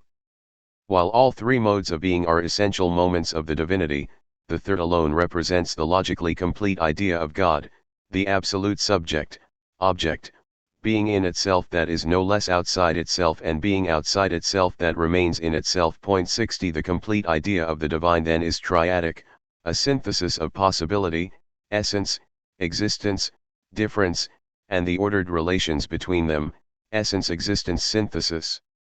The late Schelling's narrative of the creation of the world by the Trinity no longer presumes historical immanentism, for the Trinity does not need creation in order to become personal and free, rather the Trinity creates out of its infinite self-mediation, its eternally achieved freedom. Creation is now described as a series of incarnations of the three distinct personalities in God, still beginning with the contraction of infinity, for something can come to be outside of God only if the potencies are dissociated from each other. In order for time to begin, eternity must cease to be. This happens when the first potency is set free by God, A, no longer subordinated to plus A, becomes B and incarnates itself as matter, as that which is in itself and wills to be but cannot be for itself. At the moment of the contraction, second potency descends and initially concretizes itself as a demiurge, the Lord of Being. But in its first moment of existence, creation falls as a result of the human being's resistance to its mediating role in the cosmogonic drama. Thus the first incarnation of second potency is as the spirit of an order of being that is doubly alienated from God, not only creation in its natural dissociation from the Trinity, but fallen being. Creation becomes something that God does not intend. Second potency therefore becomes the God outside of God, the divine personality outside the divinity, das Oerkterlich Gottlike Persönlichkeit, Schelling, SSW 14, 163. This extreme alienation of God from himself, God at 3 removes from himself, separated from his eternity, first, by the contraction of first potency into matter, second, by the fall of creation, and third, through the first incarnation of second potency. This theology of dissociation is for Schelling the essential core of Christianity. It is absolutely necessary for the understanding of Christianity, the conditio sine qua non of perceiving its true meaning, that we comprehend this cutting off Abgeschnittenheit of the Son from the Father, this being in his own form and hence in complete freedom and independence of the Father. Schelling, SSW 14, 39. The dissociated second potency begins a historical career that culminates in his full incarnation and crucifixion as Jesus, the nadir of his descent and the explicit revelation of his divinity. The pre-existent Christ is the subject behind all ancient myths, God wandering homeless and in exile from eternity, but retaining his own divine status, the light of the pagans, defending them against the ancient evil aroused by the fall and working everywhere towards the reconciliation of creation with God. The tension between these two incarnate potencies, the fallen first potency, A become B, and the dissociated second potency, plus A, is resolved when Christ becomes man in history, incarnating himself in the figure of Jesus. Because Jesus is fully human, second potency thereby assumes fallen first potency, matter, as a property of itself, overcoming its rebelliousness and negating its negativity by becoming obedient unto death. Thus does Christ do what man was intended to do, mediate time and eternity by reconciling first and second potency. The moment of the reconciliation, the crucifixion and resurrection, is also the moment of the descent of third potency, plus or minus A, the Holy Spirit, who inaugurates the third era of revelation. Schelling's cosmogony elevates ancient mythology well above the place allotted to it by his contemporaries, who were equally divided among those who regarded mythology as bad science, i.e., an effort to explain natural phenomena through personifying natural forces, those who regarded mythology as idealizations of historical figures, and those who regarded mythology as poetry, of literary significance only, without reference to physical or historical fact. All three schools refused to regard mythology as the ancients did, as true stories of gods and goddesses whose activities determine human life for good or ill. Schelling's Christological interpretation of mythology allows the ancients the dignity of their religious experience. Mythology expresses a real relation of God to human consciousness. Schelling, SSW 11, 81, Hayes, 1995, 84. Mythology is nothing less than the hidden history of the Christ before his historical birth, the peregrinations of the God outside God. Polytheism is not atheism, Schelling argues. On the contrary, it presumes a unity in which the gods and goddesses participate, a common and shared divinity. In short, it presumes theism. The gods, properly speaking, must somehow have God as their ground. Schelling, SSW 11, 74, Hayes, 1995, 81. But God is doubled by the creation, fall, and first descent of second potency. What lies at the ground of mythology is therefore not the eternal and unbegotten God, the Father, but the pre-existent Christ, the Logos of John's Gospel, who was in the beginning, the divine existing outside the divine as the inspiration and guide of the fallen human race. The primordial revelation of God to human consciousness was a primitive form of monotheism belonging to a period before the formation of peoples and the sundering of the primordial community by the differences of race and language. The loss of this primitive presence of God and the advent of polytheism was due to a spiritual crisis that occurred while mankind still existed in its original homogeneous, undivided state. By becoming variable and inwardly dissimilar, Schelling, SSW 11, 105, Hayes, 1995, 91, the Logos brought about the dispersion of the human race and its fragmentation into the diversity of peoples and gods. The same power which caused the dispersion into polytheism raised one elect group toward true religion, a people, the ancient Jews, whose distinction was entirely their homelessness and lack of national identity. Schelling, SSW 11, 166, Hayes, 1995, 103. That the religious consciousness of mankind expresses itself in polytheistic mythologies which display recurring motifs and themes confirms for Schelling his earliest view of the unconscious as an abiding stratum of primitive, common, pre-reflective mental life. Mythology is not an individual invention but the instinctive invention of a whole people. Hayes, 1995, 74. Just as certain kinds of insects and animals instinctively collaborate and display a unity of purpose, so do a people constitute a naturally united communal mind that expresses itself in collaboratively produced cultural forms. Myths and legends are expressions of this collective consciousness, as are folk poetry, songs of forgotten origin, proverbs, riddles, jokes and parables.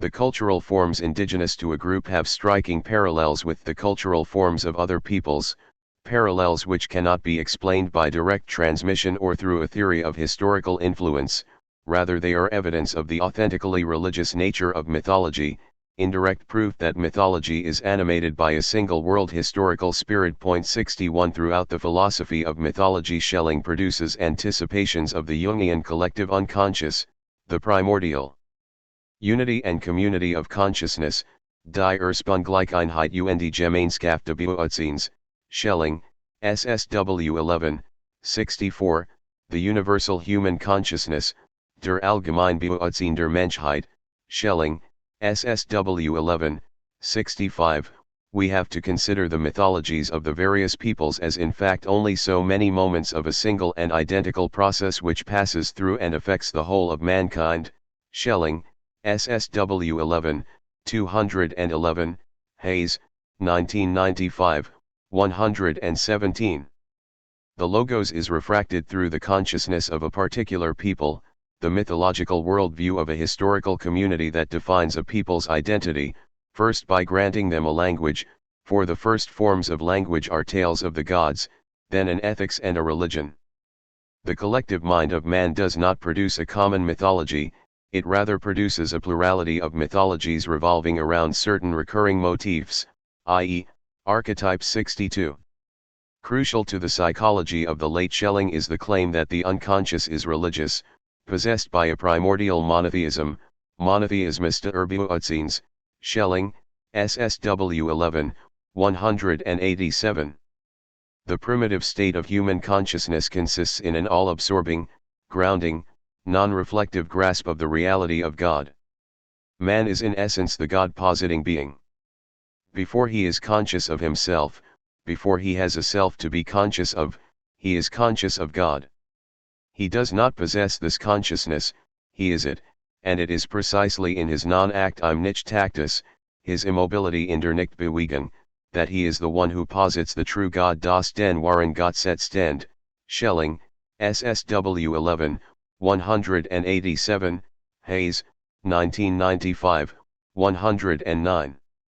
Self-consciousness only comes through dissociation from God consciousness, as in the Genesis account of the expulsion from Eden, man cannot both possess God in immediate and impersonal consciousness and have consciousness of himself, the one excludes the other. The primitive presence of God to the unconscious is not a personal relationship to God, for such a relationship, man must first be dissociated from God. Consciousness in its primitive unitive state is pre-personal and unhistorical, time literally does not exist for it, because primitive man has not yet separated himself from God or from himself and so constituted himself as one with the past. If he is to exist not only in himself but also for himself, man must defect from the primordial bliss of undifferentiated unity with the Absolute. The first movement towards self-consciousness is exile from God, departure from blind monotheism, Schelling, SSW 11, 187, into polytheism and the diverse myths of those who possess consciousness of themselves as distinct historical peoples. The movement is not itself a conscious one, the act by which consciousness is born cannot itself be conscious, it is something that happens to man, the product of a necessary process, which the late Schelling describes in the language of the intelligible act of his middle period. 63 Primitive man does not have an unconscious, he is unconscious, only with the advent of history, the beginning of mythology, which divides the human race into nations, does man contract his being into an unconscious. Henceforth man is not unconscious, he has an unconscious, a religiously saturated unconscious, a vague memory of the fullness of the immediate presence of God, which drives his philosophical and religious search. With the dawn of consciousness, the gods appear, not as things outside of man, but neither as mere fictions or fantasies. Consciousness is surrounded by gods, they are as undeniable as consciousness itself. 64. Both peoples and individuals are mere instruments in this process, they cannot transcend it. The representations do not come to them from outside, they are in them without them knowing how or why, for they come out of the depths of consciousness itself, and present themselves to consciousness with a necessity which leaves no doubt as to their truth. Schelling, SSW 11, 194, Hayes, 1995, 112. Allegorical interpretation of mythology: any interpretation of myth which makes the mythic into a sign, is to be rejected as unfaithful to the historical experience of myth. The interpretation of myth must be tautogorical, for myths mean what they say. 65 This leads Schelling into his elaborate reconstruction of mythology as a real theogony, a real history of the gods. Schelling, SSW 11:198, a story which cannot concern us here in any detail. 66 The point is not to naively imagine a time when gods roamed the earth, but to understand that consciousness once genuinely experienced the universe as peopled by gods. As always, Schelling refuses to choose between either naive realism or subjective idealism. The real is always already partially idealized, and the ideal is composed of real elements. In the mythological process, man is not dealing with things at all, but with powers that rise up in the depths of consciousness, powers by which consciousness is moved. Schelling, SSW 11:207, Hayes, 1995, 115. The gods are, on the one hand, beings of the psyche. The theogonic process which gives birth to mythology is a subjective process inasmuch as it unfolds in consciousness and manifests itself in the formation of representations. Schelling, SSW 11:207, Hayes, 1995, 115. On the other hand, the gods are expressions of metaphysical forces. 67 Schelling's psychology of gods is founded upon a metaphysics of the psyche. Here the analogy with archetypal psychology ends. The mythological representations of divinities, which arise spontaneously in the psyche, are rooted in ontological potencies that create and continue to determine consciousness. Mythology is not revelation in the special sense that the late Schelling reserves for Christianity alone, and the Christ who is the essential content of the Christian revelation is not a mythic or archetypal figure. Revelation is the real history of the second potency, the hidden architect of mythology.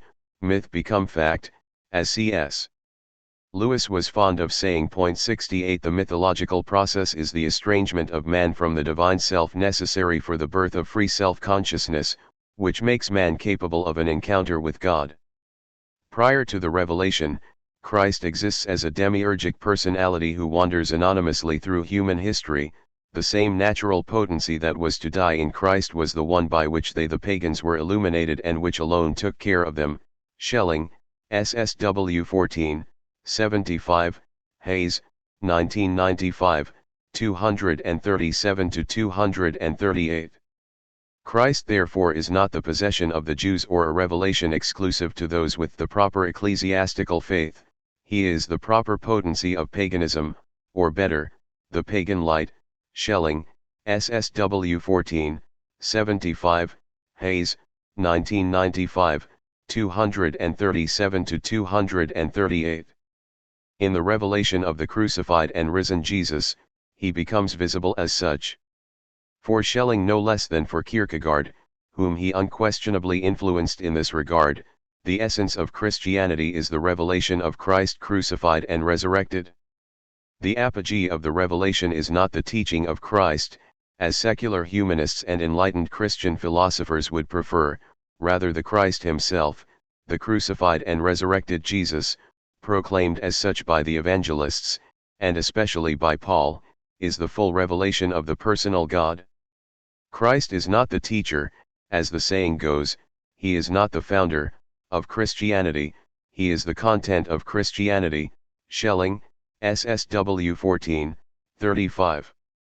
The Christology of the late Schelling focuses on two New Testament texts, which Schelling takes to be the heart of the Christian revelation, the kenosis hymn in Paul's letter to the Philippians 69 and the prologue to the Gospel of John. Through a detailed analysis of both texts, Schelling produces a quasi-monophysitic Christology, the essence of which is the extreme dissociation of the Son from the Father, which makes possible the reconciliation of God and fallen nature. The pre-existent Christ possesses an ontological independence from the Father that he received when he became implicitly existent in pagan consciousness. He renounces this independence in his historical incarnation as the human being Jesus.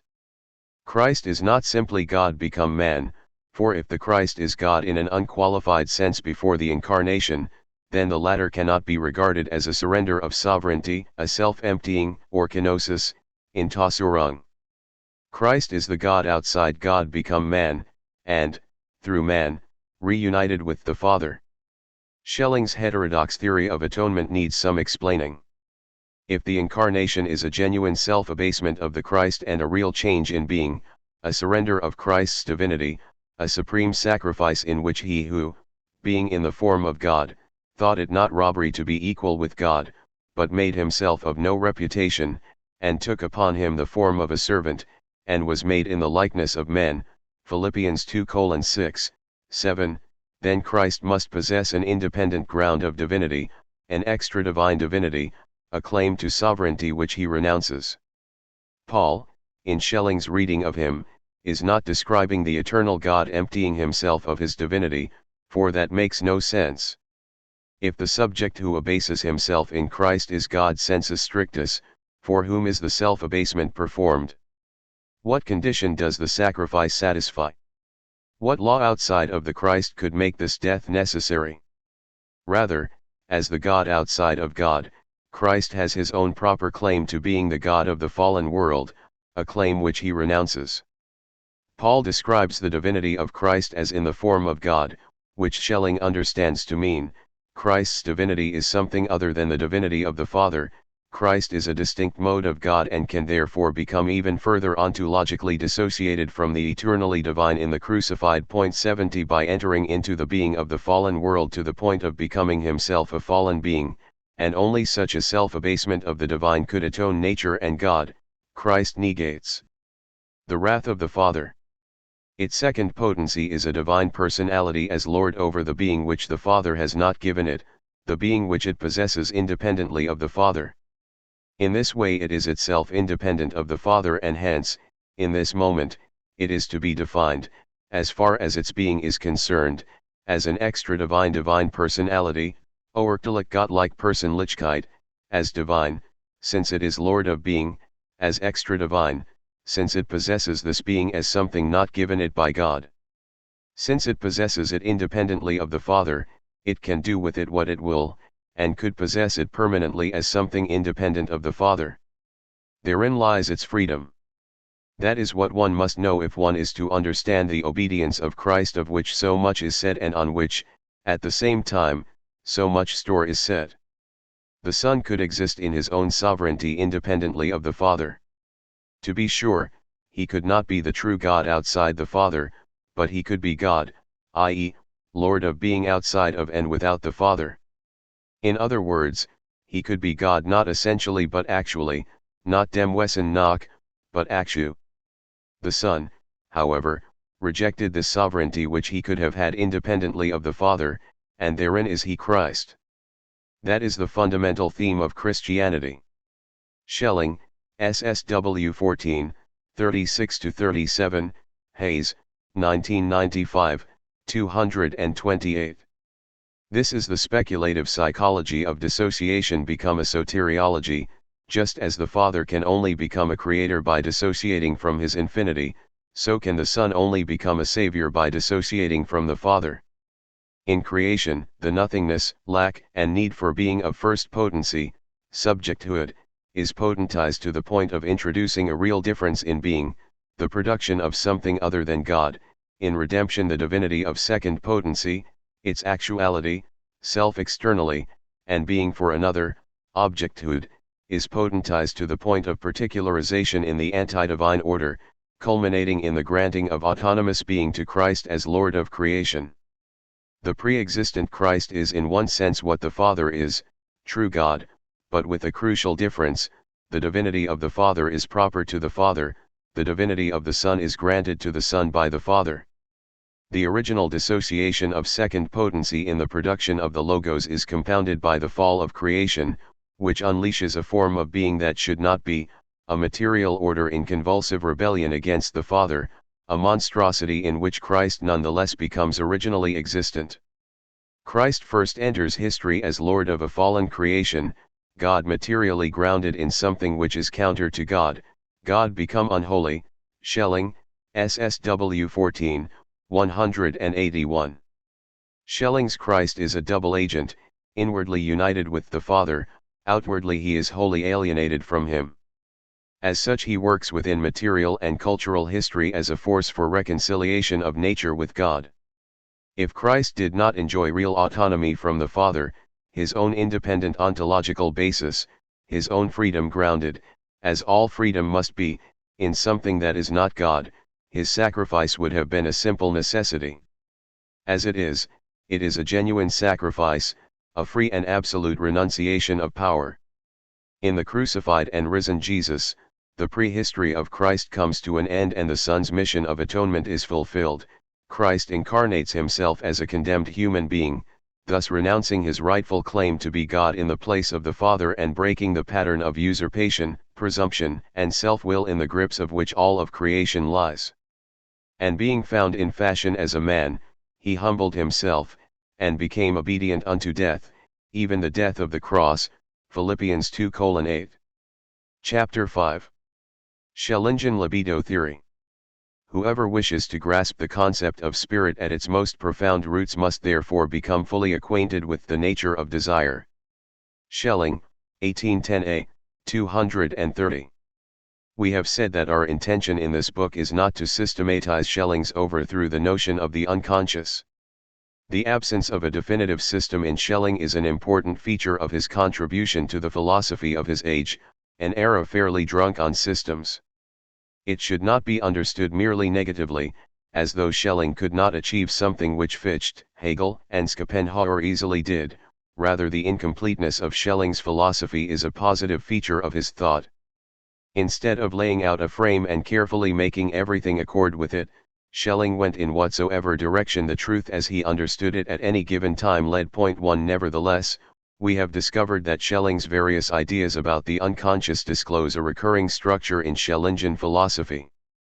Far from the most inconsistent of great philosophers, Schelling suddenly appears to be one of the most consistent, following a single thought over the course of 56 years of active research while traversing diverse philosophical fields, genres, and perspectives. The thought can be expressed purely formally, but we will allow it the wealth of its natural philosophical context and express it as a theory of desire. For Schelling, desire is never unidirectional, it is by definition divided. One desires something that is in some other respect resisted or withheld. Desire thus flourishes in negativity, as Zizek points out. I do not actually desire what I want. What I actually desire is to sustain desire itself, to postpone the dreaded moment of satisfaction. Zizek, 1997a, 80. The question is, what is the counter-force which makes desire possible, this negative condition of the possibility of desire? Schelling describes it in the nature philosophy as negative force, the power internal to an animal of resisting the outward pull of desire, the seduction of love, which calls the animal to the other. Love literally animates the world for the early Schelling. It is the positive force distributed throughout nature which continually destabilizes the internal equilibrium of the animal. Love is too much for the individual organism, it would tear it apart if the animal were not protected from it by a negative force stemming from within it, which allows it to consolidate its hold on its determinate matter and resist the ecstatic allure of the other. The polarization of desire is essential if nature as such, natura naturans, infinite productivity, is to become manifest. The argument returns in a new form in the philosophy of freedom of Schelling's middle period. The negative force is now called ground, the positive force is existence, and that which is revealed in the tension between these two is personality. Ground's resistance to the ecstatic will to otherness, existence, is essential to the individuation of the self. Without this no to the outside, there would be no self at all because no boundary would be established between self and other. But if the agenda of ground, to negate the other, is not continually disrupted by the appeal of existence, the self dies, implodes, enclosing itself on a spaceless internal point which is no longer in relationship to the sources of its own life. The dark ground has a crucially positive role to play in the economy of the Schellingian self. Ground without existence is a schizophrenic, lost in a world of its own. Existence without ground is a hysteric, its life always abnegated, deferred, and carried by the other, to whom it can only say yes. The dialectic of desire returns in the philosophy of revelation. Negative force/dark ground is now first potency which resists the universal, dissociates from the divine, and materializes into the real. Positive force/existence is now second potency which incarnates itself in the fallen divinity and becomes the ideal other to the material real, trebly alienated from the Godhead, first by means of materialization, second by means of incarnation into a single man, Jesus, third by means of the identification of Jesus with the unholy, i.e., the crucifixion. The later Schelling returns to his first insight into the teleology of divided desire and constructs of it an elaborate philosophy of Christianity, but the essential point remains the same: the negative obstructs the positive so that something irreducible to both might be revealed. In the early Schelling, it is nature that is revealed; in the middle Schelling, it is personality; for the late Schelling, it is God himself.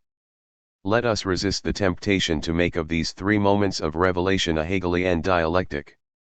The development of Schelling's thought might be characterized as an ever-deepening understanding of what exactly is made possible, made manifest, or revealed, by negative desire. We call it negative desire because it is not a positive intention of an object but a negative intention of an object, a not wanting rather than a wanting otherwise. Negative desire is not narcissism because it does not take the ego as its libidinal object. At the same time it is not desiring nothing. It is not the will that wills nothing, i.e., that has no will, but the will that wills nothing. Schellingian libido theory cannot be mapped onto Freud for the teleology is essential to it, neither can it be mapped onto Jung for the personal telos is equally essential to it. It is in short a theory of libido in its own right, one, we might add, that has never developed into a practice of psychotherapy, although there is no reason why it could not. In conclusion, then, I wish to offer a few suggestions as to what a Schellingian theory of psychoanalysis would look like, by contrasting it with the main forms of analysis still widely practiced today, Freudian, Jungian, and Lacanian. While the question necessarily involves the whole of Schelling, we will restrict our view to the middle Schelling, for here is where Schelling speaks explicitly of the structure of the personality. The place he begins is Boehme's radical theory of drive, Trieb. In the scholastic tradition that dominated the West until recently, drive and desire were associated with the finite and the fallen, marks of incompleteness and the relative non-existence of material being. God could not be described as either driven toward a goal, be it revelation or love, or as harboring desires within himself. All such talk was anthropomorphic, to be negated if the being of God was to remain infinite and unsurpassable. Boehme installs both drive and desire as divine qualities. Drive is at the foundation of the divine life, the impulse toward self-revelation that sets the unground into motion. Desire is the means by which the unground accomplishes its goal, corresponding to conflicting wills generated within the divine being, the resolution of which reveals God to himself. Point 2 For Boehme, drive and desire are features of all that lives, whether it is infinite or finite. As Ettinger was first to point out, this amounts to a displacement of the Greek metaphysics of being, ousia, by the Hebrew metaphysics of life. Drive enlivens the unground by dividing it into contesting desires, an inwardizing desire which refuses the other and an exteriorizing desire for the other. The tension between these two opposites is the key to the infinite life and self-relatedness of God. However complex the language of Boehme's doctrine of the three principles, Boehme's psychological point is simple enough to state: there is no alterity without ipseity, no self-donation without a latent self-assertion. This is not to say that love is selfish; self-assertion without self-donation is the essence of evil. But without the seed of selfishness, held in potency, not actualized, there would be no self to be overcome and given away. Personality is ipseity potentized or tinctured by alterity.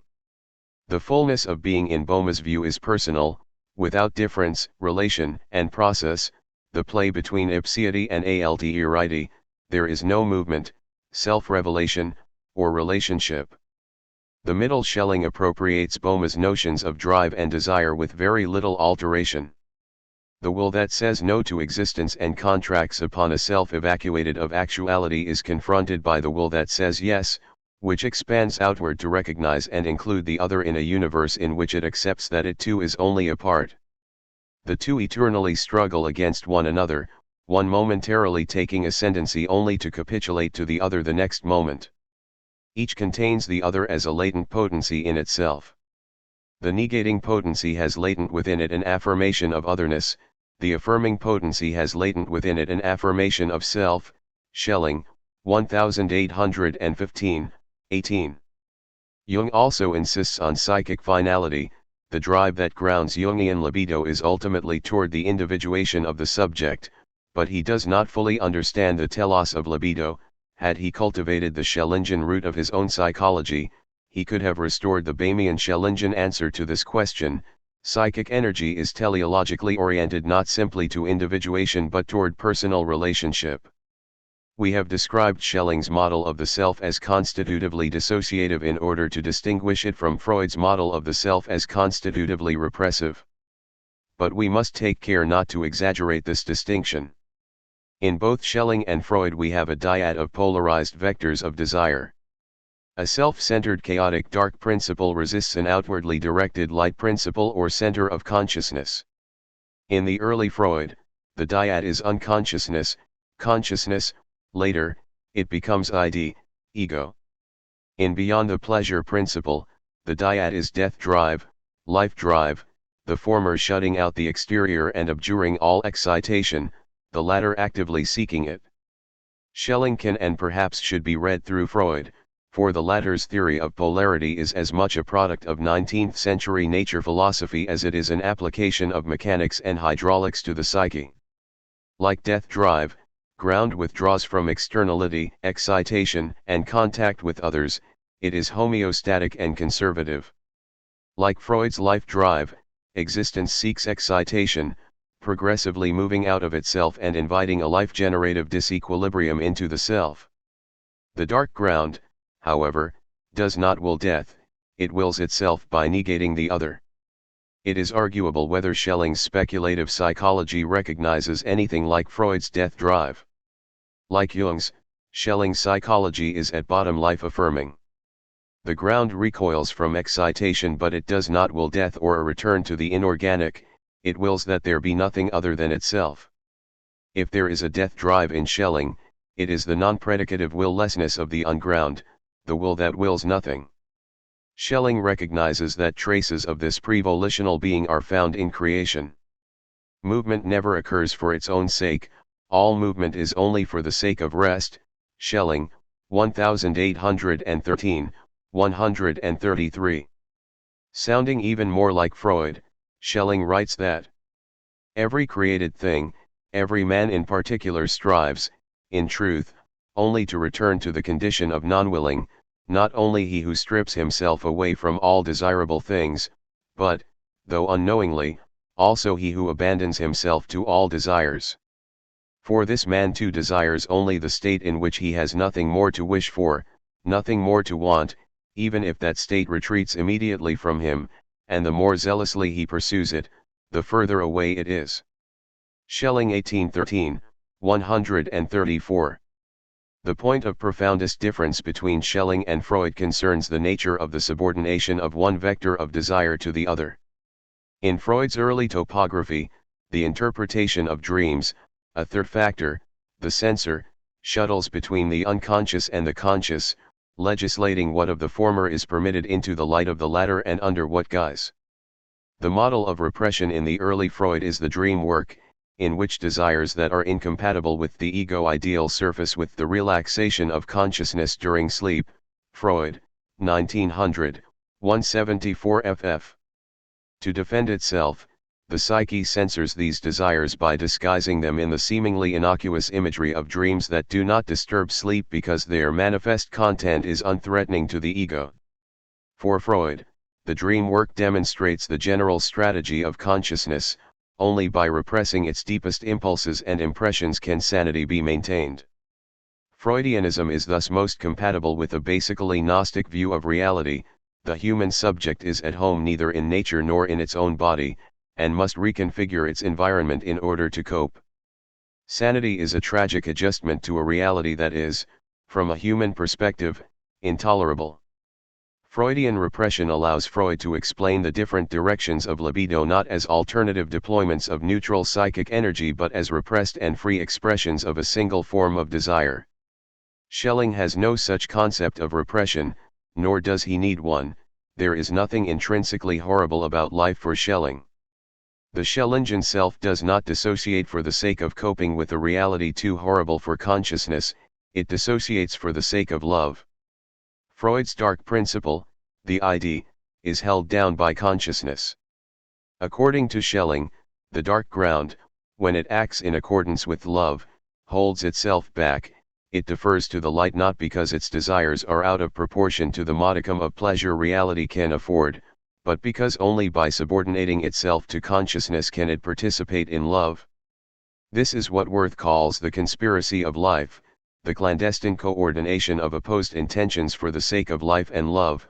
Wirth, 2003, 2.3. Schelling makes it clear that the dark ground is not to be wrestled into submission by consciousness. Rather, ground and existence collaborate spontaneously. In the healthy individual, ground freely subordinates itself to existence in a spontaneous act that Schelling likens to the unreflective decision whereby a person in danger knows just what to do to save his or her own life. Schelling, 1813, 175. If it does not subordinate itself but instead revolts and usurps the role of the existent, the dark ground extinguishes personality, and consequently itself, like a virus that destroys itself by destroying its host. Nothing could be further from Freud's intentions than such a teleology of psychological life, for teleology attempts to explain the lower in terms of the higher and not only implicates psychology in metaphysics but runs inexorably, so Freud thinks, into the arms of religion. Freud stops at an archaeology of the psyche. The Freudian unconscious is a residue of the past, not a forerunner of the future. It does not unfold, but reacts. 4 The primal memory of the child's oceanic unity with the mother, the paradisaical time when nascent needs were satisfied before they were felt, is necessarily forgotten or repressed as the child learns to live with the daily frustration of desires inevitable in civilized life and becomes at the same time differentiated from the mother. Yet the memory of the lost object, the body of the mother, persists in the unconscious only to reappear in dreams and neurotic symptoms. The work of classical Freudian analysis is primarily one of unearthing the frustrated desires of infancy, of bringing them into language, of naming them, so that the primitive energy they harbor ceases to obstruct civilized life and can be put instead to the service of cultural and social activities. This is the move from repression of libido to sublimation, or from neurotic suffering to ordinary unhappiness. These basic differences between Schelling and Freud are covered over by Zizek's Lacanian reading of the Freedom Essay and the Ages of the World. Zizek transforms Schelling's intelligible deed, the founding act of freedom, into a repression of psychosis, the subjectification of God, putting an end to the mad God slipping along the chain of signifiers because he has no place in the symbolic order. Certainly there is something mad about the creativity of Schelling's God. But it is not the life-negating madness of the psychotic, it is rather the endlessly productive divine madness of the genius. It is only by discarding Schelling's distinction between these two types of madness that Zizek can retrofit Schelling into Lacanian psychoanalysis. The echo between the Lacanian notion of constitutive repression and Schelling's unconscious decision goes further back than Schelling. Just as the Bahamian unground becomes self-revealed by dividing and absenting itself, and the Ein Sof of the Kabbalah gives rise to a creator by becoming nothing, so does the Lacanian subject emerge into symbolically mediated life on the grounds of a pre-subjective excision of its unbounded material reality. Fused with Freud, Zimzum becomes the Oedipal cut by which the infant is ejected from its pre-verbal oceanic unity with the mother and takes up a position in the symbolic. But where Kabbalah, Boma, and Schelling speak of creation, production and the generation of the new, Lacan speaks of repression and the eclipse of the real. Being disappears into unconsciousness and becomes the lost object that laces the symbolic with gaps, breakdowns in meaning, rendering subjectivity a patchwork of fragments. For Lacan, we are constitutively fragmented. For a subject to achieve the wholeness it longs for is for it to cease to exist. The structure of Schelling's division of the absolute into potencies may be formally similar to Lacan's theory of repression, but the context is radically different. Schellingian subjectivity does not divide itself in reaction to anything, be it trauma, the horror of nonverbal life, or the prohibition of the father. It divides for the sake of producing the new. A different hermeneutic result is produced by reading Schelling's theory of polarity through analytical psychology. In Jung's teleology of libido, not all introversion is perverse or counterdevelopmental. When the conscious attitude of the personality is inadequate to new environmental conditions, the withdrawal of libido and the introversion of interests is required for the activation of latent attitudes lying dormant in the unconscious. Incest motifs in dreams and in mythology are not always symbols of counterdevelopmental impulses or signs of an unresolved Oedipus complex. The hero goes on a night-sea journey to battle the dragon because he is not yet sufficiently individuated to face the real-life situation. Jung, CW 8, 60-69.5.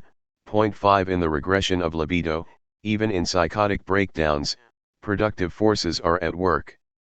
What the regression brings to the surface certainly seems at first sight to be slime from the depths, but if one does not stop short at a superficial evaluation and refrains from passing judgment on the basis of a preconceived dogma, it will be found that the slime contains not merely incompatible and rejected remnants of everyday life, or inconvenient and objectionable animal tendencies, but also germs of new life and vital possibilities for the future.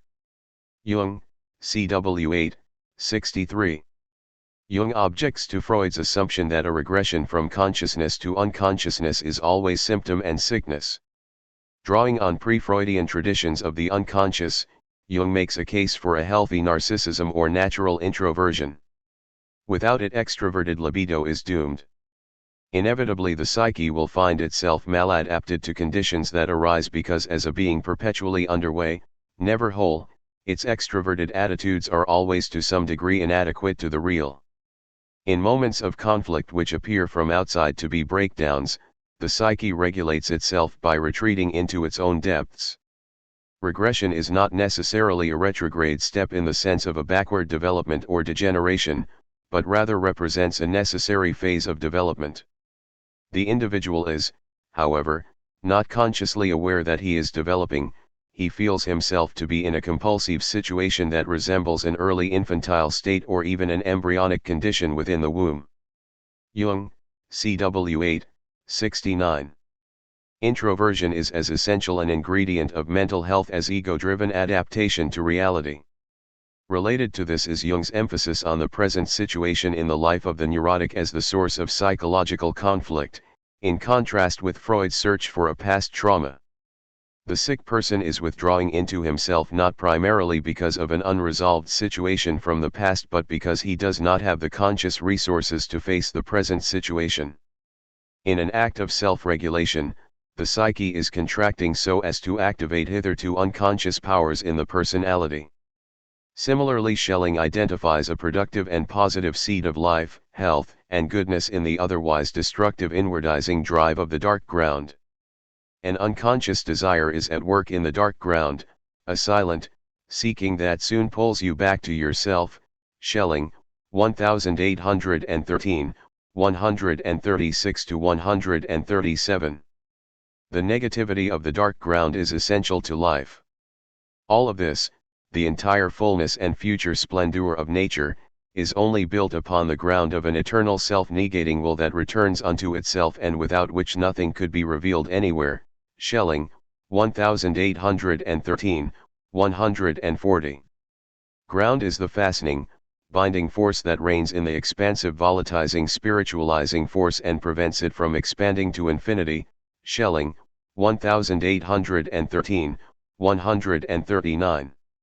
If the dark ground has its way, unchecked by existence, the individual loses touch with reality and goes mad. But if existence has its way, unchecked by ground, the individual loses touch with his life-giving depths and dies spiritually, becoming imprisoned by a lifeless understanding, or as Jung would describe it, fixated on an outmoded pattern of adaptation, ossified in extroversion and so unable to meet the new challenges life presents to him. The dark ground of spirit can hold itself back in Schelling because it is not a blind force or a mindless appetite, as the unconscious sometimes is in Freud. Ground is personal, it possesses unconscious intelligence and so acts with design but without reflective knowledge of what it is doing, why it is doing it, or where it is going. The self-centeredness of ground is not something that ought not to be. Although Schelling locates the possibility of evil in the dark ground, he is careful to distinguish the possibility from the actuality of evil. The dark ground is not in itself evil, on the contrary, it is an essential ingredient of goodness, the gravitational center of love standing in creative and productive tension with its antithesis, the other-centered and affirmative light principle. One side shuts in while the other opens out, but the opening out is only possible because it is grounded in the closing in. The closing in is an opening out, as in Heidegger's related dialectic of concealment and unconcealment, later the dyad of earth and sky. Ground is not a mindless energy that must be broken, castrated. If it is to serve the good, it is already directed to the good, only without consciousness. It does not need to be redirected, canalized, or sublimated, on the contrary, consciousness must learn to trust it. 6. At the same time, Schelling is anything but naively optimistic about the human condition, which Jung and Jungians on occasion are. Personality is fallen. It never achieves in this life the wholeness it longs for, and in its endless pursuit of the goal it can go wrong in various ways. It can be overwhelmed by the unconscious, losing its hold on consciousness and disintegrating from within. We have called this Schellingian psychosis. Another possibility is equally unsustainable. In its bid to defend itself from the other powers operative within it, the I can become rigidly idealized and the understanding, without living contact with the real, ossified.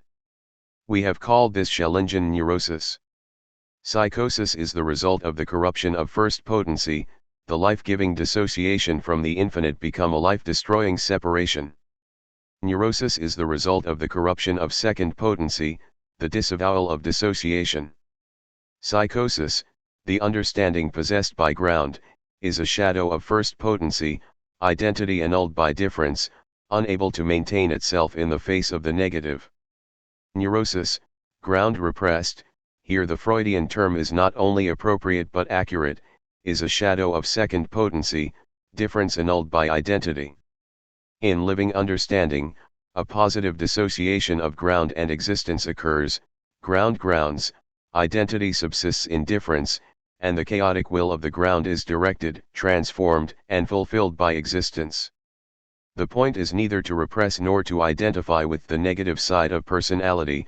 A difficult negotiation of these two extremes is called for.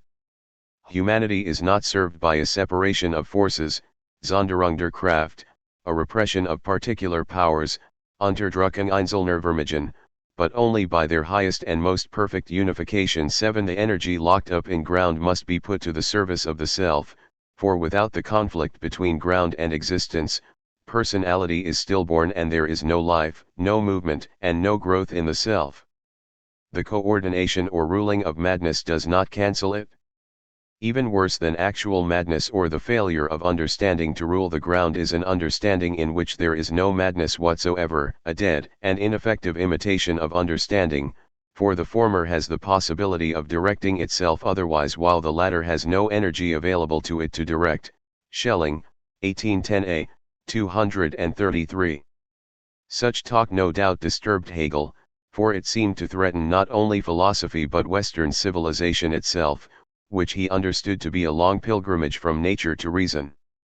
For Hegel, the true proto-Freudian of German idealism, madness is derangement or reason derailed. Hegel, 1845, 123. Hegel agrees with Schelling that madness is not the opposite of reason. But whereas for Schelling madness is in touch with the living energies that are older than order, for Hegel madness is one of reason's essential stages of development gone wrong. The soul, which initially does not distinguish itself from its environment, must become rational, Geist, the concrete universal, through a process of particularization, distinction, and return to a unity enriched by difference. In the mad, reason gets stuck in the penultimate phase of its development and fails to properly distinguish the inner from the outer world. Madness for Hegel is the psychophysical experience of the failure of the universal to emerge from itself and become fully particular. Like the child who must break with the mother if it is to become a rational law-abiding agent, the soul must die to its natural universality and allow itself to be divided from its natural origin. They are two sides of one strategy. The subordination of nature to reason, on the one hand, supports the pathologization of the pre-rational life of the mind on the other, both profoundly un-Schellingian moves. Point 8. Where Schellingian libido theory departs from all three major schools of psychotherapy, Freudian, Jungian, and Lacanian, is in Schelling's insistence on a theological telos. In the end, Schelling remains some kind of Augustinian. The Schellingian heart is restless until it rests in God. Jung flirts with such religious thoughts but always pulls away for fear of violating the scientific rigor of his work, or more likely, the fear of overstepping the Kantian limits to reason to which he seems to have committed himself as a student. In a curious way, Lacan is more Schellingian inasmuch as he insists that God must appear on the horizon of the subject's world of meaning, for the big other alone solidifies the fragile symbolic order upon which the sanity of the subject depends. But Lacan's big other is, however necessary, a big lie. For Schelling, God can neither be suspended as a question nor dismissed as a fundamental fantasy. The question of God, however unavoidable in philosophy, is not answerable by philosophy. Schelling's theology is non-foundational. At the same time that he explores the theological bankruptcy of reason, Schelling points to the reasonableness, by distinction from rational necessity, of divine revelation. There are, then, three possibilities for the Schellingian personality, two of which lead to death and produce nothing, madness and lifeless understanding, one of which leads to life and productivity, love. The failure of personality, both in madness and in lifeless understanding, is the failure of freedom to achieve love.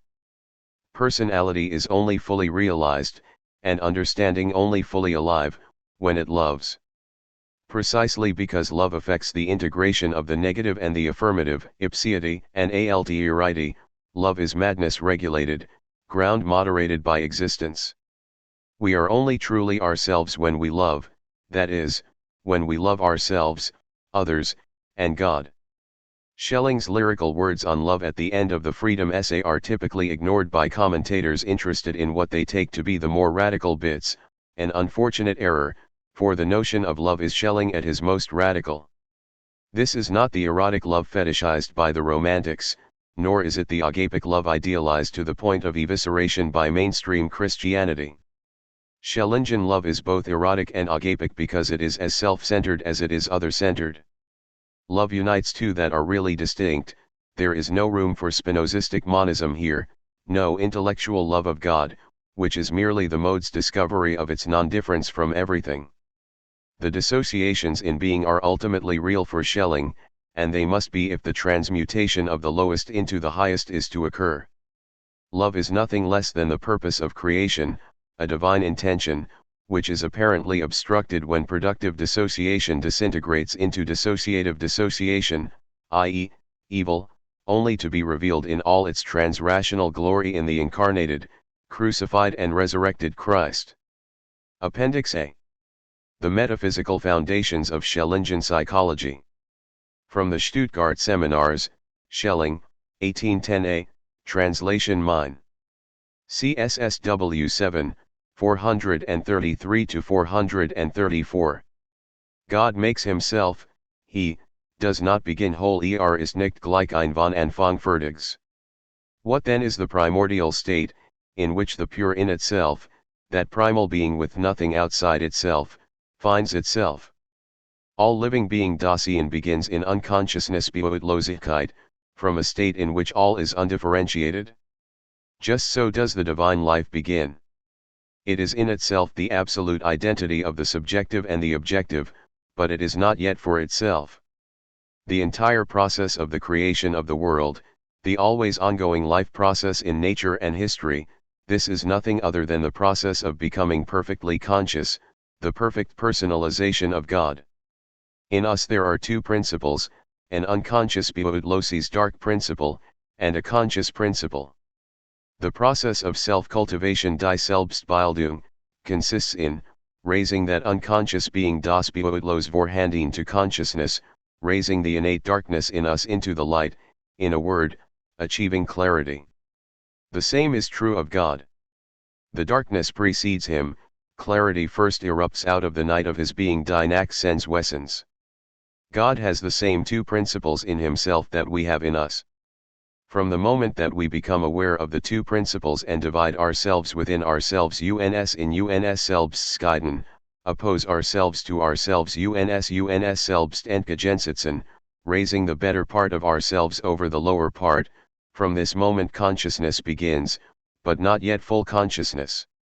The whole of life is in truth nothing other than an ever-increasing growth in consciousness ein immer höheres Beobachten, but most remain on the lower level, and although they struggle, do not achieve clarity, and perhaps none in the present life arrive at absolute clarity, a dark residue ein dunkler Rest always remains, none reach the heights of his own good or the abyss of his own evil. This is only true of God. The beginning of consciousness in him is his division of himself from himself, his opposition of himself to himself. He has a higher and a lower in him, what we denote with the concept of potencies. God has both principles in him in an unconscious state im unbeobachten Zustand, but without positing the one or the other, that is, without recognizing himself in the one or the other. With the beginning of consciousness, this recognition occurs, that is, God posits himself set sich selbst, in part, as first potency, as the unconscious das Beoudloses, however he cannot contract himself as the real als reals contrahieren without expanding himself as the ideal als ideals zu expandieren, he cannot posit himself as the real, as the object, without also positing himself as the subject, without thereby freeing the ideal, and both are one act, both are absolutely the same. With his actual contraction as the real contraction als reals, his expansion as the ideal is posited.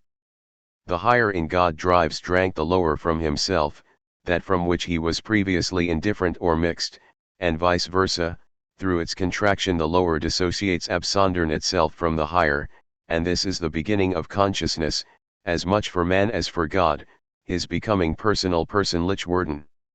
However, just as in the process of self-cultivation or becoming self-conscious, man shuts out from himself the dark unconscious in him, opposes it to himself, not to leave it eternally in this expulsion and darkness, but in order to raise the expelled and the dark to clarity, to make it into consciousness hinauszubilden zu seinem Beobachten, so does God expel the lower part of himself from the higher and drive it away from himself, not in order to leave it in this nothingness, but in order to raise out of it, out of the expelled non-divine, out of that which he himself is not and which he separates from himself, to raise up, build up, to create, that which is similar and like him. Creation consists in the arousal of the higher, the genuinely divine, in the excluded. Appendix B. The Anthropology of Schelling's Stuttgart Seminars. In the Stuttgart Seminars, which were given in the same year that Schelling is believed to have written Clara, Schelling offers his most detailed outline of the structure of the human self, Schelling 1810a, 229-239. Rather than speaking now in terms of a simple opposition of spirit and body mediated by soul, but while maintaining the notion of opposites and the third which unites them while transcending both, Schelling introduces a new term, Gemüth, which he describes as the dark ground of the personality. Fa translates this as temperament. Brown identifies it with feeling, Brown, 1977, 175. I find neither of these translations adequate. Temperament sounds like a part of the self, a faculty or function, whereas Gemüth is not a part of the self but its ground. Feeling is likewise too specific for what Schelling is naming. Gemüth denotes the root of the whole self. Perhaps the best translation is the heart, the turbulent, melancholic, and unsettled ground of personality. Schelling's disciple Ignace Paul Vidal Troxler describes Gameth as the true individuality of man, by means of which he is in himself most authentically, the hearth of his selfhood, the most alive center point of his existence. Troxler, cited in Ellenberger, 1970, 206. The self is composed of three powers, each of which is in turn tripartite. The distinctions are based on the logic of the grounding real, the grounded ideal, and the third which mediates the real/ideal opposition. The three powers are Gameth, the real, spirit, the ideal, and soul, the third, which mediates the real and the ideal. The triadic distinctions in Gameth are melancholy, Schwermuth, desire in its various forms, Sucht, begeerd, lust, and feeling, Gefühl. The triadic distinctions in spirit are self-will, Eigenwille, universal will or understanding, and will proper, which is indifferent to both the individual and the universal. The three powers of the soul are not elaborated on. This anthropology is noteworthy for several reasons.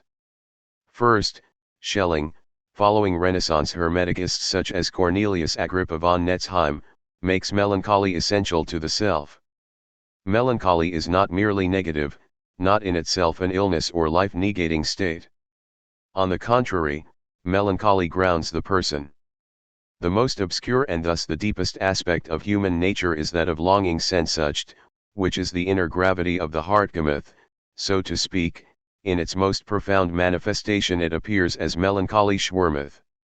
It is by means of the latter that man feels a sympathetic relation to nature. What is most profound in nature is also melancholy, for it too mourns a lost good, and likewise such an indestructible melancholy inheres in all forms of life because all life is founded upon something independent from itself. Schelling, 1810a, 230, translation altered. Secondly, Schelling makes desire the origin of consciousness.